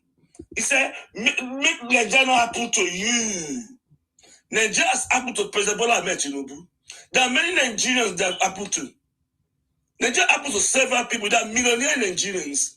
They say, make one person die this year. Which type of campaign is this, for goodness sake? And these are people want me to come and join them in Obi camp. I cannot join the mad people because you are showing sign of madness. Your aggression, you are not convincing. You are not telling people. You are threatening people. In that campaign, your Obi said we don't know his party. Instead of you talking about Atiku, that's already a party. Are you going to vote for Obi? Okay, which party? Which party are you going to cross for Obi? Obi is orphan. Obi has no home. Obi has been jumping up. He's tired. He has begged, please give me a party. Please, maybe we'll end up in a court party. Let's keep on watching the drama. Or you go to Apagan. Maybe that place go and beg them. Because this man, if he beg, that's like he must make sure he contest. He will go to a court. He will go and shop around. But we are watching. But he should let us wait in there when he get party. Because come and tell us, vote for Obi, there's no boss to thief Obi now. Obi is an orphan. I don't know how can someone be mad to the extent. We could see that inefficient this man. He doesn't have party. Why you not vote for Obi? Now, wow, you are enemy of progress. We've seen what is going on in the state. We turn Nigeria to emergency war field every cell in Nigeria. We open coastal road, economic corridor that connects many several states in the south. People doesn't want to see it. They pretend that it's not there. The moment you mention coastal road, it's like you are giving them a headache. They prefer like that in a walk. They don't want to walk. For somebody I won't do fasting and prayer. They have to fail. I don't I share a country with this set of people. I share a country with this set of people. I was so frightened with their behavior. They behave like hooligans. And they say they are Democrats. How can you be behaving like this? We started coming out to Sokoto from Badagry. He opened he went to many states in Nigeria to Sokoto. It's economic corridor. These criminal people, they don't want to talk about is the road we want to eat? Are you going to eat road? So now everything you eat in your home. Now to eat is in your home. So you don't want to build for your future generation, your future children. Your madness, you don't pass level, grade A. Their camp, they call opinion camp. That camp, they need to go and check mental health hospital check. That camp. I don't know who go be that camp. You cannot go with that camp. That camp is hooligans, bandits, terrorists, anarchists, abuser. Those are dirty people society like that camp. You can never see any sensible one among them. When they talk, you feel like want to vomit. Their analysis is not up to date. They are daft. And they be telling you, the most funny part of it, they be threatening you with the buy. We are doing election. What to concern me with buy? Why are you threatening me with buy? I want to come and join you. That your camp, in a terrorist camp. That your camp is anti-democratic.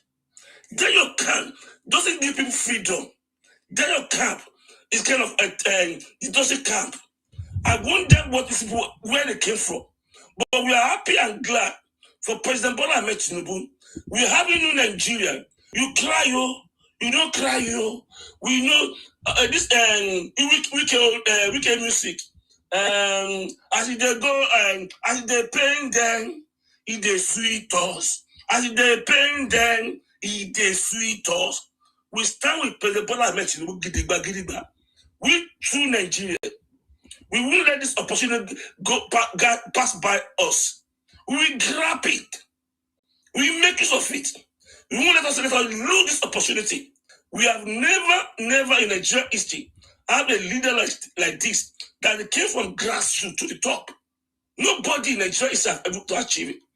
We saw Shagari and school start certificate. We saw Goodluck. We saw many of them. But this man, he worked himself up consistently. He built party. He don't bear party. Tinubu is too big to bear party. You know, say, I bear put me your party. He can never do that. You come and beggar. Not be beggar. This man, we saw what he did in Lagos. Today, Tinubu transformed Lagos. The money desert in Lagos State was initiated by Tinubu regime. We saw how many billion after he left office that Lagos State able to generate. We saw the impact of it in Lagos State. And these people that happen to support Obi, they want to die in Tinubu Lagos. The people that happen to support Obi, they don't die for Anambra. Obi Anambra, they don't fight for it. Now Tinubu Lagos, that they won't die by. They won't die by for Tinubu Lagos. This man carried that talent to the central. By the time he finished, we are entering New Nigeria State. He's a father of New Nigeria. Mm-hmm. This is what this man is doing. I jealous him. I jealous Tinubu, although it's my father. This man has written his name in gold. That coastal road, no matter how you bitter you are, by the time the president finish, that road will turn to President Bola Ahmed Tinubu Road, Coastal Road. So, when he finish, we name it after him. 750-kilometer road. There's nobody that achieved that in Nigeria history. It was under one regime, one time. That's powerful. This man faced it and he delivered it. When he finished, we will credit that road with President Bola Ahmed Tinubu Coastal Road. It will pass to several states. The Tinubu name will be run in several states in Nigeria. He has achieved it. He has won it for a great country. Our children go benefit from it. This is the thing we are talking about. Come and show me Atiku project. When you were vice president, nothing, no legacy, no single legacy. I don't see a block. When Atiku, Obasanjo and Atiku, come and show me one block Obasanjo and Atiku project. We have seen, it's the only thing we have seen about Obasanjo. I saw library, I saw university, I saw Atiku university, I saw Atiku library. Those are the things I'm saying in that regime. I couldn't say anything for Nigeria. Nothing. I saw Outer Farm. I saw Obasanjo library, Obasanjo University, Atiku library, Atiku University. Those are things we achieved under that regime. 8-year governments of PDP. Nothing to stand for today. By the time this man finish, in finish the regime, we are going to have brand new coastal road, 750 kilometers. Nobody have achieved it. In the next 15 years, those roads will be there. Our children will benefit it. As he have 12 million bridge, Babangida said, this man built it. He has bypassed Babangida achievement by building coastal road, 750 kilometers. We are so proud of him. He's building Sokoto Road. That's why it's going on. That's another massive road project. This man has written his name in good. I'm so proud of this man to call him my leader. No matter how you guys, you campaign, you spin, you do AI, you do against President we patriotic Nigeria. We will stand in the battle with him. We fight the battle with Tinubu. We fight the battle with him. We know we don't let ourselves. This year, there are going to be several battles because when you want to do policy changing, those ugly heads will raise their head. We are ready. As they bring in those policies on table, we are ready to hold it and run with it. We are ready to hold it and run with it. If you cry, cry. We don't cry. We don't, but we drag you to promised land. We love you. You are Nigerian. We might be different in philosophy and approach. The way you want Nigeria, what you say about Nigeria's future, we might have different views. We are not saying you are not Nigeria, you are a brother. We will drag you to promised land, to new Nigeria that President Bola Ahmed is taking us. We are so proud of him. We are proud in him for having him. It's a real opportunity to have this great man in our leader. See the way he handles insecurity. The enemy want to come and bomb Nigeria. Donald Trump come and bomb them. Donald Trump come home. America is coming. America is coming. America is coming. They keep on telling us America is coming. America is coming. Then later on, we saw the way how our leader, President Bola Ahmed Tinubu, handled it smartly. And they went back crying. They went back crying in their car. And then I later heard that. Why is President Tinubu allowing America to bomb Nigeria? But now you say Donald Trump come bomb Nigeria now. Now why you can't say why Nigeria go allow America to come and bomb Nigeria? You the craze. Your case don't pass spare patient. But we go carry you waka. We go carry you waka cleverly to promised land. You know go drag up back. We are going to new Nigeria. We thank President Bola Ahmed Tinubu. We thank all the team members. I don't know President Bola Ahmed Tinubu. You can call me data boy, you. I don't get account. I don't know anybody in government too. I love my country. You can say hey, data boy, 2,000 naira, okay. I don't know him.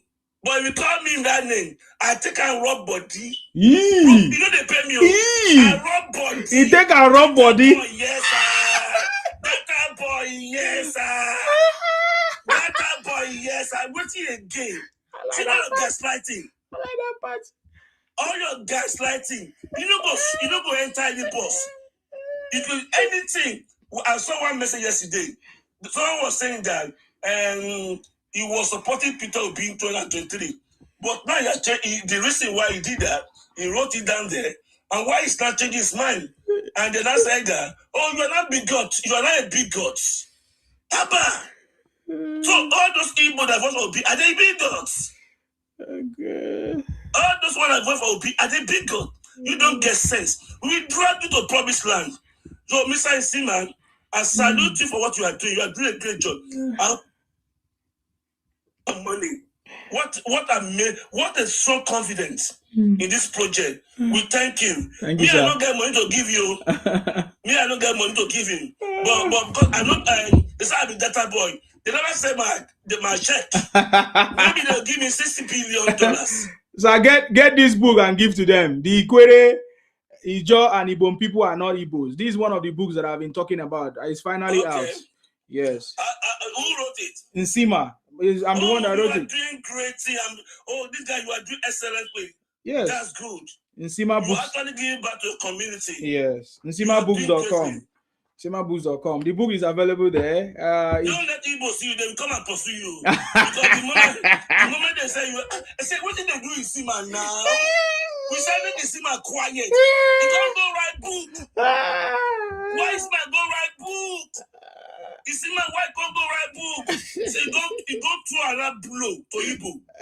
You throw them that blow for neck. The thing that only shots you gonna do. Now you can't sit down gently. Come put pen for paper. Come write in that thing, go get for book. Come spare for people to go and read. You go to another bullets to their camp. We teach them a lesson. We will teach you a lesson. So you say you're mad. You say you're mad. We go teach you lesson that this Nigeria, nobody hold a pass. Don't worry. Equal ownership on Nigeria state. Nobody can bully anybody. Nobody can curse anybody. Look at say, have you eaten before? This man is hungry. Go eat agbado. You the trace. You the trace. We see the good thing. So every team member in this course, we salute you. We don't know where you are. We believe you are doing a small bit wherever you are. May God reward you. Amen. May the Lord of your country be with you. You be compensated back. We are all in it together. We are not doing propaganda here. We are telling the truth here. We are not doing AI here. We are not doing packaging. We don't do it here. Now, But you are not saying the truth, man. Okay. I don't come for you. Why? Okay, I don't come for you. Carry your truth. Carry your truth to where you carry it to. Me, I'm not here to preach to you. God forbid to want to convince you. I don't want to be convinced. I want to go. Your own values is irrelevant to us. Carry your wala. What I don't want for ourselves. You don't want your Stop interfering now. When it's your turn, you speak. You come for me. Your turn is coming. You will speak, Moses. You won't be able to receive it. You wait. Your turn is coming. Yes. Don't come for me. If you come for me, the way I will roast you. So you just carry your obey truth to your camp. We don't fight you. Don't dare say, well, you don't carry you. Okay, I don't need you. I say clear and right and cleared. You are irrelevant. I don't need anarchists. I don't need abusers. I don't need people that threaten people. Show your face. I don't need people. I don't need bully. I need people that show love and kindness to people. So carry your glad away. I don't need you. So in the essence, Nigerians, I'm so proud of you. This battle, we are all in it together. We drag it together, but we are not going to cause them. We are not going to cause their mama. We are not going to say, make them buy this year. No, we're not going to talk them. Because we are well-trained. We're not obedient. They're not obedient, that's our language. They say, make you buy. We don't sit in a camp. We tell you what our president is doing. If we convince you, we will say we are going to join us in the cause. But we're not going to threaten you. So all the obedient, we salute now. For our camp, you know they abuse, so you know they cost you. You know they share bye for people. Simply because one useless Obi See, because when you slay, you read even Johnny Waka, Obi, so everybody must buy. So that your camp carries away. That your camp it's so dirty. That your camp is not democratic. That your camp is always anarchist. That your camp is lawlessness. That your camp is clueless. That your camp cannot do anything. You also empty your camp. So you leave it for your corner. We leave for your corner. But don't, if you abuse us, we don't go vex. God has shown mad people plenty in that camp. But in the course, in our camp, we teach people what that government is doing. We support our country. Your camp is against your country. Your camp is unpatriotic to your country. Your camp is Nigeria is a zoo in your camp. Your camp in Nigeria is doomed. It's useless. Your camp. We cannot go with negativities. Your camp has nothing good to offer. Your camp is threatening people. We threaten people. Knock up, give the people your camp. Your camp doesn't have sort of inspiration. Your camp is doom and gloom. Your camp is a sadist. Your camp is nothing good. Your camp is evil. Your camp is enemy to the Nigeria state. That your camp, God forbid for me to see your camp again. I've been on the camp of positive thinkers, people that love their country. The patriotic of Nigeria. That's my amazing camp. The camp that always speak positive, good, love. We don't share pie in our camp. You don't say your mama to talk in your palm. You don't say you be only Buruku in your camp. We share love. We love the Nigeria flag. Green, white, green. We rally around the camp. We will hold the integrity of our country together. But your camp, we leave your mystery.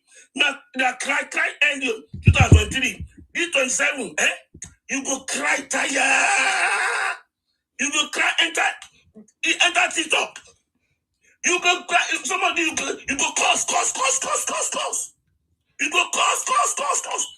This 2027. That your pain. I can't wait to see it. The more you are crying, the more they laugh. That 27. But you must cry, yo. You must see the review. You must couple TikTok. You know, 2023, that will be say you say you won. Then this is 2027. You go say claim or be one. I know you people. But you go cry, tire. I want to pain you. I don't want to get small pain. Because you are so stubborn. You don't want to listen. You can bully us. I want to get deep inside you. That pain. When the president won, I want to enter you. I want to cry. I want to open it up to cry, to curse. So, but what do we want to say? We don't put it in the bag. We go show you what politics. We don't show you the qualities. We go show you we love our country.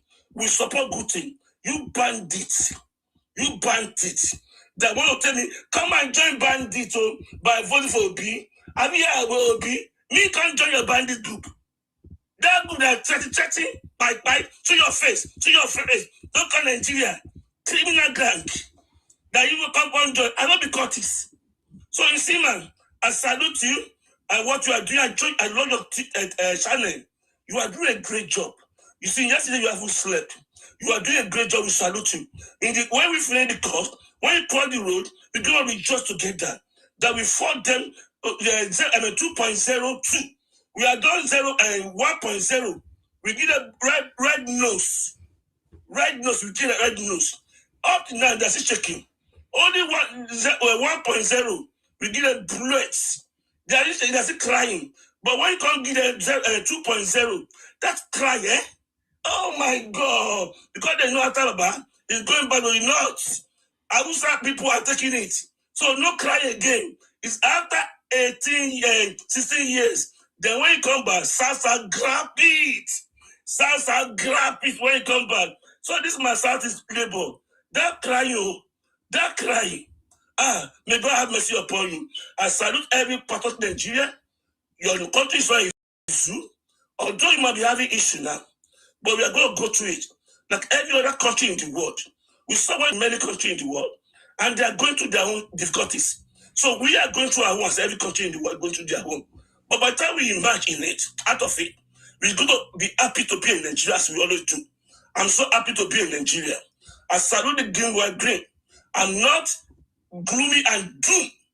The messenger of evil, messenger of negativity. I'm not being that camp. But as we see it, President Bola Tinubu is coming back to office. So that we go meet for the ballot ball. Thank you, Seaman. I thank everybody. Beloved bless. Thank you, sir. Bye-bye. Thank you very much. I salute you. Thank you very much for your contribution. Thank you, Sir Martins. That was Sir Martin. Beautiful, powerful contribution that is very loud and clear. Moses, is your turn, please. Let us now hear from you. What is your own truth? Go ahead. I salute you. My contribution, I contribute. I don't say more, sir. Yeah. But only thing that I always used to ask my country people that, are we sure that we still have a humanity in us? Are we sure that we still have conscience? Are we sure that we still have country to save?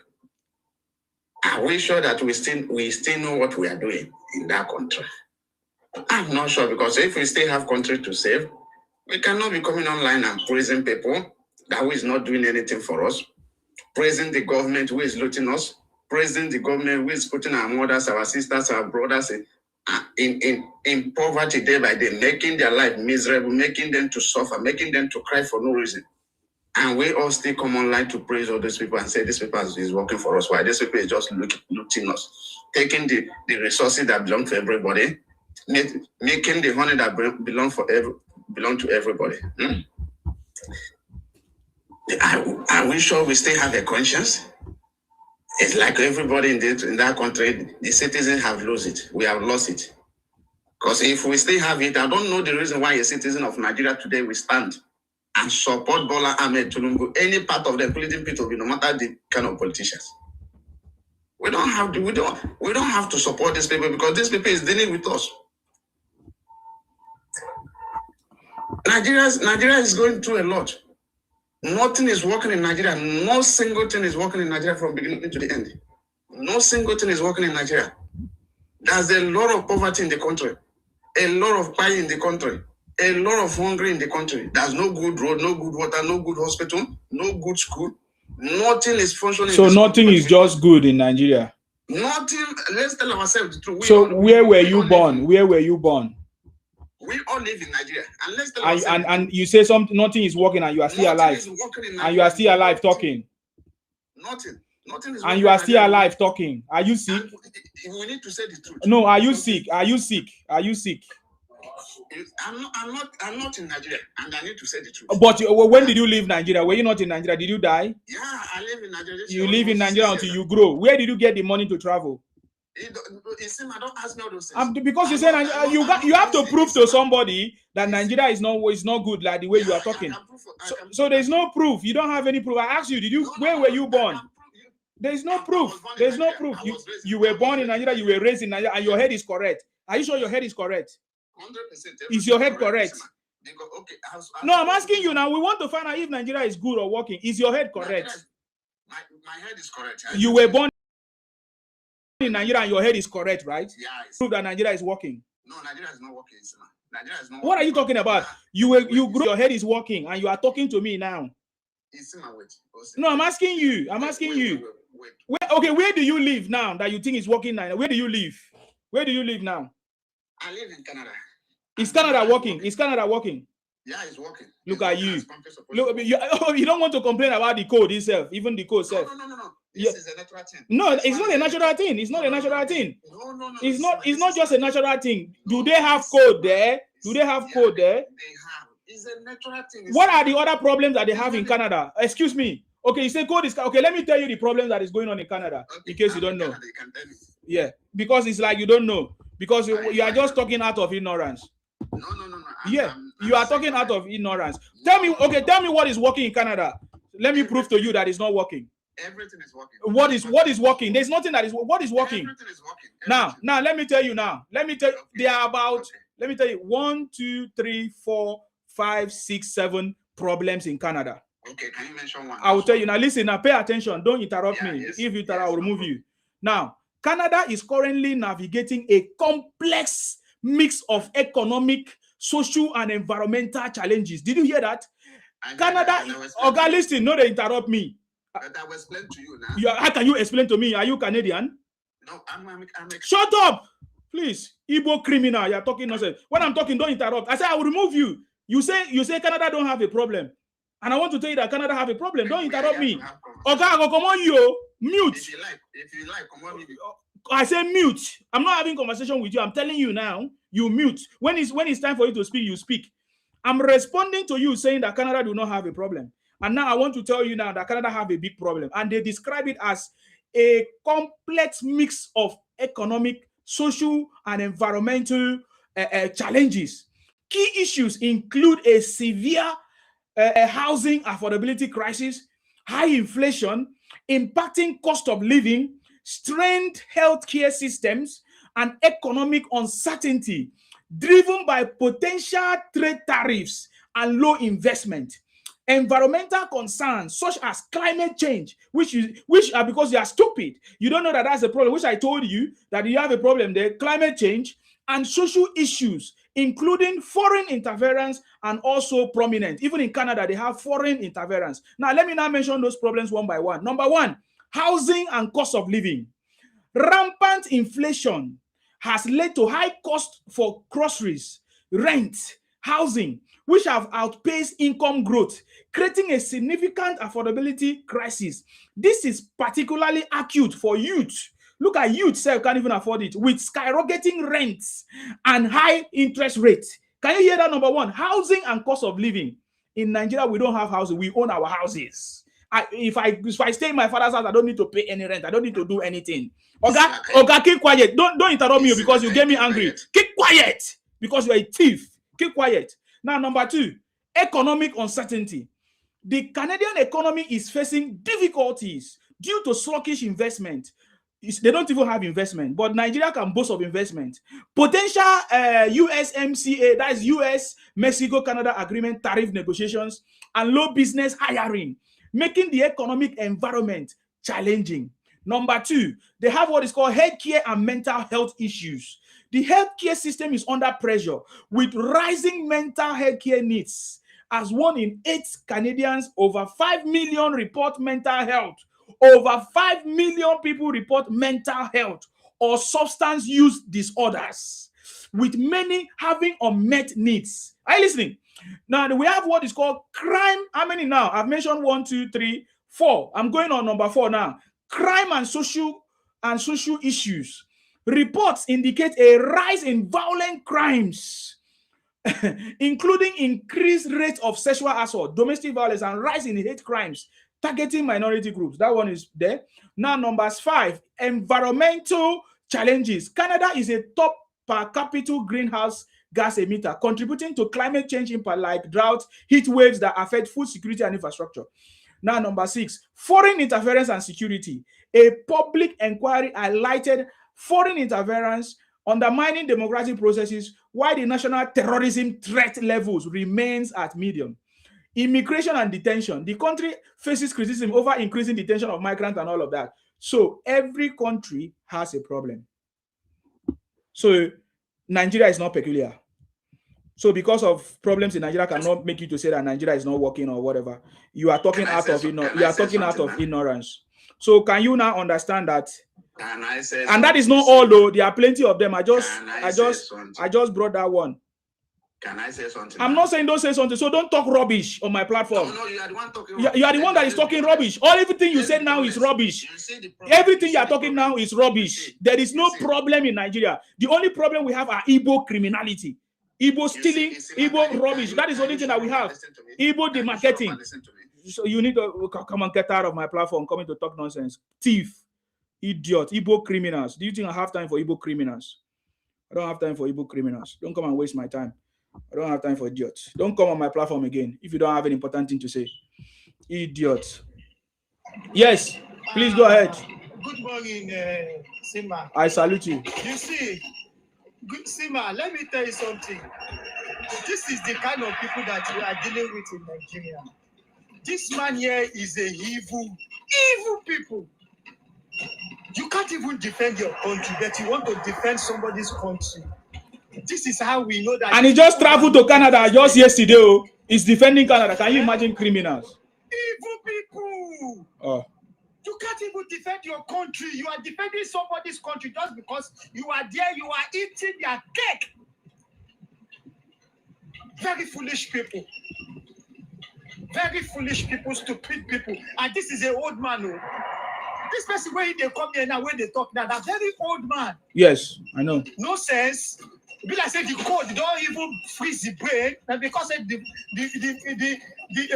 weather don't make him maybe think say he don't go. Maybe they speak with one you go there where they eat akwekus. Now it don't make him to a brain don't freeze. So he don't say he don't come live. And you know, let me tell you something. You see, it's only Igbo people that when they come up for that land. Yes. Now only they go see another land. When we say they go to say, wow, yes, this is good more than my country. Yes, yes. Wow, yes. This is very nice more than my country. They will demarcate their country. They make their country self that grand. Make that country not even progress again. Yes. That country where they did, make everything they work. That is the stupidity of these old people, fools. Fools! Old man! All this tweet.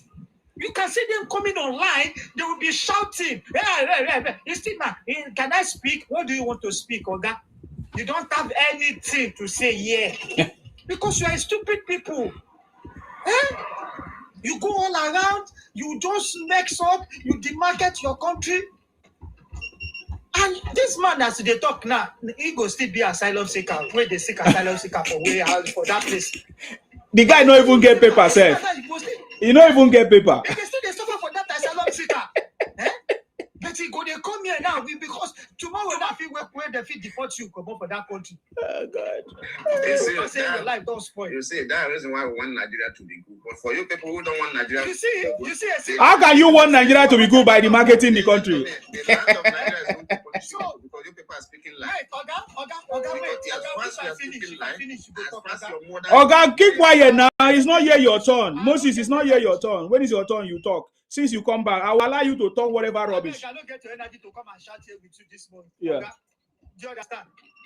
So, this is what is happening. Do you understand? When you are not even praying for that country to grow, but you want most of us that we come to Europe, to come to some Canada, to come to UK to come and do slavery with these people. You want us to be here.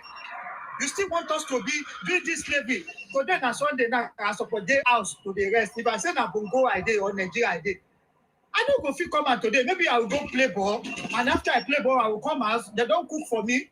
They don't help me do what I want to. Make I eat. Make I relax. If you say I won't go party, I go no say I dey arrange for myself to go party. But not that kind of thing. Now walk. But one man now come.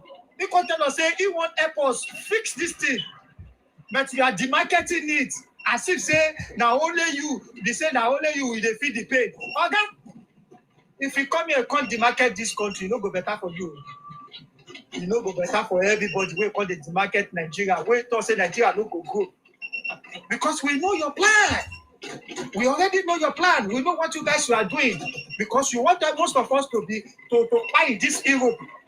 So that when it is your time, when everybody buy, and you are telling your people to start selling fake things to us. So that after we buy, you can go and handle the country and carry all this your cannibalism people come to our land. Eh? So today now, when we are telling you this is what is working, you tell us that you are not interested. So what do you want? What do you want to be interested in then?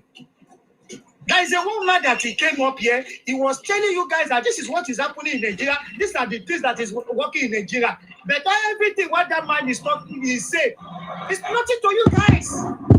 It's nothing. All what he just want, that country should just go down. That country should just go down. That is all what is inside your mind. I know God don't go shame us. You see this time, when this brother met Tinubu, they work. He go work this. He go work this country for us. All this your criminal, IPOP, Biafra, where are they come? We go send you back to that your evil forest. Most of you that you call yourself Osu, you will come here to come and do as if maybe say, evil. What do you get? You don't get anything. People market say when they say and I get say now nothing no and they do then they sell rubbish. Rubbish. Stupid people. Now we come here. You are just here to come and unleash us. Criminal. Criminal. You come and unleash us now only to bring. Nothing you are contributing in that country. Now to just demarketing that country, that is all what you do. Can you tell us one thing is functioning in Nigeria? Can you tell us one thing is working in Nigeria? Can you just if you don't know what is functioning in Nigeria, only one, but you have your phone. Wait, if you have your phone, you don't have just mention one. Mention one. At least tell the audience. That question. Just tell the audience in the platform that what is one thing is working in Nigeria. Just only one. I'm not your cause of your problem, okay? Nobody's cause of anybody's problem. You understand? I'm not the fortune of your universe.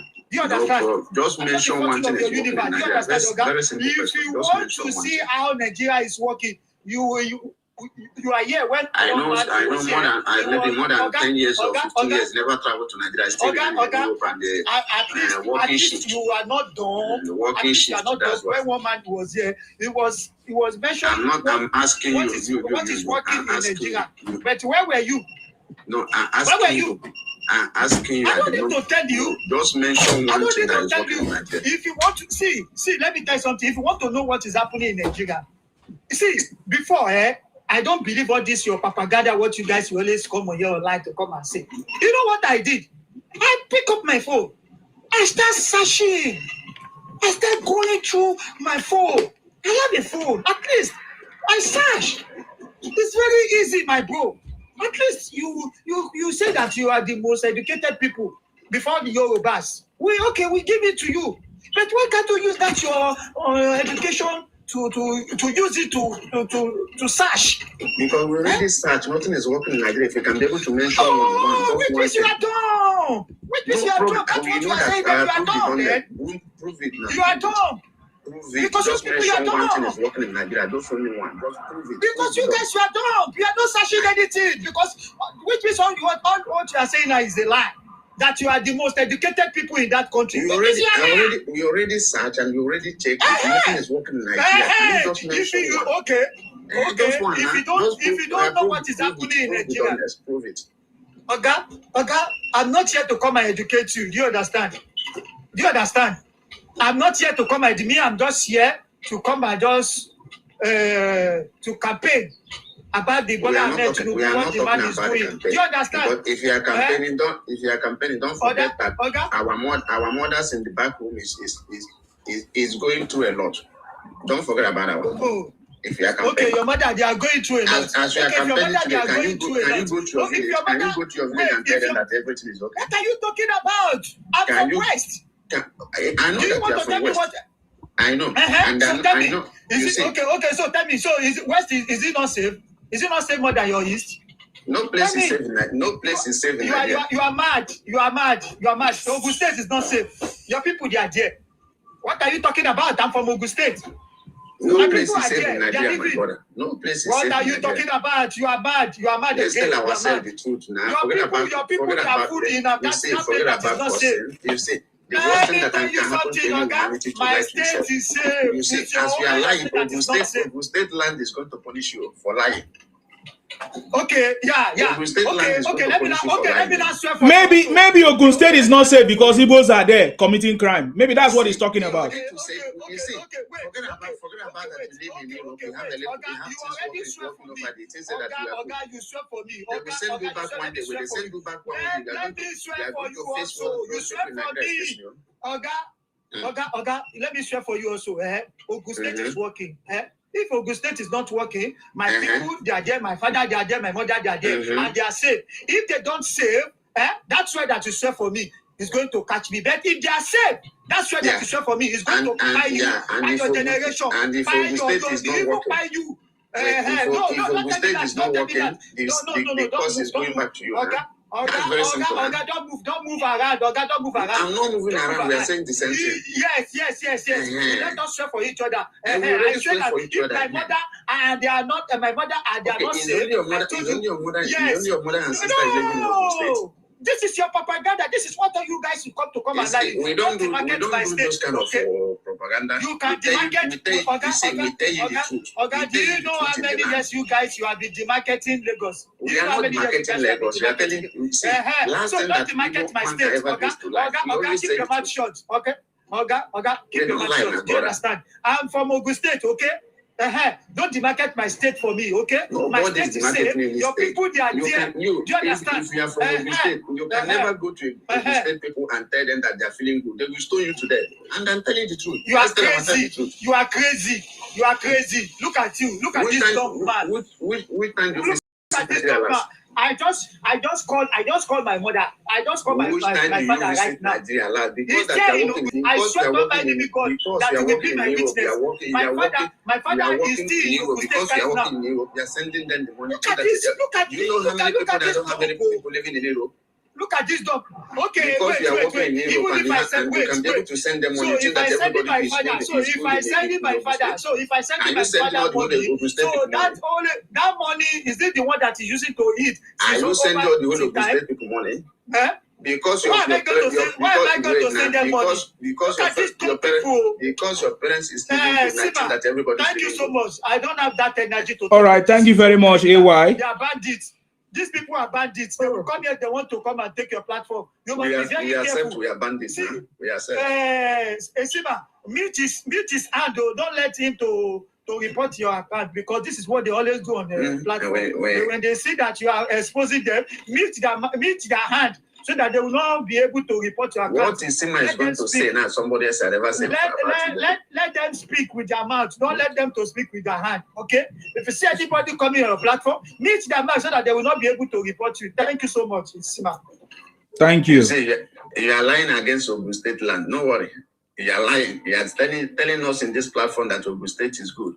Why our mothers and our fathers is feeling insecure, hungry, no good hospital, no good water, no good road, no light. They are staying in darkness, and we are here coming out on the platform because we live in Europe. You don't see as things is functioning in Europe. If Nigeria is functioning like this, are we going to complain? Are you not good? Are you not happy with a good thing? Why you always want to support evil? And you are living in a good land, and you are supporting evil. If somebody can be able to come out, even though the host is same, and mention one thing is functioning in Nigeria today, I will say that Nigeria is working. Only one thing that is functioning in Nigeria. And everybody will come out on platform and say Nigeria. Let's talk about the truth. It's not about to even though we don't like some certain people, no problem. It's not by force to like somebody. But let's just say the truth, the honest truth. We have a lot of brothers, a lot of sisters back home, and we know what they are going through.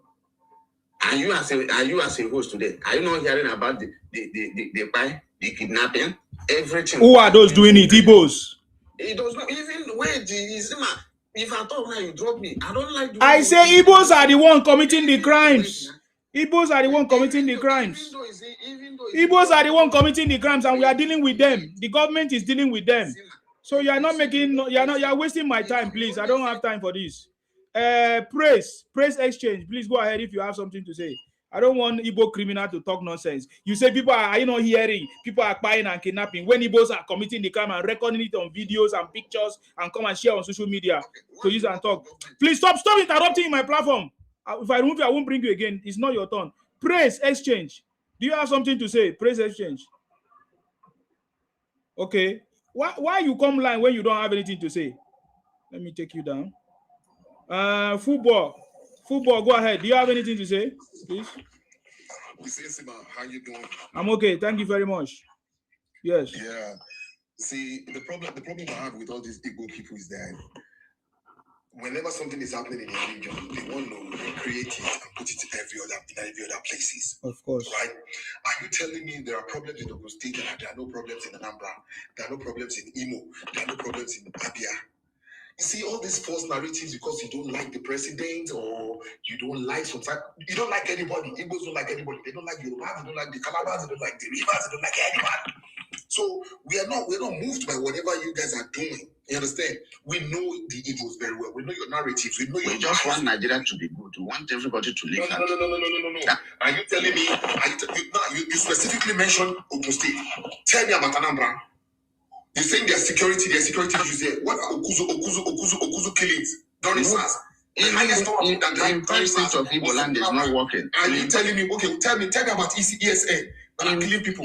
Tell me about IPOD. Tell me about Mondays that people cannot go to market. You see, none of them is working. All of them is not working. No. You see, 5 states of Igbo land is not working. Can't you understand? Okay, then go fix it. Let me tell you one thing. You cannot continue to hold the president responsible for everything. Okay. If your governors are not doing what they're supposed to do, that's a problem. No. In the Southwest, I'm from Ogun State, and I just came back to the US. I live in the US. I just came back, and I see what they're doing. They can't get it right. I live in the US. Go to Minnesota right now. Everything is upside down. It's America. Go to Chicago. Everything is upside down. The numbers of destitute and homeless in America, they are more than Nigeria. Are you telling me they're not doing anything? Even the Bible said it. Even amongst them, they're still going to be the poor. You Igbos are just looking for false narratives, lying everywhere, disturbing people, lying about things, and all you just want is for everything to crash. One thing I'm praying for in my life, that they should carve out that 5 states away from you and give you that 5 states, that your landlocked area. That's our prayer. That's our prayer. You will not go with Cross River. Listen, you will not go with Cross River. You will not go with Calabar. You will not go with Akwa Ibom. You will not go with Bayelsa. When in the old eastern state, in the old eastern region, you people leverage on those people. You were taking them as slaves. You were overriding them because those people are very subtle, very calm, very easy people. But now they've seen it all. They've seen it. You cannot override them again. If Nigeria divides today, they will stand as one country, South. And you people will stand as one country, Southeast. And you're going to know how difficult it will be for you with your land. Are you proud of Nigeria? Yes, I'm proud of Nigeria. Moses, if you interrupt somebody again, I'll remove you. That's it. You wait for your turn. What are you telling me? I live in the United States of America. Things happen everywhere. There are killings everywhere. You understand? So don't come here and tell me Nigeria is this, Nigeria that. Yes, Nigeria is still struggling. You understand? We will get there. But when you Igbos are always on the other side, looking for tribal issues to divide the country, the Consumers are not good, the Bayelsans are not good, the Aquabomites are bad people, Yorubas are this, Fulanis are that.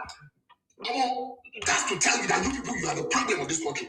Talk about those, the initial problem, the main problem of Nigeria today, when it comes to division. You people started it. The first revolution that was led by Kaduna Ezeogu is not an Igbo man. After it, they put an, what's it called there? Aguiyi. After that, the Fulani people came, understand, and overthrew him. What happened? Ojukwu came back and started war again. Where are the Yorubas there? You came back, you said Ojukwu was the one that released Awolowo. Awolowo was released by Gowon. You keep lying about everything. You people are saying things against the Yorubas. Everything that you guys benefited today are from the Yorubas. The free education that your fathers and your forefathers enjoyed. It was That's big lie. Don't say that one. That's big lie. What are you talking about? Your free education. Atiku did not invest in education in Southeast. Atiku did not invest in education. It was Awolowo that started free education. And after I started free education, majority of you that were in Lagos benefited from it. When in 1970, when civil wars ended, it was only Yoruba people that gave you back your land, that gave you back your houses. What do you want again? We gave you our land, we gave you our resources, we gave you our keys, we gave you everything that we own, we gave it to you. Yet you're still on, please, Lord, go back to your landlocked area. Go back. If people are not telling you the truth, I'm telling you the truth. Go back to your landlocked area. We don't need you. You understand? Yoruba don't need you. You think you are all that? Coming to Lagos selling pants, fake things, and creating cancer in all our hospitals. You think that's what we're looking for? We want the Cross Rivers. We want the Bayelsans. We want the Akwa Ibomites. You understand? We want the Niger Deltas. People that are sane, that are very, very, very responsible to come to Lagos, to come to Yoruba land. You understand? Not people like you. Everywhere you go, you want to dominate. You want to change their culture. You want to change their ways. You want to change their character. You want to change their behavior. You want to subdue them. We're not going to take that again. Go back to your region. Go back to your region. You understand? Everywhere. You guys are all over TikTok, talking rubbish, disparaging Nigeria, talking about Tinubu. What has Tinubu done? Go and look at the track records. Is he not your brother, your Delta Igbo brother, CBN, that stole money? You understand? You're not talking about those ones. You're not talking about those ones. You understand? Well, you're pointing about Tinubu that. What do you want? ESN that is killing people. You people are killing yourself, but you are talking about other people. You people are Yorubas are not killing themselves. The Cross Rivers are not killing themselves. The Bayelsans are not killing themselves. The Calabars are not killing themselves. Understand? Even the Deltas are not killing themselves. You people are killing yourself. in Abia, Imo, Ebonyi, Anambra. You killing yourself. You don't have a law that says that nobody can go to work on Monday. And you see how you guys killed one of the leading endocrinologists in the world, Akunyi's husband. You butchered him in daylight. You took his intestine out in broad daylight. One of the greatest doctors Nigeria ever produced. You killed him. You killed two couples that came to celebrate their engagement in the East. You killed a lot of people. You wasted life. You're not talking about those ones. You're talking about other people's region. Talk about your region.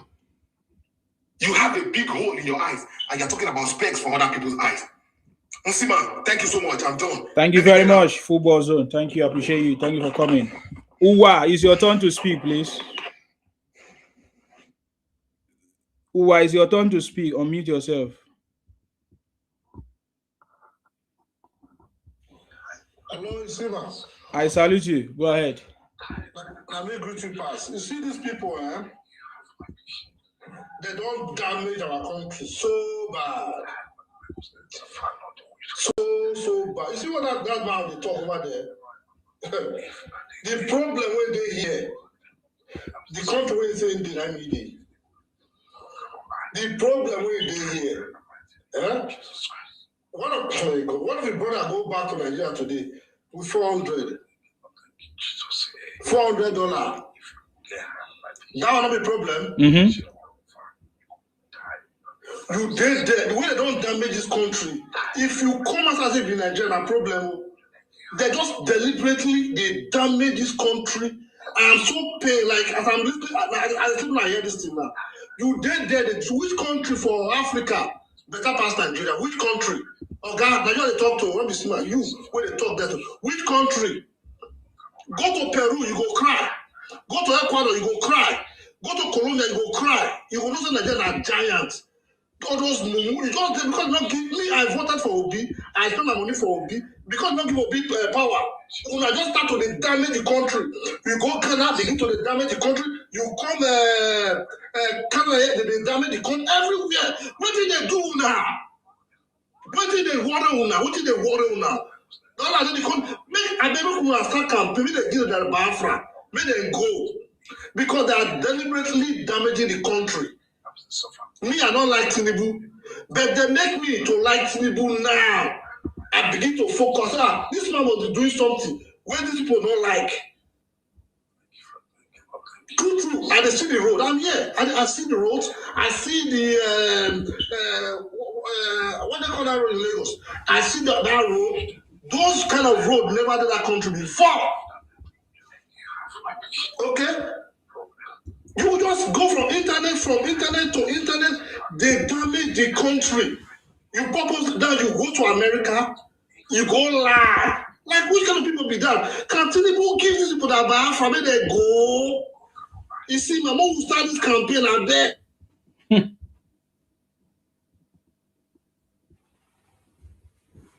We can no longer hear you. Igbos do not own Biafra, so I can't say they should give the Igbo Biafra to go. So,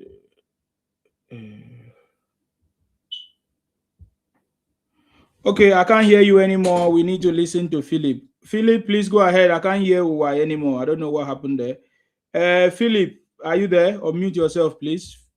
You are one of the Igbos. Let us hear from you. Mm-hmm. Thank you. I hope that because can you speak up, please? Can you speak up, please? Are you in your bedroom? Okay, we'll try to manage it. Are you hearing me now? Yes, it's better now. Yes, go ahead. So what I'm about to say is that if you allow everybody to maybe to just continue talking, one person could talk about 20 or 40, even 1 hour here without any proof or point. I hope that the only way to maybe this platform is if a day like this you bring Oga. Talk on the topic. Can you talk on? I will remove you. Talk on the topic. Don't go outside the topic. You came and made this platform here. So if I give you opportunity to speak on the topic. Don't come and talk nonsense. Nobody take advice from Igbos, from my people. Just go straight to the point. If you have any contribution, you make a contribution. Okay. If you don't have it, don't come up.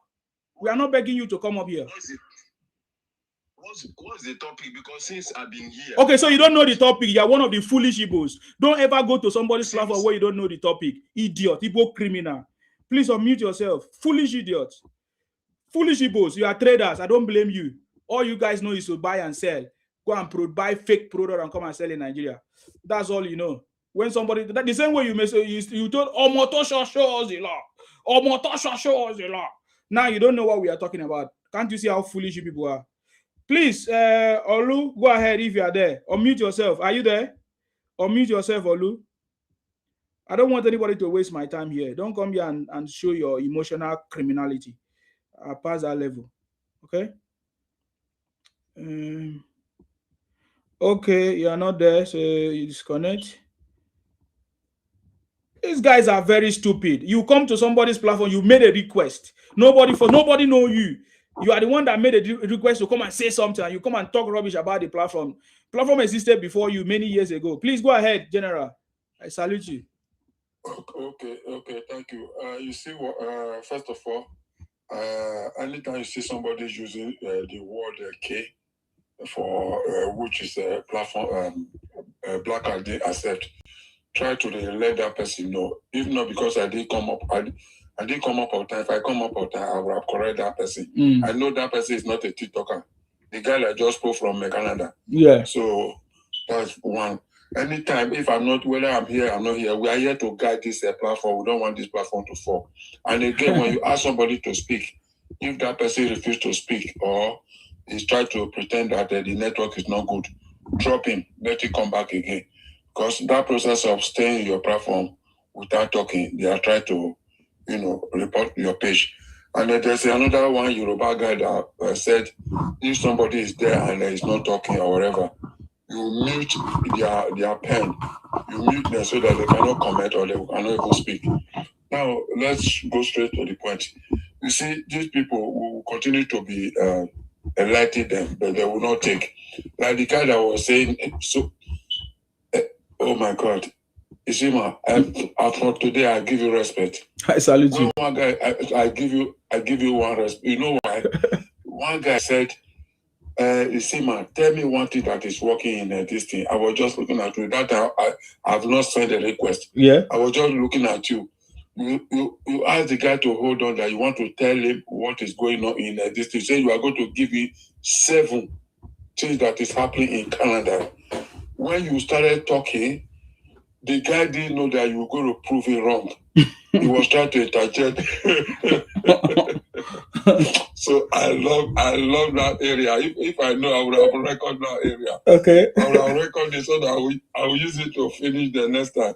So you were telling them that you were telling the guy that Canada is this, Canada is that, Canada is that. When you see that you are proving a point, you don't know what to do. The next thing is to start to distract you. You say, come. If you don't want me to talk, I will remove you. And they like that. And they like that. You say, if you don't want to cooperate with the platform, I will remove you. But if I remove you, I will not come back. That is the truth. Anybody that is not complying with the platform rule and regulation, take him off. We are here to back this platform. And this is the platform we are going to use to campaign when time comes through time of 2027. Yes. And again, WhatsApp movement, that one is still there. We already subscribe to that place. Anytime there's meeting, we'll come down there to make it. See, all these people, they know what is good, they know what is bad.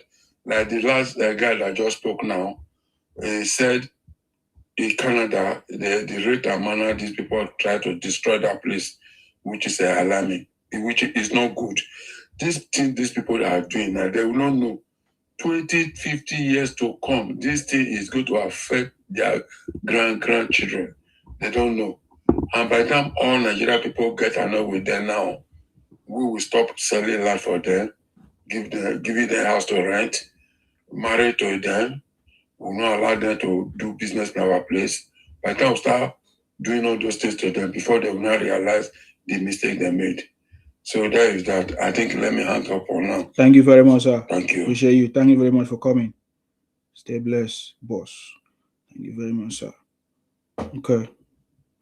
All right. I don't know if Saudi is the one that come up there. My brother, this is your platform. I don't think people will realize how your platform is so important. You see, I'll tell you something today.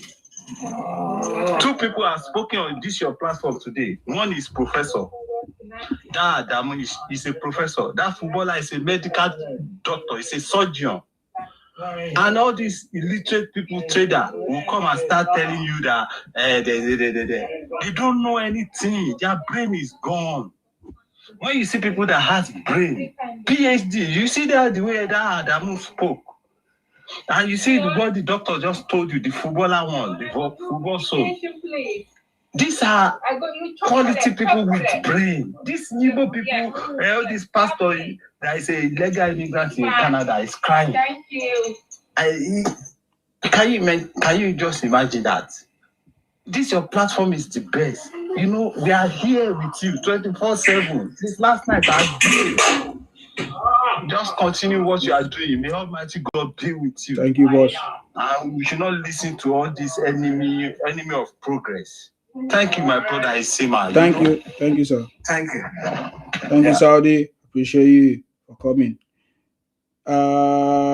Joy. I see you. Joy. Do you want to say something? Sima. Yes. Can you hear me? I can hear you. Good morning. How are you doing? All is well. Thank you. I just want to commend you for everything that you're doing. And then, like Pa General just said, I was rolling on the ground.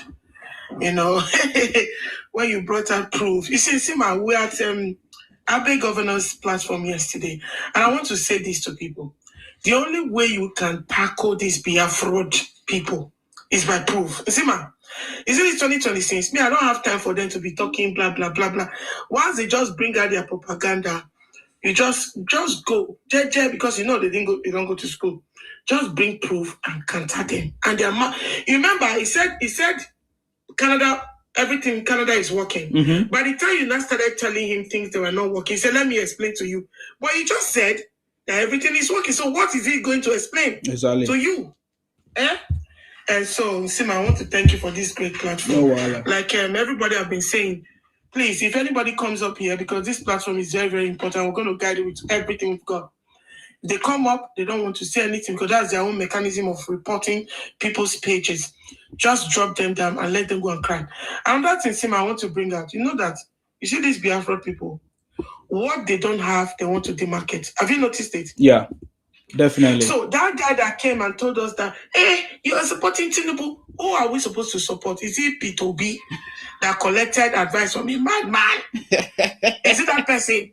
And I will tell you, if let's just turn the table around that Peter Obi is now the president of Nigeria, or an Igbotic man is the president, you will see nothing. If you like, let that man steal the whole Nigerian money. They will not say anything. Let me give you something clear example. Remember when this Mugu sister said that word that she said, none of them condemned it. You remember, Sima? Yes. None of them. So what they don't have, they want to demarket. Now he came up with, our mothers in the village are suffering. My man of the suffer, they give a mouth for chop. I beg. If you are not giving your mother, if you are not taking care of your parents in the village, that is it's totally your prerogative. You chose not to feed your parents. So don't come up with that old mechanism, old ways. They think this one is the last election that they came and said, they must not want to take over Nigeria. Daddy, please talk to your members. Mm-hmm. It's not going to work because everybody, our eyes are now open. Mm-hmm. And we are not even talking, we're not doing anything based on emotions. Now it's practicality. What we are saying, see what Tinubu they do, see what they do. See when he pass antecedent. Okay, second term with the campaign. When they do nonsense, say, because I say, you won't not be. We have over pampered these people. See, man, we don't over pamper them for their rubbish and their nonsense what they do. And for this time, when they just go relax, all of us, our eyes don't shine. When they look like this, when they look, we know they use emotions, then they do things again. So if you think you want to come without your propaganda, our mothers in the village are suffering. Now, alone, I know they take care of our mama. Now, alone, they beat on our mama, beat on our papa for us. Our own know they suffer, when they give them food, chop. And lastly, Sima, before I hit the mic, you asked him, he said, were you born in Nigeria? He said, yes. You grew up in Nigeria. Where did you get that money that you used to travel to Canada?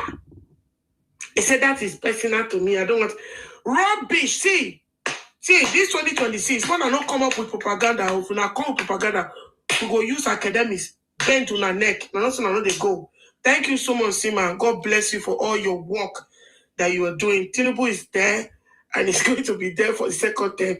All of us don't bring out our agege. Go ask Edo people what agege be for this 2026, 2027 election. Nothing like emotions here. Would they look on us? Una character no good so. Una no sabi talk to other tribes. Una they talk any other people will come out from inside bush. We ourselves. Una don't forget say now that same Nigeria there with they. Now, Tima, when he was talking about. So hold on, please, my friend. I want to help you now. Agege, make I tell you my waiting agege me. Agege na pick up last where I get Oppo that night. When they think they do brush, agege. When they think they brush, when they think they brush, where I get big mouth. Exactly. When he was talking about that Nigeria was not working, I was so pissed because why? The 5 eastern states where they put on rest now, where they do everyday sit at home, where they they say they do kidnapping. Is that 5 states not part of Nigeria? Are they not part of? In fact, they are the problem now in Nigeria. So how come he was talking about Nigeria is not working? To tell no how illiterate today, Nigeria is not working. In what aspect? You ask him, he could not even express himself. Now Nigeria is not working. You are not even talking about narrow this the Nigeria is not working down to your 5 miserable states. What is going on there? The unrest, the nonsense people are doing outside Nigeria. How can people, only one tribe in Nigeria will go outside Nigeria and try to bring their own country? Anyway, na country now I can't come there. You understand? Down.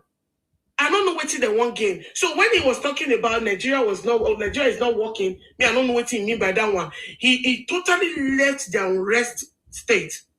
Their unrest 5 region where don't pack come finish. He not even talk about them. He not talk about the incessant buying and chopping of their people to cook a goosey soup. He never talked about baby factory. He never talked about buying people using their organ harvesting. He's not even talking about the nonsense pium na water. He's not even talking about that. The nonsense thing that they are doing in Nigeria. He wasn't talking about that one. See, Oga, you see that on an old archaic way of cajoling people into your side has failed. It has failed, and it's not going to work. So thank you so much, Nsima. We dey look them. We carry barrel, we carry pen. We dey write on a nonsense talk for grand. Thank you so much. But 2027, Tinubu all the way, second term. No concerns. Thank you so much. Thank you very much. Joy to the world. I appreciate you. Thank you very much for coming. It's not easy. 3 million from Edo. They don't finish them already. Agba dollar. Oh yeah, I salute you. Thank you, Chairman. You're welcome. Yes, Edo lady, wonderful submission. And we are making a big mistake in this Nigeria. First of all, like I always say, let me go back to that 5 eastern states. So we start from Abia State. In Abia State, there are 3 ethnic groups there. Some people say 4, but there is Ijaw, the Ndoki people. You see them there in Abia State. We know the Igbos. The Igbos are the Uswachi people, the Umuahia, the Ngwa, the Okekpe.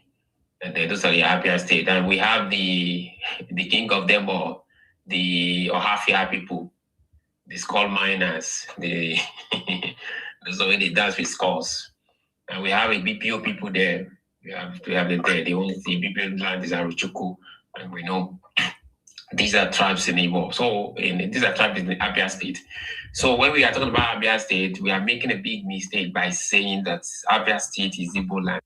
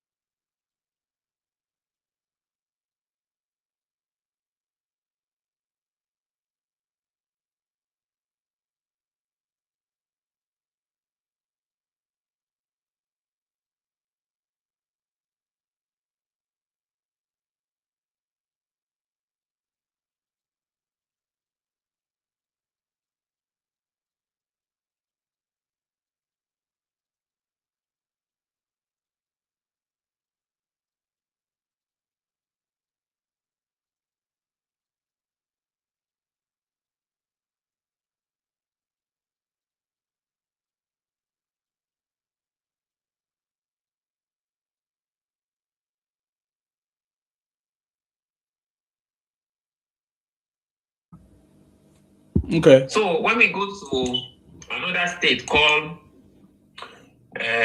just a moment, I need to pull this up. Another state, when you go to Anambra State, there is Igede people there in Anambra State. And we know where they trace their origin to. There is Igala people in Anambra State. There is Orin people in Anambra State. There is Onitsha in Anambra State, which are from Benin. And there is Igbo. Orin, Igbo, Igala, Igede, and Onitsha people. 5 tribes in Anambra State. So we have to stop saying Anambra is Igbo. That word Anambra is not even Anambra. It's from Ida. And it's the name of a river, which is now labeled on the name of a state. It's like the Imo River, which is now Imo State today, that the Igbos are claiming. Other people exist in those places. Let us stop making those mistakes. Now, back to the Nigerian problem. You see, we are practicing democracy, and there is absolutely nothing wrong for somebody to be criticizing the government. But if your criticism is coming from stupidity, like the Igbos are doing, we have to put you in check. Because if we don't put these people in check, we have problem. You see this guy called Speed that was in Nigeria recently. There was a part in the video where he was raising his nose like this, as something is smelling. Igbos are all over the internet. Oh, Lagos is smelling, Nigeria is smelling. When you go on the internet and go to big cities, even in the United States, they have states, places that have that kind of smell. Because when you have ghetto, you are the people that migrated to that place. Your ancestors never have land or house there. We know how you Igbos, we rent one shop, 7 of you, we squeeze yourself to that one shop. It is a shop, you convert it into a shop house. And whoever give you that shop, there is no toilet there, it's just a shop. No bathroom there, it's just a shop. Maybe toilet just for you to urinate. But what do you see? You see people waking up in the morning, they carry kettle, washing their face, their hand, their leg. That is how they bath. Before you know, the whole place is completely start to smell. So harboring anti-government rhetoric in Nigeria is not automatically bad, we know, but criticism it has to be healthy in democracy. The danger comes when that rhetoric of this Igbo go unchecked and they weaponize them. It's causing disconnection from lawful political processes, especially in a fragile country like Nigeria. And there are main threats and dangers which are clearly separated from legitimate criticism. You will see, when anti-government rhetoric dominates public space, that is what these Igbo criminals are doing to Nigeria. We must be very, very vigilant. Their criminality and aggression against all Nigerian tribes and Nigerian country has gone for too long. And I blame Yoruba people a lot about it because we see these people as a piece of shit, as nothing. But now, because of the age of the internet, I can now see that we have been silent, quiet for too long for these people. The same way how they attack Yoruba women for 20 good years. I see Igbos as an entity, as nothing. I never see anything. But when the age of internet comes, that when they start to put this propaganda on the internet, people, because Nigerians know Igbos are criminals. Now, people who are non-Nigerians are now starting to buy into their propaganda. Lies is now becoming true and reality for Nigerians. And this is why we have to deal with the Igbos' excesses. Erosion of state legitimacy. When anti-government rhetoric dominates public space, the Igbos have made the anti-government rhetoric to dominate the public space, not just in Nigerian public space, but globally. That is why our citizens begin to see the state of Nigeria as illegitimate or irredeemable. Nigeria is not working. Nigeria is not bad. Many Nigerians have started to see these things. But look at Tinubu government is going straight to the right path. They put Coastal Road. This guy that just shouted, hey, why is it Coastal Road? Is it money? Blah, blah, blah.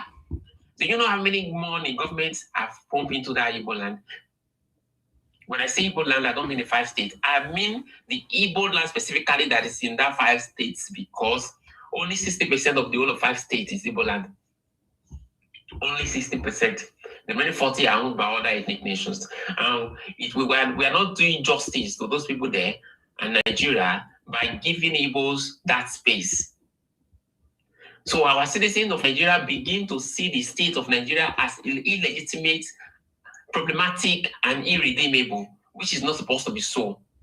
And even our laws have started to lose their moral authority in this Nigeria. That is why you see compliance with institution rules and laws and policy is beginning to drop. When we talk about people to pay tax, Igbos will say, why should I pay tax? Why should I pay tax? Why should I pay tax? When we talk about legitimate election, they say, no, everything is rigged. Which election is not rigged? We see how APC candidates were being beaten in 2023 election that happens in 2023, the presidential election. We see how they were being beaten. So, a developing country like Nigeria, where legitimacy is already very, very fragile, this can tip the system into collapse. And this is why you must not joke with these Igbos, Biafran criminals. Do not let them, don't give them an inch. This, when you see, sometimes you see Ghanaians opening platform and shouting, your Bible, tribalism, blah, blah, blah. There is tribalism, strong one, happening in Ghana as I speak to you. But we don't speak about countries that are smaller than us. Because it's going to be a waste of time for me to open a platform and start attacking Ghana or attacking South Africa. But if I go to a platform where they are bashing Nigeria and I'm there, not that one, because sometimes I go to this platform that is outside, there are no Nigerians, it can be Ghana, it can be South Africa. As long as the topic is not about Nigeria, I can be there talking. But when they turn into Nigeria, it's like go down. But if it has been Nigeria already from the beginning, if I go up there, it's going to be fight for fight. Because if somebody wants to close their nose into Nigeria matter, we have to attack them on that platform. But I will not open the platform and say I want to discuss Ghana or South Africa because these are small countries. I mean, if you are big, you are just undermining yourself by trying to talk about some people. That is just the fact. I go to this platform all the time. Many Ghanaians knows me. Radicalization of frustrated population. Now, many Nigerians are frustrated. Not because all their problems are not the government, but some people just make poor decisions in their life. For example, somebody driving Okada is having 6 children. Even thinking about having one more wife, to have 2 wives. Now, that person automatically has designed his life for failure. So these are some of the frustrated people in the country. And then you let these stupid Biafran Igbos to start radicalization of this frustrated population of Nigeria. There are a lot of Nigerians that are not really doing well. There are a lot of Europeans that don't do well in their country. They will not drag their country down. What they will do, they will attack the politicians that are supposed to do something to that situation. Who has not done something, they will tell him to resign. We see this all the time. You will not see a frustrated. America has a lot of frustrated people, homeless people, they don't have home. You will not sit there and carry their passport and say, America is a useless country.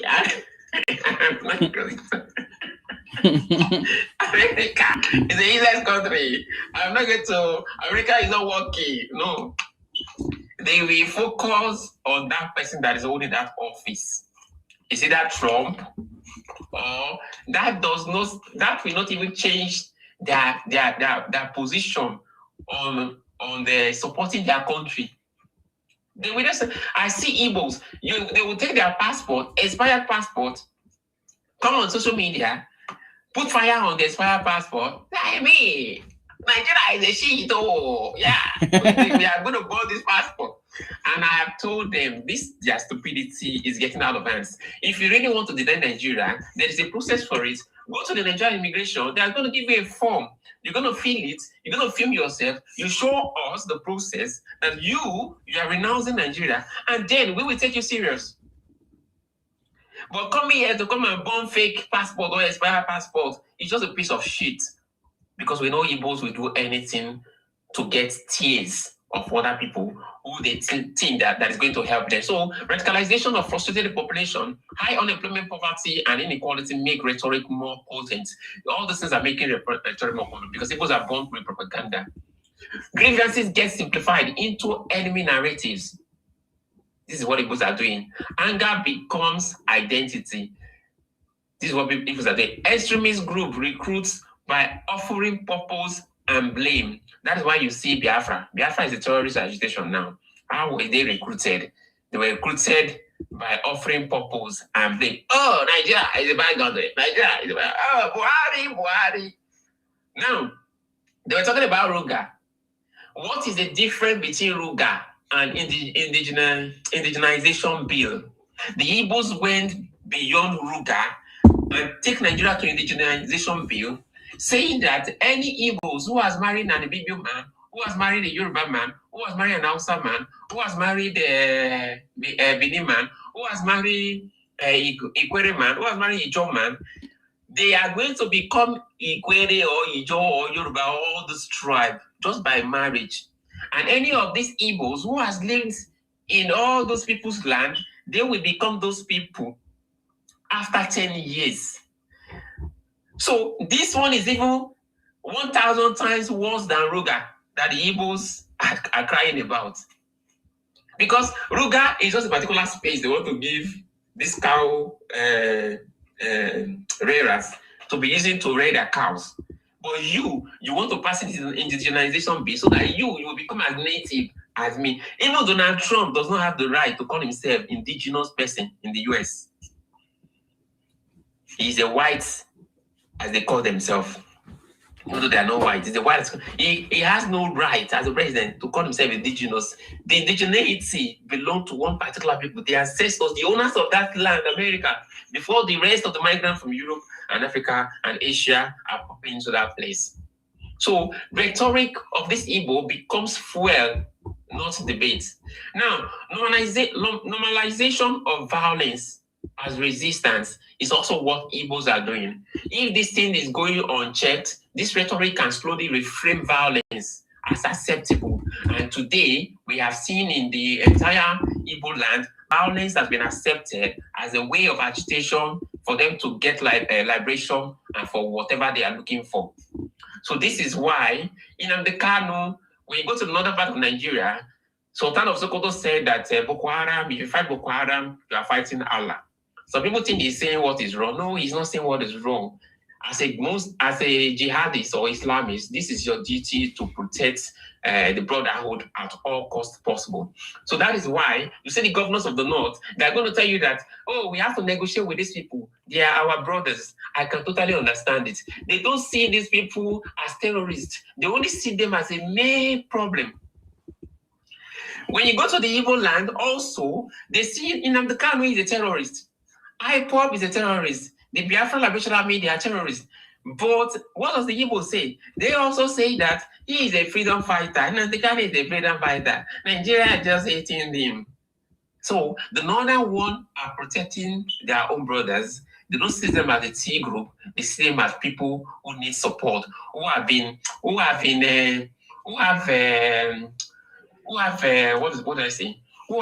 suffered from inequality, poverty, unemployment, and this is just their anger, their grievances against the government. They don't really see them as T group. So the Igbos are defending Nnamdi Kanu and the IPOB terrorists. The northern people are defending the Boko Haram, Lakurawa terrorists. They are saying these are about that. Let us use another way to cajole them to become normal people. There is no terrorists or criminals that's going to be normal people. 90% of criminals will never change. Once they are getting out of prison, that day they are getting out of prison, they are committing another crime. And we have seen this in Nigeria several times. You see police arrest some people who are stolen Okada. The day they are being released, they have been arrested again for stealing another Okada. I don't know if anybody has seen that kind of news yet. This kind of news is very, very plenty in Nigeria. So the Igbo terrorists are being protected by the Igbos. The Lakurawa northern terrorists being protected by the northern governors. They are all the same. Today, the problem we have in Nigeria is the northern terrorists and the Igbos terrorists. And we have to make sure that we have to keep a topic one day here to emphasize on the terrorism of the Igbos in Nigeria. Because every day they point a finger to the north. And we have to also point a finger to the south. It has to be two parallel lines, not one to the north. It has to be both ways. And this must be justified in a Nigerian situation. Now, breakdown of national unity. Anti-government rhetoric often overlaps with ethnic, religious. Are we in a electoral house? And then shut up, man. If Agba, random. Agba, random, so that other people will talk. You are very mad. You are mad. You don't like lecture now. You people don't like lecture. You people don't like lecture. You don't like lecture now. You like. I think it's better. Shut up your mouth, yeah. So all the things you have said, you did not hear anything. Wait. Let's find out from Moses. So Moses, he didn't hear anything.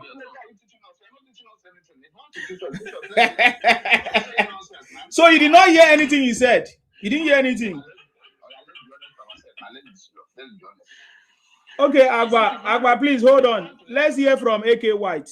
If AK White is there. Yeah. AK White, are you there? If you want to say something to add. Okay, AK White is not there. Okay, go ahead. Okay, go ahead.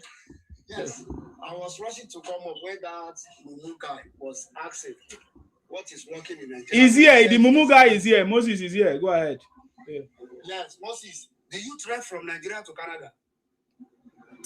Or you enter in Suzuki motor?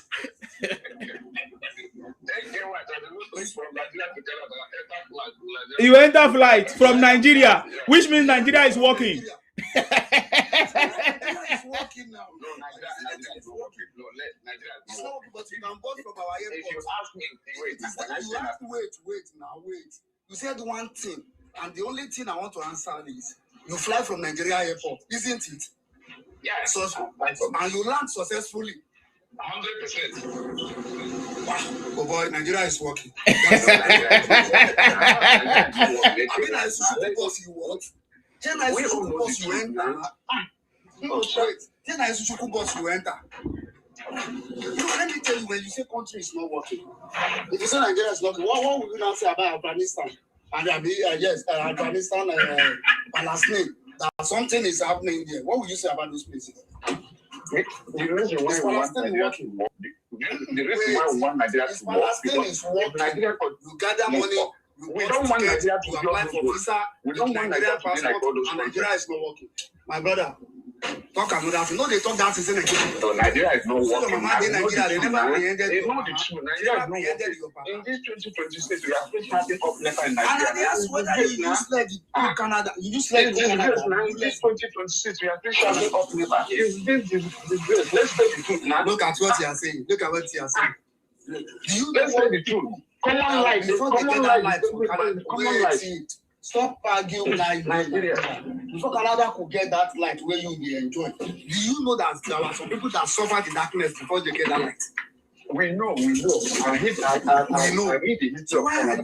But you know, those time is back now. This is very easy to do now. It's not like that time. Oh, this is very easy to do. Then why is you do that? It's not like that time. Where it is? Why is none of those 5 states in the east having that power light? At least they are not still working too. All of them are criminals. They are not still working. All of them are criminals. Don't say all of them. Don't say all of them. All of them from the beginning are criminals. You see, this guy has been able to speak for yourself. Everybody.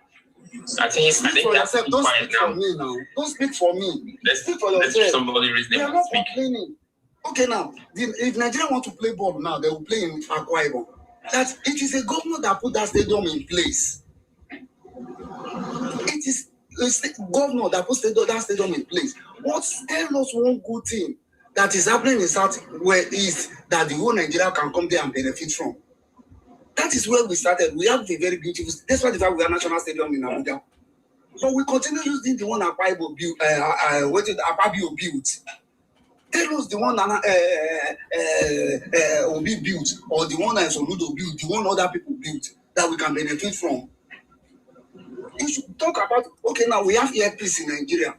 Baba Tinubu has even threatened your man so that he can move out of the country to America, to Brazil.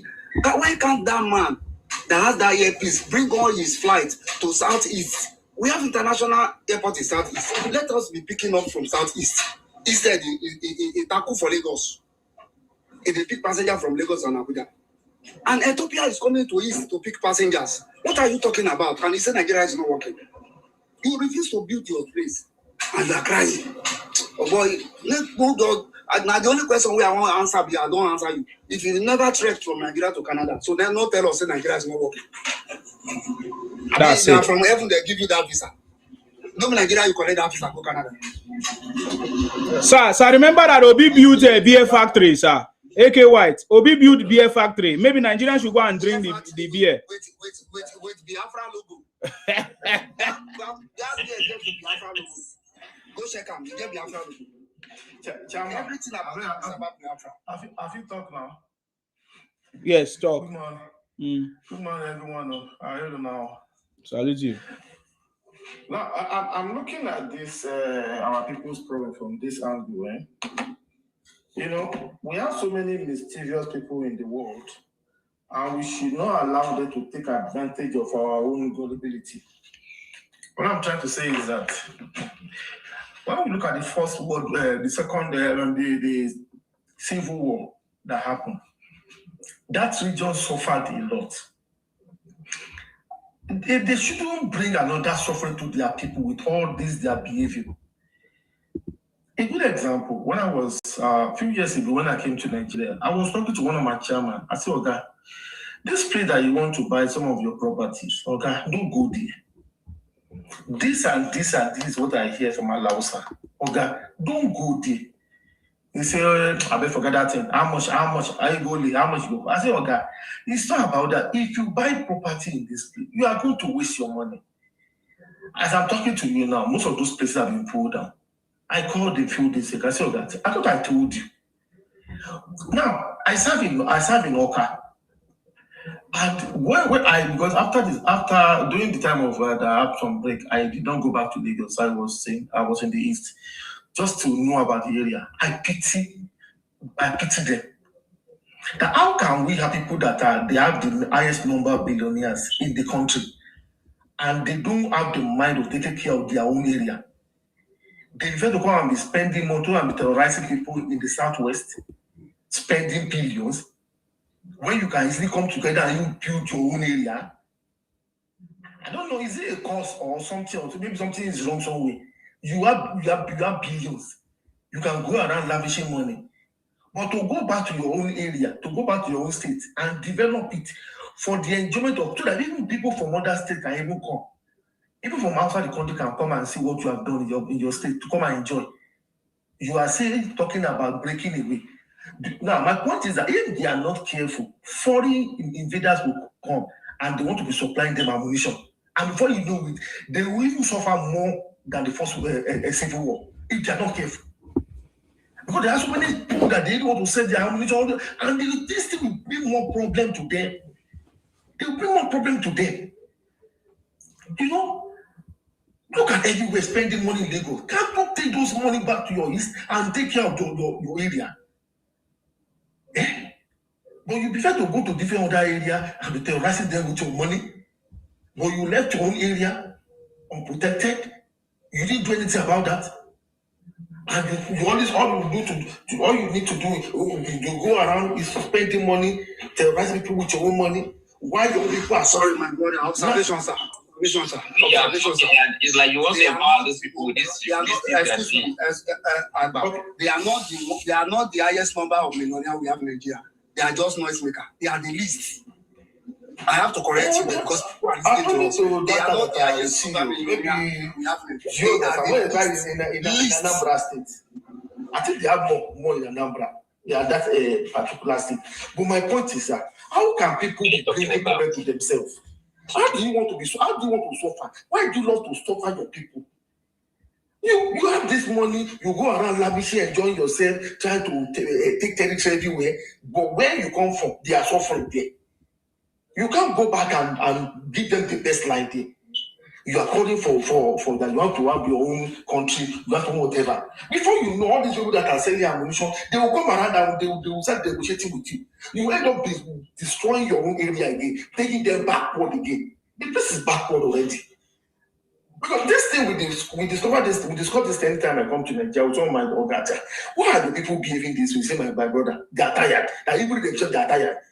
So majority of them, they are just hiding their head in Lagos and in Abuja because their people will not listen. I said, don't you know, whatever you have, you will make your place to even go backward. Everybody is looking down on you that why are people behaving this way? So you don't even have the mouth to even condemn any government that comes and say they are not performing. What have you guys contributed? You are not even supporting any government. You only see anything wrong in whatever they do. Tell me one second, please. You will still continue. Sherry, look there. Our Ilu Oda, their place is not cool. They can't stay there. They can't do it there. And if they stay there, they cannot progress. That is the reason why they are running away from their place. Because I wonder, a good example. Before this guy died, this senator that died. Sorry, let me cut in there, sorry, sir. Sorry, sir. You know the funny part of it to me? You know you are issuing your state, and you are coming to someone's state, and you are abusing them. That is dirty. You are behaving like a bandit. In fact, I was so ashamed the way the Igbos are behaving, and these people are talking down on you, and you cannot leave. You don't have any dignity and pride. That okay, you are abusing, and you go back to Igbo land. You can't go. I don't know why they can't. Because they will be poor. No, they are commerce. They trade. They need big customers. And they be abusing you, insulting you. Okay, leave. I was talking to one of my friends here in the UK here. We're just having a discussion. And the guy, is well read. I said, see, Oga, one thing that I like about one thing that I want to tell you guys that if people should take away one thing from their life, they will progress is arrogance. An average Igbo man is arrogant. I'm telling you, even before you make any money, they are naturally arrogant. They will even try to, they want to buy you, buy your environment, buy everything. I said, this is not life. I was going to say something. When Efrain was alive, there used to be a man, I don't want to mention his name. This man used to be his house agent, property agent. He would keep on telling the man and telling us that he want to buy more, he want to buy more. There was a day I talked to last year, guy. This man will regret all this the way they do. At the end of the day, he ended up buying the whole street. He changed the name to his name. You understand? Inside the money if he's still there. At the end of the day, by the time the whole estate came upon it, now, when I now travel to Anambra, I went to his area. But this man is spending a lot in this place. But look at his own area. He interlocked the whole street. He put a street light everywhere. But when I travel to Anambra, when I move around those streets, I said, these people, they will have big money there also. They live in the same estate. I can see all those people like that. They stay in the same money. It's true. I said, but why are people wasting their destiny? Yeah. We can just say, we are no more selling that for you and make life easier. And you must surely, you need to have a place that you need to go to. But unfortunately, you don't have a place to go to. Because you only go there during the Christmas to show off. To show off. And after drinking, you go back to Abuja again. You go back to Lagos again. And you have the God to be telling that Lagos is smelling. All we need to do is to join out together to work with the government of the day. If they are doing something bad, you must give a constructive criticism on how to get better. That's what they do here. Just like what one of my brothers was saying. They will never say that the United Kingdom is bad. No. They will talk about the person that is holding a particular office that is bad. That's the person they will talk about, and they will make sure that they bring the person down. And that person will go there to serve the people. That's why you see in Western world, nobody is let me just say indispensable. You are not indispensable here. If you are occupying a particular position, don't think that you are the only one that is like occupying that position. If you mess up, they will remove you. Another person will go there. What matters is that serve the people. If you cannot serve the people, you step down. So I'm just trying to encourage these people. Let them think twice. What all these things that they are moving, people that are mischievous, that really want to sell ammunition, that want to destroy economy, they will come in. Okay, look at what's happening in Sudan now. Look at what's happening in Sudan.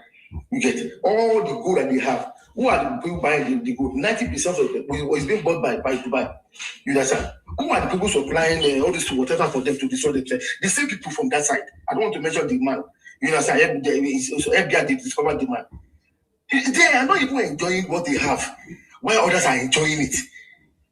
So let me just pause here for another person to continue. Thank you for Sima. I appreciate it. Thank you very much. I salute you, Temi, for contribution. Sir Martin, is that you? Go ahead. See, I'm just tired of these people. And you say Ikoro is lazy now, Calabar is lazy now, Benin is lazy now, Yoruba is lazy now, Fulani, you. And at the same time, you still want to come and live in their midst. How could you go and live among your enemies? I'm so disappointed in Igbo, you have shame. That dignity is not there. If I'm Igbo, I will not go to this people's land. And Lagos is smelling now. And you be Yoruba brown roof now. And you are coming in drone. You are coming to their land in drone. You abuse Oba Obini, and you are going to Edo State in drone. All their market, you are there. I said, I don't know these people that don't have shame like these people. And they want me to come and kill in their party for voting. I'm not mad. My brain is, I still have my sanity in my brain. I don't behave like this. How can you go look at someone that hosts you, like Oba Obini? And you are abusing him. You do caricature of him. You are making money on his land. And you cannot leave to your Igbo land, your paradise. You came to Yoruba land. Yoruba crazy. Yoruba now, Olosho now. Yoruba land this one. And end of the day, you are running on 9 buses to Yoruba land. Some people don't still have shame. I don't go to my enemy camp. I have dignity. not make myself so useless like that. I look at this tribe. I'm so this is why serious problem. Oh, serious problem. That's what my brother said. That pride, that's solve their problem. That's why they cannot form coalition with other people. They can't form a band. They feel they are more superior than you. That's why they couldn't achieve anything in the Nigerian state. And they say, come out, they be crying. It's your undoing. And with all the kind of gra-gra, you are saying amount to nothing. Because you cannot live without these people. Go to River State. Even Fulani Janja will land. That's when I choke me. Igbo they go Fulani Janja will land. Igbo Fulani Janjawi. Fulani want to buy me. Fulani kidnap me. Fulani do of me. You see, they go their land. And so these are the things that I just wanted to undo these things. I'm so sick and tired of these people. You cannot reason with them. I think they are being radicalized. They are being hearing Obi or nothing. Biafra or nothing. How many nothing you are going to have? How many you want to have Obi or nothing? You want to have Biafra or nothing? These people. May God have mercy on you. You are still Nigerian. I cannot say should buy you. I can't say make you know your tutorial, but I don't do the kind of shenanigans thing. Oh my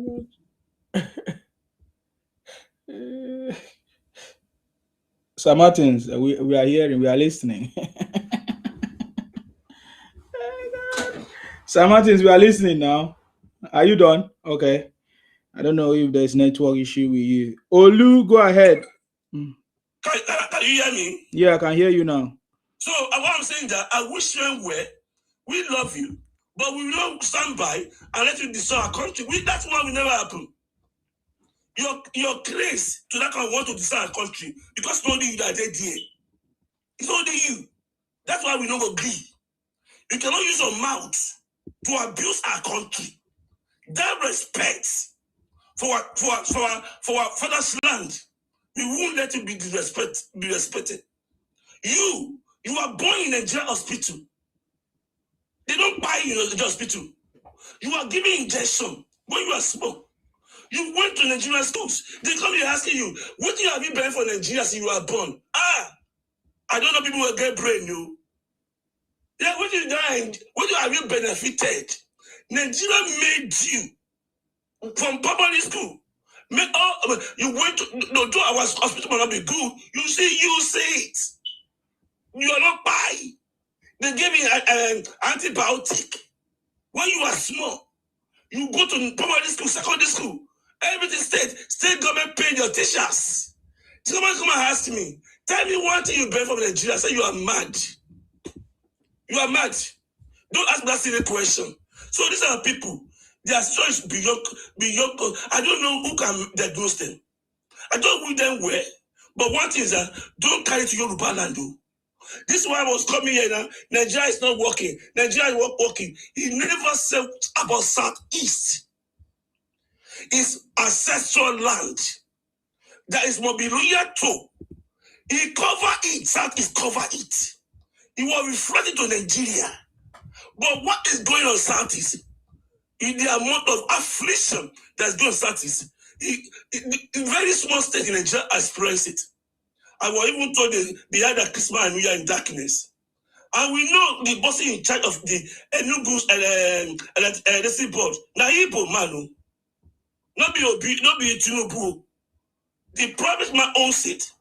It's an Igbo man. They cannot talk about this one to make sure it works very well. They said Nigeria is Jaga.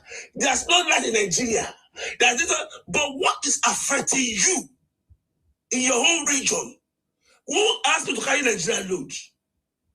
Who appointed Igbo that now your head you won't carry Nigeria put? Now you be spokesman for Nigeria. Every other tribe, they don't get their mouths. Now only Igbo mouths. Now they can't carry the load for their head. Now they will carry Nigeria wahala. They haven't carried Southeast problem finish you. They won't say he said they have East Coast in the state. Hey, what about North? What about Bonu?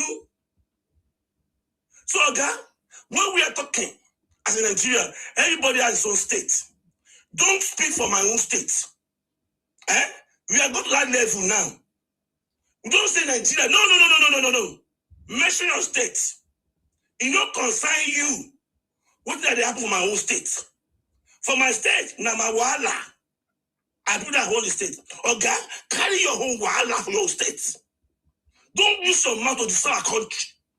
If your state is not functioning, go and do it. What did concern me about your state? If you don't say, make you not shout upon your leaders to make sure they give you good project, hospital, roads. I don't come there, but don't come and reflect on other people. Every state situation is completely different. The way they manage it, some states are very lucky they have good leaders. Some states, they are all unfortunate. Don't carry Nigeria to me. Carry your southeast. Insecure in southeast. Say that we are insecure in southeast. Yes, I can understand. Say that there's no light in southeast. I can understand. Say we don't have water in southeast. I can understand because that's your land. But don't come to people like, come use your reflection on people on River State. Because it will be the same thing. The RTC hospital in River State, they are many things completely different from your home. What you are going to your southeast is not what they're going in the River State. Don't rub it to everybody body. Don't rub to anybody body. Don't want to be like, you must be like us. We must be like southeast. Oga, it will never happen. Your responsibility in southeast is your duty. You're free to do it. And when it's done on you, you want to reflect on everybody. Oga, then you go carry your kaya. You go carry your kaya. As Kano people, they carry their kaya and Kano. As Osun people, they carry their kaya for Osun. As River, they carry their kaya for River.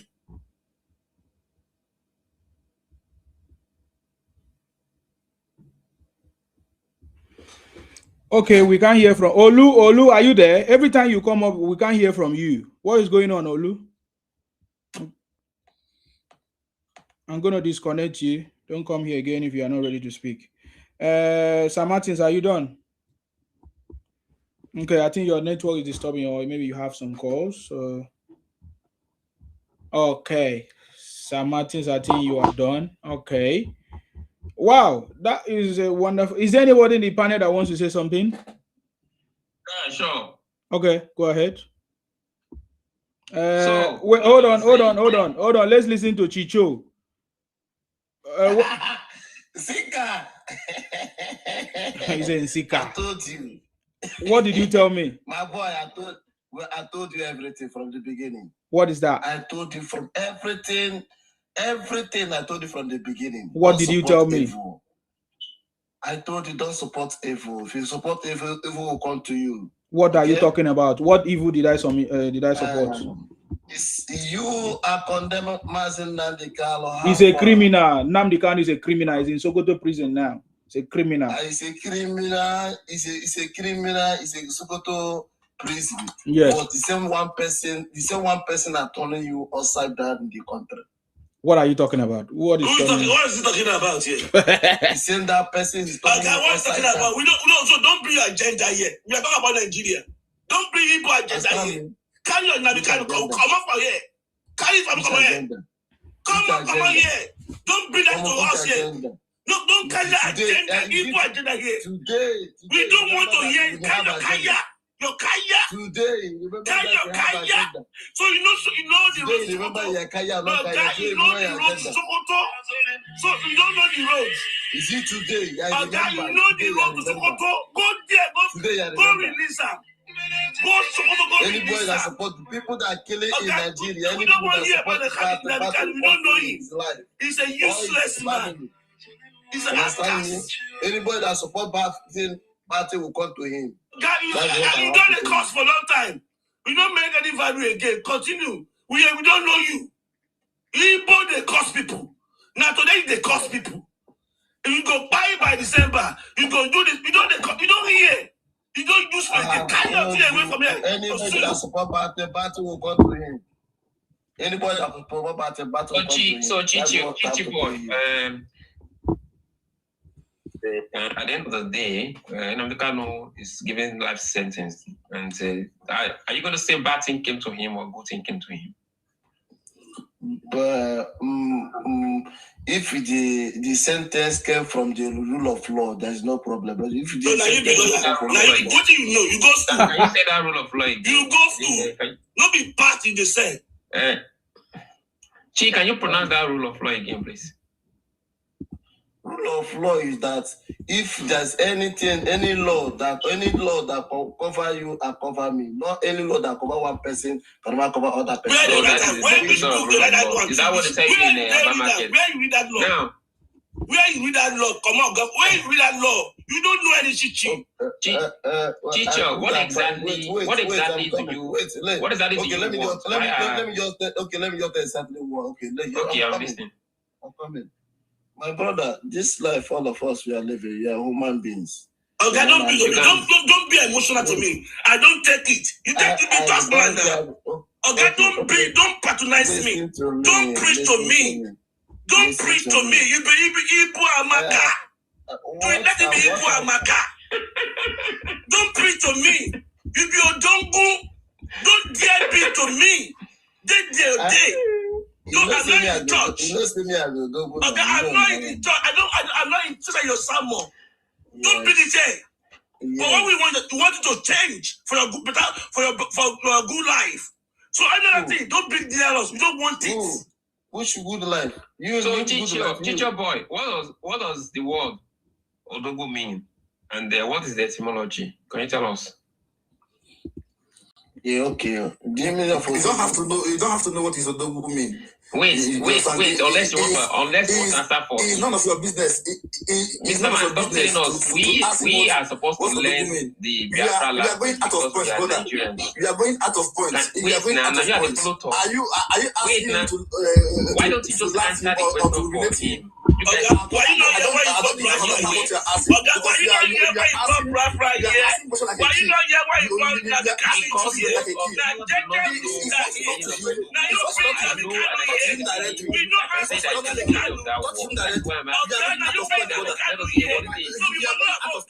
You are going out of point. Okay, let us go back to point. Let's go back to the point. I have something to say. My question for 2 minutes. Teacher, wait, I have a question for you. What is the plight? What is the problem of what do you want Nigerians or me or Isiman to do for you? Okay, good and fine. I don't need anything from Sima. Do you know what I don't want from him? If he want to fight for Nigeria to be good, let him fight for Nigeria to be good. I can't hear you. Speak up. I said that if him want to speak about Nigeria to be good, let him stop calling about Igbo name or Mazen Nandekale name. I don't like that rubbish. If somebody want to speak about the Nigeria, go ahead and speak about the Nigeria to be good. But stop using somebody's tribe or something like that. It doesn't make any sense to anybody this time. But we have the Igbos who are talking trash about Nigeria. Don't you think Nigerians also have rights to talk about them? My brother, we have Igbos, we have Biafran saying Nigeria is a zoo, Nigeria is not work. Wait. What Biafra is he saying about the Nigeria? Is he lying or is it the truth? Tell us one of the things he said about that is right about Nigeria. I asked the question. You now answer my question first. I said, what Biafra is he saying? Even the so-called Even the so-called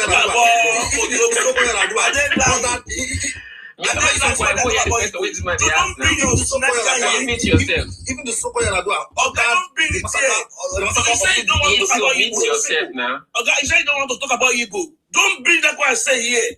What we are talking about Igbo is true. So we say what you're talking about Nigeria is true. What we are talking about Igbo is true also. So don't shut her down. So we talk about Igbo. Okay. Can you just tell me the first? Just calm down. Chicho, ask your question again with the hair. Wait. I'm coming. Boss, I'm coming over. So please. Because I have a question for you, and you must answer. If I answer your question, Can you just tell me what Igbo did? If the one person the verse, I don't know. meet yourself. If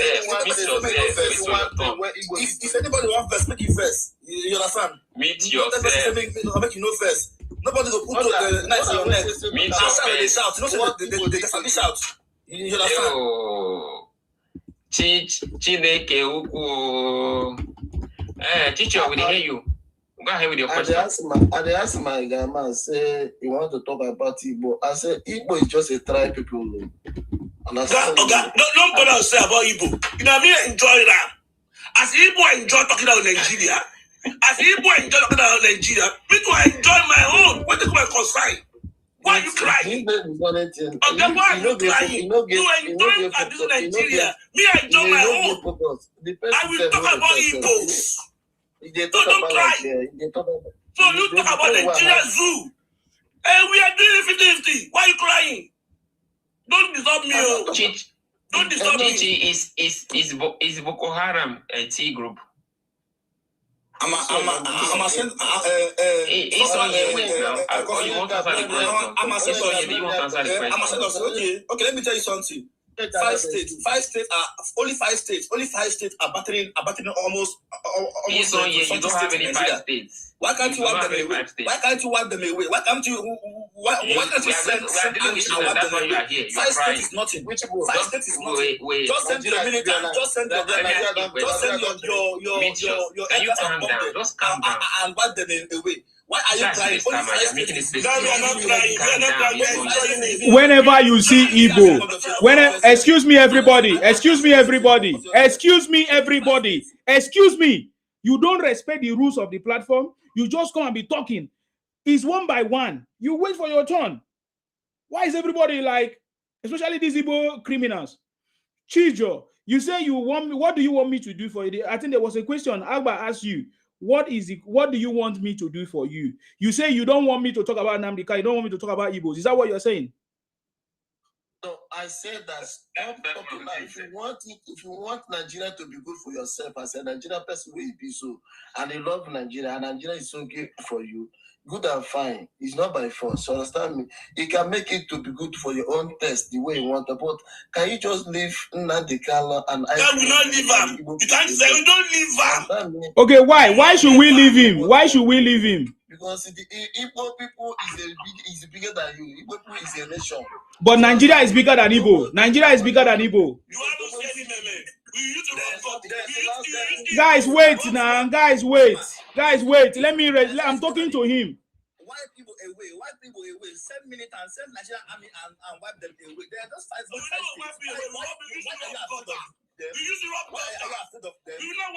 Oh my God! Do you want me to put the timer that will not allow you to speak? Who is this criminal? Igbo criminal? Keep quiet when I'm talking. It's not your turn to speak. Please, I'm talking with Chichi. Allow me to finish talking with him. So you don't want me to mention Nnamdi Kanu or Igbo in my conversations, right?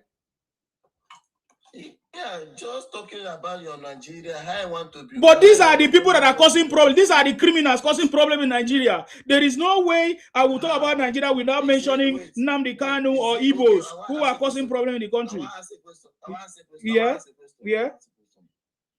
Is Igbo person be Boko Haram? Yes. IPOB. 10 years we saw IPOB destroying Igbo land. So I don't want interference, please, Sir Martins. Hold on. I don't want interference. Listen. Who is this person? I will drop you. I've been respecting you many times. You are not listening. Don't unmute you when it's not your turn to speak. Please. Respect the platform. If you are Igbo that don't respect your fathers and your mothers, it's not on this platform. Respect the rule of this platform. It's not your turn. I've told you, everybody's listening to me. It's not your turn now. So why can't you respect it and follow the rules if you want to speak? I'm talking with Chichi and we're having a conversation and you are interfering. What is the problem? Chichi, there is no way I will talk about Nigeria without mentioning the Igbos, who is the problem of Nigeria. I'm coming. When you address, you just address somebody. You allow me to talk. No. Wait now. You will talk, but I'm telling you. Listen, Chichi. Listen, Chichi. Listen. Listen now. Listen. Is there a way I will talk about Nigeria without mentioning the problems of Nigeria? And Igbos are the problems of Nigeria. So for the last 10 years, we saw how Igbos are trying to destroy Nigeria. Southeast is part of Nigeria. Without you talking about wait now. Without you talking about Igbo, you can't. That is not what we are talking about now. Now you are being so stupid and gaslighting. I'm saying for us to solve the problem of Nigeria, we cannot stop mentioning the Igbo criminals who are causing the problems. For the past 10 years, we saw Igbos trying to destroy Nigeria with propaganda and burning down the Southeast, which is part of Nigeria. Is that not true? That has given birth to Nnamdi Kanu now in prison in Sokoto prison. Southeast is a part of Nigeria. Southeast is Nigeria. Yes, Southeast is Nigeria. It's a part of Nigeria. It's Nigeria, of course. How? Where is Southeast located? Where is Southeast located? I ask a question. How? No, I'm asking. I've answered you. I say, where is it located? Is it not in Nigeria? Is it anywhere else but Nigeria? Oh God, then you don't know. Keep quiet. Then I move from you. I was thinking that you have sense. I was thinking that you have sense. Okay, let me talk with. Hold on, guys. Hold on, Saudi. Don't worry. I know how to deal with Igbo criminal. Don't worry. Let's talk with It's Only Me. It's your turn now. It's your turn now. What is your own problem? What is your own problem? Let me tell you something. If you like, say that Igbos are the problem of Nigeria or not. Many countries have already witnessed war more than Nigeria, and they still work. Many countries in the world, let me name them: Chinese Mandarin, South Korea, North Korea. Many countries in the world, both Scandinavia, in Europe, many countries, Rome, all of them have witnessed war and tragedy more than Nigeria. But after everything, they still work together. Let me tell you something. Even Slovakia and all those Kosovo, all these people they are together before. They are one nation before. Slovakia, Kosovo, Croatia, they are one nation before. Russia, they are one nation before. You understand? But things, after the war, they notice that things cannot work out for them. It's not do or die. You understand? If someone told me, Igbos are criminal or all this is a man-made talk, I'm not afraid of all this one again because I've already lost my heart. You understand? I know my words. You understand? If you like, let the federal government buy me now. 211. Thank you. Information to my children, and my children will pass it to my grandchildren. If we continue like that, it will come. Let me assure you something. Let someone write congratulations in the comment section because that time must come. I'm not afraid of saying it. I'm sure of what I'm saying. Better must come. So if Nigeria do not want peace to reign, we are ready to start the nation, and we are ready to rearrange the nation. Let it work for everybody. But tribalism and religion have eaten more in our hearts. Tribalism and religion have destroyed a lot in our society. So since this thing cannot work, and everybody is seeing it clearly, it can't work. No, nobody see whatever you are saying. Okay, listen now. I've given you time to speak. You are just repeating yourself. Whatever you are saying, we are not seeing the same. Nigeria is already working. If it's not working for you, then you ask questions. Are you getting me now? And you say, I hear you. Of course, Nigeria is working for me. You understand me? I go to Nigeria anytime I want to. I decide to live in the UK. I decide to live in the UK. You understand me? I decide to live in the UK. You understand me? I go back to and we're already planning to come back to Nigeria permanently under President Tinubu. Oh God, why are you interfering now? I go come on you. Why are you interfering? I'm talking, you're interfering me. Why are you interfering in what I'm saying? Don't stop interfering in what I'm saying, okay? Now, it's only me. You said that you say okay, let me remove you. I see that you are a criminal. All Igbos are criminals.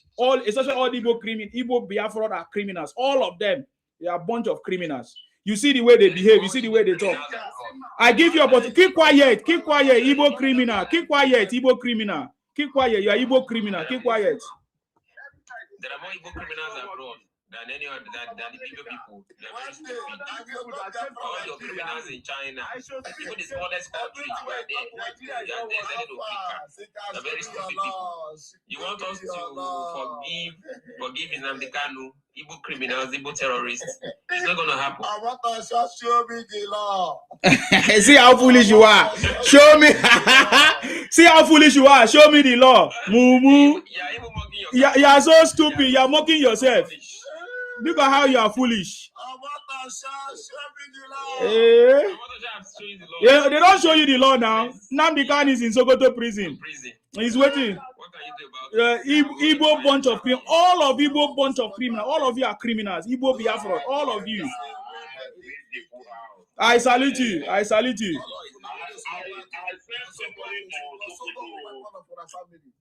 You do? You send somebody to Sokoto? Who is that? Who is that?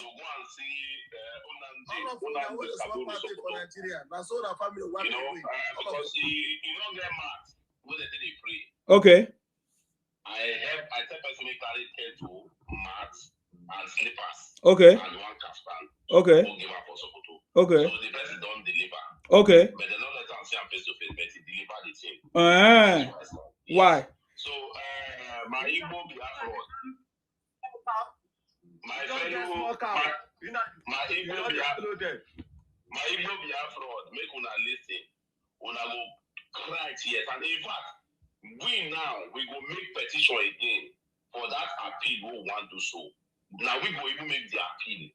And that appeal now to deliver new judgment. The new judgment that will hang down. And we go hang on Nnamdi Kanu. Now otherwise, we go hang on Nnamdi Kanu. That one will be example for now. And if Peter Obi see to talk, we go hang Peter Obi also. You hear so? Yes. Because Peter Obi has never said anything good about Nigeria one day. Definitely. Every time is how to destroy Nigeria, how to demarket Nigeria in the whole world. I don't even know if Nigeria, if we want to really do things as supposed to be, this Obi is a boy, need to be jail now. You hear so? So una will cry tire. Una will cry tire. Una no go no peace. As una say Nigeria no go no peace, una no go no peace. For all of our life. That una children want to transfer that information to. All of them will see they buy one by one.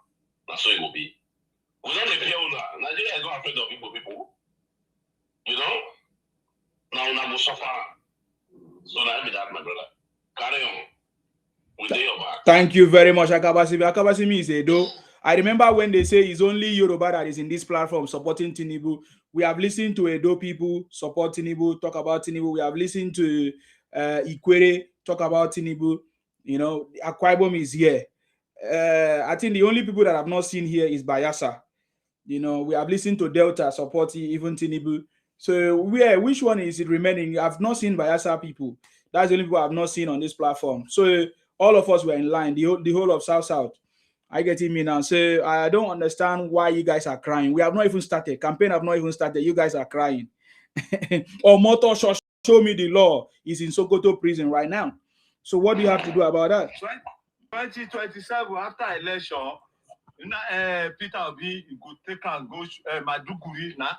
You know, Nnamdi Kanu de Sokoto. Yes. Peter Obi put out for Maduguri prison. Mm-hmm. He go put out all of them when they commit like that. We go throw them. One don't go Sokoto now. Another one go Bronu. Another one go Maduguri.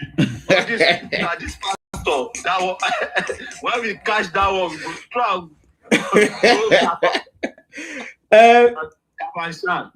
Perfect. But inside prison. Definitely. I wanted to ask, TikTok influencer, is your turn. We have not listened to you before, or have I? Go ahead.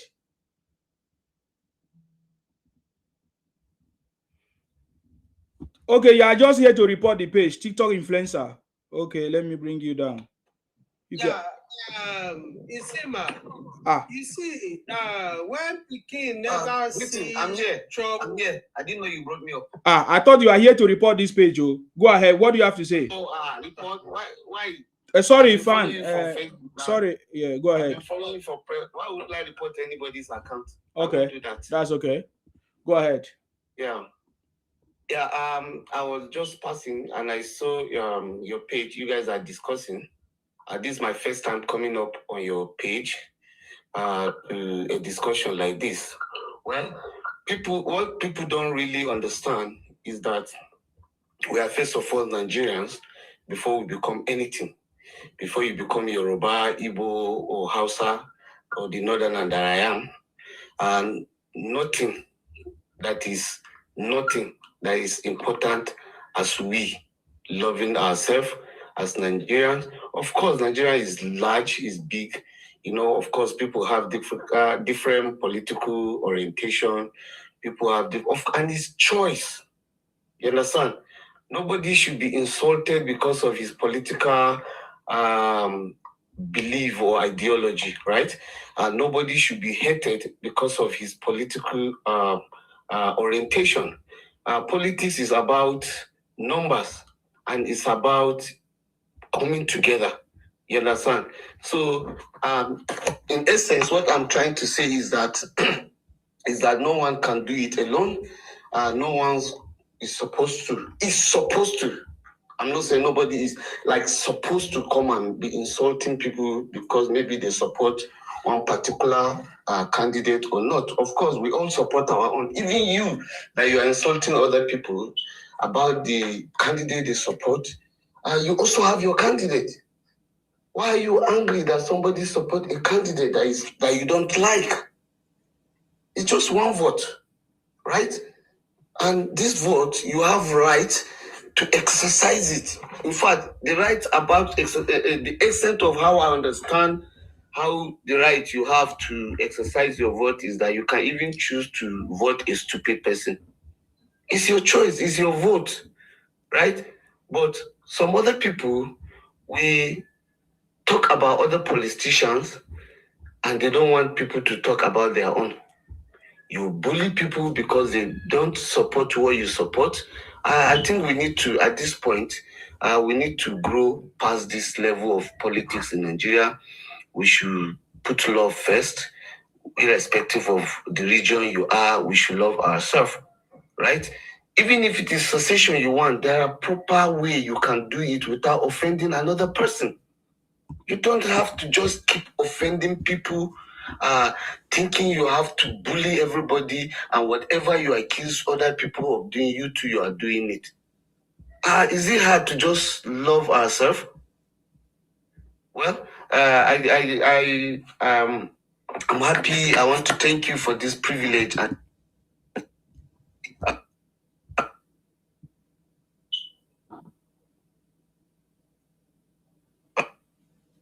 We can't hear you anymore. I don't know what happened. Oh, can you hear me now? Can you hear me? Mm-hmm. Okay, I was seeing a notification on the and I was trying to read it. So this is what I have to say. If anybody have any question, or you, the host, have a question, no problem. I don't have question for you. I don't have question for you. Thank you very much, Colin. Yeah. This is what I came up to say. Yeah, thank you very much. Thank you very much. Amuche Obu 76 say yes, the host should be ashamed of himself. Can you come up here and come and tell me why I should be ashamed of myself?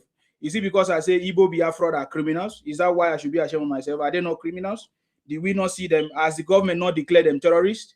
Igbo Biafra, IPOB, are they not criminals? Are they not terrorists? This trying to demarket the country. What are you talking about? Is that not the reason why Nnamdi Kanu is in Sokoto prison because of Igbo criminality in Nigeria? Is that what do you mean that the host should be ashamed of himself? Ashamed of what? What we have seen live going on. Okay, Amuchi, why did you say the host should be ashamed of himself? Are Igbos not supposed to be ashamed of themselves raising criminals in Nigeria? Nnamdi Kanu is one of them. Evans is one of them. Ike Ekweremadu is one of them. What are you talking about? Are Igbos not supposed to be ashamed of themselves for raising criminality in the East for the past 10 years, running away from their place, burning, kidnapping themselves? Are there no evidence? What are you saying? So we should keep quiet. We should not talk about those things. We should not talk about Igbos trying to destroy the market, the country. I'm asking you. Wait. You listen to me before you respond. Should we not talk about Igbos grouping themselves in America, going to lobby against the country? Are they not? Is that not what makes them criminals? They are criminals. Igbos are criminals. All over Nigeria, Igbos are criminals. That's the truth. Yeah. Can you allow me to talk now? So that is the reason why I say Igbo Biafra are criminals. So I give you evidence. So what do you have to say? No, what I'm saying is the way you are going about it, the way you are. You don't need to tell me the way I'm going about it. Talk about the facts. Are this what I've said? Are they not truth? What I've said, are they not truth?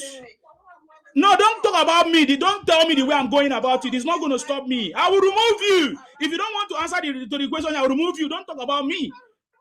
Get out, evil criminal. You are one of them. You are one of the thieves.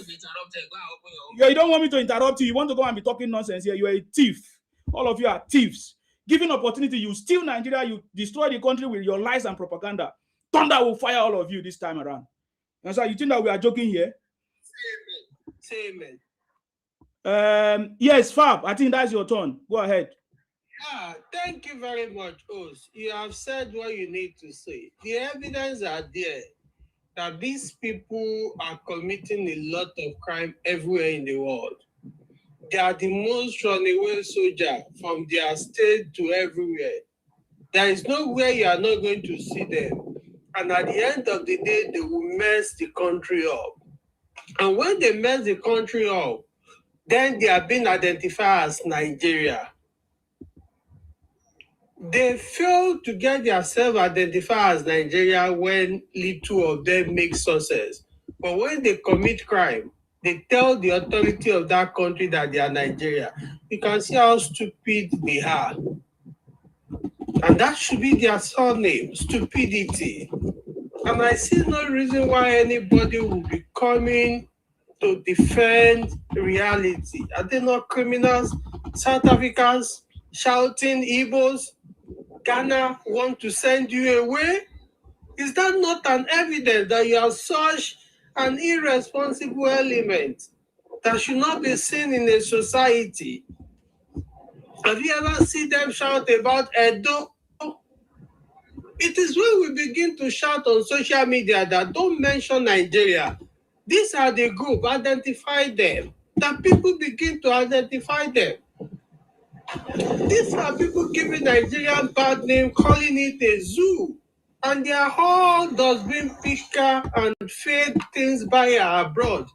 And they still send it back to that Nigeria for sales. They send it back there. To this same country you are blackmailing, this same country you want make you fall. But you they send all your dustbin, send to that country for sale. Are you not meant to be ashamed of yourself? You call yourself a builder. You Stop that cannot. nonsense. Talking, God punish you. Stop nonsense. Stop nonsense. Stop talking nonsense here. Stop talking nonsense. Stop talking nonsense here. Why don't you respect people and stop insulting people on social media? Nonsense. The person is saying something, you can't time. Why you talking nonsense? Stop talking nonsense. If I sue you, I will shoot nonsense out of your head. Stop talking nonsense. That is why we call you a criminal. You have proved that. A bastard you always prove is a bastard. You have seen. You have seen. It's an evidence. You have seen the world that you're a criminal. So now I'm advertising you the level of the criminality. Now you are still coming to tell us that you're a criminal. You're a bad element in Nigeria. Oh God. You are a kind of children you are supposed to see, a parent should see and start crying. You are a bad product to the country. And you are so arrogant of yourself to the essence that instead of you hiding your face, that the only favor you do to your land is to turn that place into a burial ground. Nothing good come out from there. You produce Evans, bad luck. You will produce in Andikalu that has them to be buying your grandmother, your grandfather. Bad luck. It is the same you that produce people that do fake medication and want to kill everybody in the country. Bad luck. The same you people have places they say human being part. Bad luck. So what luck do you have?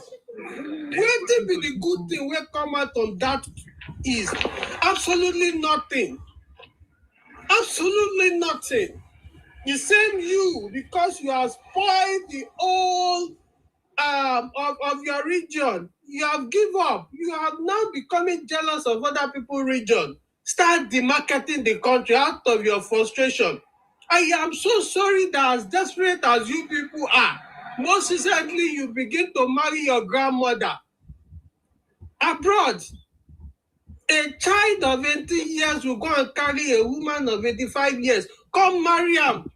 And the mama they see now, see the clap for now. How desperate will the person be to that extent? So are this the real product? Are this the real product that are satisfied with every nonsense? Happy to be in every mess in the world? God will save Nigeria from you one day.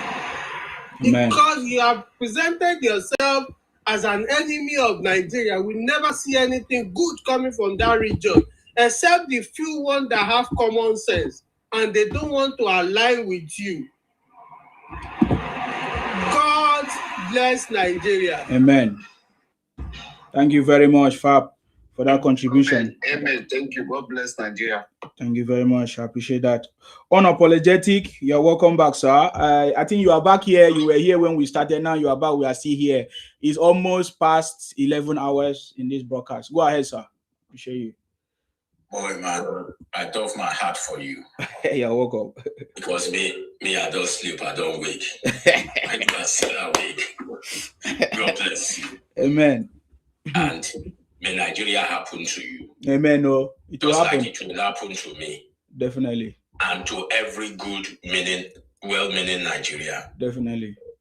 But to those who does not want Nigeria to survive, may Nigeria never happen to them. He say Biafra happened to them. maybe I'm happened to them.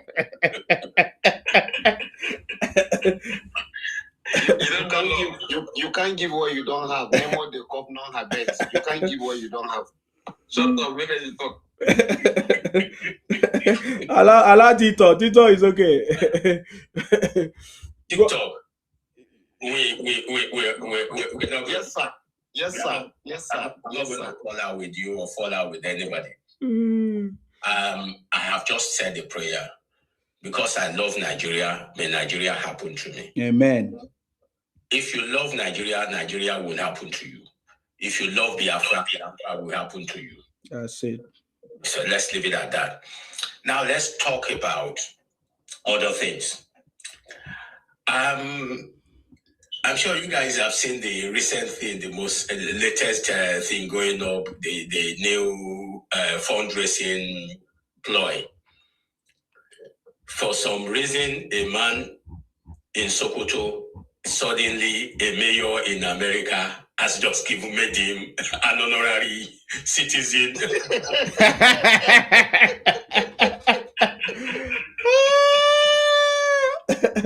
Really? What's going on? Guys, I saw that, and my man went to that. I know they want to gather money. You are giving him honorary citizenship. I saw that. That is self-deception. Guys, do you know the latest now? They are now using that to raise funds within themselves that anybody, because they had given their leader honorary citizenship, so any Biafra man or woman does not need visa to go to America.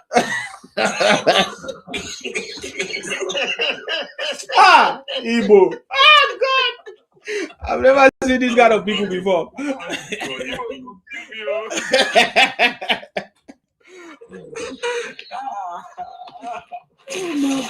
God. You see how political these guys can be. And you remember what I said, my submission yesterday before I left you guys, was that history has it that a sect of the Igbos migrated from Equatorial Guinea to the present day Nigeria.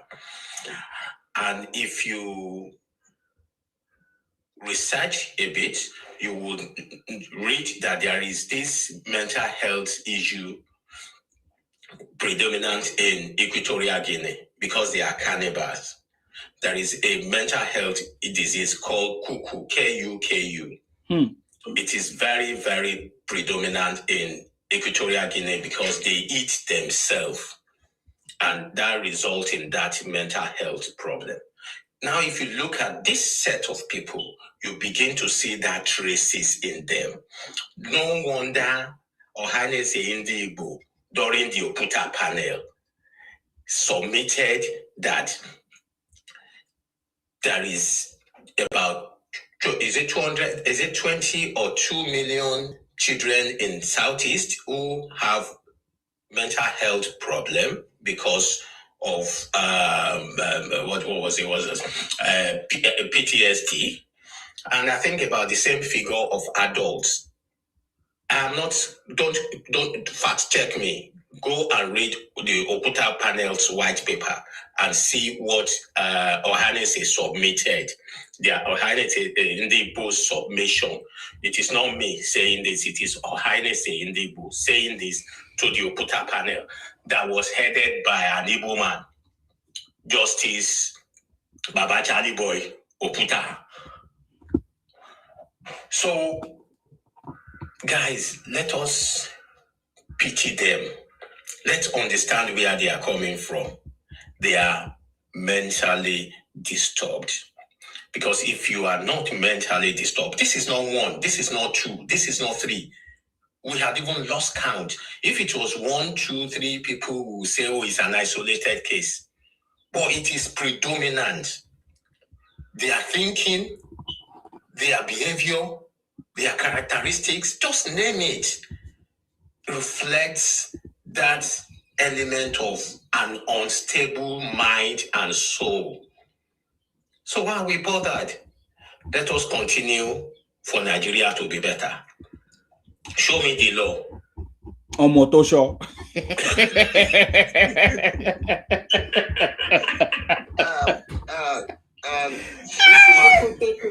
Show me the law. Yes. Show me the law. I am the lawyer.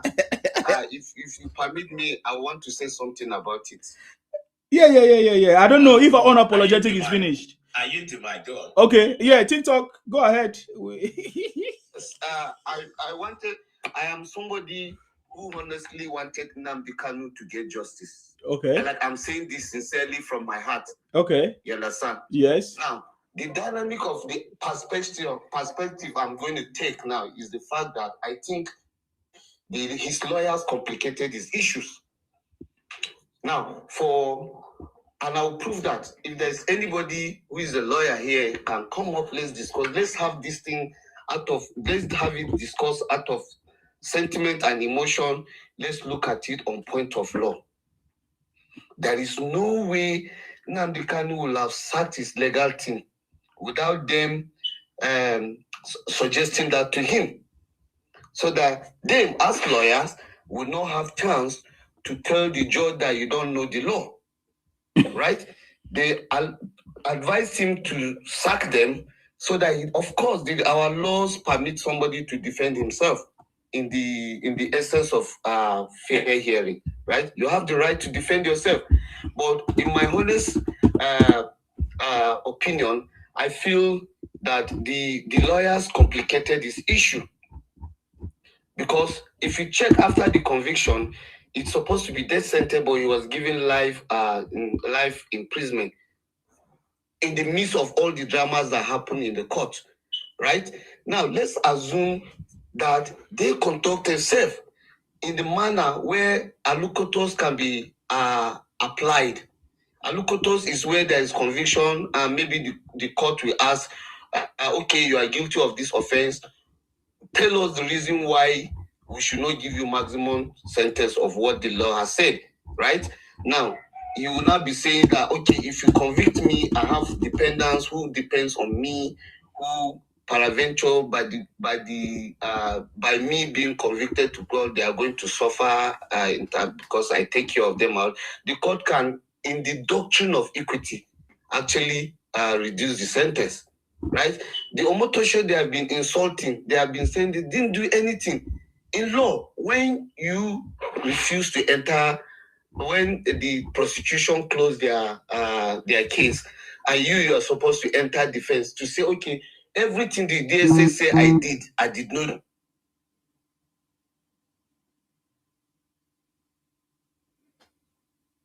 We can't hear you. We can't hear you. We can't hear you anymore. Okay, let's hear from. Yeah, sorry, sir. Let me quickly say something. I think Justice Omotosho allow allocutors to actually be observed. And it was done through a rep who plead on behalf of Kalu, despite that he was very rude to the court. And that is why he actually reduced the punishment from death, from pie to life in sentence. I think he observed everything he needs to observe. Honestly, I think Kanu would have be in the left hand, maybe in FIR by now, if he has not observed that. Honestly, Yes. Honestly, he would have been in FIR. Yes. Thank you. Thank you very much. I don't have time for all these things. We know that we have defeated all the. Nnamdi Kanu is serving life imprisonment in Sokoto. Biafra is dead in Sokoto. That's it. That's all that's important to us. So, Mr. Get Sense, is your opportunity to speak. Yeah. Good morning, everyone. I salute you. And thank you, Mr. Amamin, the host. Yeah, I've been up all this while listening to everyone's opinion. And I want to believe our opinion all counts. Everyone is entitled to their own opinion. But my little observation, and I would have loved, come up here, make your point without insulting anyone, right? Because we are all adults. All these abuses and what have you, we don't need it. Thank God the host gives everyone equal opportunity to hear our views on this issue. Well, to start with, I'm not a Yoruba person. I'm from Akwa Ibom, to be precise. But I did all my schooling in Lagos, you know. So,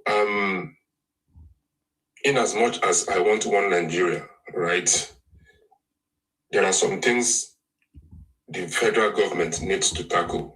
And you cannot treat the symptom and leave the real root cause of the issue. I might not really know much. I'm not a politician, so I'm just coming from my own angles of understanding as a Nigerian. Right? Nigerian challenge are not caused by the Igbo. This is my own belief. The Igbos or Biafra. Then, again, before I proceed further, all the mayhem going on in Biafra land, so to say, in quotes, I am not in support. You know, destruction of, casting people to stay home every Monday, I don't think is the right thing to do, So the issue of, issues often attributed to them are rooted in historical, 1, 2, political, 3, and structural problems within the Nigerian state. Now, not in any inherent problem with an ethnic group. So the marginalization of the Igbos is widely documented and tied to post-Civil War policies. Oga, I will not be here and you'll be talking rubbish. You understand? Can I ask him? I will not be here, you'll be talking rubbish. Can I ask him? You just said, hold on, you asked him. You just said that the problem that is going on in the Biafra land, according to you, that you are not happy with it, you are not in support. At the same time, you say that the problem of Nigeria is not caused by Igbos. So when there's a problem in a certain space of a country and it's caused by Igbos, are they not the cause of the problem? Is that not a problem that is affecting Nigeria? So you just counter yourself by making some statements. You understand me? That does not make sense. You understand me? You said that you know what is happening in Biafra land. Who are the ones causing it? Are they not Igbos? Who is the people that fight Nigeria? Are they not Igbos?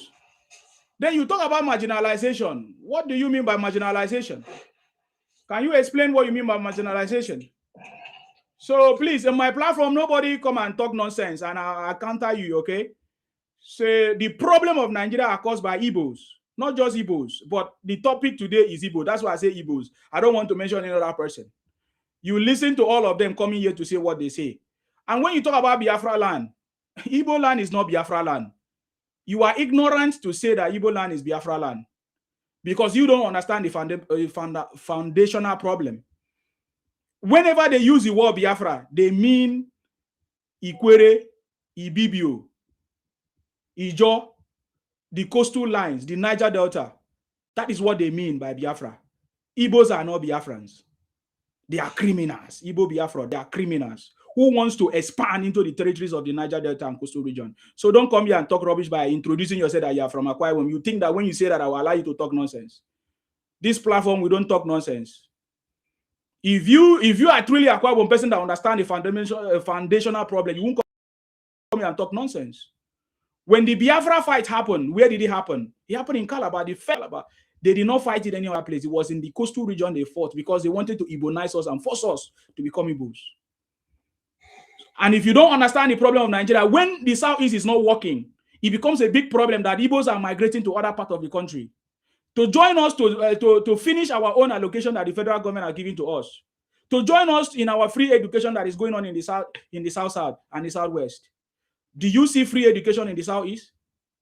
They migrate to other places to come, but they should have the same. They should use the resources that the federal government are giving to them to develop their own space, but they don't.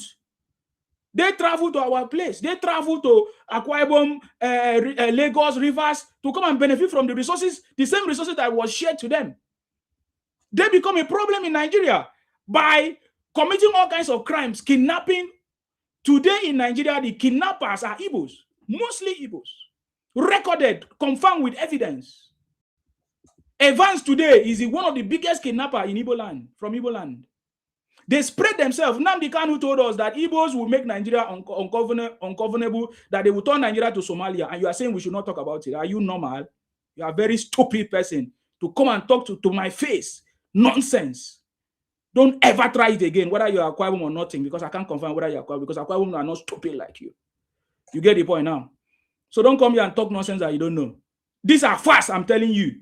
If you're in Nigeria, you know the facts. Don't cover up. We listen to Nnamdi Kanu abusing the whole country, calling names of other leaders without even mentioning their own people. What are you talking about? So don't come and tell us that Igbos are not the problem. We know that Igbos are the problem in this country. So when they cause problems and insecurity and the unknown government and everything that they created in the Southeast, making people to run away from their villages to other parts of the country, is that not a problem? Do you understand what is security? Do you know what security means? Have you not seen videos from the police, Nigerian police? Is it not Igbos that executed the NSAS burning properties through the commands of Nnamdi Kanu? Did you not hear it? Don't ever try that stupidity again to come to my platform and talk nonsense. Make I no curse you. You understand me? No, but you can do that on other platforms to get whatever you want to get. But when you come to Nsima, this is Nsima. Have you heard about Nsima before? Don't come here and do that rubbish. You understand me? There are other people that are the part of the problem. But today we are talking about Igbos because they are the ones that support their brother to say, I don't have a house in Abuja. That is stupidity. If you are talking about the structures of Nigeria, what are you talking about? Can you tell us about the structures of Nigeria that you say is a problem of Igbos? Are Igbos the only tribes in the country that you say the structures of Nigeria are the problem, or is what is causing the Igbos to do what they are doing in Nigeria? Is that what you are saying? These same Igbos are the ones that destroyed the country, and now they are coming back to come and tell us they are being marginalized. The same people that tried to marginalize other tribes that was with them in the old Eastern region. Have you not read? You did not go to school to know these things? So please don't come to my face and talk that nonsense again. If you don't know the problem of the country, you keep quiet. Let people that know you speak about it. You can go to Igbo platforms and say so that they will applaud you. You know, before, this thing that you are doing, I used to try to do it before. When I was supporting them. If you truly are from Akwa Ibom, you are one of the very stupid person. But you will learn if you actually say you are from Akwa Ibom. Because I was with them before supporting them, not knowing that they wanted to turn my people to be a subgroup. Igbos, Igbo Biafra, in their broadcast, they were saying that Akwa Ibom people are Ibonta, which means a subgroup to the Igbos. How can that happen? They say they want to change Akwa Ibom to Akaibo. How can that happen? They tried to belittle General Philip that it was a second in command. How can that happen? When Ojukwu, the coward, ran away from the country, and it was General Philip that saved the Igbos. Today, they could have not been Igbos in Nigeria if General Philip did not save them. And you're coming here to talk nonsense. You're one of the stupid, maybe you're a mixed blood to come to my platform and talk nonsense. Abasu me have enough, make thunder fire you to come here and talk nonsense. Say in the name of you are from Akwa Ibom, make thunder fire. You think that when you come from Akwa, I'll give you a opportunity to talk rubbish. Lies.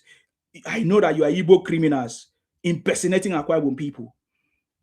No, all of you don't succeed on my platform. Go and tell now, go and spread the message.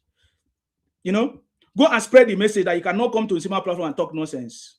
I get me now. Before I used to join them and be stupid, but that helps me to be who I am today. I'm proud to talk the way I talk because I know what the Igbo criminals are doing. Because you don't know. Maybe you are putting one of their sisters in your house, or maybe you are the one that even they are funding. I getting me now. So don't come to my platform and talk rubbish. Sometimes I keep quiet because I just want people to relate and let me hear what other people think. Igbos are the biggest problem of Nigeria. You don't know. They are the one even killing you with fake drugs and fake drinks. Most of the things that you are drinking, you don't know that you are giving yourself problems because of Igbos. Packaging all kinds of things to sell for you. That is the truth. If we don't talk about these issues, we cannot tame this criminality. We cannot resolve this issue. It is time for us to speak about it without being afraid of anything.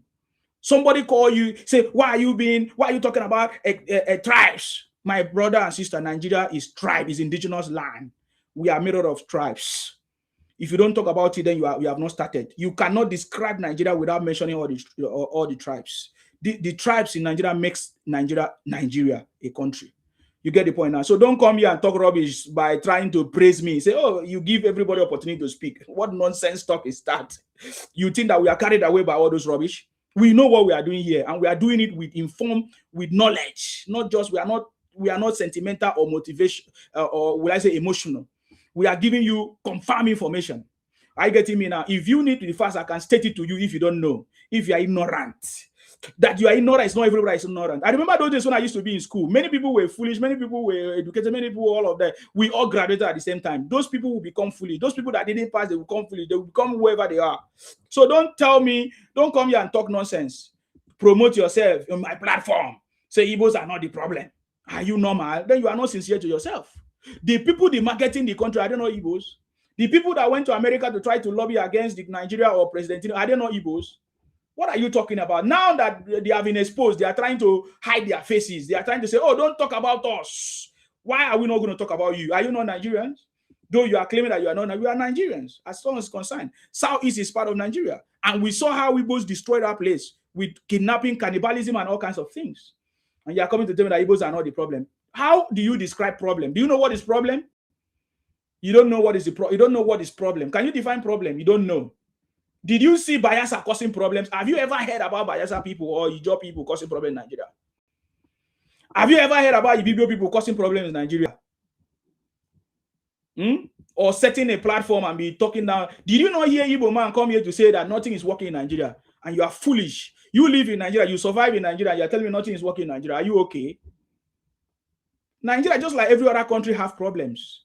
And that is why we have leaders to resolve these problems. And the only way your problems are not resolved is when you have bad leaders. We have been having bad leaders for so many years. And that is why today we brought President Tinubu. We are the one that supported him. Over 8 million Nigerians gave President Tinubu the job to make sure that the problems of Nigeria are resolved. And President Tinubu is doing it one by one, resolving those issues. You know, tax reforms, student loans. President Tinubu created a new Nigeria called the Coastal Road, the Lagos-Calabar Road, Coastal Highway. President Tinubu is the one that created it. He's solving the problems of Nigeria. President Tinubu, for the first time, have created what is called state laws. It's happening before our eyes. What about the reforms that is going on? What about our constitution that is going on? Constitutional reforms and everything. Yes. Amendment, constitutional amendments. Local government autonomy. And you are coming here to talk nonsense. Are you normal? Is there anything that is working in Igbo land? Maybe they are because things are not working in Igbo land. They are saying that Nigeria is not working. Are you normal? Nigeria that I grow up, speak the way I speak, have this knowledge. My first degree was in Nigeria, industrial production engineering. I got those knowledge in Nigeria. Are you okay to try to condemn my homeland where I come from? All of you trying to demarcate in Nigeria, we are going to put you in your place. Trust me. It's because before now we have been trying to play a big brother. Allow them, they are just stupid. Let them just do it. No. We have seen that you guys are creating what is called digital footprint that is giving Nigeria a bad image. We cannot allow that to happen anymore. Are you getting me now? So you can do that in your house, but not in my platform to come and talk rubbish. Okay? Igbos are one of the problems of Nigeria. There are plenty of other people, like the Fulanis, and leadership. Are you getting me now? So those are the problems that we have. And President Tinubu is gradually fixing it. So don't come and talk rubbish here again. Make thunder fire you to think that you can come and talk rubbish on my face. Straight to my face.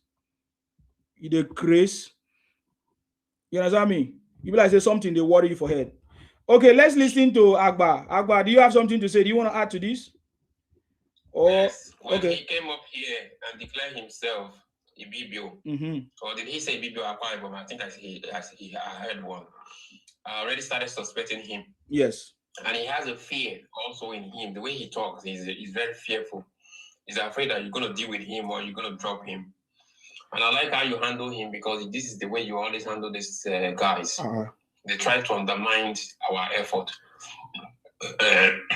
His Igbos are not the problem. In fact, me, I was about to ask him question like issue. I mean, his Igbos are not the problem of Nigeria. I was about to ask him a couple of questions, but it's good. But Islam is head. You use the head nakaba. So make we really understand. Because when people are committing atrocities at a large scale, like IPOB, IPOB T group, crimes, and if they are pardoned, like they are saying that, hey, he's not terrorist, it's saying a blunt message. Violence works. That is the message it's sending. It's sending a message that violence is working. It is acceptable by Nigerian government. That is the message it's sending. Armed groups, they learn that unaliving people, looting, or terrorizing civilians can lead to negotiation, money, or political relevance. This is what is happening in the north. With the jihadists in the north, there are political leaders that are saying that let us negotiate with these people. They are seeing these guys are just normal mere criminals or deluded people who need to be put back to normalcy, which is not true. Because peaceful citizens are punished for obeying the law, while criminals like Nnamdi Kanu and his Igbo terrorist group are rewarded for breaking the law. If you are saying that Nnamdi Kanu should be pardoned, he should be there, he should not be sentenced to life imprisonment, you are telling us that peaceful citizens, we see Nigerians steal Maggi, we see Nigerians steal biscuits, being sentenced to prison by judges. These things are on the news. How much more a criminal terrorist like Nnamdi Kanu and the IPOB Igbo terrorist? In fact, we are talking too much less about the Igbo criminality, to be frank. We always focus on the north. Let us start focusing on the Igbo terrorism in Nigeria. They are producing too much terrorists in Nigeria. Most things that they are doing in Nigeria is terrorism. Maybe factory, fake products, all those things are terrorism. And we must take them very, very seriously. Because if you don't do it with this T group people, you will create a perverse incentive structure that criminals will start to believe that, yes, I can commit crime and I can negotiate my way out. It weakens the rule of law. Developing countries like Nigeria, often we are already struggling with some weak institutions before Tinubu came. We see how everything goes on with the Buhari. It was a total disaster. So, pardon bypass courts and due process. If you're going to pardon Nnamdi Kanu, you are bypassing the courts and the due process. So the laws begins to feel optional, not binding. We have to make sure that laws are binding in Nigeria, not optional. Citizens lose faith in justice system. They already distrust. Many Nigerians already distrust the justice system. So if you are going to pardon some criminals, terrorists like Nnamdi Kanu and his cohorts, LBA or IPOB, you will make Nigerian citizens to lose faith in our justice system. because some of them already have distrust in the justice system because of these evil criminals who are demarketing it every day and night. This battle now, we have to take it to them. Because once rule of law erodes, rebuilding it is extremely hard. You can see how hard it is now to put Nigeria on a better spot because these criminals, Igbos, are trying to bring down the country. And if you don't deal with them, it's going to affect you too. We can see police from Thailand, Bangkok, saying that you Igbos are the problem of Africa. The police are saying it. You see, imagine that somebody traveled from Nigeria far to Asia. And after police arrest him, the police refused to mention him as a Nigerian, but the police rather choose to mention him as you Igbos are the problem of Africa. Let us even listen to that. Need the intervention of the Holy Spirit in their lives. Just with the evil agendas in which they are propagating. You recorded that. Let me fix this. 1 minute. Yeah, go ahead.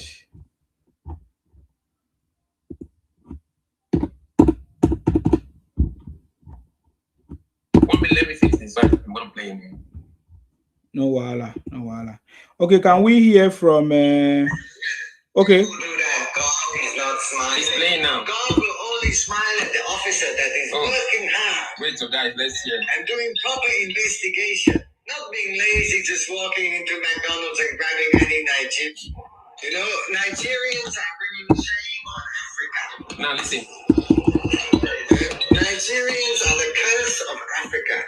And from Nigeria, who is the biggest curse? Igbo people. Because they are selfish and they are stubborn and they lie so well. And that is why proper investigation is needed in order to expose the devil so everybody can see him clearly. With all the evidence so that he can no longer be denying. Because if he denies, then the process means that you go to prison for a long time. Hello, are you hearing me? Good, listen carefully. Because many stupid Igbos. Because many stupid Igbos, they are sitting and they lie and they lie and they lie and they end up in prison for a long time. After they go to prison, I go to visit them there and they say, "Oh, I'm sorry, sir. Make you drop me. Okay, I should have been down." I go drop you now because they don't report you. they report you. They report you. we how criminal these people. We hold them in their balls this time. Trust me. You see what a foreign police is saying about Nigeria because of Igbos? And somebody is coming here to tell us that Igbos are not the cause of the problem. Did you not hear the man say it? Because of the problem in Africa, Nigeria. And then in Nigeria, who are those? Igbos. And it's because of Igbos that they are calling Nigeria into the mix. We need to do something about it. We can't keep quiet anymore. That is the point. That is the point we are making. For the fact that Igbos went to America to lobby against Nigeria and President, that tells you, that answers all the questions. I get me now. And they were proud of it. They were celebrating it. So can we hear from CMB Cruise TV? Oh yeah, unmute yourself, please, and let's hear from you. Thank you very much. Good morning, my people. Good morning, everyone. I salute you. Good morning, morning. You're welcome. Yeah, I just get one big fact because actually, like, I enjoy your program. It's okay. My problem is, I think I want to speak about the politicians because I feel the situation we had today in Nigeria. Yes, everybody can lay blame to any tribe, but me, I'm not yet to lay blame to any tribes. Rather than I want to lay blame to the politicians because the bigger thief are those people that steal your election. They are the bigger thieves. No other way to describe it. Because my point is, if to have a good government, that's why there's an election. So if today who you voted for is not in power, so the bigger thief and the people that destroy Nigeria the more is the politician. The second, I've also feel the northern leaders have failed us. They have failed us because today you see everyone is running around trying to say, oh, we are now one. But the silence about the killing of Nigerians all this while, no leaders speak up about it. No leaders. So why did you mention the northern politicians? Why don't you mention the eastern politicians, the southeast politicians? Okay, I feel the southeast are like, I feel they are agitating, and is everyone right to agitate? But it's left for government to listen. So what are you talking about? Are you normal? You are one of the very stupid people. If you ask the northerners, are they not saying they are agitating for something? What are you talking about? The Fulani are not agitating. You are very stupid to say that. Did you not listen to them agitate? Hold on. You are very, come on, get out. Nobody talk rubbish on my platform and say, hold on for what? He's a criminal. You're a thief. Come here to talk nonsense. You guys are mad. You are very stupid. You come here and mention other people's tribe, and you say you are not a tribal person. Did you not mention the northerners here?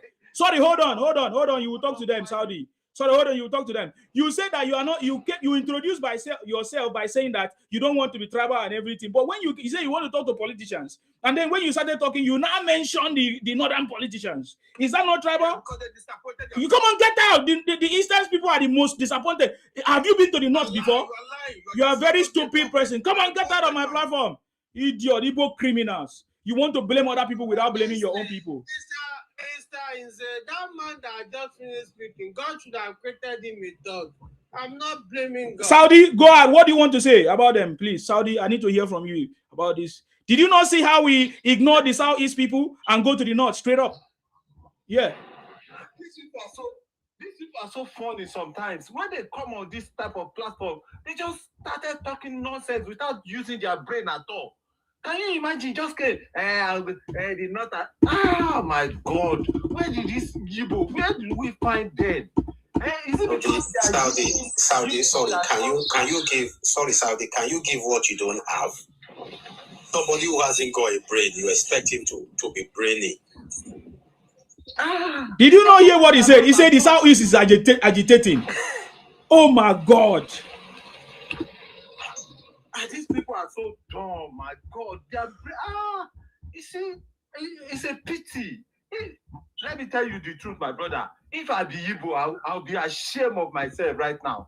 If I am a Igbo man, I'll be ashamed. I won't be able to come to public and talk anymore because everything will come on our head. We've been committing crimes since what's his name? Inadi Asikwe. We've been committing crime. We are the one that destroyed this country called Nigeria. And still yet you still come out and still talk. Where do you don't even have shame. You don't have brain. You don't have shame. You are so arrogant, Igbo. You don't have anything. You don't have anything to show that this is a good thing that Igbo is doing in Nigeria. When they talk, you say we are doing trade. We say you are doing trade. Which trade are you doing? Before you come to anywhere, the Akwa Ibom people have been doing their trade. The Yoruba people have been doing their trade. You came there to take everybody's trade by style. You are a criminal, Igbo. You have your agenda since day one. Ojuku, what's your leader? Asikwe, he told you people to go and start committing crime everywhere in Nigeria. And you people will do the same. You came to our father's Yoruba land and took all the market by style because we don't have an agenda. We thought you are human beings. We thought you people are human beings that we can live together. We never knew that you people are criminal. Every time you commit crime, your father has never done anything good. I want any Igbo man to come on this platform and tell me one good thing they brought to Nigeria. Just one. I don't want them to tell me two. One good thing that we can talk about them. If not lie and everything. Now they brought Obi. They brought Obi out to come and be president of Nigeria. Obi, who is number one IPOB criminal. They brought that one out to come and we can't be living like this. Nigeria is like this. You'll be talking nonsense every time. You'll be lying. He said he's washing toilets. Is that one that will be the president of Nigeria? that will go anywhere, that will not have anything to say. When they ask him A, he will be talking about B. Obi has never come out and said, this is the policy I'm going to create when I'm the president of Nigeria, and we are going to do it like this. All the student loans, I will pay it. It's not going to be loan anymore. Obi is so dumb. You people, you are so foolish. And now somebody giving Nnamdi Kanu honorary. Nnamdi Kanu that will end his life in the prison. And you people are still donating money. You people know, when are you going to get sense, Yibo? When? I don't tire for now. I think it's high time that we start campaigning for you people to just let you have your Igbo land and stay on your own and stay on isolation. You can't leave you human beings. That's why now the Kanu say Biafra is a zoo. Now you should go to your zoo and be living in the cage there. We should cage you around and fence you out of Nigeria so Nigeria can have peace again. Because you people, you are so foolish that your brain is not working, and you are cocky, you are arrogant. You have never brought anything good to Nigeria. No Nigeria can say something good about you. No Nigeria will say something good about you. You left your region, you started buying everybody in the whole Nigeria. You started buying everybody without buying a single person in your region, and you want that peace, and you've never come to apologize to people that you buy their people, and you want it to go like that. And sometimes I always, you see, no matter how these Fulani people do something bad, sometimes I always appreciate them, because when I remember, if not the counter coup, maybe Isima you will be Isima Shuku. Now they would have changed everybody. They would have changed my name to you understand, they would have Yibo. Thank God for these people that can't cool you people to send you away, Yibo, because you are criminal. But now there's no more coup again. We are already awakened now. We will not allow you. We will not allow you. The final thing you will do, we will fence you out of Nigeria. We will fence you out because you are all criminal. You every day you wake up, you commit one crime. Every day. All Igbo will commit crime. Anytime you wake up, you commit crime. And you're a criminal in Nigeria. We don't want you anymore in Nigeria. Thank you, my brother. You've done a very good job, man. Thank you very much. He came here to say, he started by saying, he's talking nonsense, man. These are a bunch of criminals. I deal with them. The conversation, please go ahead. The conversation, what do you have to say? Sima, good morning. How are you? I'm okay. Thank you very much. You're welcome. Okay, really nice to come to your streaming this morning. I enjoy it, and the conversations taking place. First, let me put the context. I'm an Igbo man, but I'm from the South. I'm from Delta State. Voila. Yeah. Okay, yes. Go ahead. So when I hear people painting all of us with brush, I'm a bit disturbed. Even though from Delta State, I speak from Anioma region. What is the difference between the Igbos in the southeast and the one in the Delta? A lot. Tell us the difference. In terms of values, in terms of tradition, in terms of belief system. You are better than them. In terms of what? So your own Igbo is better than the Igbo in the southeast. In terms of what? Oh my God! So you are not the Osu people, eh? The Kano has called us Fulani. God, you are so funny. And he thinks we are saboteurs simply because we choose to be different. Having said that, I do not believe there is any Igbo criminality. The crime goes across all borders everywhere. However, there are concerns about what is happening in Igbo land. I think people have been brought up to believe in the might is power. Lawlessness is everywhere. And if you go to the southeast in particular, you will see that nothing really works there. I'm a lawyer. I will never practice in the southeast because they don't really believe in the rule of law. It's something they all grew up with. So now you are preaching supremacy here that you You better Igbo now. You are better than the Anambra people. I have not said so. You are